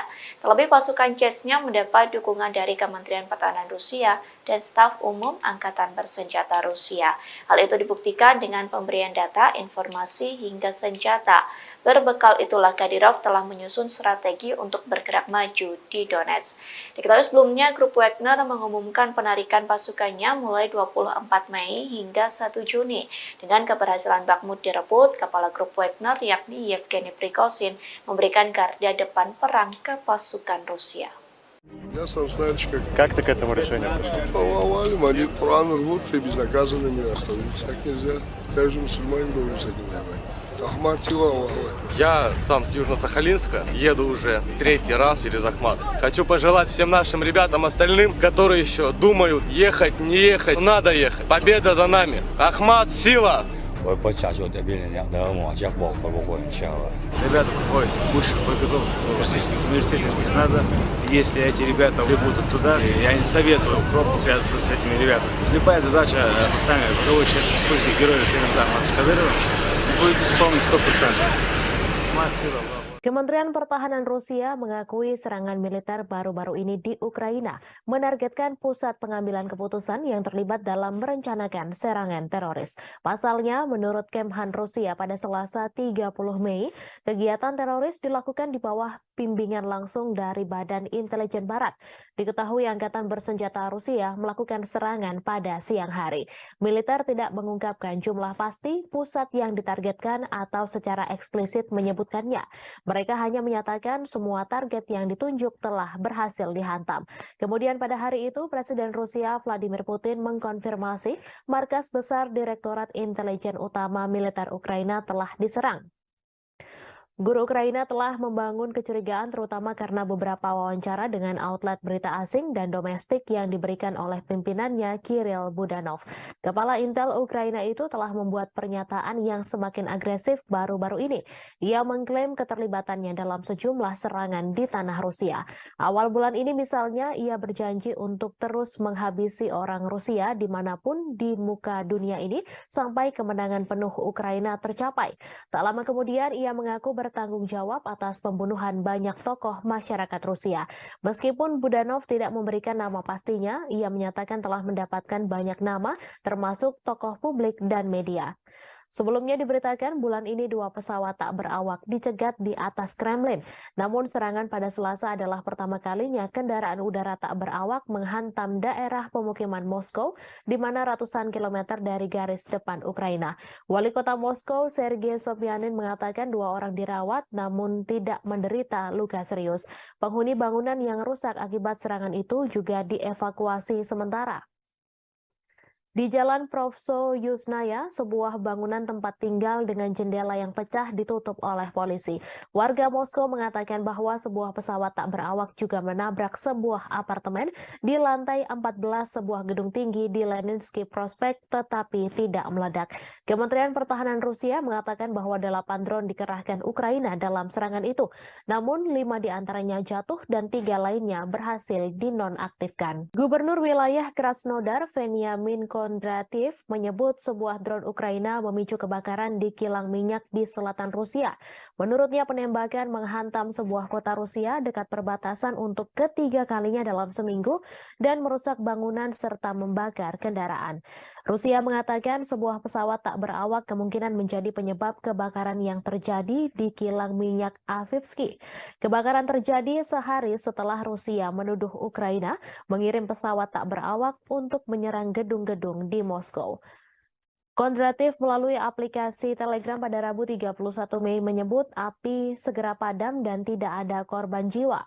Kilang minyak Avivsky diketahui berada tidak jauh dari pelabuhan Laut Hitam Novorossiysk, dekat kilang lain yang telah diserang beberapa kali dalam bulan ini. Tidak ada informasi langsung tentang siapa yang meluncurkan pesawat tak berawak itu, namun Moskow menuduh Kiev meningkatkan serangan di dalam Rusia dalam beberapa pekan terakhir. Sementara Rusia telah berulang kali menggempur kota-kota Ukraina dengan pesawat tak berawak dan rudal. Langit di atas Ukraina relatif tenang pada hari Selasa malam tanpa ada serangan udara besar yang dilaporkan. Serangan pesawat tak berawak Rusia menewaskan 1 orang dan melukai 4 orang di Kiev pada hari Selasa. Serangan terhadap Rusia terjadi saat Ukraina mempersiapkan serangan balasan untuk mengusir pasukan Rusia dari wilayah yang diduduki sejak Moskow melancarkan invasi skala penuh sejak Februari 2022. Sebuah serangan artileri Ukraina melukai sedikitnya 1 orang di kota Rusia Sebekino, sekitar 7 km utara perbatasan dengan wilayah Kharkiv, Ukraina. Ukraina hampir tidak pernah secara terbuka mengklaim bertanggung jawab atas serangan di Rusia atau di wilayah yang dikuasai Rusia. Rusia menyebut 8 drone menargetkan wilayah sipil Moskow yang berpenduduk lebih dari 21 juta orang. Serangan dilakukan pada Selasa dini hari, namun drone berhasil ditembak jatuh atau dialihkan. Presiden Rusia Vladimir Putin mengecam serangan drone terbesar dari Ukraina ke Moskow. Ia mengatakan bahwa serangan tersebut berupaya menakut-nakuti dan memprovokasi Rusia. Seorang pembantu Presiden Ukraina membantah bahwa Kiev terlibat langsung dalam serangan Moskow. Namun ia mengatakan Ukraina mengetahui penyerangan itu dan memperkirakan akan serangan lain yang lebih banyak lagi. Washington disebut mendukung Kiev dengan secara terbuka mengabaikan serangan pesawat tak berawak yang melanda beberapa distrik Moskow pada hari Selasa. Hal itu disampaikan utusan Rusia untuk Amerika Serikat setelah Presiden Vladimir Putin menyalahkan Ukraina atas serangan itu.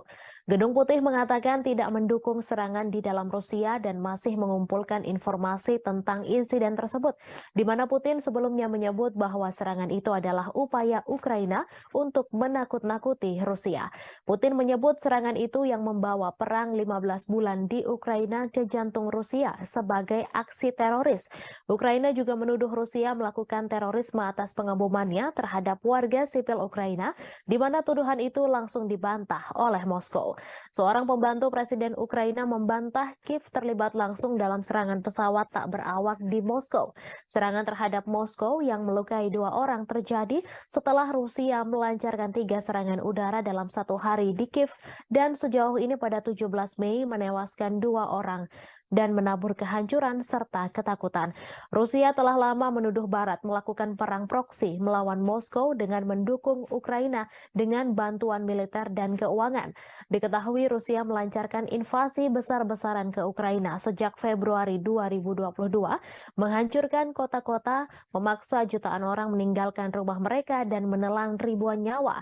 Moskow menyebut perang itu sebagai operasi militer khusus untuk denazifikasi Ukraina dan melindungi penutur bahasa Rusia. Namun Kiev dan sekutunya mengatakan itu adalah perampasan tanah yang tidak beralasan. Sejak invasi besar-besaran Rusia ke Ukraina pada Februari 2022, banyak yang menyebut perang tersebut merupakan kesalahan kalkulasi yang dilakukan Presiden Rusia Vladimir Putin.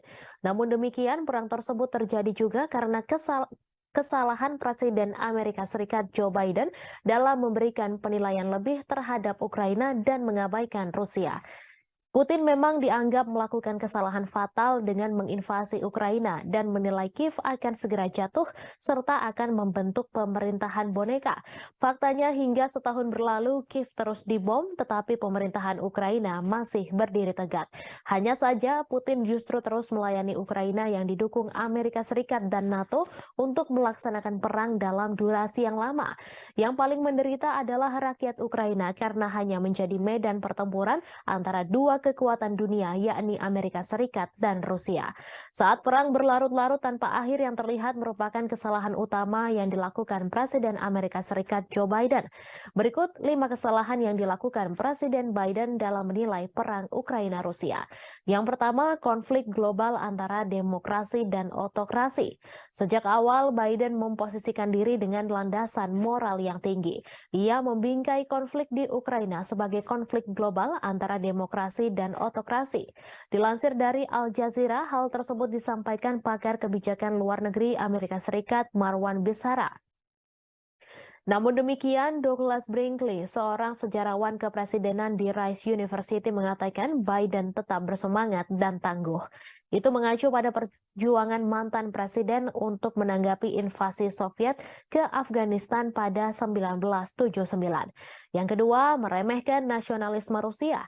Biden meremehkan kekuatan nasionalisme Rusia dan menolak ketakutan Moskow akan ekspansi NATO ke perbatasannya sebagai alasan tak berdasar untuk imperialisme Rusia. Beberapa bulan menjelang perang, Biden merusak upaya untuk mengimplementasikan perjanjian Minsk yang ditandatangani pada 2014 dan 2015 untuk mengakhiri konflik di wilayah Donbas. Padahal baik Ukraina dan Rusia telah menandatangani Minsk, tetapi Prancis dan Jerman yang membantu menyelesaikan dan menyempurnakan perjanjian ini gagal mendorong implementasinya dengan cukup keras. Yang ketiga, meremehkan ketahanan militer Rusia. Biden juga meremehkan ketahanan militer Rusia bertaruh pada Ukraina yang mampu mengalahkannya. Biden beranggapan Ukraina sama seperti Afghanistan yang mengalahkan Uni Soviet dengan bantuan dari Amerika Serikat. Namun bagi Moskow, Ukraina jauh lebih penting dan strategis daripada Afghanistan, mengingat kesamaan sejarah dan kedekatan geografisnya. Dari sudut pandang Putin, Ukraina sangat penting bagi keamanan nasional Rusia dan kelangsungan rezimnya. Jelas ia lebih suka menghancurkannya daripada melihatnya bergabung dengan aliansi Barat. Selama setahun pertama perang, kemunduran Rusia dari Kiev ke Kharkiv menunjukkan tekad dan ketahanan Ukraina. Namun gelombang perang mulai berubah tahun ini. Seperti yang ditunjukkan oleh jatuhnya Bakhmut setelah pertempuran sengit selama berbulan-bulan, Rusia tidak kalah ulet atau bertekad untuk menang. Yang keempat, melebih-lebihkan kemampuan perang Ukraina. Biden juga melebih-lebihkan kemampuan perang Ukraina. Perang sejauh ini telah dilakukan secara konvensional di wilayah Ukraina. Kemunduran ini tidak menghalangi Amerika Serikat dan sekutunya untuk meningkatkan bantuan militer kepada Ukraina. Pada 19 Mei lalu, pertemuan negara-negara G7 yang dipimpin Amerika Serikat di Hiroshima berjanji untuk memperbarui komitmen mereka untuk memberikan dukungan finansial, kemanusiaan, militer, dan diplomatik yang dibutuhkan Ukraina selama diperlukan. Apa yang dimulai dengan pengiriman amunisi ke Ukraina diperluas untuk memasok artileri dan tank Amerika dan Jerman, sistem pertahanan Patriot, dan drone yang memungkinkan Ukraina melakukan perlawanan ke wilayah Rusia. Baru-baru ini Amerika Serikat telah menyetujui pengiriman jet tempur F-16 ke Ukraina untuk menantang superioritas udara Rusia. Moskow telah memperingatkan bahwa menyediakan Kiev dengan pesawat ini akan menyebabkan eskalasi yang berbahaya. Yang kelima, salah kalkulasi sanksi bagi Rusia. Sama seperti Putin yang meremehkan persatuan Barat dalam mendukung Ukraina, Biden juga meremehkan ketidakpedulian dunia lainnya terhadap dampak perang tersebut. Saat seluruh dunia terus berdagang dengan Rusia, sanksi Barat gagal mengubah perhitungan Moskow. Skenario suram telah memaksa Biden beralih ke rencana kompleks untuk menghukum Rusia secara ekonomi dan menunjukkan bahaya pemerintahan otoriter yang menjungkir balikan demokrasi tetangga. Seperti diungkapkan Do Bando, pakar luar negeri dari Cato Institute, bahwa meskipun perang Rusia-Ukraina mungkin merupakan konflik terburuk di Eropa sejak Perang Dunia II, hal ini bukanlah yang terburuk di seluruh dunia. Konflik yang jauh lebih dahsyat telah terjadi di seluruh dunia berkembang karena dampak perang Ukraina tersebut. Perang Rusia dan Ukraina terus mencapai dinamika terbaru. Meski memiliki ukuran persenjataan yang lebih kecil, Ukraina dilaporkan telah menjatuhkan serangan yang menekan tentara Moskow. Di balik taktik serangan Ukraina, Kiev nyatanya menggunakan strategi yang mirip dengan kelompok teroris ISIS. Hal ini terlihat dari bagaimana Ukraina mengunggah video yang berisi kekejaman untuk menggugah emosi, di mana hal ini serupa dengan ISIS. Kelompok teror itu mendorong video yang canggih dan kadang menampilkan kekerasan sebagai bagian dari kampanye perekrutan yang lebih luas. Mereka juga mendistribusikan rekaman yang menarik secara emosional untuk memangsa identitas target yang lemah. Dilansir dari Newsweek, bagi Ukraina, motivasi di balik pembuatan video dari adegan medan perang adalah menarik cukup banyak pemirsa secara global untuk memastikan bahwa perjuangan negara melawan Rusia tidak dilupakan. Hal ini juga membuktikan bahwa dukungan keuangan dan militer Barat untuk Kiev belum dan tidak akan sia-sia. Menurut salah satu pembuat video asal Ukraina, Konstantin Kalnovsky, Kiev menggunakan teknologi yang cukup mumpuni seperti drone untuk menggambarkan situasi kengerian serangan Rusia. Video itulah yang kemudian membuat Ukraina mendapatkan begitu banyak dukungan. Ukraina nyatanya juga memiliki pasukan khusus pembuat video grafis yang bernama Serigala Putih. Mereka merilis video sepanjang konflik yang menunjukkan bagaimana pasukannya berhasil menghancurkan target Rusia termasuk tank. Salah satu klip yang ditweet oleh Dinas Keamanan Ukraina, SBU, pada bulan Maret menunjukkan pandangan udara dari kendaraan militer yang meledak setelah dihantam dari atas. Sean Houston, seorang profesor propaganda di Military College of South Carolina, mengatakan kepada Newsweek bahwa klip tersebut adalah contoh bagus dari gamifikasi video pertempuran dan kualitas yang tumpang tindih antara video game dan rekaman kehidupan nyata yang terkait dengan teknik video yang digunakan oleh ISIS. Ukraina masih berbuntut konflik mengerikan. Setelah Rusia menyerang Kiev, giliran muncul serangan ke Moskow. Rusia menuduh Ukraina sebagai penyerang Moskow dan Vladimir Putin menyebut hal itu sebagai tindakan terorisme. Menurut Putin, Ukraina berusaha mengintimidasi Rusia, warga Rusia, dan menyerang bangunan-bangunan tempat tinggal. Otoritas Rusia mengklaim 8 drone yang menargetkan wilayah sipil Moskow dan sekitarnya yang dihuni lebih dari 21 juta penduduk pada Selasa 30 Mei dini hari berhasil ditembak jatuh dengan beberapa drone lainnya dinonaktifkan. Moskow yang merupakan ibu kota dari negara dengan kekuatan nuklir terbesar di dunia telah dilindungi oleh sistem peringatan dini yang ekstensif. Namun selesai rentetan serangan drone Ukraina, Putin menyatakan bahwa sistem pertahanan udara di sekitar Moskow akan diperkuat. Sementara itu, Ukraina membantah terlibat secara langsung dalam rentetan serangan drone yang menghujani ibu kota Moskow di Rusia. Namun demikian, Kiev mengakui tengah menikmati situasi di Moskow dan memprediksi masih akan ada serangan lainnya. Seperti dilansir Reuters pada Rabu 31 Mei, bantahan itu disampaikan oleh penasihat kepresidenan Ukraina, Mikhailo Podolyak, saat berbicara dalam acara Breakfast Show. Dilansir Reuters, pada Rabu 31 Mei terjadi serangan drone yang menghantam dan memicu kebakaran di sebuah kilang minyak Rusia bagian selatan. Rusia menuding Ukraina sebagai dalang serangan itu.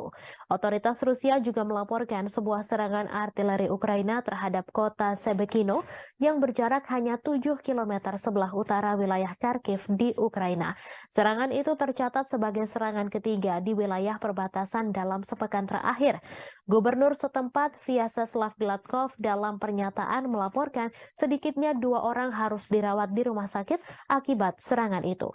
Gladkov juga menyebut serangan itu menghancurkan jendela-jendela bangunan dan merusak atap gedung apartemen 8 lantai, 4 rumah warga, sebuah sekolah, dan beberapa tempat lainnya. Ia terjadi pada malam hari ketika sebagian besar penduduk Kiev tertidur lelap. Sirine meraung-raung di seluruh ibu kota Ukraina, membangunkan penduduk yang telah menghadapi perang selama 15 bulan. Mereka menyesuaikan rutinitasnya demi menghadapi kampanye udara terbaru Rusia.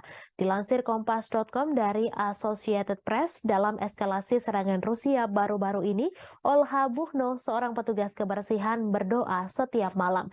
Di samping tempat tidurnya ada tas berisi barang-barang penting seperti dokumen, makanan kering, dan air.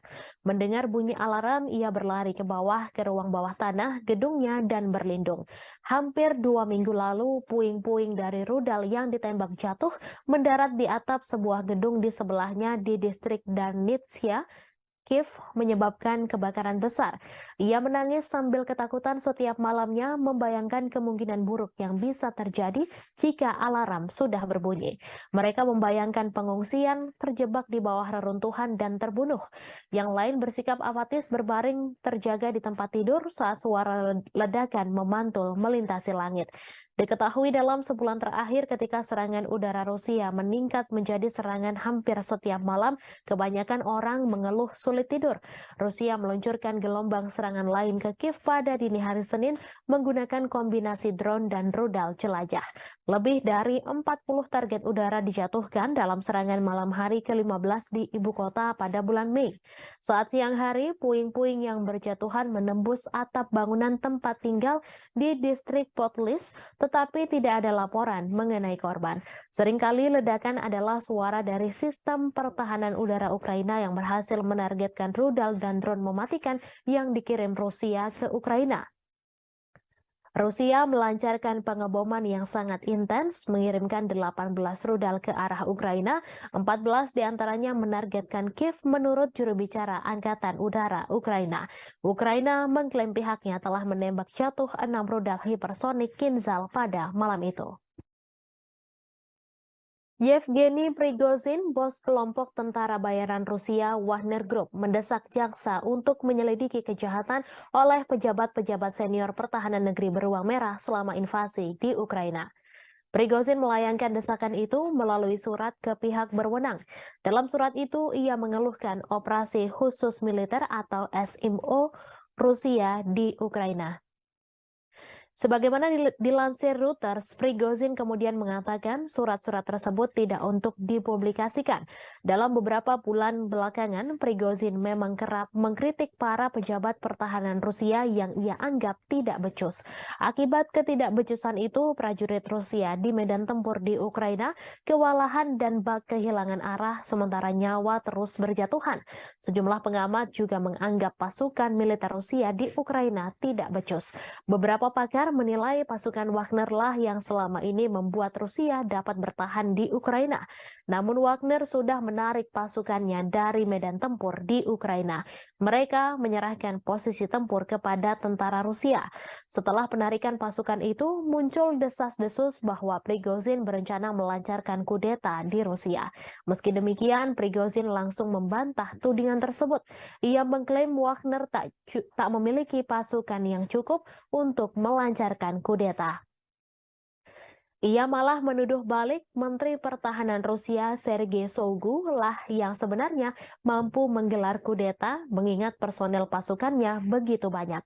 Rusia akan mengevakuasi ratusan anak dari desa-desa di Belgorod karena pengeboman yang intensif di perbatasan Rusia dan Ukraina tersebut.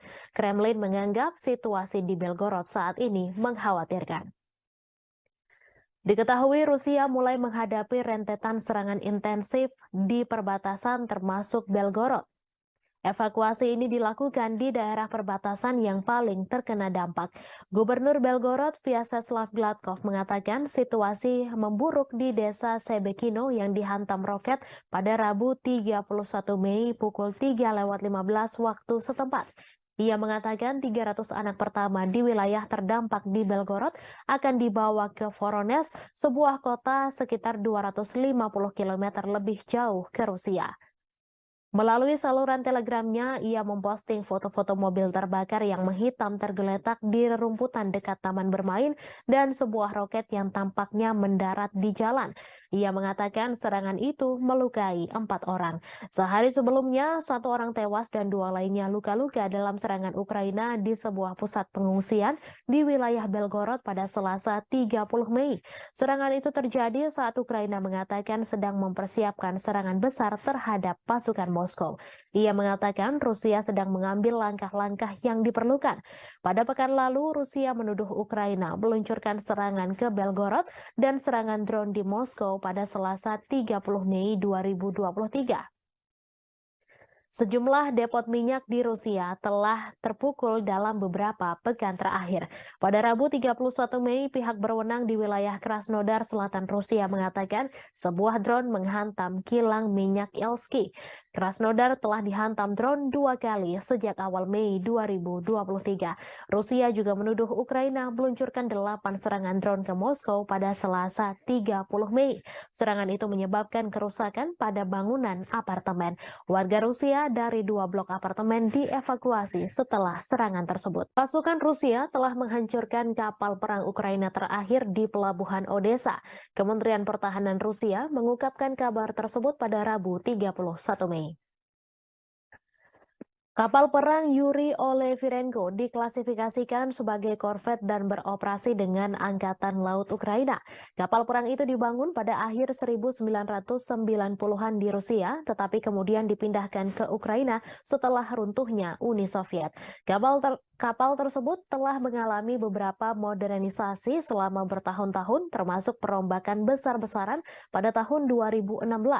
Kemhan Rusia menambahkan Ukraina kehilangan lebih dari 200 tentara di sana selama beberapa hari terakhir. Menurut Kemhan Rusia, Kiev kehilangan lebih dari 200 prajurit Ukraina, 3 kendaraan tempur lapis baja, 12 kendaraan dan howitzer D-30 ke arah Donetsk selama 24 jam terakhir. Sementara itu, Shalik, juru bicara Angkatan Laut Ukraina, mengatakan pihaknya tidak akan menanggapi pernyataan apapun yang dibuat sepihak oleh Rusia. Angkatan Laut Ukraina juga tidak akan mengungkapkan informasi apapun tentang kerugian selama perang. Sebelumnya, Rusia mengklaim bahwa pesawat tak berawak Ukraina memicu kebakaran di kilang minyak di Rusia Selatan. Selain itu, serangan udara juga menghantam sebuah kota Rusia dekat perbatasan untuk ketiga kalinya dalam seminggu dan merusak bangunan serta membakar kendaraan. Sementara itu, berikut perkembangan lainnya seputar situasi perang Rusia-Ukraina, di mana hanya ada sekitar 500 orang yang masih tinggal di Bakhmut menurut wali kota itu, Oleksiy Reva. Jumlah itu jauh dibandingkan dengan 70.000 orang yang tinggal di kota Ukraina Timur sebelum perang meletus. Bakhmut menjadi sasaran pertempuran sengit selama setahun terakhir. Baik Ukraina dan Rusia mengklaim sama-sama menguasai kota tersebut.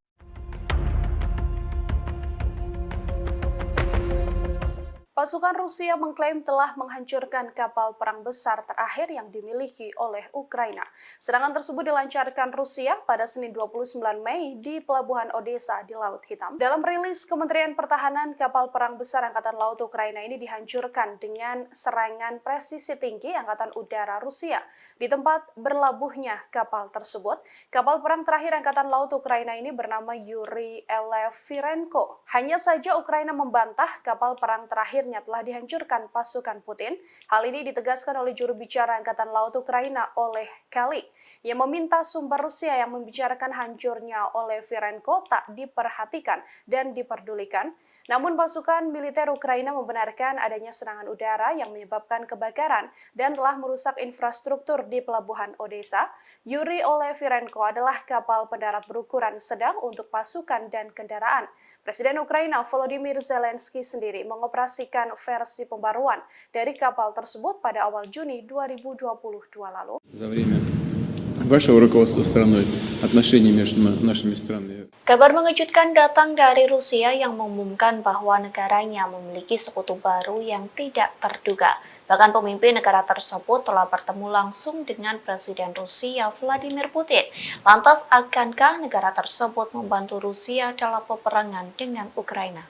Sekutu baru tak terduga dari Rusia yang dimaksud adalah negara Eritrea. Bahkan Putin telah bertemu dengan Presiden Eritrea yakni Isaias Afwerki pada Rabu 31 Mei 2023. Adapun untuk pertama kalinya Isaias Afwerki rela pergi ke Rusia dan bertemu dengan Vladimir Putin. Dalam pertemuan tersebut dikabarkan keduanya membahas prospek hubungan antar dua negara.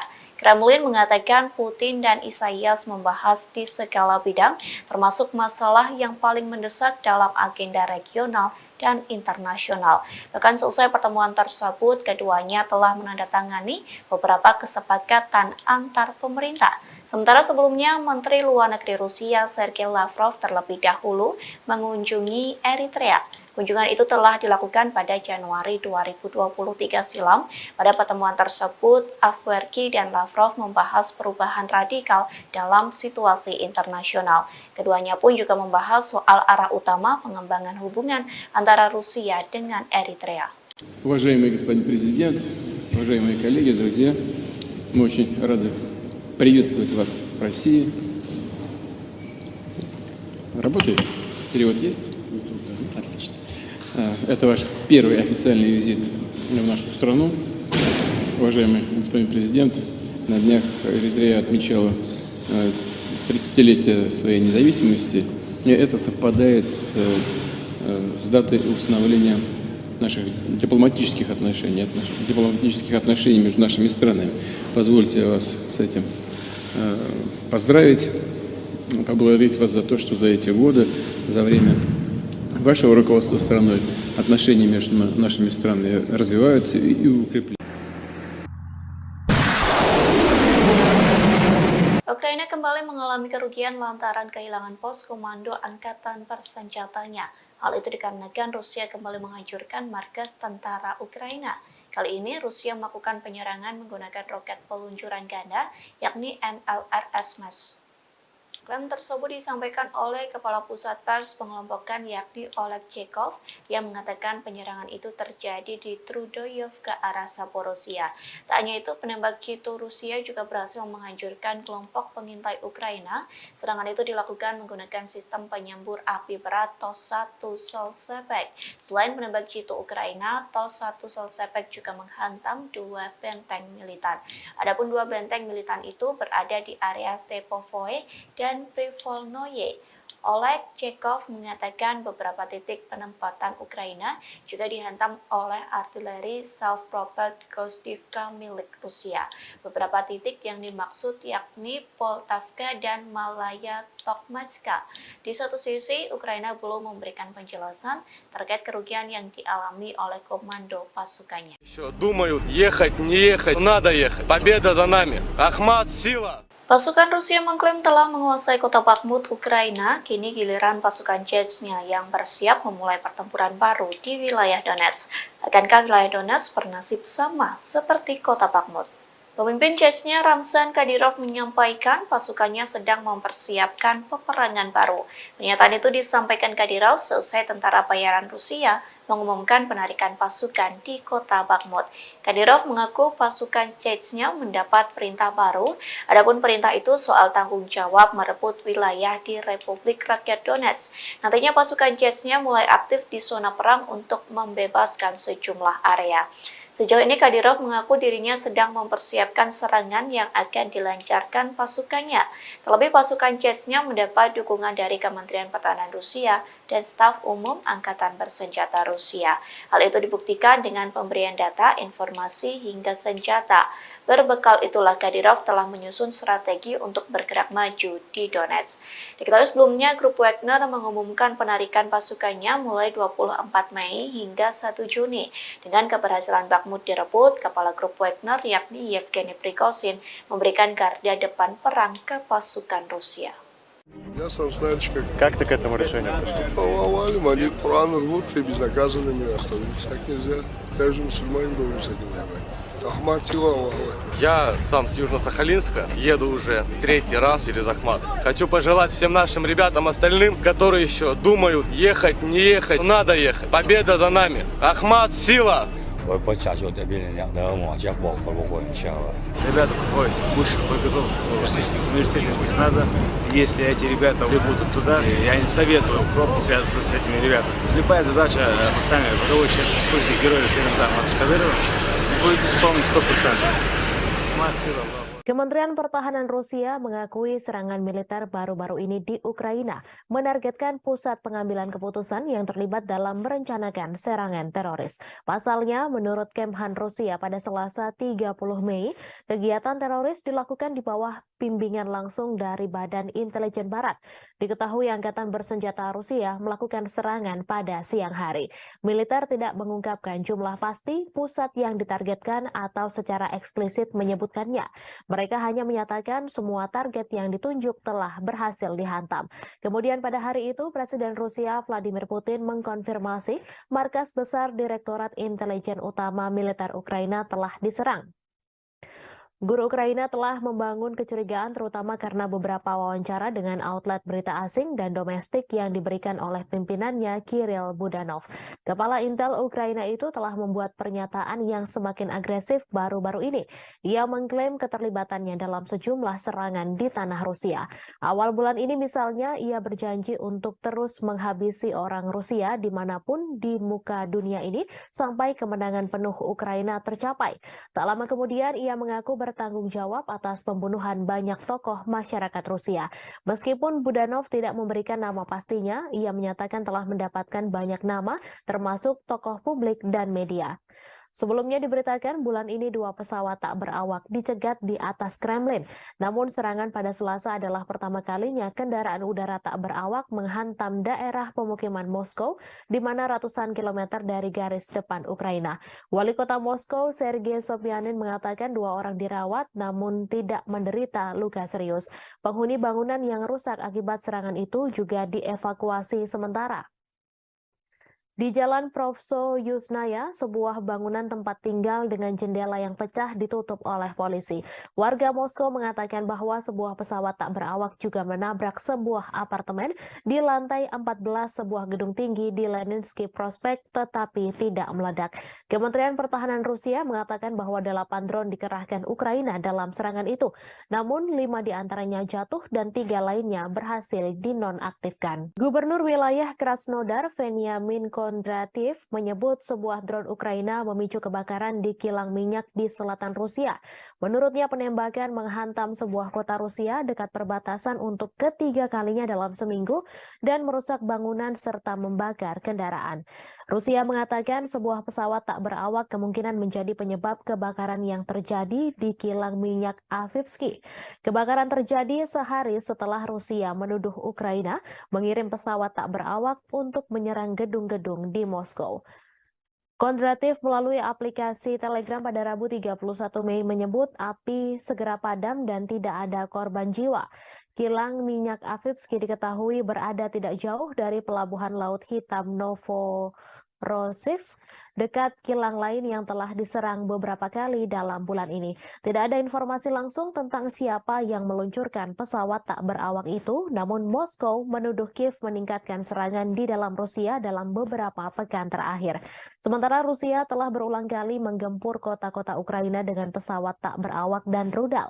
Langit di atas Ukraina relatif tenang pada hari Selasa malam tanpa ada serangan udara besar yang dilaporkan. Serangan pesawat tak berawak Rusia menewaskan 1 orang orang dan melukai 4 orang di Kiev pada hari Selasa. Serangan terhadap Rusia terjadi saat Ukraina mempersiapkan serangan balasan untuk mengusir pasukan Rusia dari wilayah yang diduduki sejak Moskow melancarkan invasi skala penuh sejak Februari 2022. Sebuah serangan artileri Ukraina melukai sedikitnya 1 orang di kota Rusia Sebekino, sekitar 7 km utara perbatasan dengan wilayah Kharkiv, Ukraina. Ukraina hampir tidak pernah secara terbuka mengklaim bertanggung jawab atas serangan di Rusia atau di wilayah yang dikuasai Rusia. Rusia menyebut 8 drone menargetkan wilayah sipil Moskow yang berpenduduk lebih dari 21 juta orang. Serangan dilakukan pada Selasa dini hari, namun drone berhasil ditembak jatuh atau dialihkan. Presiden Rusia Vladimir Putin mengecam serangan drone terbesar dari Ukraina ke Moskow. Ia mengatakan bahwa serangan tersebut berupaya menakut-nakuti dan memprovokasi Rusia. Seorang pembantu Presiden Ukraina membantah bahwa Kiev terlibat langsung dalam serangan Moskow. Namun ia mengatakan Ukraina mengetahui penyerangan itu dan memperkirakan akan serangan lain yang lebih banyak lagi. Washington disebut mendukung Kiev dengan secara terbuka mengabaikan serangan pesawat tak berawak yang melanda beberapa distrik Moskow pada hari Selasa. Hal itu disampaikan utusan Rusia untuk Amerika Serikat setelah Presiden Vladimir Putin menyalahkan Ukraina atas serangan itu. Gedung Putih mengatakan tidak mendukung serangan di dalam Rusia dan masih mengumpulkan informasi tentang insiden tersebut, di mana Putin sebelumnya menyebut bahwa serangan itu adalah upaya Ukraina untuk menakut-nakuti Rusia. Putin menyebut serangan itu yang membawa perang 15 bulan di Ukraina ke jantung Rusia sebagai aksi teroris. Ukraina juga menuduh Rusia melakukan terorisme atas pengebomannya terhadap warga sipil Ukraina, di mana tuduhan itu langsung dibantah oleh Moskow. Seorang pembantu Presiden Ukraina membantah Kiev terlibat langsung dalam serangan pesawat tak berawak di Moskow. Serangan terhadap Moskow yang melukai 2 orang terjadi setelah Rusia melancarkan 3 serangan udara dalam 1 hari di Kiev dan sejauh ini pada 17 Mei menewaskan 2 orang dan menabur kehancuran serta ketakutan. Rusia telah lama menuduh Barat melakukan perang proksi melawan Moskow dengan mendukung Ukraina dengan bantuan militer dan keuangan. Diketahui Rusia melancarkan invasi besar-besaran ke Ukraina sejak Februari 2022, menghancurkan kota-kota, memaksa jutaan orang meninggalkan rumah mereka dan menelan ribuan nyawa. Moskow menyebut perang itu sebagai operasi militer khusus untuk denazifikasi Ukraina dan melindungi penutur bahasa Rusia. Namun Kiev dan sekutunya mengatakan itu adalah perampasan tanah yang tidak beralasan. Sejak invasi besar-besaran Rusia ke Ukraina pada Februari 2022, banyak yang menyebut perang tersebut merupakan kesalahan kalkulasi yang dilakukan Presiden Rusia Vladimir Putin. Namun demikian, perang tersebut terjadi juga karena kesalahan Presiden Amerika Serikat Joe Biden dalam memberikan penilaian lebih terhadap Ukraina dan mengabaikan Rusia. Putin memang dianggap melakukan kesalahan fatal dengan menginvasi Ukraina dan menilai Kiev akan segera jatuh serta akan membentuk pemerintahan boneka. Faktanya hingga setahun berlalu Kiev terus dibom tetapi pemerintahan Ukraina masih berdiri tegak. Hanya saja Putin justru terus melayani Ukraina yang didukung Amerika Serikat dan NATO untuk melaksanakan perang dalam durasi yang lama. Yang paling menderita adalah rakyat Ukraina karena hanya menjadi medan pertempuran antara dua kekuatan dunia yakni Amerika Serikat dan Rusia. Saat perang berlarut-larut tanpa akhir yang terlihat merupakan kesalahan utama yang dilakukan Presiden Amerika Serikat Joe Biden.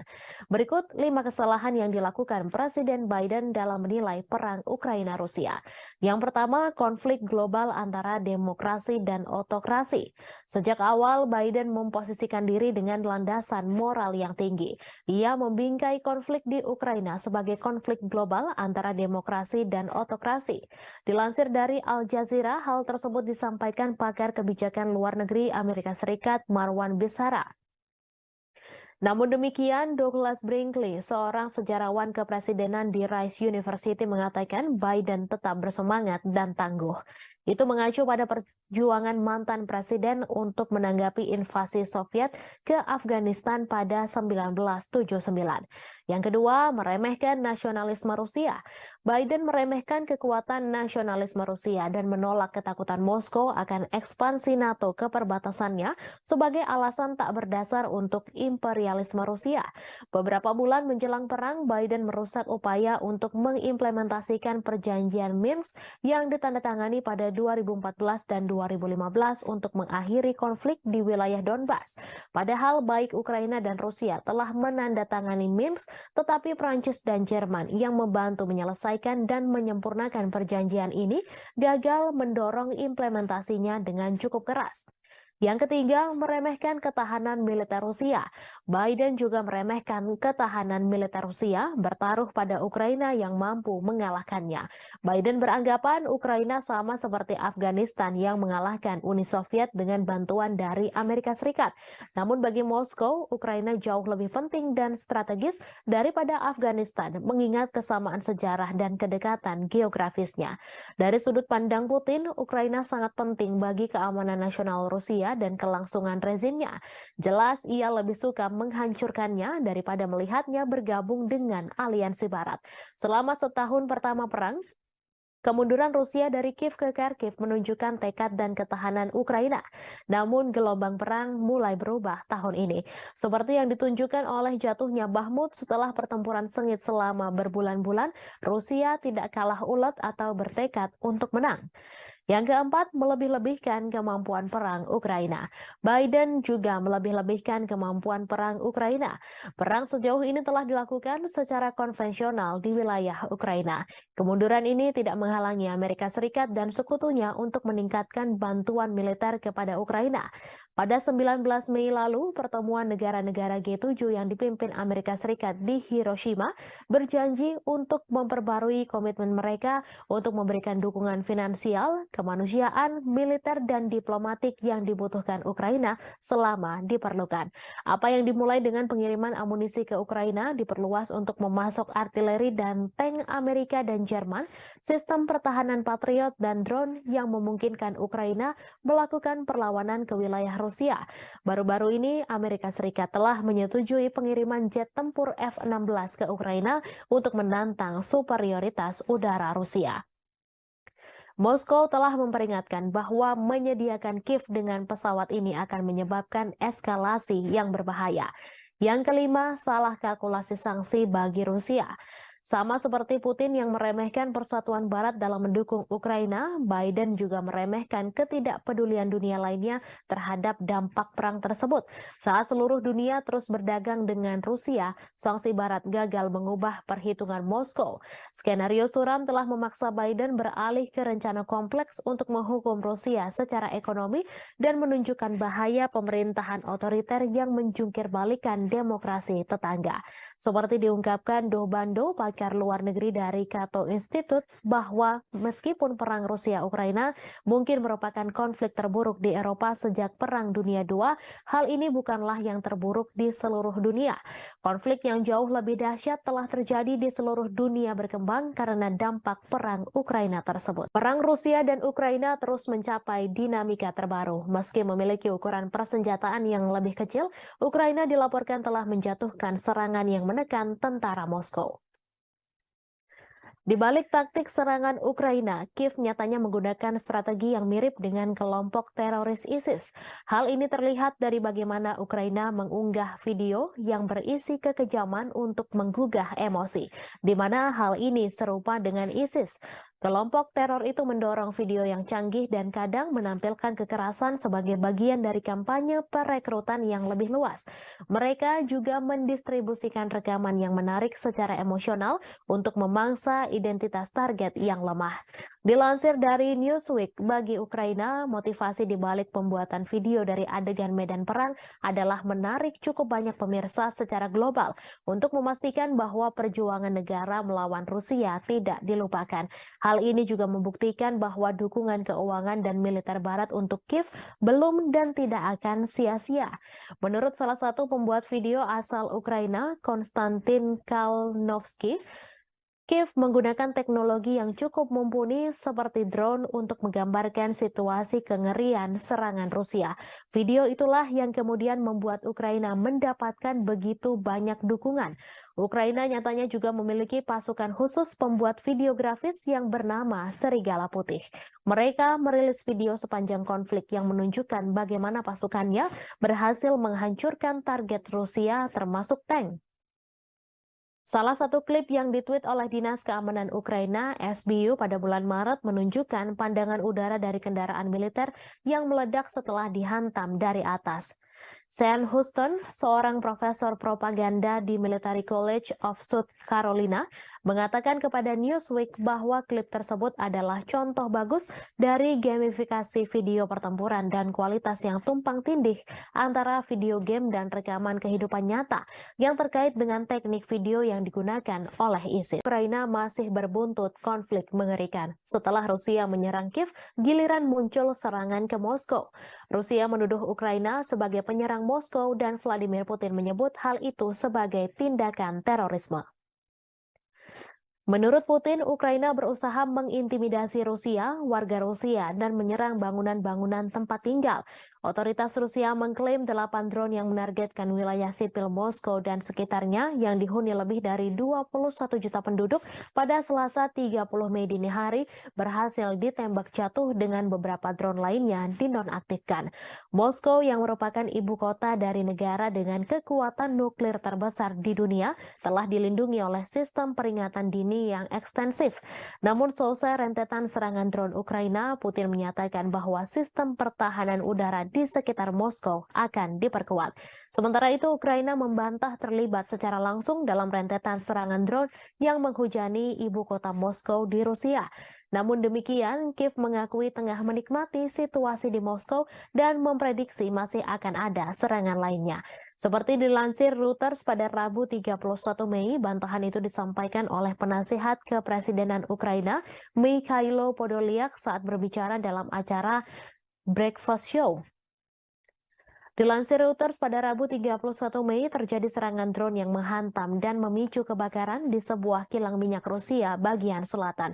Rusia menuding Ukraina sebagai dalang serangan itu. Otoritas Rusia juga melaporkan sebuah serangan artileri Ukraina terhadap kota Shebekino yang berjarak hanya 7 km sebelah utara wilayah Kharkiv di Ukraina. Serangan itu tercatat sebagai serangan ketiga di wilayah perbatasan dalam sepekan terakhir. Gubernur setempat Vyacheslav Gladkov dalam pernyataan melaporkan sedikitnya 2 orang harus dirawat di rumah sakit akibat serangan itu. Gladkov juga menyebut serangan itu menghancurkan jendela-jendela bangunan dan merusak atap gedung apartemen 8 lantai, 4 rumah warga, sebuah sekolah, dan beberapa tempat lainnya. Ia terjadi pada malam hari ketika sebagian besar penduduk Kiev tertidur lelap. Sirine meraung-raung di seluruh ibu kota Ukraina, membangunkan penduduk yang telah menghadapi perang selama 15 bulan. Mereka menyesuaikan rutinitasnya demi menghadapi kampanye udara terbaru Rusia. Dilansir Kompas.com dari Associated Press, dalam eskalasi serangan Rusia baru-baru ini, Olha Buchno, seorang petugas kebersihan, berdoa setiap malam. Di samping tempat tidurnya ada tas berisi barang-barang penting seperti dokumen, makanan kering, dan air. Mendengar bunyi alarm, ia berlari ke bawah ke ruang bawah tanah gedungnya dan berlindung. Hampir 2 minggu lalu, puing-puing dari rudal yang ditembak jatuh mendarat di atap sebuah gedung di sebelahnya di distrik Darnitsia, Kiev, menyebabkan kebakaran besar. Ia menangis sambil ketakutan setiap malamnya, membayangkan kemungkinan buruk yang bisa terjadi jika alarm sudah berbunyi. Mereka membayangkan pengungsian, terjebak di bawah reruntuhan, dan terbunuh. Yang lain bersikap apatis berbaring terjaga di tempat tidur saat suara ledakan memantul melintasi langit. Diketahui dalam sebulan terakhir ketika serangan udara Rusia meningkat menjadi serangan hampir setiap malam, kebanyakan orang mengeluh sulit tidur. Rusia meluncurkan gelombang serangan lain ke Kiev pada dini hari Senin menggunakan kombinasi drone dan rudal jelajah. Lebih dari 40 target udara dijatuhkan dalam serangan malam hari ke-15 di ibu kota pada bulan Mei. Saat siang hari, puing-puing yang berjatuhan menembus atap bangunan tempat tinggal di distrik Potlis, tetapi tidak ada laporan mengenai korban. Seringkali ledakan adalah suara dari sistem pertahanan udara Ukraina yang berhasil menargetkan rudal dan drone mematikan yang dikirim Rusia ke Ukraina. Rusia melancarkan pengeboman yang sangat intens, mengirimkan 18 rudal ke arah Ukraina, 14 diantaranya menargetkan Kiev menurut juru bicara Angkatan Udara Ukraina. Ukraina mengklaim pihaknya telah menembak jatuh 6 rudal hipersonik Kinzhal pada malam itu.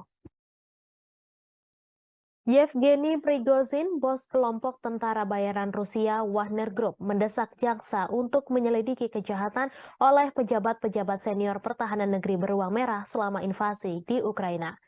Prigozhin melayangkan desakan itu melalui surat ke pihak berwenang. Dalam surat itu, ia mengeluhkan operasi khusus militer atau SMO Rusia di Ukraina. Sebagaimana dilansir Reuters, Prigozhin kemudian mengatakan surat-surat tersebut tidak untuk dipublikasikan. Dalam beberapa bulan belakangan, Prigozhin memang kerap mengkritik para pejabat pertahanan Rusia yang ia anggap tidak becus. Akibat ketidakbecusan itu, prajurit Rusia di medan tempur di Ukraina kewalahan dan kehilangan arah sementara nyawa terus berjatuhan. Sejumlah pengamat juga menganggap pasukan militer Rusia di Ukraina tidak becus. Beberapa pakar menilai pasukan Wagner lah yang selama ini membuat Rusia dapat bertahan di Ukraina. Namun Wagner sudah menarik pasukannya dari medan tempur di Ukraina. Mereka menyerahkan posisi tempur kepada tentara Rusia. Setelah penarikan pasukan itu, muncul desas-desus bahwa Prigozhin berencana melancarkan kudeta di Rusia. Meski demikian, Prigozhin langsung membantah tudingan tersebut. Ia mengklaim Wagner tak memiliki pasukan yang cukup untuk melancarkan kudeta. Ia malah menuduh balik Menteri Pertahanan Rusia Sergei Shoigu lah yang sebenarnya mampu menggelar kudeta mengingat personel pasukannya begitu banyak. Rusia akan mengevakuasi ratusan anak dari desa-desa di Belgorod karena pengeboman yang intensif di perbatasan Rusia dan Ukraina tersebut. Kremlin menganggap situasi di Belgorod saat ini mengkhawatirkan. Diketahui Rusia mulai menghadapi rentetan serangan intensif di perbatasan termasuk Belgorod. Evakuasi ini dilakukan di daerah perbatasan yang paling terkena dampak. Gubernur Belgorod Vyacheslav Gladkov mengatakan situasi memburuk di desa Sebekino yang dihantam roket pada Rabu 31 Mei pukul 3:15 waktu setempat. Ia mengatakan 300 anak pertama di wilayah terdampak di Belgorod akan dibawa ke Voronezh, sebuah kota sekitar 250 km lebih jauh ke Rusia. Melalui saluran telegramnya, ia memposting foto-foto mobil terbakar yang menghitam tergeletak di rerumputan dekat taman bermain dan sebuah roket yang tampaknya mendarat di jalan. Ia mengatakan serangan itu melukai 4 orang. Sehari sebelumnya, 1 orang tewas dan 2 lainnya luka-luka dalam serangan Ukraina di sebuah pusat pengungsian di wilayah Belgorod pada Selasa 30 Mei. Serangan itu terjadi saat Ukraina mengatakan sedang mempersiapkan serangan besar terhadap pasukan Moskow. Ia mengatakan Rusia sedang mengambil langkah-langkah yang diperlukan. Pada pekan lalu, Rusia menuduh Ukraina meluncurkan serangan ke Belgorod dan serangan drone di Moskow pada Selasa 30 Mei 2023. Sejumlah depot minyak di Rusia telah terpukul dalam beberapa pekan terakhir. Pada Rabu 31 Mei, pihak berwenang di wilayah Krasnodar Selatan Rusia mengatakan sebuah drone menghantam kilang minyak Elsky. Krasnodar telah dihantam drone 2 kali sejak awal Mei 2023. Rusia juga menuduh Ukraina meluncurkan 8 serangan drone ke Moskow pada Selasa 30 Mei. Serangan itu menyebabkan kerusakan pada bangunan apartemen. Warga Rusia dari 2 blok apartemen dievakuasi setelah serangan tersebut. Pasukan Rusia telah menghancurkan kapal perang Ukraina terakhir di pelabuhan Odessa. Kementerian Pertahanan Rusia mengungkapkan kabar tersebut pada Rabu 31 Mei. Kapal perang Yuri Olefirenko diklasifikasikan sebagai korvet dan beroperasi dengan Angkatan Laut Ukraina. Kapal perang itu dibangun pada akhir 1990-an di Rusia, tetapi kemudian dipindahkan ke Ukraina setelah runtuhnya Uni Soviet. Kapal tersebut telah mengalami beberapa modernisasi selama bertahun-tahun, termasuk perombakan besar-besaran pada tahun 2016. Kemhan Rusia menambahkan Ukraina kehilangan lebih dari 200 tentara di sana selama beberapa hari terakhir. Menurut Kemhan Rusia, Kiev kehilangan lebih dari 200 prajurit Ukraina, 3 kendaraan tempur lapis baja, 12 kendaraan dan howitzer D-30 ke arah Donetsk selama 24 jam terakhir. Sementara itu, Shalik, juru bicara Angkatan Laut Ukraina, mengatakan pihaknya tidak akan menanggapi pernyataan apapun yang dibuat sepihak oleh Rusia. Angkatan Laut Ukraina juga tidak akan mengungkapkan informasi apapun tentang kerugian selama perang. Sebelumnya, Rusia mengklaim bahwa pesawat tak berawak Ukraina memicu kebakaran di kilang minyak di Rusia Selatan. Selain itu, serangan udara juga menghantam sebuah kota Rusia dekat perbatasan untuk ketiga kalinya dalam seminggu dan merusak bangunan serta membakar kendaraan. Sementara itu, berikut perkembangan lainnya seputar situasi perang Rusia-Ukraina, di mana hanya ada sekitar 500 orang yang masih tinggal di Bahmut menurut wali kota itu, Oleksiy Reva. Jumlah itu jauh dibandingkan dengan 70.000 orang yang tinggal di kota Ukraina Timur sebelum perang meletus. Bahmut menjadi sasaran pertempuran sengit selama setahun terakhir. Baik Ukraina dan Rusia mengklaim sama-sama menguasai kota tersebut.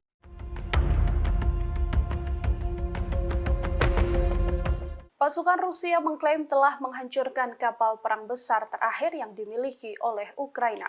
Serangan tersebut dilancarkan Rusia pada Senin 29 Mei di Pelabuhan Odessa di Laut Hitam. Dalam rilis Kementerian Pertahanan, kapal perang besar Angkatan Laut Ukraina ini dihancurkan dengan serangan presisi tinggi Angkatan Udara Rusia.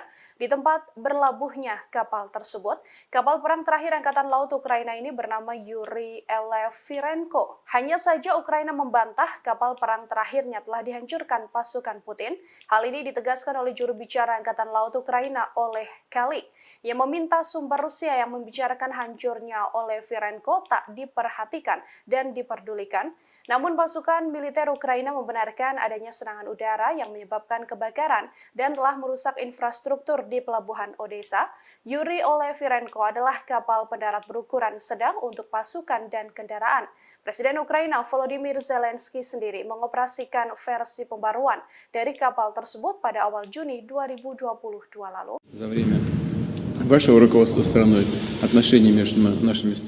Kabar mengejutkan datang dari Rusia yang mengumumkan bahwa negaranya memiliki sekutu baru yang tidak terduga. Bahkan pemimpin negara tersebut telah bertemu langsung dengan Presiden Rusia Vladimir Putin. Lantas, akankah negara tersebut membantu Rusia dalam peperangan dengan Ukraina? Sekutu baru tak terduga dari Rusia yang dimaksud adalah negara Eritrea. Bahkan Putin telah bertemu dengan Presiden Eritrea yakni Isaias Afwerki pada Rabu 31 Mei 2023. Adapun untuk pertama kalinya Isaias Afwerki rela pergi ke Rusia dan bertemu dengan Vladimir Putin. Dalam pertemuan tersebut dikabarkan keduanya membahas prospek hubungan antar dua negara. Kremlin mengatakan Putin dan Isaias membahas di segala bidang, termasuk masalah yang paling mendesak dalam agenda regional dan internasional. Bahkan seusai pertemuan tersebut, keduanya telah menandatangani beberapa kesepakatan antar pemerintah. Sementara sebelumnya, Menteri Luar Negeri Rusia Sergei Lavrov terlebih dahulu mengunjungi Eritrea. Kunjungan itu telah dilakukan pada Januari 2023 silam. Pada pertemuan tersebut, Afwerki dan Lavrov membahas perubahan radikal dalam situasi internasional. Keduanya pun juga membahas soal arah utama pengembangan hubungan antara Rusia dengan Eritrea. Уважаемый господин президент, уважаемые коллеги, друзья, мы очень рады приветствовать вас в России. Работает? Перевод есть? Отлично. Это ваш первый официальный визит в нашу страну. Уважаемый господин президент, на днях Эритрея отмечала 30-летие своей независимости. И это совпадает с датой установления наших дипломатических отношений между нашими странами. Позвольте вас с этим поздравить, поблагодарить вас за то, что за эти годы, за время вашего руководства страной, отношения между нашими странами развиваются и укрепляются. Ukraina kembali mengalami kerugian lantaran kehilangan pos komando angkatan bersenjatanya. Hal itu dikarenakan Rusia kembali menghancurkan markas tentara Ukraina. Kali ini Rusia melakukan penyerangan menggunakan roket peluncuran ganda, yakni MLRS. Klaim tersebut disampaikan oleh Kepala Pusat Pers Pengelompokan yakni Oleg Chekov yang mengatakan penyerangan itu terjadi di Trudoyov ke arah Zaporozhia.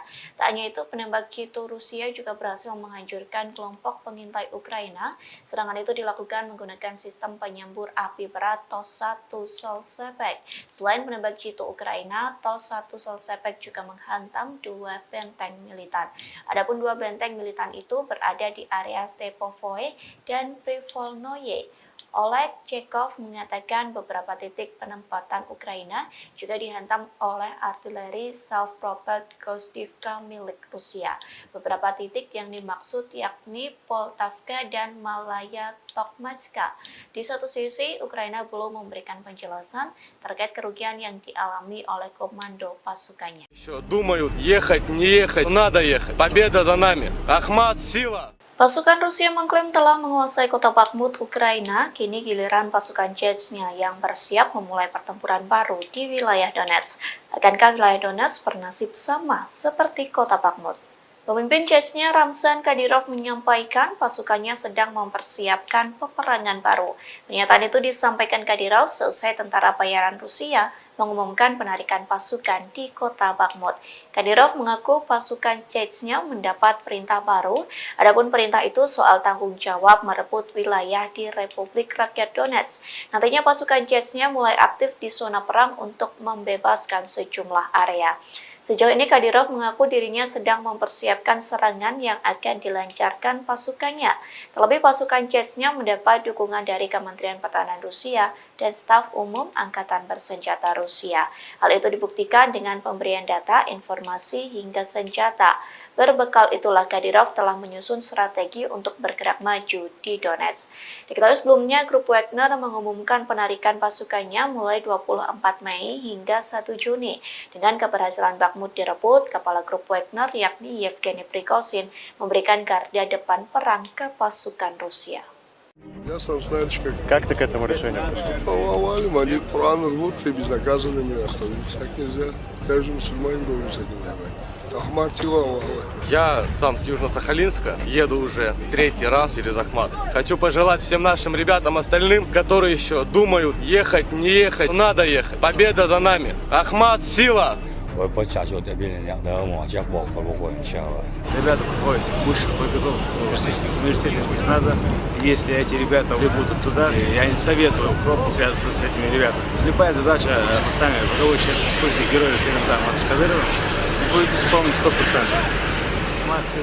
Kementerian Pertahanan Rusia mengakui serangan militer baru-baru ini di Ukraina menargetkan pusat pengambilan keputusan yang terlibat dalam merencanakan serangan teroris. Pasalnya, menurut Kemhan Rusia pada Selasa 30 Mei, kegiatan teroris dilakukan di bawah bimbingan langsung dari Badan Intelijen Barat. Diketahui Angkatan Bersenjata Rusia melakukan serangan pada siang hari. Militer tidak mengungkapkan jumlah pasti pusat yang ditargetkan atau secara eksplisit menyebutkannya. Mereka hanya menyatakan semua target yang ditunjuk telah berhasil dihantam. Kemudian pada hari itu, Presiden Rusia Vladimir Putin mengkonfirmasi markas besar Direktorat Intelijen Utama Militer Ukraina telah diserang. Guru Ukraina telah membangun kecurigaan terutama karena beberapa wawancara dengan outlet berita asing dan domestik yang diberikan oleh pimpinannya Kirill Budanov. Kepala Intel Ukraina itu telah membuat pernyataan yang semakin agresif baru-baru ini. Ia mengklaim keterlibatannya dalam sejumlah serangan di tanah Rusia. Awal bulan ini misalnya ia berjanji untuk terus menghabisi orang Rusia dimanapun di muka dunia ini sampai kemenangan penuh Ukraina tercapai. Tak lama kemudian ia mengaku bertanggung jawab atas pembunuhan banyak tokoh masyarakat Rusia. Meskipun Budanov tidak memberikan nama pastinya, ia menyatakan telah mendapatkan banyak nama, termasuk tokoh publik dan media. Sebelumnya diberitakan bulan ini 2 pesawat tak berawak dicegat di atas Kremlin. Namun serangan pada Selasa adalah pertama kalinya kendaraan udara tak berawak menghantam daerah pemukiman Moskow, di mana ratusan kilometer dari garis depan Ukraina. Wali kota Moskow, Sergei Sobyanin, mengatakan 2 orang dirawat namun tidak menderita luka serius. Penghuni bangunan yang rusak akibat serangan itu juga dievakuasi sementara. Di Jalan Provso-Yuzhnaya, sebuah bangunan tempat tinggal dengan jendela yang pecah ditutup oleh polisi. Warga Moskow mengatakan bahwa sebuah pesawat tak berawak juga menabrak sebuah apartemen di lantai 14 sebuah gedung tinggi di Leninsky Prospect tetapi tidak meledak. Kementerian Pertahanan Rusia mengatakan bahwa 8 drone dikerahkan Ukraina dalam serangan itu.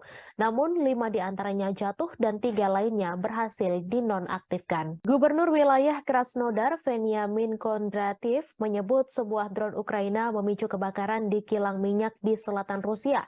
Menurutnya penembakan menghantam sebuah kota Rusia dekat perbatasan untuk ketiga kalinya dalam seminggu dan merusak bangunan serta membakar kendaraan. Rusia mengatakan sebuah pesawat tak berawak kemungkinan menjadi penyebab kebakaran yang terjadi di kilang minyak Avivsky. Kebakaran terjadi sehari setelah Rusia menuduh Ukraina mengirim pesawat tak berawak untuk menyerang gedung-gedung di Moskow. Kondratiev melalui aplikasi Telegram pada Rabu 31 Mei menyebut api segera padam dan tidak ada korban jiwa. Kilang minyak Avivsky diketahui berada tidak jauh dari pelabuhan Laut Hitam Novorossiysk, dekat kilang lain yang telah diserang beberapa kali dalam bulan ini. Tidak ada informasi langsung tentang siapa yang meluncurkan pesawat tak berawak itu, namun Moskow menuduh Kiev meningkatkan serangan di dalam Rusia dalam beberapa pekan terakhir. Sementara Rusia telah berulang kali menggempur kota-kota Ukraina dengan pesawat tak berawak dan rudal. Langit di atas Ukraina relatif tenang pada hari Selasa malam tanpa ada serangan udara besar yang dilaporkan. Serangan pesawat tak berawak Rusia menewaskan 1 orang dan melukai 4 orang di Kiev pada hari Selasa. Serangan terhadap Rusia terjadi saat Ukraina mempersiapkan serangan balasan untuk mengusir pasukan Rusia dari wilayah yang diduduki sejak Moskow melancarkan invasi skala penuh sejak Februari 2022. Sebuah serangan artileri Ukraina melukai sedikitnya 1 orang di kota Rusia Sebekino, sekitar 7 km utara perbatasan dengan wilayah Kharkiv, Ukraina. Ukraina hampir tidak pernah secara terbuka mengklaim bertanggung jawab atas serangan di Rusia atau di wilayah yang dikuasai Rusia. Rusia menyebut 8 drone menargetkan wilayah sipil Moskow yang berpenduduk lebih dari 21 juta orang. Serangan dilakukan pada Selasa dini hari, namun drone berhasil ditembak jatuh atau dialihkan. Presiden Rusia Vladimir Putin mengecam serangan drone terbesar dari Ukraina ke Moskow. Ia mengatakan bahwa serangan tersebut berupaya menakut-nakuti dan memprovokasi Rusia. Seorang pembantu Presiden Ukraina membantah bahwa Kiev terlibat langsung dalam serangan Moskow. Namun ia mengatakan Ukraina mengetahui penyerangan itu dan memperkirakan akan serangan lain yang lebih banyak lagi.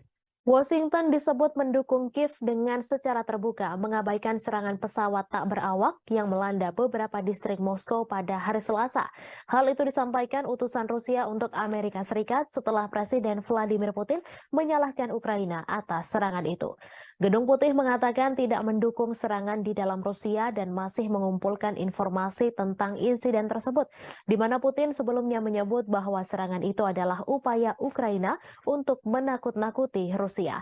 Putin menyebut serangan itu yang membawa perang 15 bulan di Ukraina ke jantung Rusia sebagai aksi teroris. Ukraina juga menuduh Rusia melakukan terorisme atas pengebomannya terhadap warga sipil Ukraina, di mana tuduhan itu langsung dibantah oleh Moskow. Seorang pembantu Presiden Ukraina membantah Kiev terlibat langsung dalam serangan pesawat tak berawak di Moskow. Serangan terhadap Moskow yang melukai 2 orang terjadi setelah Rusia melancarkan 3 serangan udara dalam 1 hari di Kiev dan sejauh ini pada 17 Mei menewaskan 2 orang. dan menabur kehancuran serta ketakutan. Rusia telah lama menuduh Barat melakukan perang proksi melawan Moskow dengan mendukung Ukraina dengan bantuan militer dan keuangan. Diketahui Rusia melancarkan invasi besar-besaran ke Ukraina sejak Februari 2022, menghancurkan kota-kota, memaksa jutaan orang meninggalkan rumah mereka dan menelan ribuan nyawa.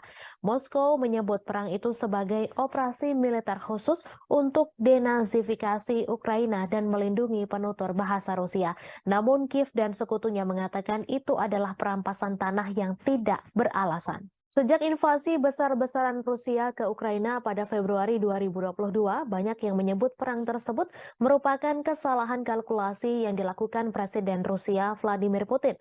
Namun demikian, perang tersebut terjadi juga karena kesalahan Presiden Amerika Serikat Joe Biden dalam memberikan penilaian lebih terhadap Ukraina dan mengabaikan Rusia.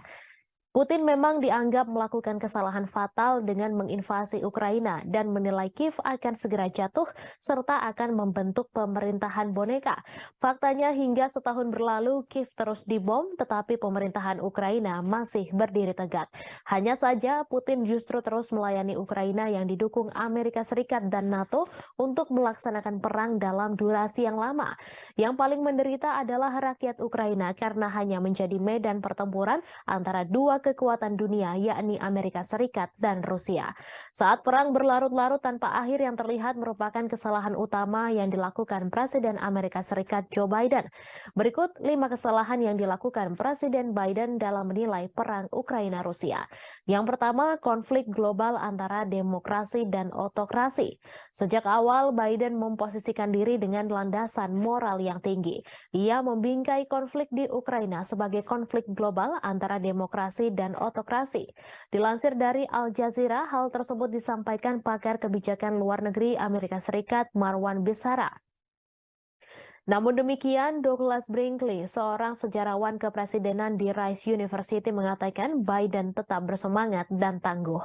Itu mengacu pada perjuangan mantan presiden untuk menanggapi invasi Soviet ke Afghanistan pada 1979. Yang kedua, meremehkan nasionalisme Rusia.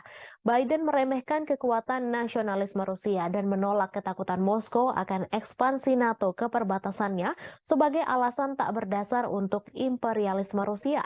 Beberapa bulan menjelang perang, Biden merusak upaya untuk mengimplementasikan perjanjian Minsk yang ditandatangani pada 2014 dan 2015 untuk mengakhiri konflik di wilayah Donbas. Padahal baik Ukraina dan Rusia telah menandatangani Minsk, tetapi Prancis dan Jerman yang membantu menyelesaikan dan menyempurnakan perjanjian ini gagal mendorong implementasinya dengan cukup keras. Yang ketiga, meremehkan ketahanan militer Rusia. Biden juga meremehkan ketahanan militer Rusia bertaruh pada Ukraina yang mampu mengalahkannya. Biden beranggapan Ukraina sama seperti Afghanistan yang mengalahkan Uni Soviet dengan bantuan dari Amerika Serikat. Namun bagi Moskow, Ukraina jauh lebih penting dan strategis daripada Afghanistan, mengingat kesamaan sejarah dan kedekatan geografisnya. Dari sudut pandang Putin, Ukraina sangat penting bagi keamanan nasional Rusia dan kelangsungan rezimnya. Jelas ia lebih suka menghancurkannya daripada melihatnya bergabung dengan aliansi Barat. Selama setahun pertama perang, kemunduran Rusia dari Kiev ke Kharkiv menunjukkan tekad dan ketahanan Ukraina. Namun gelombang perang mulai berubah tahun ini. Seperti yang ditunjukkan oleh jatuhnya Bakhmut setelah pertempuran sengit selama berbulan-bulan, Rusia tidak kalah ulet atau bertekad untuk menang. Yang keempat, melebih-lebihkan kemampuan perang Ukraina. Biden juga melebih-lebihkan kemampuan perang Ukraina. Perang sejauh ini telah dilakukan secara konvensional di wilayah Ukraina. Kemunduran ini tidak menghalangi Amerika Serikat dan sekutunya untuk meningkatkan bantuan militer kepada Ukraina. Pada 19 Mei lalu, pertemuan negara-negara G7 yang dipimpin Amerika Serikat di Hiroshima berjanji untuk memperbarui komitmen mereka untuk memberikan dukungan finansial, kemanusiaan, militer, dan diplomatik yang dibutuhkan Ukraina selama diperlukan.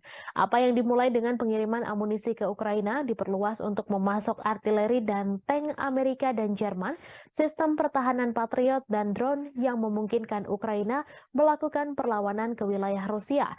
Baru-baru ini Amerika Serikat telah menyetujui pengiriman jet tempur F-16 ke Ukraina untuk menantang superioritas udara Rusia. Moskow telah memperingatkan bahwa menyediakan Kiev dengan pesawat ini akan menyebabkan eskalasi yang berbahaya. Yang kelima, salah kalkulasi sanksi bagi Rusia.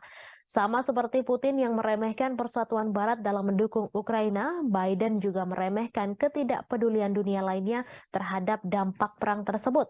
Saat seluruh dunia terus berdagang dengan Rusia, sanksi Barat gagal mengubah perhitungan Moskow. Skenario suram telah memaksa Biden beralih ke rencana kompleks untuk menghukum Rusia secara ekonomi dan menunjukkan bahaya pemerintahan otoriter yang menjungkir balikan demokrasi tetangga.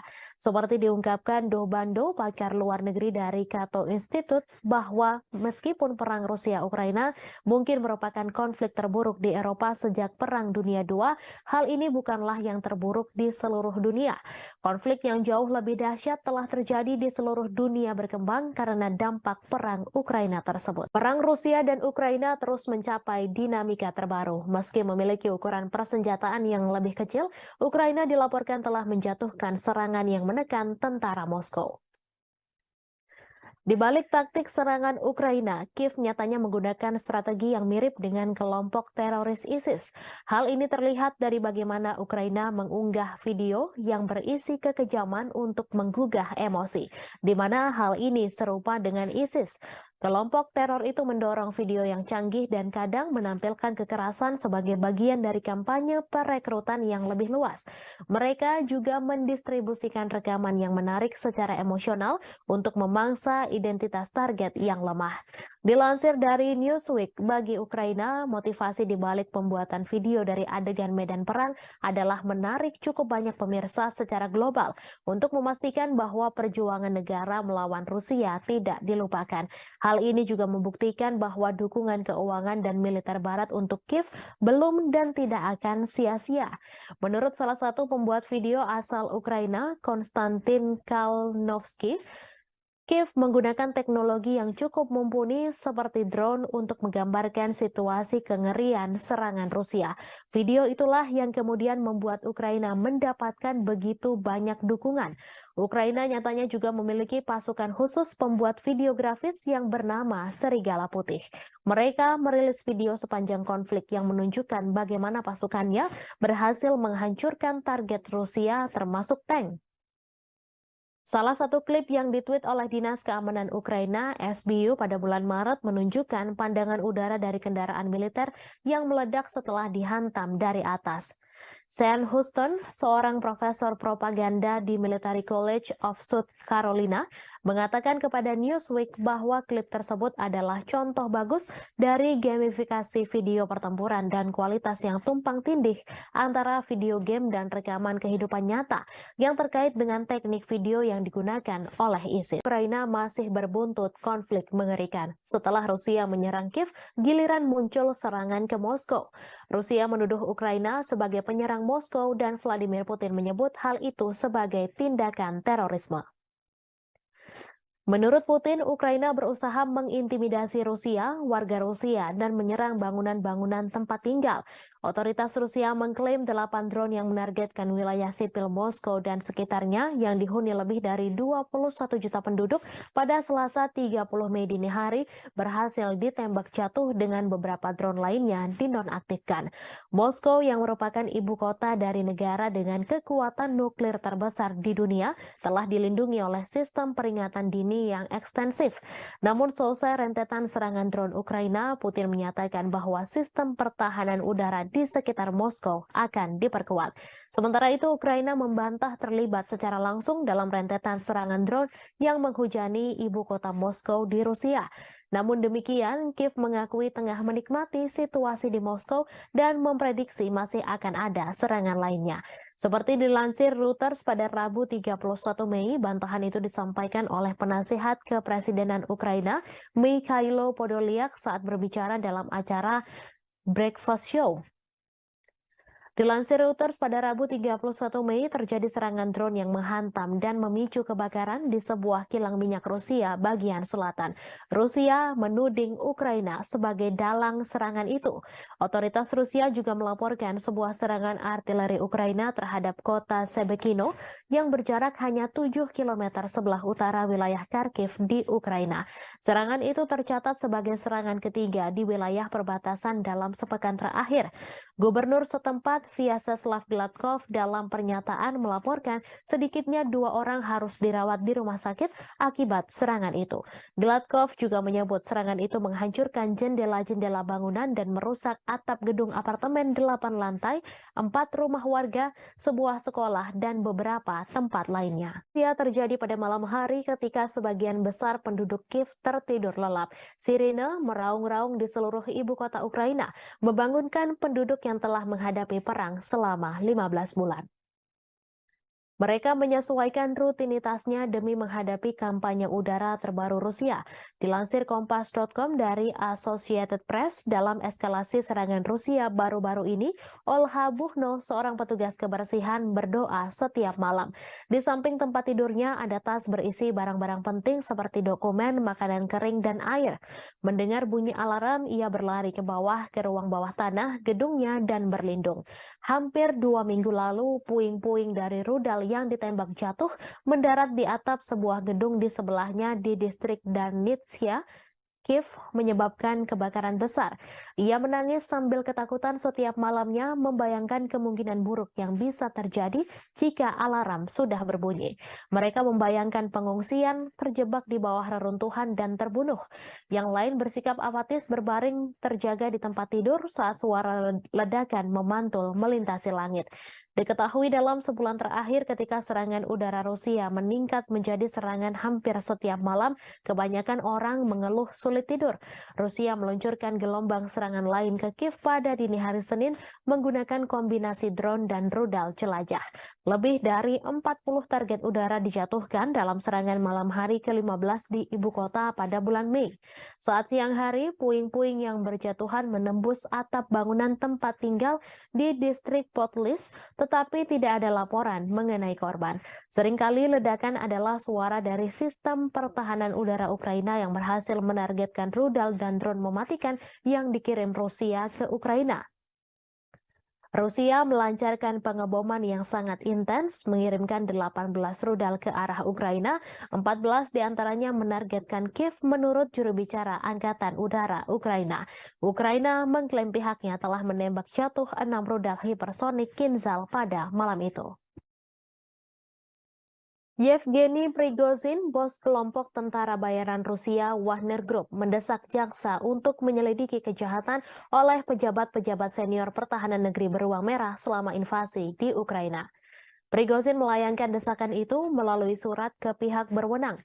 Dalam surat itu, ia mengeluhkan operasi khusus militer atau SMO Rusia di Ukraina.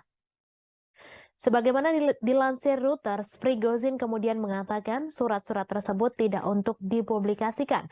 Dalam beberapa bulan belakangan, Prigozhin memang kerap mengkritik para pejabat pertahanan Rusia yang ia anggap tidak becus. Akibat ketidakbecusan itu, prajurit Rusia di medan tempur di Ukraina kewalahan dan bak kehilangan arah sementara nyawa terus berjatuhan. Sejumlah pengamat juga menganggap pasukan militer Rusia di Ukraina tidak becus. Beberapa pakar menilai pasukan Wagner lah yang selama ini membuat Rusia dapat bertahan di Ukraina. Namun Wagner sudah menarik pasukannya dari medan tempur di Ukraina. Mereka menyerahkan posisi tempur kepada tentara Rusia. Setelah penarikan pasukan itu, muncul desas-desus bahwa Prigozhin berencana melancarkan kudeta di Rusia. Meski demikian, Prigozhin langsung membantah tudingan tersebut. Ia mengklaim Wagner tak memiliki pasukan yang cukup untuk melancarkan kudeta. Ia malah menuduh balik Menteri Pertahanan Rusia Sergei Shoigu lah yang sebenarnya mampu menggelar kudeta mengingat personel pasukannya begitu banyak. Rusia akan mengevakuasi ratusan anak dari desa-desa di Belgorod karena pengeboman yang intensif di perbatasan Rusia dan Ukraina tersebut. Kremlin menganggap situasi di Belgorod saat ini mengkhawatirkan. Diketahui Rusia mulai menghadapi rentetan serangan intensif di perbatasan termasuk Belgorod. Evakuasi ini dilakukan di daerah perbatasan yang paling terkena dampak. Gubernur Belgorod, Vyacheslav Gladkov, mengatakan situasi memburuk di desa Sebekino yang dihantam roket pada Rabu 31 Mei pukul 3:15 waktu setempat.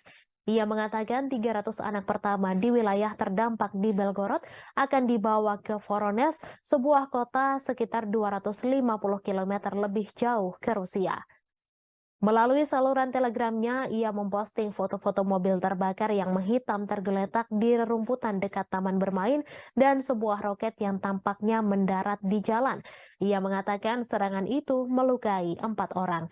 Sehari sebelumnya, 1 orang tewas dan 2 lainnya luka-luka dalam serangan Ukraina di sebuah pusat pengungsian di wilayah Belgorod pada Selasa 30 Mei. Serangan itu terjadi saat Ukraina mengatakan sedang mempersiapkan serangan besar terhadap pasukan Moskow. Ia mengatakan Rusia sedang mengambil langkah-langkah yang diperlukan. Pada pekan lalu, Rusia menuduh Ukraina meluncurkan serangan ke Belgorod dan serangan drone di Moskow pada Selasa 30 Mei 2023. Sejumlah depot minyak di Rusia telah terpukul dalam beberapa pekan terakhir. Pada Rabu 31 Mei, pihak berwenang di wilayah Krasnodar Selatan Rusia mengatakan sebuah drone menghantam kilang minyak Ilsky. Krasnodar telah dihantam drone 2 kali sejak awal Mei 2023.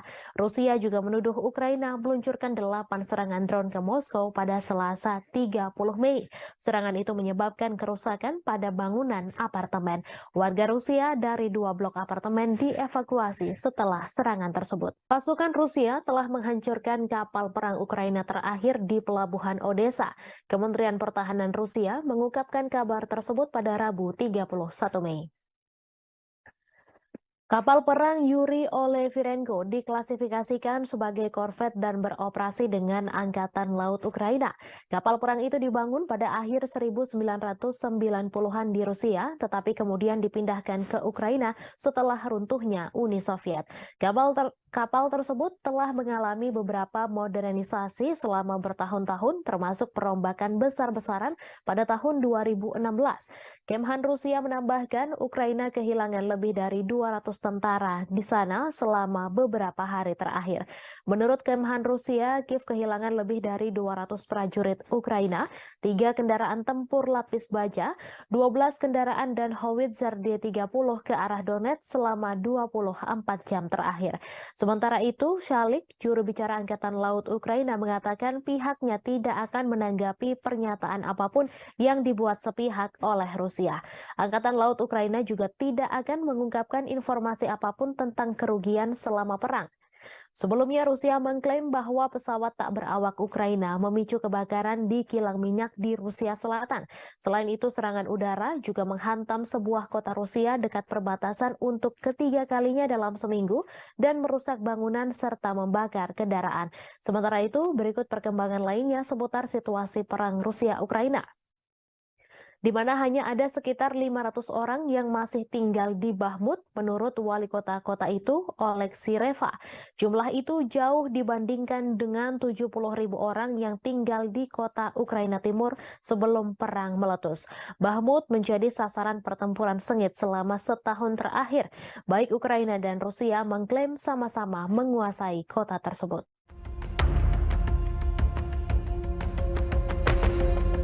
Pasukan Rusia mengklaim telah menghancurkan kapal perang besar terakhir yang dimiliki oleh Ukraina.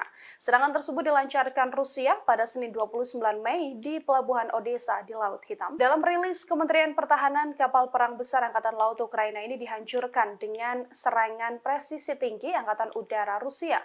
Di tempat berlabuhnya kapal tersebut, kapal perang terakhir Angkatan Laut Ukraina ini bernama Yuri Olefirenko. Hanya saja Ukraina membantah kapal perang terakhir telah dihancurkan pasukan Putin. Hal ini ditegaskan oleh juru bicara Angkatan Laut Ukraina, Oleh Kalik, yang meminta sumber Rusia yang membicarakan hancurnya Olefirenko tak diperhatikan dan diperdulikan. Namun pasukan militer Ukraina membenarkan adanya serangan udara yang menyebabkan kebakaran dan telah merusak infrastruktur di pelabuhan Odessa. Yuri Olefirenko adalah kapal pendarat berukuran sedang untuk pasukan dan kendaraan. Presiden Ukraina Volodymyr Zelensky sendiri mengoperasikan versi pembaruan dari kapal tersebut pada awal Juni 2022 lalu. Вашего руководства страной, отношения между нашими странами. Kabar mengejutkan datang dari Rusia yang mengumumkan bahwa negaranya memiliki sekutu baru yang tidak terduga. Bahkan pemimpin negara tersebut telah bertemu langsung dengan Presiden Rusia Vladimir Putin. Lantas, akankah negara tersebut membantu Rusia dalam peperangan dengan Ukraina? Sekutu baru tak terduga dari Rusia yang dimaksud adalah negara Eritrea. Bahkan Putin telah bertemu dengan Presiden Eritrea yakni Isaias Afwerki pada Rabu 31 Mei 2023. Adapun untuk pertama kalinya Isaias Afwerki rela pergi ke Rusia dan bertemu dengan Vladimir Putin.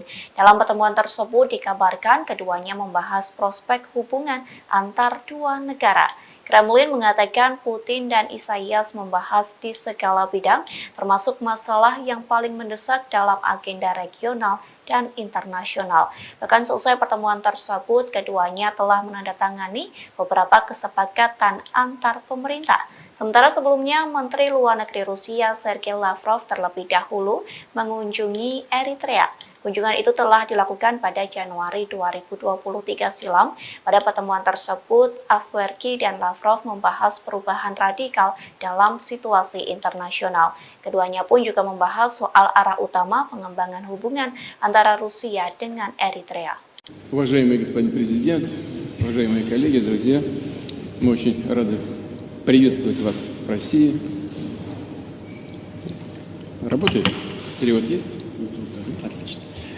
Это ваш первый официальный визит в нашу страну. Уважаемый господин президент, на днях Эритрея отмечала 30-летие своей независимости. И это совпадает с датой установления наших дипломатических отношений между нашими странами. Позвольте вас с этим поздравить, поблагодарить вас за то, что за эти годы, за время вашего руководства страной, отношения между нашими странами развиваются и укрепляются. Ukraina kembali mengalami kerugian lantaran kehilangan pos komando angkatan bersenjatanya. Hal itu dikarenakan Rusia kembali menghancurkan markas tentara Ukraina. Kali ini Rusia melakukan penyerangan menggunakan roket peluncuran ganda, yakni MLRS MES. Klaim tersebut disampaikan oleh Kepala Pusat Pers Pengelompokan yakni Oleg Chekov yang mengatakan penyerangan itu terjadi di Trudoyov ke arah Zaporozhia. Tak hanya itu, penembak jitu Rusia juga berhasil menghancurkan kelompok pengintai Ukraina. Serangan itu dilakukan menggunakan sistem penyembur api berat TOS-1 Solsepek. Selain penembak jitu Ukraina, TOS-1 Solsepek juga menghantam dua benteng militan. Adapun dua benteng militan itu berada di area Stepovoe dan Privolnoye. Oleg Chekov mengatakan beberapa titik penempatan Ukraina juga dihantam oleh artileri self-propelled Gostivka milik Rusia. Beberapa titik yang dimaksud yakni Poltavka dan Malaya Tokmatska. Di satu sisi, Ukraina belum memberikan penjelasan terkait kerugian yang dialami oleh komando pasukannya. Думают, ехать, не ехать, надо ехать. Победа за нами. Ахмат, сила. Pasukan Rusia mengklaim telah menguasai kota Bakhmut, Ukraina. Kini giliran pasukan Chechnya yang bersiap memulai pertempuran baru di wilayah Donetsk. Akankah wilayah Donetsk bernasib sama seperti kota Bakhmut? Pemimpin Chechnya Ramzan Kadyrov menyampaikan pasukannya sedang mempersiapkan peperangan baru. Pernyataan itu disampaikan Kadyrov seusai tentara bayaran Rusia mengumumkan penarikan pasukan di kota Bakhmut. Kadyrov mengaku pasukan Chechnya mendapat perintah baru. Adapun perintah itu soal tanggung jawab merebut wilayah di Republik Rakyat Donetsk. Nantinya pasukan Chechnya mulai aktif di zona perang untuk membebaskan sejumlah area. Sejauh ini Kadyrov mengaku dirinya sedang mempersiapkan serangan yang akan dilancarkan pasukannya. Terlebih pasukan Chechnya mendapat dukungan dari Kementerian Pertahanan Rusia dan staf umum Angkatan Bersenjata Rusia. Hal itu dibuktikan dengan pemberian data, informasi, hingga senjata. Berbekal itulah Kadyrov telah menyusun strategi untuk bergerak maju di Donetsk. Diketahui sebelumnya, grup Wagner mengumumkan penarikan pasukannya mulai 24 Mei hingga 1 Juni. Dengan keberhasilan Bakhmut direbut, kepala grup Wagner yakni Yevgeny Prigozhin memberikan garda depan perang ke pasukan Rusia. Я сам знаешь, как Как ты к этому решению пришел? повалим, они Коран рвут, и безнаказанными остановиться так нельзя. Каждый мусульманин должен с этим воевать. Ахмат сила, Аллаху Акбар. Я сам с Южно-Сахалинска, еду уже третий раз через Ахмат. Хочу пожелать всем нашим ребятам остальным, которые еще думают, ехать, не ехать, надо ехать. Победа за нами. Ахмат, сила! 我不下去这边的往家报会不会笑啊？ Ребята проходят высшую подготовку в российском университете спецназа. Если эти ребята прибудут туда, я не советую укроп связываться с этими ребятами. Любая задача, поставленная в роли сейчас республики Героя Селенза Матуш Кадырова, будет исполнена 100%. Ахмат сила, Аллаху. Kementerian Pertahanan Rusia mengakui serangan militer baru-baru ini di Ukraina menargetkan pusat pengambilan keputusan yang terlibat dalam merencanakan serangan teroris. Pasalnya, menurut Kemhan Rusia pada Selasa 30 Mei, kegiatan teroris dilakukan di bawah bimbingan langsung dari Badan Intelijen Barat. Diketahui Angkatan Bersenjata Rusia melakukan serangan pada siang hari. Militer tidak mengungkapkan jumlah pasti pusat yang ditargetkan atau secara eksplisit menyebutkannya. Mereka hanya menyatakan semua target yang ditunjuk telah berhasil dihantam. Kemudian pada hari itu, Presiden Rusia Vladimir Putin mengkonfirmasi markas besar Direktorat Intelijen Utama Militer Ukraina telah diserang. Guru Ukraina telah membangun kecurigaan terutama karena beberapa wawancara dengan outlet berita asing dan domestik yang diberikan oleh pimpinannya Kirill Budanov. Kepala Intel Ukraina itu telah membuat pernyataan yang semakin agresif baru-baru ini. Ia mengklaim keterlibatannya dalam sejumlah serangan di tanah Rusia. Awal bulan ini misalnya ia berjanji untuk terus menghabisi orang Rusia dimanapun di muka dunia ini sampai kemenangan penuh Ukraina tercapai. Tak lama kemudian ia mengaku bertanggung jawab atas pembunuhan banyak tokoh masyarakat Rusia. Meskipun Budanov tidak memberikan nama pastinya, ia menyatakan telah mendapatkan banyak nama, termasuk tokoh publik dan media. Sebelumnya diberitakan bulan ini 2 pesawat tak berawak dicegat di atas Kremlin. Namun serangan pada Selasa adalah pertama kalinya kendaraan udara tak berawak menghantam daerah pemukiman Moskow, di mana ratusan kilometer dari garis depan Ukraina. Wali kota Moskow, Sergei Sobyanin, mengatakan 2 orang dirawat namun tidak menderita luka serius. Penghuni bangunan yang rusak akibat serangan itu juga dievakuasi sementara. Di Jalan Provso Yusnaya, sebuah bangunan tempat tinggal dengan jendela yang pecah ditutup oleh polisi. Warga Moskow mengatakan bahwa sebuah pesawat tak berawak juga menabrak sebuah apartemen di lantai 14 sebuah gedung tinggi di Leninsky Prospect tetapi tidak meledak. Kementerian Pertahanan Rusia mengatakan bahwa 8 drone dikerahkan Ukraina dalam serangan itu. Namun 5 diantaranya jatuh dan 3 lainnya berhasil dinonaktifkan. Gubernur wilayah Krasnodar, Veniamin Kondratiev, menyebut sebuah drone Ukraina memicu kebakaran di kilang minyak di selatan Rusia. Menurutnya penembakan menghantam sebuah kota Rusia dekat perbatasan untuk ketiga kalinya dalam seminggu dan merusak bangunan serta membakar kendaraan. Rusia mengatakan sebuah pesawat tak berawak kemungkinan menjadi penyebab kebakaran yang terjadi di kilang minyak Avivsky. Kebakaran terjadi sehari setelah Rusia menuduh Ukraina mengirim pesawat tak berawak untuk menyerang gedung-gedung di Moskow. Kondratiev melalui aplikasi Telegram pada Rabu 31 Mei menyebut api segera padam dan tidak ada korban jiwa. Kilang minyak Avivsky diketahui berada tidak jauh dari pelabuhan Laut Hitam Novorossiysk, dekat kilang lain yang telah diserang beberapa kali dalam bulan ini. Tidak ada informasi langsung tentang siapa yang meluncurkan pesawat tak berawak itu, namun Moskow menuduh Kiev meningkatkan serangan di dalam Rusia dalam beberapa pekan terakhir. Sementara Rusia telah berulang kali menggempur kota-kota Ukraina dengan pesawat tak berawak dan rudal. Langit di atas Ukraina relatif tenang pada hari Selasa malam tanpa ada serangan udara besar yang dilaporkan. Serangan pesawat tak berawak Rusia Rusia menewaskan 1 orang dan melukai 4 orang di Kiev pada hari Selasa. Serangan terhadap Rusia terjadi saat Ukraina mempersiapkan serangan balasan untuk mengusir pasukan Rusia dari wilayah yang diduduki sejak Moskow melancarkan invasi skala penuh sejak Februari 2022. Sebuah serangan artileri Ukraina melukai sedikitnya 1 orang di kota Rusia Sebekino, sekitar 7 km utara perbatasan dengan wilayah Kharkiv, Ukraina. Ukraina hampir tidak pernah secara terbuka mengklaim bertanggung jawab atas serangan di Rusia atau di wilayah yang dikuasai Rusia. Rusia menyebut 8 drone menargetkan wilayah sipil Moskow yang berpenduduk lebih dari 21 juta orang. Serangan dilakukan pada Selasa dini hari, namun drone berhasil ditembak jatuh atau dialihkan. Presiden Rusia Vladimir Putin mengecam serangan drone terbesar dari Ukraina ke Moskow. Ia mengatakan bahwa serangan tersebut berupaya menakut-nakuti dan memprovokasi Rusia. Seorang pembantu Presiden Ukraina membantah bahwa Kiev terlibat langsung dalam serangan Moskow. Namun ia mengatakan Ukraina mengetahui penyerangan itu dan memperkirakan akan serangan lain yang lebih banyak lagi. Washington disebut mendukung Kiev dengan secara terbuka mengabaikan serangan pesawat tak berawak yang melanda beberapa distrik Moskow pada hari Selasa. Hal itu disampaikan utusan Rusia untuk Amerika Serikat setelah Presiden Vladimir Putin menyalahkan Ukraina atas serangan itu. Gedung Putih mengatakan tidak mendukung serangan di dalam Rusia dan masih mengumpulkan informasi tentang insiden tersebut, di mana Putin sebelumnya menyebut bahwa serangan itu adalah upaya Ukraina untuk menakut-nakuti Rusia.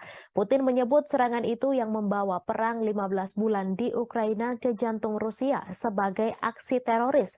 Ukraina juga menuduh Rusia melakukan terorisme atas pengebomannya terhadap warga sipil Ukraina, di mana tuduhan itu langsung dibantah oleh Moskow. Seorang pembantu Presiden Ukraina membantah Kiev terlibat langsung dalam serangan pesawat tak berawak di Moskow. Serangan terhadap Moskow yang melukai 2 orang terjadi setelah Rusia melancarkan 3 serangan udara dalam 1 hari di Kiev dan sejauh ini pada 17 Mei menewaskan 2 orang dan menabur kehancuran serta ketakutan.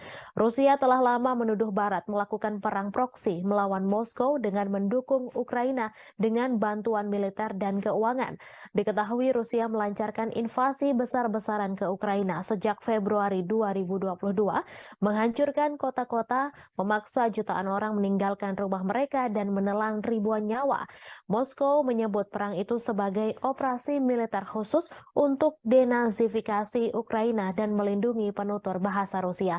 Namun Kiev dan sekutunya mengatakan itu adalah perampasan tanah yang tidak beralasan. Sejak invasi besar-besaran Rusia ke Ukraina pada Februari 2022, banyak yang menyebut perang tersebut merupakan kesalahan kalkulasi yang dilakukan Presiden Rusia Vladimir Putin. Namun demikian, perang tersebut terjadi juga karena kesalahan Presiden Amerika Serikat Joe Biden dalam memberikan penilaian lebih terhadap Ukraina dan mengabaikan Rusia.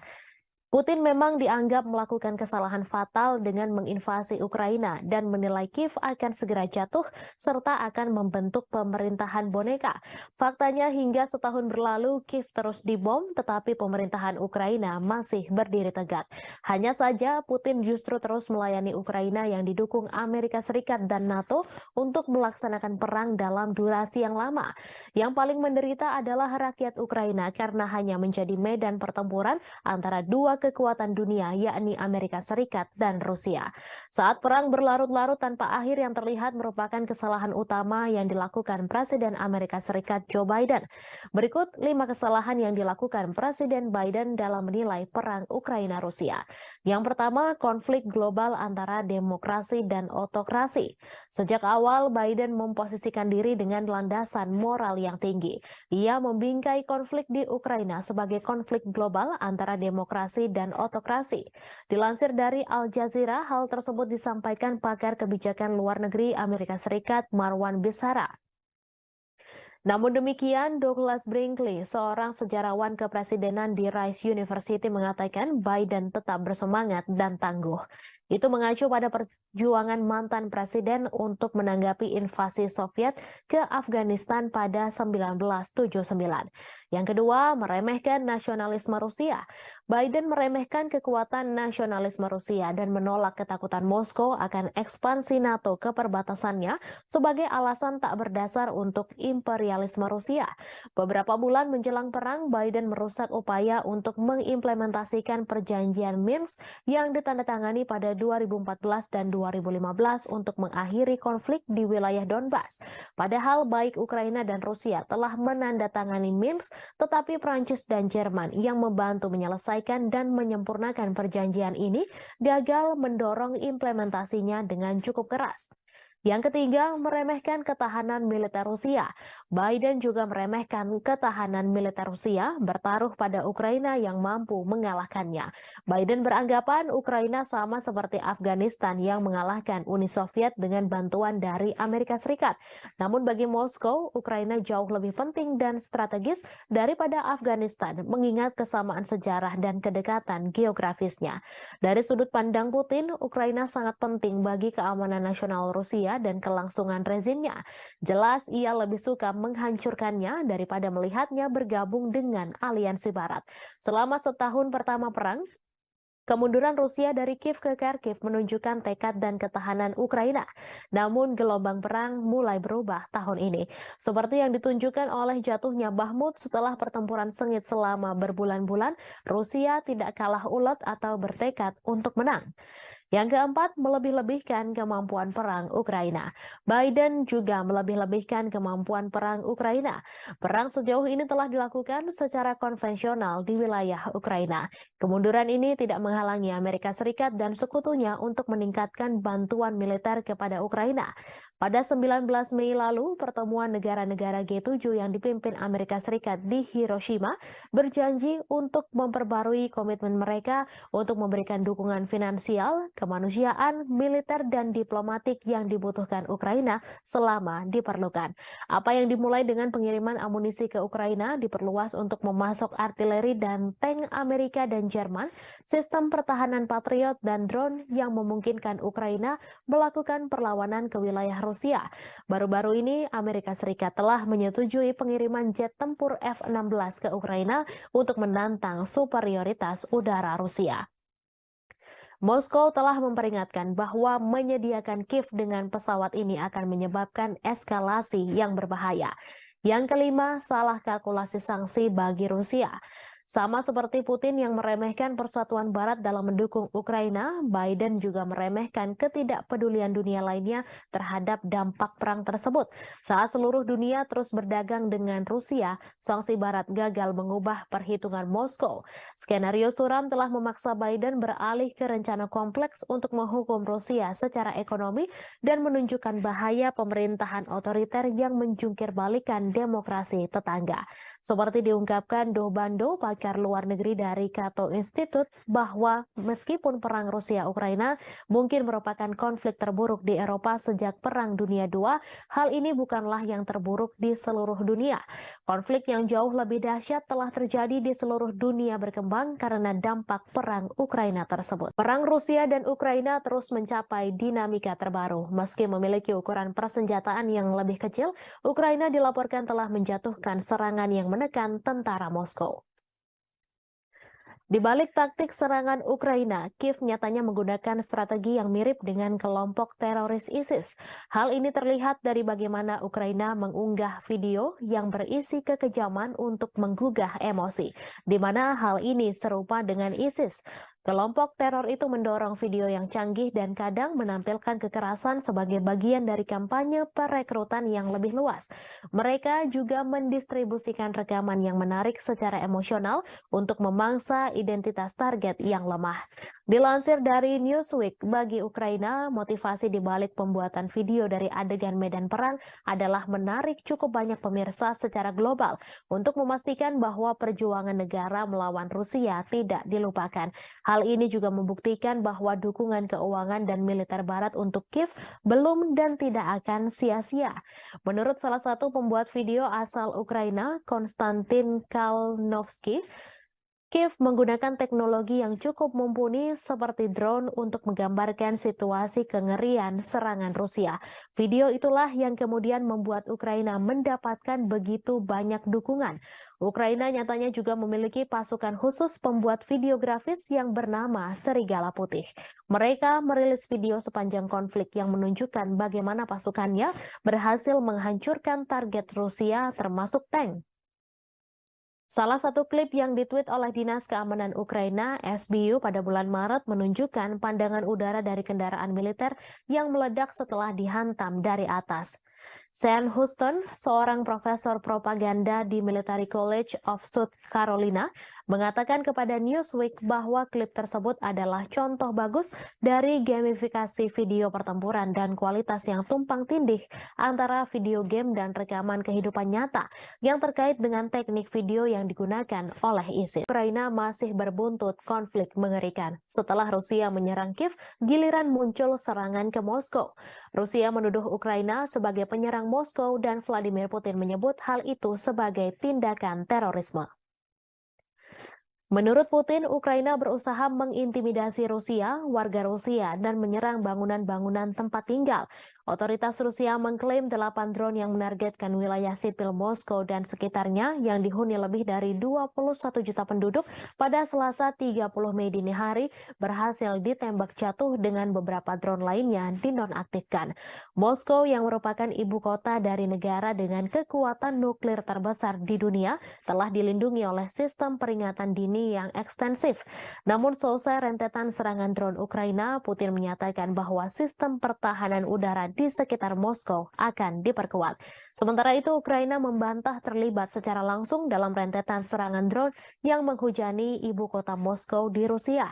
Namun demikian, Kiev mengakui tengah menikmati situasi di Moskow dan memprediksi masih akan ada serangan lainnya.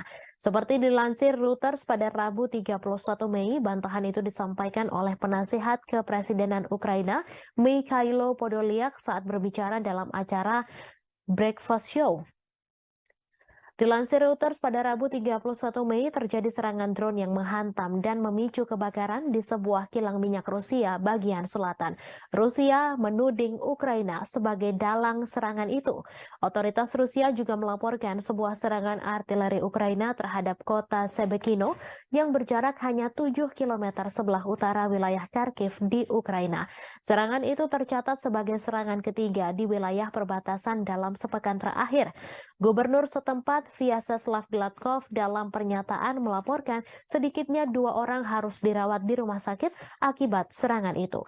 Gladkov juga menyebut serangan itu menghancurkan jendela-jendela bangunan dan merusak atap gedung apartemen 8 lantai, 4 rumah warga, sebuah sekolah, dan beberapa tempat lainnya. Ia terjadi pada malam hari ketika sebagian besar penduduk Kiev tertidur lelap. Sirine meraung-raung di seluruh ibu kota Ukraina, membangunkan penduduk yang telah menghadapi perang selama 15 bulan. Mereka menyesuaikan rutinitasnya demi menghadapi kampanye udara terbaru Rusia. Dilansir Kompas.com dari Associated Press, dalam eskalasi serangan Rusia baru-baru ini, Olha Buchno, seorang petugas kebersihan, berdoa setiap malam. Di samping tempat tidurnya ada tas berisi barang-barang penting seperti dokumen, makanan kering, dan air. Mendengar bunyi alarm, ia berlari ke bawah ke ruang bawah tanah gedungnya dan berlindung. Hampir 2 minggu lalu, puing-puing dari rudal yang ditembak jatuh mendarat di atap sebuah gedung di sebelahnya di distrik Darnitsia, Kiev, menyebabkan kebakaran besar. Ia menangis sambil ketakutan setiap malamnya, membayangkan kemungkinan buruk yang bisa terjadi jika alarm sudah berbunyi. Mereka membayangkan pengungsian, terjebak di bawah reruntuhan, dan terbunuh. Yang lain bersikap apatis berbaring terjaga di tempat tidur saat suara ledakan memantul melintasi langit. Diketahui dalam sebulan terakhir ketika serangan udara Rusia meningkat menjadi serangan hampir setiap malam, kebanyakan orang mengeluh sulit tidur. Rusia meluncurkan gelombang serangan lain ke Kiev pada dini hari Senin menggunakan kombinasi drone dan rudal jelajah. Lebih dari 40 target udara dijatuhkan dalam serangan malam hari ke-15 di ibu kota pada bulan Mei. Saat siang hari, puing-puing yang berjatuhan menembus atap bangunan tempat tinggal di distrik Potlis, tetapi tidak ada laporan mengenai korban. Seringkali ledakan adalah suara dari sistem pertahanan udara Ukraina yang berhasil menargetkan rudal dan drone mematikan yang dikirim Rusia ke Ukraina. Rusia melancarkan pengeboman yang sangat intens, mengirimkan 18 rudal ke arah Ukraina, 14 diantaranya menargetkan Kiev menurut juru bicara Angkatan Udara Ukraina. Ukraina mengklaim pihaknya telah menembak jatuh 6 rudal hipersonik Kinzhal pada malam itu. Yevgeny Prigozhin, bos kelompok tentara bayaran Rusia Wagner Group, mendesak jaksa untuk menyelidiki kejahatan oleh pejabat-pejabat senior pertahanan negeri beruang merah selama invasi di Ukraina. Prigozhin melayangkan desakan itu melalui surat ke pihak berwenang. Dalam surat itu, ia mengeluhkan operasi khusus militer atau SMO Rusia di Ukraina. Sebagaimana dilansir Reuters, Prigozhin kemudian mengatakan surat-surat tersebut tidak untuk dipublikasikan. Dalam beberapa bulan belakangan, Prigozhin memang kerap mengkritik para pejabat pertahanan Rusia yang ia anggap tidak becus. Akibat ketidakbecusan itu, prajurit Rusia di medan tempur di Ukraina kewalahan dan kehilangan arah sementara nyawa terus berjatuhan. Sejumlah pengamat juga menganggap pasukan militer Rusia di Ukraina tidak becus. Beberapa pakar menilai pasukan Wagner lah yang selama ini membuat Rusia dapat bertahan di Ukraina. Namun Wagner sudah menarik pasukannya dari medan tempur di Ukraina. Mereka menyerahkan posisi tempur kepada tentara Rusia. Setelah penarikan pasukan itu, muncul desas-desus bahwa Prigozhin berencana melancarkan kudeta di Rusia. Meski demikian, Prigozhin langsung membantah tudingan tersebut. Ia mengklaim Wagner tak memiliki pasukan yang cukup untuk melancarkan kudeta. Ia malah menuduh balik Menteri Pertahanan Rusia Sergei Shoigu lah yang sebenarnya mampu menggelar kudeta mengingat personel pasukannya begitu banyak. Rusia akan mengevakuasi ratusan anak dari desa-desa di Belgorod karena pengeboman yang intensif di perbatasan Rusia dan Ukraina tersebut. Kremlin menganggap situasi di Belgorod saat ini mengkhawatirkan. Diketahui Rusia mulai menghadapi rentetan serangan intensif di perbatasan termasuk Belgorod. Evakuasi ini dilakukan di daerah perbatasan yang paling terkena dampak. Gubernur Belgorod Vyacheslav Gladkov mengatakan situasi memburuk di desa Sebekino yang dihantam roket pada Rabu 31 Mei pukul 3:15 waktu setempat. Ia mengatakan 300 anak pertama di wilayah terdampak di Belgorod akan dibawa ke Voronezh, sebuah kota sekitar 250 km lebih jauh ke Rusia. Melalui saluran telegramnya, ia memposting foto-foto mobil terbakar yang menghitam tergeletak di rerumputan dekat taman bermain dan sebuah roket yang tampaknya mendarat di jalan. Ia mengatakan serangan itu melukai 4 orang. Sehari sebelumnya, 1 orang tewas dan 2 lainnya luka-luka dalam serangan Ukraina di sebuah pusat pengungsian di wilayah Belgorod pada Selasa 30 Mei. Serangan itu terjadi saat Ukraina mengatakan sedang mempersiapkan serangan besar terhadap pasukan Moskow. Ia mengatakan Rusia sedang mengambil langkah-langkah yang diperlukan. Pada pekan lalu, Rusia menuduh Ukraina meluncurkan serangan ke Belgorod dan serangan drone di Moskow pada Selasa 30 Mei 2023. Sejumlah depot minyak di Rusia telah terpukul dalam beberapa pekan terakhir. Pada Rabu 31 Mei, pihak berwenang di wilayah Krasnodar Selatan Rusia mengatakan sebuah drone menghantam kilang minyak Elsky. Krasnodar telah dihantam drone 2 kali sejak awal Mei 2023.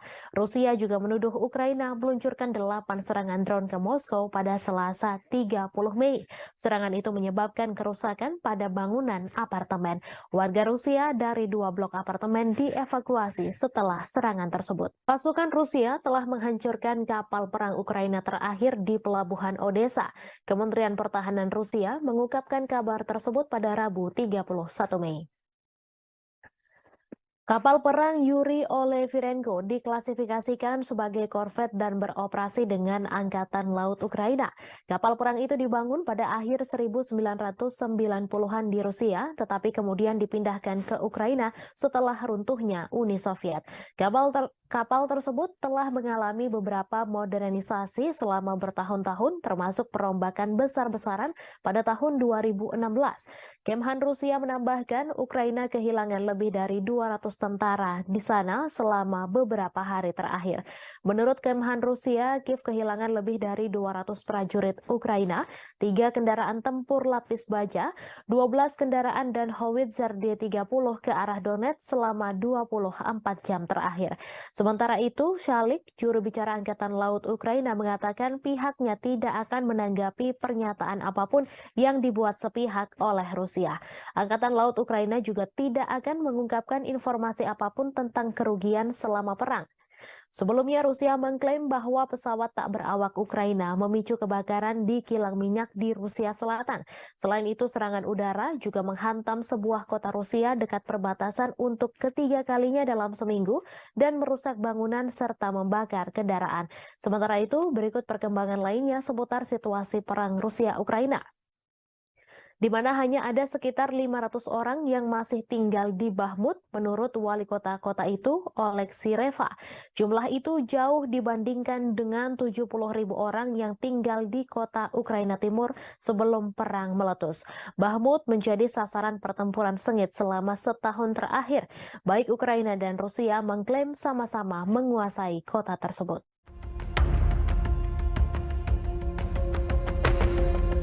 Pasukan Rusia mengklaim telah menghancurkan kapal perang besar terakhir yang dimiliki oleh Ukraina.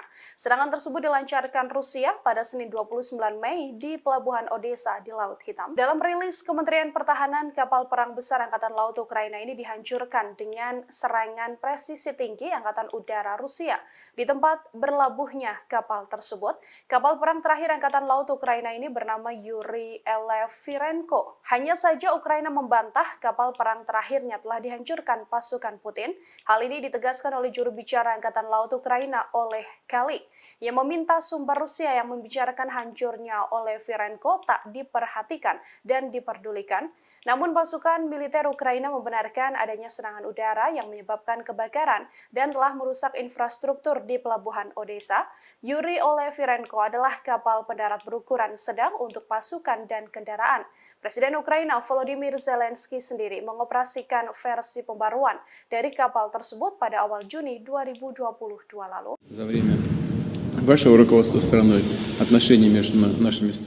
Kabar mengejutkan datang dari Rusia yang mengumumkan bahwa negaranya memiliki sekutu baru yang tidak terduga. Bahkan pemimpin negara tersebut telah bertemu langsung dengan Presiden Rusia Vladimir Putin. Lantas, akankah negara tersebut membantu Rusia dalam peperangan dengan Ukraina? Sekutu baru tak terduga dari Rusia yang dimaksud adalah negara Eritrea. Bahkan Putin telah bertemu dengan Presiden Eritrea yakni Isaias Afwerki pada Rabu 31 Mei 2023. Adapun untuk pertama kalinya Isaias Afwerki rela pergi ke Rusia dan bertemu dengan Vladimir Putin. Dalam pertemuan tersebut dikabarkan keduanya membahas prospek hubungan antar dua negara. Kremlin mengatakan Putin dan Isaias membahas di segala bidang, termasuk masalah yang paling mendesak dalam agenda regional dan internasional. Bahkan seusai pertemuan tersebut, keduanya telah menandatangani beberapa kesepakatan antar pemerintah. Sementara sebelumnya, Menteri Luar Negeri Rusia Sergei Lavrov terlebih dahulu mengunjungi Eritrea. Kunjungan itu telah dilakukan pada Januari 2023 silam. Pada pertemuan tersebut, Afwerki dan Lavrov membahas perubahan radikal dalam situasi internasional. Keduanya pun juga membahas soal arah utama pengembangan hubungan antara Rusia dengan Eritrea. Уважаемый господин президент, уважаемые коллеги, друзья, мы очень рады приветствовать вас в России. Работает? Перевод есть? Отлично. Это ваш первый официальный визит в нашу страну. Уважаемый господин президент, на днях Эритрея отмечала 30-летие своей независимости. И это совпадает с датой установления наших дипломатических отношений между нашими странами. Позвольте вас с этим поздравить, поблагодарить вас за то, что за эти годы, за время вашего руководства страной, отношения между нашими странами развиваются и укрепляются. Ukraina kembali mengalami kerugian lantaran kehilangan pos komando angkatan bersenjatanya. Hal itu dikarenakan Rusia kembali menghancurkan markas tentara Ukraina. Kali ini Rusia melakukan penyerangan menggunakan roket peluncuran ganda, yakni MLRS. Klaim tersebut disampaikan oleh Kepala Pusat Pers Pengelompokan yakni Oleg Chekov yang mengatakan penyerangan itu terjadi di Trudoyov ke arah Zaporozhia. Tak hanya itu, penembak jitu Rusia juga berhasil menghancurkan kelompok pengintai Ukraina. Serangan itu dilakukan menggunakan sistem penyembur api berat TOS-1 Solsepek. Selain penembak jitu Ukraina, TOS-1 Solsepek juga menghantam 2 benteng militan. Adapun 2 benteng militan itu berada di area Stepovoe dan Privolnoye. Oleg Chekov mengatakan beberapa titik penempatan Ukraina juga dihantam oleh artileri self-propelled Gostivka milik Rusia. Beberapa titik yang dimaksud yakni Poltavka dan Malaya Tokmatska. Di satu sisi, Ukraina belum memberikan penjelasan terkait kerugian yang dialami oleh komando pasukannya. Думают, ехать, не ехать, надо ехать. Победа за нами. Ахмат, сила! Pasukan Rusia mengklaim telah menguasai kota Bakhmut, Ukraina. Kini giliran pasukan Chechnya yang bersiap memulai pertempuran baru di wilayah Donetsk. Akankah wilayah Donetsk bernasib sama seperti kota Bakhmut? Pemimpin Chechnya Ramzan Kadyrov menyampaikan pasukannya sedang mempersiapkan peperangan baru. Pernyataan itu disampaikan Kadyrov seusai tentara bayaran Rusia mengumumkan penarikan pasukan di kota Bakhmut. Kadyrov mengaku pasukan Chechnya mendapat perintah baru. Adapun perintah itu soal tanggung jawab merebut wilayah di Republik Rakyat Donetsk. Nantinya pasukan Chechnya mulai aktif di zona perang untuk membebaskan sejumlah area. Sejauh ini Kadyrov mengaku dirinya sedang mempersiapkan serangan yang akan dilancarkan pasukannya. Terlebih pasukan Chechnya mendapat dukungan dari Kementerian Pertahanan Rusia dan staf umum Angkatan Bersenjata Rusia. Hal itu dibuktikan dengan pemberian data, informasi, hingga senjata. Berbekal itulah Kadyrov telah menyusun strategi untuk bergerak maju di Donetsk. Diketahui sebelumnya, grup Wagner mengumumkan penarikan pasukannya mulai 24 Mei hingga 1 Juni. Dengan keberhasilan Bakhmut direbut, kepala grup Wagner yakni Yevgeny Prigozhin memberikan garda depan perang ke pasukan Rusia. Я сам знаешь, Как ты к этому решению пришел? повалим, они Коран рвут и безнаказанными остановиться так нельзя. Каждый мусульманин должен с этим воевать. Ахмат, сила, Аллах. Я сам с Южно-Сахалинска, еду уже 3-й раз через Ахмат. Хочу пожелать всем нашим ребятам остальным, которые еще думают, ехать, не ехать, надо ехать. Победа за нами. Ахмат, сила! Ребята приходят высших подготовок российских университетов спецназа. Если эти ребята прибудут туда, я не советую пробовать связываться с этими ребятами. Любая задача, поставленная боевой части республики Героя Союза Кадырова, будет исполнена 100%. Ахмат, сила, Аллах. Kementerian Pertahanan Rusia mengakui serangan militer baru-baru ini di Ukraina menargetkan pusat pengambilan keputusan yang terlibat dalam merencanakan serangan teroris. Pasalnya, menurut Kemhan Rusia pada Selasa 30 Mei, kegiatan teroris dilakukan di bawah bimbingan langsung dari Badan Intelijen Barat. Diketahui Angkatan Bersenjata Rusia melakukan serangan pada siang hari. Militer tidak mengungkapkan jumlah pasti pusat yang ditargetkan atau secara eksplisit menyebutkannya. Mereka hanya menyatakan semua target yang ditunjuk telah berhasil dihantam.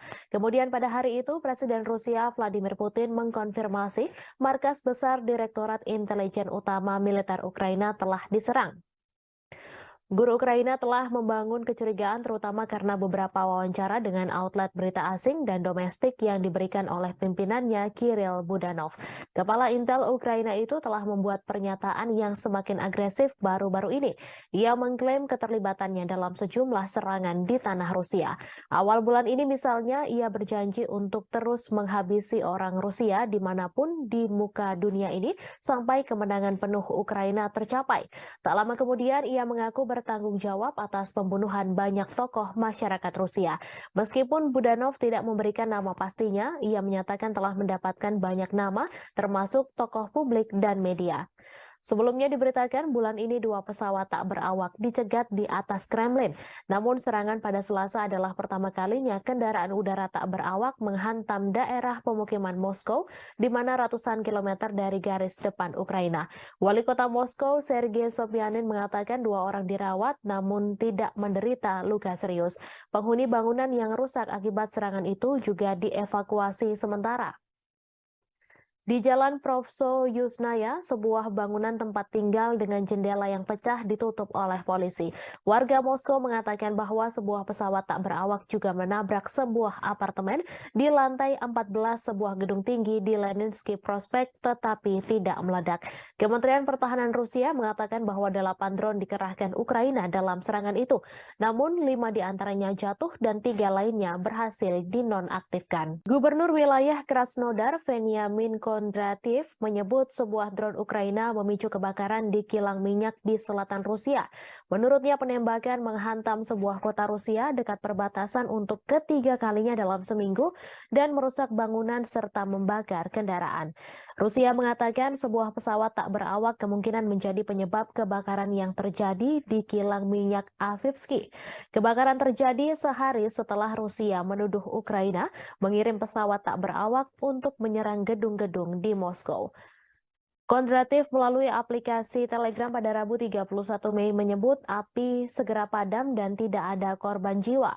Kilang minyak Avivsky diketahui berada tidak jauh dari pelabuhan Laut Hitam Novorossiysk, dekat kilang lain yang telah diserang beberapa kali dalam bulan ini. Tidak ada informasi langsung tentang siapa yang meluncurkan pesawat tak berawak itu, namun Moskow menuduh Kiev meningkatkan serangan di dalam Rusia dalam beberapa pekan terakhir. Sementara Rusia telah berulang kali menggempur kota-kota Ukraina dengan pesawat tak berawak dan rudal. Langit di atas Ukraina relatif tenang pada hari Selasa malam tanpa ada serangan udara besar yang dilaporkan. Serangan pesawat tak berawak Rusia menewaskan 1 orang dan melukai 4 orang di Kiev pada hari Selasa. Serangan terhadap Rusia terjadi saat Ukraina mempersiapkan serangan balasan untuk mengusir pasukan Rusia dari wilayah yang diduduki sejak Moskow melancarkan invasi skala penuh sejak Februari 2022. Sebuah serangan artileri Ukraina melukai sedikitnya 1 orang di kota Rusia Sebekino, sekitar 7 km utara perbatasan dengan wilayah Kharkiv, Ukraina. Ukraina hampir tidak pernah secara terbuka mengklaim bertanggung jawab atas serangan di Rusia atau di wilayah yang dikuasai Rusia. Rusia menyebut 8 drone menargetkan wilayah sipil Moskow yang berpenduduk lebih dari 21 juta orang. Serangan dilakukan pada Selasa dini hari, namun drone berhasil ditembak jatuh atau dialihkan. Presiden Rusia Vladimir Putin mengecam serangan drone terbesar dari Ukraina ke Moskow. Ia mengatakan bahwa serangan tersebut berupaya menakut-nakuti dan memprovokasi Rusia. Seorang pembantu Presiden Ukraina membantah bahwa Kiev terlibat langsung dalam serangan Moskow. Namun ia mengatakan Ukraina mengetahui penyerangan itu dan memperkirakan akan serangan lain yang lebih banyak lagi. Washington disebut mendukung Kiev dengan secara terbuka mengabaikan serangan pesawat tak berawak yang melanda beberapa distrik Moskow pada hari Selasa. Hal itu disampaikan utusan Rusia untuk Amerika Serikat setelah Presiden Vladimir Putin menyalahkan Ukraina atas serangan itu. Gedung Putih mengatakan tidak mendukung serangan di dalam Rusia dan masih mengumpulkan informasi tentang insiden tersebut, di mana Putin sebelumnya menyebut bahwa serangan itu adalah upaya Ukraina untuk menakut-nakuti Rusia. Putin menyebut serangan itu yang membawa perang 15 bulan di Ukraina ke jantung Rusia sebagai aksi teroris. Ukraina juga menuduh Rusia melakukan terorisme atas pengebomannya terhadap warga sipil Ukraina, di mana tuduhan itu langsung dibantah oleh Moskow. Seorang pembantu Presiden Ukraina membantah Kiev terlibat langsung dalam serangan pesawat tak berawak di Moskow. Serangan terhadap Moskow yang melukai 2 orang terjadi setelah Rusia melancarkan 3 serangan udara dalam 1 hari di Kiev dan sejauh ini pada 17 Mei menewaskan 2 orang. dan menabur kehancuran serta ketakutan. Rusia telah lama menuduh Barat melakukan perang proksi melawan Moskow dengan mendukung Ukraina dengan bantuan militer dan keuangan. Diketahui Rusia melancarkan invasi besar-besaran ke Ukraina sejak Februari 2022, menghancurkan kota-kota, memaksa jutaan orang meninggalkan rumah mereka dan menelan ribuan nyawa. Moskow menyebut perang itu sebagai operasi militer khusus untuk denazifikasi Ukraina dan melindungi penutur bahasa Rusia. Namun Kiev dan sekutunya mengatakan itu adalah perampasan tanah yang tidak beralasan. Sejak invasi besar-besaran Rusia ke Ukraina pada Februari 2022, banyak yang menyebut perang tersebut merupakan kesalahan kalkulasi yang dilakukan Presiden Rusia Vladimir Putin. Namun demikian, perang tersebut terjadi juga karena kesalahan Presiden Amerika Serikat Joe Biden dalam memberikan penilaian lebih terhadap Ukraina dan mengabaikan Rusia. Putin memang dianggap melakukan kesalahan fatal dengan menginvasi Ukraina dan menilai Kiev akan segera jatuh serta akan membentuk pemerintahan boneka. Faktanya hingga setahun berlalu Kiev terus dibom tetapi pemerintahan Ukraina masih berdiri tegak.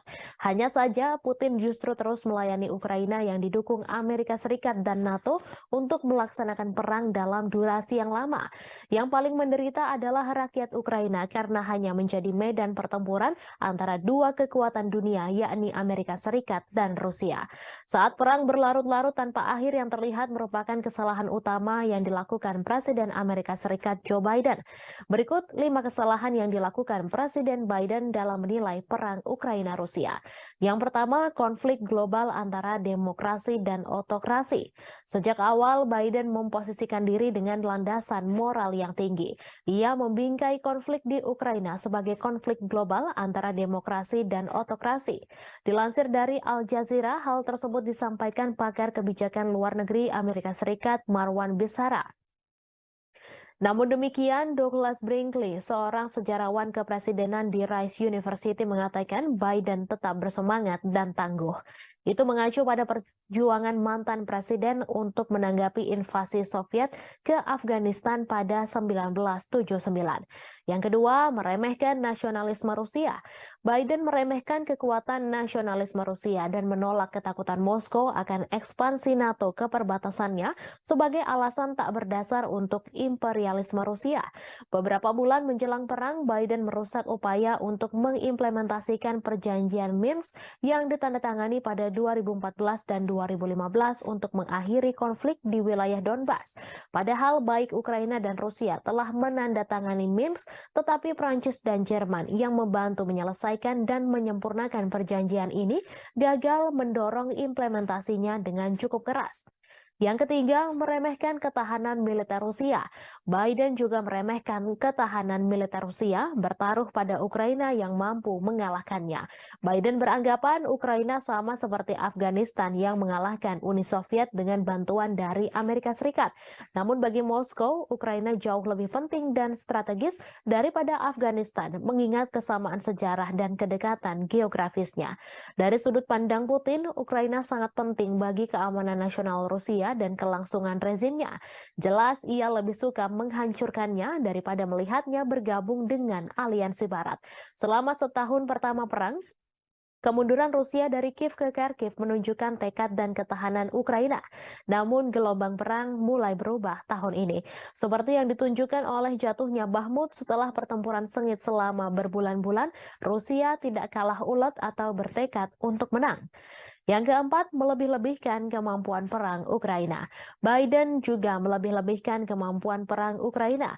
Perang sejauh ini telah dilakukan secara konvensional di wilayah Ukraina. Kemunduran ini tidak menghalangi Amerika Serikat dan sekutunya untuk meningkatkan bantuan militer kepada Ukraina. Pada 19 Mei lalu, pertemuan negara-negara G7 yang dipimpin Amerika Serikat di Hiroshima berjanji untuk memperbarui komitmen mereka untuk memberikan dukungan finansial, kemanusiaan, militer, dan diplomatik yang dibutuhkan Ukraina selama diperlukan. Apa yang dimulai dengan pengiriman amunisi ke Ukraina diperluas untuk memasok artileri dan tank Amerika dan Jerman, sistem pertahanan Patriot, dan drone yang memungkinkan Ukraina melakukan perlawanan ke wilayah Rusia Rusia. Baru-baru ini Amerika Serikat telah menyetujui pengiriman jet tempur F-16 ke Ukraina untuk menantang superioritas udara Rusia. Moskow telah memperingatkan bahwa menyediakan Kiev dengan pesawat ini akan menyebabkan eskalasi yang berbahaya. Yang kelima, salah kalkulasi sanksi bagi Rusia. Sama seperti Putin yang meremehkan persatuan Barat dalam mendukung Ukraina, Biden juga meremehkan ketidakpedulian dunia lainnya terhadap dampak perang tersebut. Saat seluruh dunia terus berdagang dengan Rusia, sanksi Barat gagal mengubah perhitungan Moskow. Skenario suram telah memaksa Biden beralih ke rencana kompleks untuk menghukum Rusia secara ekonomi dan menunjukkan bahaya pemerintahan otoriter yang menjungkir balikan demokrasi tetangga. Seperti diungkapkan Do Bando, pakar luar negeri dari Cato Institute, bahwa meskipun perang Rusia-Ukraina mungkin merupakan konflik terburuk di Eropa sejak Perang Dunia II, hal ini bukanlah yang terburuk di seluruh dunia. Konflik yang jauh lebih dahsyat telah terjadi di seluruh dunia berkembang karena dampak perang Ukraina tersebut. Perang Rusia dan Ukraina terus mencapai dinamika terbaru. Meski memiliki ukuran persenjataan yang lebih kecil, Ukraina dilaporkan telah menjatuhkan serangan yang menekan tentara Moskow. Di balik taktik serangan Ukraina, Kiev nyatanya menggunakan strategi yang mirip dengan kelompok teroris ISIS. Hal ini terlihat dari bagaimana Ukraina mengunggah video yang berisi kekejaman untuk menggugah emosi, di mana hal ini serupa dengan ISIS. Kelompok teror itu mendorong video yang canggih dan kadang menampilkan kekerasan sebagai bagian dari kampanye perekrutan yang lebih luas.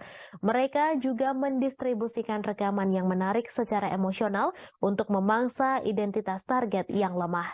Dilansir dari Newsweek, bagi Ukraina, motivasi di balik pembuatan video dari adegan medan perang adalah menarik cukup banyak pemirsa secara global untuk memastikan bahwa perjuangan negara melawan Rusia tidak dilupakan. Hal ini juga membuktikan bahwa dukungan keuangan dan militer Barat untuk Kiev belum dan tidak akan sia-sia. Menurut salah satu pembuat video asal Ukraina, Konstantin Kalnovsky, Kiev menggunakan teknologi yang cukup mumpuni seperti drone untuk menggambarkan situasi kengerian serangan Rusia. Video itulah yang kemudian membuat Ukraina mendapatkan begitu banyak dukungan. Ukraina nyatanya juga memiliki pasukan khusus pembuat video grafis yang bernama Serigala Putih. Mereka merilis video sepanjang konflik yang menunjukkan bagaimana pasukannya berhasil menghancurkan target Rusia termasuk tank. Salah satu klip yang ditweet oleh Dinas Keamanan Ukraina, SBU, pada bulan Maret menunjukkan pandangan udara dari kendaraan militer yang meledak setelah dihantam dari atas. Sean Houston, seorang profesor propaganda di Military College of South Carolina, mengatakan kepada Newsweek bahwa klip tersebut adalah contoh bagus dari gamifikasi video pertempuran dan kualitas yang tumpang tindih antara video game dan rekaman kehidupan nyata yang terkait dengan teknik video yang digunakan oleh ISIS. Ukraina masih berbuntut konflik mengerikan. Setelah Rusia menyerang Kiev, giliran muncul serangan ke Moskow. Rusia menuduh Ukraina sebagai penyerang Moskow dan Vladimir Putin menyebut hal itu sebagai tindakan terorisme. Menurut Putin, Ukraina berusaha mengintimidasi Rusia, warga Rusia, dan menyerang bangunan-bangunan tempat tinggal. Otoritas Rusia mengklaim 8 drone yang menargetkan wilayah sipil Moskow dan sekitarnya yang dihuni lebih dari 21 juta penduduk pada Selasa 30 Mei dini hari berhasil ditembak jatuh dengan beberapa drone lainnya dinonaktifkan. Moskow yang merupakan ibu kota dari negara dengan kekuatan nuklir terbesar di dunia telah dilindungi oleh sistem peringatan dini yang ekstensif. Namun selesai rentetan serangan drone Ukraina, Putin menyatakan bahwa sistem pertahanan udara di sekitar Moskow akan diperkuat.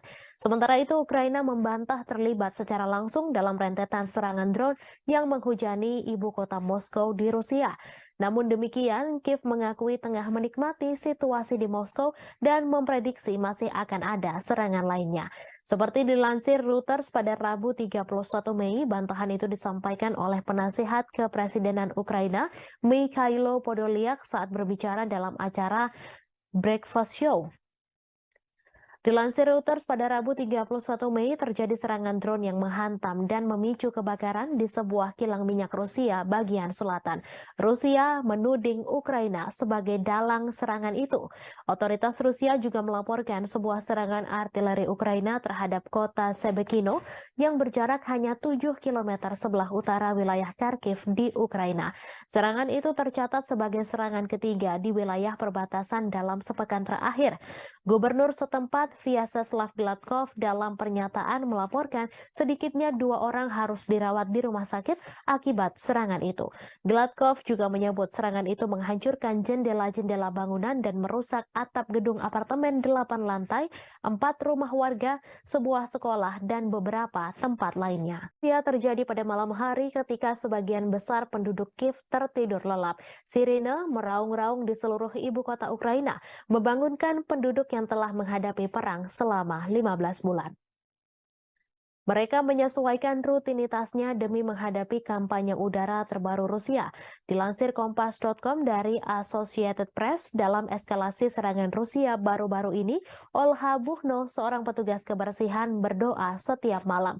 Di samping tempat tidurnya ada tas berisi barang-barang penting seperti dokumen, makanan kering, dan air. Mendengar bunyi alarm, ia berlari ke bawah ke ruang bawah tanah gedungnya dan berlindung. Hampir 2 minggu lalu, puing-puing dari rudal yang ditembak jatuh mendarat di atap sebuah gedung di sebelahnya di distrik Darnitsia, Kiev, menyebabkan kebakaran besar. Ia menangis sambil ketakutan setiap malamnya, membayangkan kemungkinan buruk yang bisa terjadi jika alarm sudah berbunyi. Mereka membayangkan pengungsian, terjebak di bawah reruntuhan, dan terbunuh.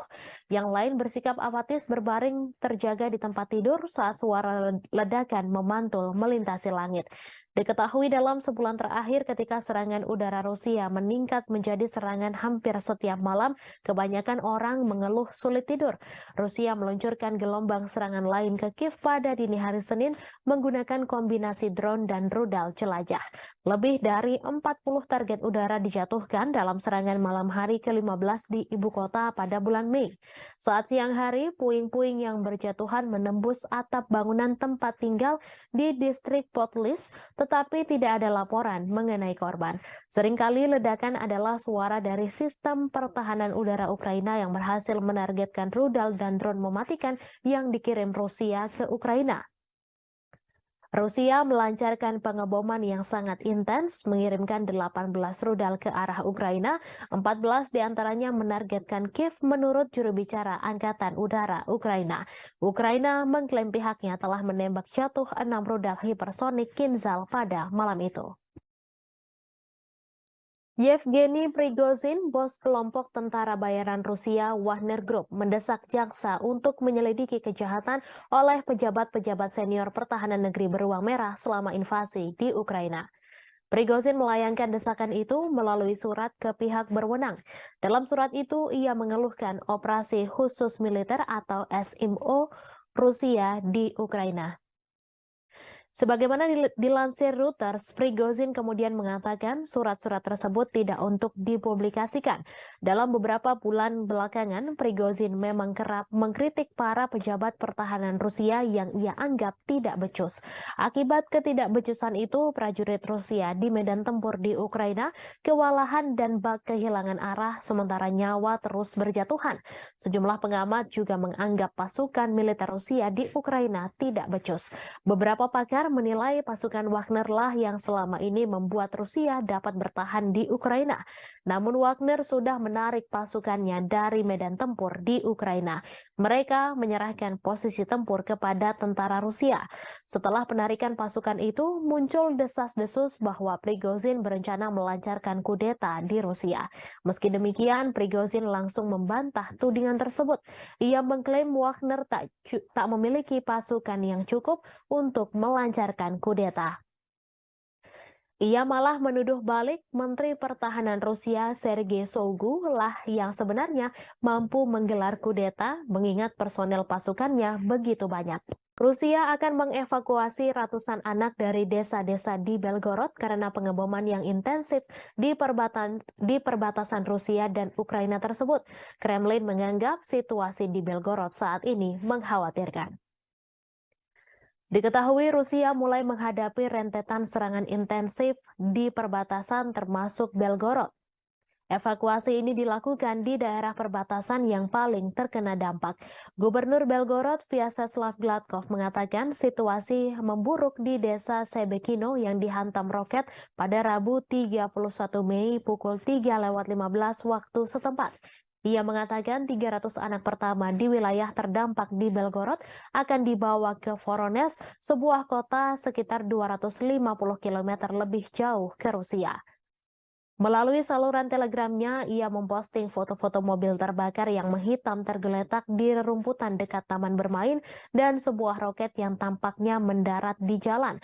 Ia mengatakan serangan itu melukai 4 orang. Sehari sebelumnya, 1 orang tewas dan 2 lainnya luka-luka dalam serangan Ukraina di sebuah pusat pengungsian di wilayah Belgorod pada Selasa 30 Mei. Serangan itu terjadi saat Ukraina mengatakan sedang mempersiapkan serangan besar terhadap pasukan Moskow. Ia mengatakan Rusia sedang mengambil langkah-langkah yang diperlukan.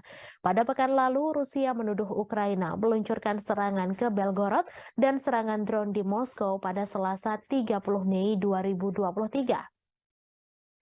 Sejumlah depot minyak di Rusia telah terpukul dalam beberapa pekan terakhir. Pada Rabu 31 Mei, pihak berwenang di wilayah Krasnodar Selatan Rusia mengatakan sebuah drone menghantam kilang minyak Elsky. Krasnodar telah dihantam drone 2 kali sejak awal Mei 2023. Rusia juga menuduh Ukraina meluncurkan 8 serangan drone ke Moskow pada Selasa 30 Mei. Serangan itu menyebabkan kerusakan pada bangunan apartemen. Warga Rusia dari 2 blok apartemen dievakuasi setelah serangan tersebut. Pasukan Rusia telah menghancurkan kapal perang Ukraina terakhir di pelabuhan Odessa. Kementerian Pertahanan Rusia mengungkapkan kabar tersebut pada Rabu 31 Mei. Kapal perang Yuri Olefirenko diklasifikasikan sebagai korvet dan beroperasi dengan Angkatan Laut Ukraina. Kapal perang itu dibangun pada akhir 1990-an di Rusia, tetapi kemudian dipindahkan ke Ukraina setelah runtuhnya Uni Soviet. Kapal tersebut telah mengalami beberapa modernisasi selama bertahun-tahun, termasuk perombakan besar-besaran pada tahun 2016. Kemhan Rusia menambahkan Ukraina kehilangan lebih dari 200 tentara di sana selama beberapa hari terakhir. Menurut Kemhan Rusia, Kiev kehilangan lebih dari 200 prajurit Ukraina, 3 kendaraan tempur lapis baja, 12 kendaraan dan howitzer D-30 ke arah Donetsk selama 24 jam terakhir. Sementara itu, Shalik, juru bicara Angkatan Laut Ukraina, mengatakan pihaknya tidak akan menanggapi pernyataan apapun yang dibuat sepihak oleh Rusia. Angkatan Laut Ukraina juga tidak akan mengungkapkan informasi apapun tentang kerugian selama perang. Sebelumnya, Rusia mengklaim bahwa pesawat tak berawak Ukraina memicu kebakaran di kilang minyak di Rusia Selatan. Selain itu, serangan udara juga menghantam sebuah kota Rusia dekat perbatasan untuk ketiga kalinya dalam seminggu dan merusak bangunan serta membakar kendaraan. Sementara itu, berikut perkembangan lainnya seputar situasi perang Rusia-Ukraina, di mana hanya ada sekitar 500 orang yang masih tinggal di Bakhmut. Menurut wali, jumlah itu jauh dibandingkan dengan 70.000 orang yang tinggal di kota Ukraina Timur sebelum perang meletus. Bakhmut menjadi sasaran pertempuran sengit selama setahun terakhir. Baik Ukraina dan Rusia mengklaim sama-sama menguasai kota tersebut.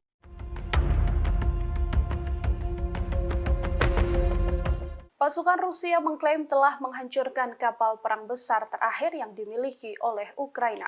Serangan tersebut dilancarkan Rusia pada Senin 29 Mei di Pelabuhan Odessa di Laut Hitam. Dalam rilis Kementerian Pertahanan, kapal perang besar Angkatan Laut Ukraina ini dihancurkan dengan serangan presisi tinggi Angkatan Udara Rusia. Di tempat berlabuhnya kapal tersebut, kapal perang terakhir Angkatan Laut Ukraina ini bernama Yuri Olefirenko. Hanya saja Ukraina membantah kapal perang terakhir telah dihancurkan pasukan Putin. Hal ini ditegaskan oleh juru bicara Angkatan Laut Ukraina Oleg Kali, yang meminta sumber Rusia yang membicarakan hancurnya Olefirenko tak diperhatikan dan diperdulikan. Namun pasukan militer Ukraina membenarkan adanya serangan udara yang menyebabkan kebakaran dan telah merusak infrastruktur di pelabuhan Odessa. Yuri Olefirenko adalah kapal pendarat berukuran sedang untuk pasukan dan kendaraan. Presiden Ukraina Volodymyr Zelensky sendiri mengoperasikan versi pembaruan dari kapal tersebut pada awal Juni 2022 lalu. Вашего руководства страной, отношения между нашими странами. Kabar mengejutkan datang dari Rusia yang mengumumkan bahwa negaranya memiliki sekutu baru yang tidak terduga. Bahkan pemimpin negara tersebut telah bertemu langsung dengan Presiden Rusia Vladimir Putin. Lantas, akankah negara tersebut membantu Rusia dalam peperangan dengan Ukraina? Sekutu baru tak terduga dari Rusia yang dimaksud adalah negara Eritrea. Bahkan Putin telah bertemu dengan Presiden Eritrea yakni Isaias Afwerki pada Rabu 31 Mei 2023. Adapun untuk pertama kalinya Isaias Afwerki rela pergi ke Rusia dan bertemu dengan Vladimir Putin. Dalam pertemuan tersebut dikabarkan keduanya membahas prospek hubungan antar dua negara. Kremlin mengatakan Putin dan Isaias membahas di segala bidang, termasuk masalah yang paling mendesak dalam agenda regional dan internasional. Bahkan selesai pertemuan tersebut, keduanya telah menandatangani beberapa kesepakatan antar pemerintah. Sementara sebelumnya, Menteri Luar Negeri Rusia Sergei Lavrov terlebih dahulu mengunjungi Eritrea. Kunjungan itu telah dilakukan pada Januari 2023 silam. Pada pertemuan tersebut, Afwerki dan Lavrov membahas perubahan radikal dalam situasi internasional. Keduanya pun juga membahas soal arah utama pengembangan hubungan antara Rusia dengan Eritrea. Уважаемый господин президент, уважаемые коллеги, друзья, мы очень рады приветствовать вас в России. Работает? Перевод есть? Отлично. Это ваш первый официальный визит в нашу страну. Уважаемый господин президент, на днях Эритрея отмечала 30-летие своей независимости. И это совпадает с датой установления наших дипломатических отношений между нашими странами. Позвольте вас с этим поздравить, поблагодарить вас за то, что за эти годы, за время вашего руководства страной, отношения между нашими странами развиваются и укрепляются. Ukraina kembali mengalami kerugian lantaran kehilangan pos komando angkatan bersenjatanya. Hal itu dikarenakan Rusia kembali menghancurkan markas tentara Ukraina. Kali ini Rusia melakukan penyerangan menggunakan roket peluncuran ganda, yakni MLRS. Klaim tersebut disampaikan oleh Kepala Pusat Pers Pengelompokan yakni Oleg Chekov yang mengatakan penyerangan itu terjadi di Trudoyov ke arah Zaporozhia. Tak hanya itu, penembak jitu Rusia juga berhasil menghancurkan kelompok pengintai Ukraina. Serangan itu dilakukan menggunakan sistem penyembur api berat TOS-1 Solsepek. Selain penembak jitu Ukraina, TOS-1 Solsepek juga menghantam dua benteng militan. Adapun dua benteng militan itu berada di area Stepovoe dan Privolnoye. Oleg Chekov mengatakan beberapa titik penempatan Ukraina juga dihantam oleh artileri self-propelled Gostivka milik Rusia. Beberapa titik yang dimaksud yakni Poltavka dan Malaya Tokmatska. Di satu sisi, Ukraina belum memberikan penjelasan terkait kerugian yang dialami oleh komando pasukannya. Думают, ехать, не ехать, надо ехать. Победа за нами. Ахмат, сила. Pasukan Rusia mengklaim telah menguasai kota Bakhmut, Ukraina. Kini giliran pasukan Chechnya yang bersiap memulai pertempuran baru di wilayah Donetsk. Akankah wilayah Donetsk bernasib sama seperti kota Bakhmut? Pemimpin Chechnya Ramzan Kadyrov menyampaikan pasukannya sedang mempersiapkan peperangan baru. Pernyataan itu disampaikan Kadyrov seusai tentara bayaran Rusia mengumumkan penarikan pasukan di kota Bakhmut. Kadyrov mengaku pasukan Chechnya mendapat perintah baru. Adapun perintah itu soal tanggung jawab merebut wilayah di Republik Rakyat Donetsk. Nantinya pasukan Chechnya mulai aktif di zona perang untuk membebaskan sejumlah area. Sejauh ini Kadyrov mengaku dirinya sedang mempersiapkan serangan yang akan dilancarkan pasukannya. Terlebih pasukan Chechnya mendapat dukungan dari Kementerian Pertahanan Rusia dan staf umum Angkatan Bersenjata Rusia. Hal itu dibuktikan dengan pemberian data, informasi, hingga senjata. Berbekal itulah Kadyrov telah menyusun strategi untuk bergerak maju di Donetsk. Diketahui sebelumnya, grup Wagner mengumumkan penarikan pasukannya mulai 24 Mei hingga 1 Juni. Dengan keberhasilan Bakhmut direbut, kepala grup Wagner yakni Yevgeny Prigozhin memberikan garda depan perang ke pasukan Rusia. Я сам знаешь, Как ты к этому решению пришел? повалим, они планы рвут и безнаказанными остановиться как нельзя. Каждый мусульманин должен с этим воевать. Ахмат сила Аллаха. Я сам с Южно-Сахалинска, еду уже третий раз через Ахмат. Хочу пожелать всем нашим ребятам остальным, которые еще думают, ехать, не ехать, надо ехать. Победа за нами. Ахмат, сила!我不假就这边人家的往家报会不会很强了？ Ребята проходят высшую подготовку в Российском университете спецназа. Если эти ребята прибудут туда, я не советую пробовать связываться с этими ребятами. Любая задача поставлена, каковой сейчас использует героя Селенца Ахмата Кадырова, будет исполнена 100%. Ахмат, сила, Аллах. Kementerian Pertahanan Rusia mengakui serangan militer baru-baru ini di Ukraina menargetkan pusat pengambilan keputusan yang terlibat dalam merencanakan serangan teroris. Pasalnya, menurut Kemhan Rusia pada Selasa 30 Mei, kegiatan teroris dilakukan di bawah bimbingan langsung dari Badan Intelijen Barat. Diketahui Angkatan Bersenjata Rusia melakukan serangan pada siang hari. Militer tidak mengungkapkan jumlah pasti pusat yang ditargetkan atau secara eksplisit menyebutkannya. Mereka hanya menyatakan semua target yang ditunjuk telah berhasil dihantam.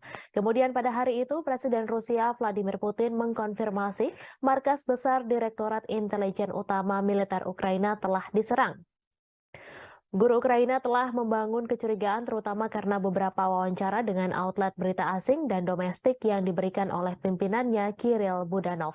Kepala Intel Ukraina itu telah membuat pernyataan yang semakin agresif baru-baru ini. Ia mengklaim keterlibatannya dalam sejumlah serangan di tanah Rusia. Awal bulan ini misalnya ia berjanji untuk terus menghabisi orang Rusia dimanapun di muka dunia ini sampai kemenangan penuh Ukraina tercapai. Tak lama kemudian ia mengaku bertanggung jawab atas pembunuhan banyak tokoh masyarakat Rusia. Meskipun Budanov tidak memberikan nama pastinya, ia menyatakan telah mendapatkan banyak nama, termasuk tokoh publik dan media. Sebelumnya diberitakan bulan ini 2 pesawat tak berawak dicegat di atas Kremlin. Namun serangan pada Selasa adalah pertama kalinya kendaraan udara tak berawak menghantam daerah pemukiman Moskow, di mana ratusan kilometer dari garis depan Ukraina. Wali kota Moskow, Sergei Sobyanin, mengatakan 2 orang dirawat namun tidak menderita luka serius. Penghuni bangunan yang rusak akibat serangan itu juga dievakuasi sementara. Di Jalan Provso Yusnaya, sebuah bangunan tempat tinggal dengan jendela yang pecah ditutup oleh polisi. Warga Moskow mengatakan bahwa sebuah pesawat tak berawak juga menabrak sebuah apartemen di lantai 14 sebuah gedung tinggi di Leninsky Prospect tetapi tidak meledak. Kementerian Pertahanan Rusia mengatakan bahwa 8 drone dikerahkan Ukraina dalam serangan itu. Namun 5 diantaranya jatuh dan 3 lainnya berhasil dinonaktifkan. Gubernur wilayah Krasnodar, Veniamin Kondratiev, menyebut sebuah drone Ukraina memicu kebakaran di kilang minyak di selatan Rusia. Menurutnya penembakan menghantam sebuah kota Rusia dekat perbatasan untuk ketiga kalinya dalam seminggu dan merusak bangunan serta membakar kendaraan.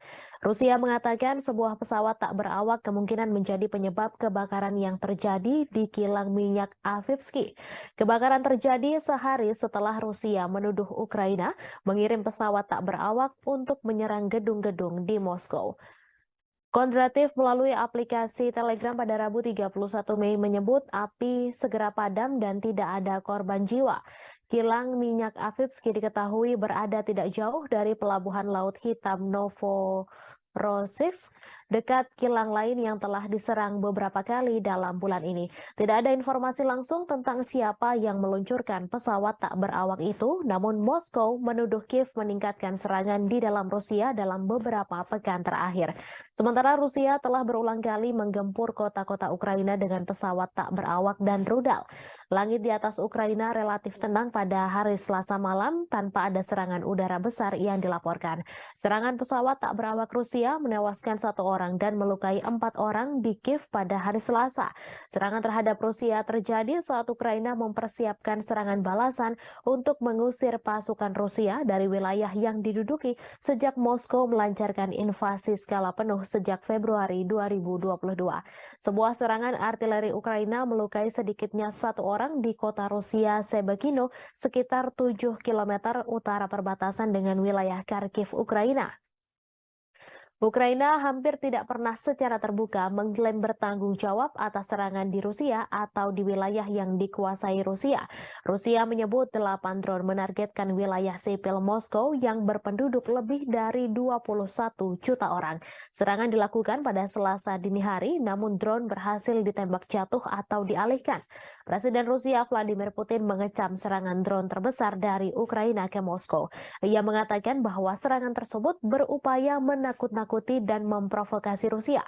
Seorang pembantu Presiden Ukraina membantah bahwa Kiev terlibat langsung dalam serangan Moskow.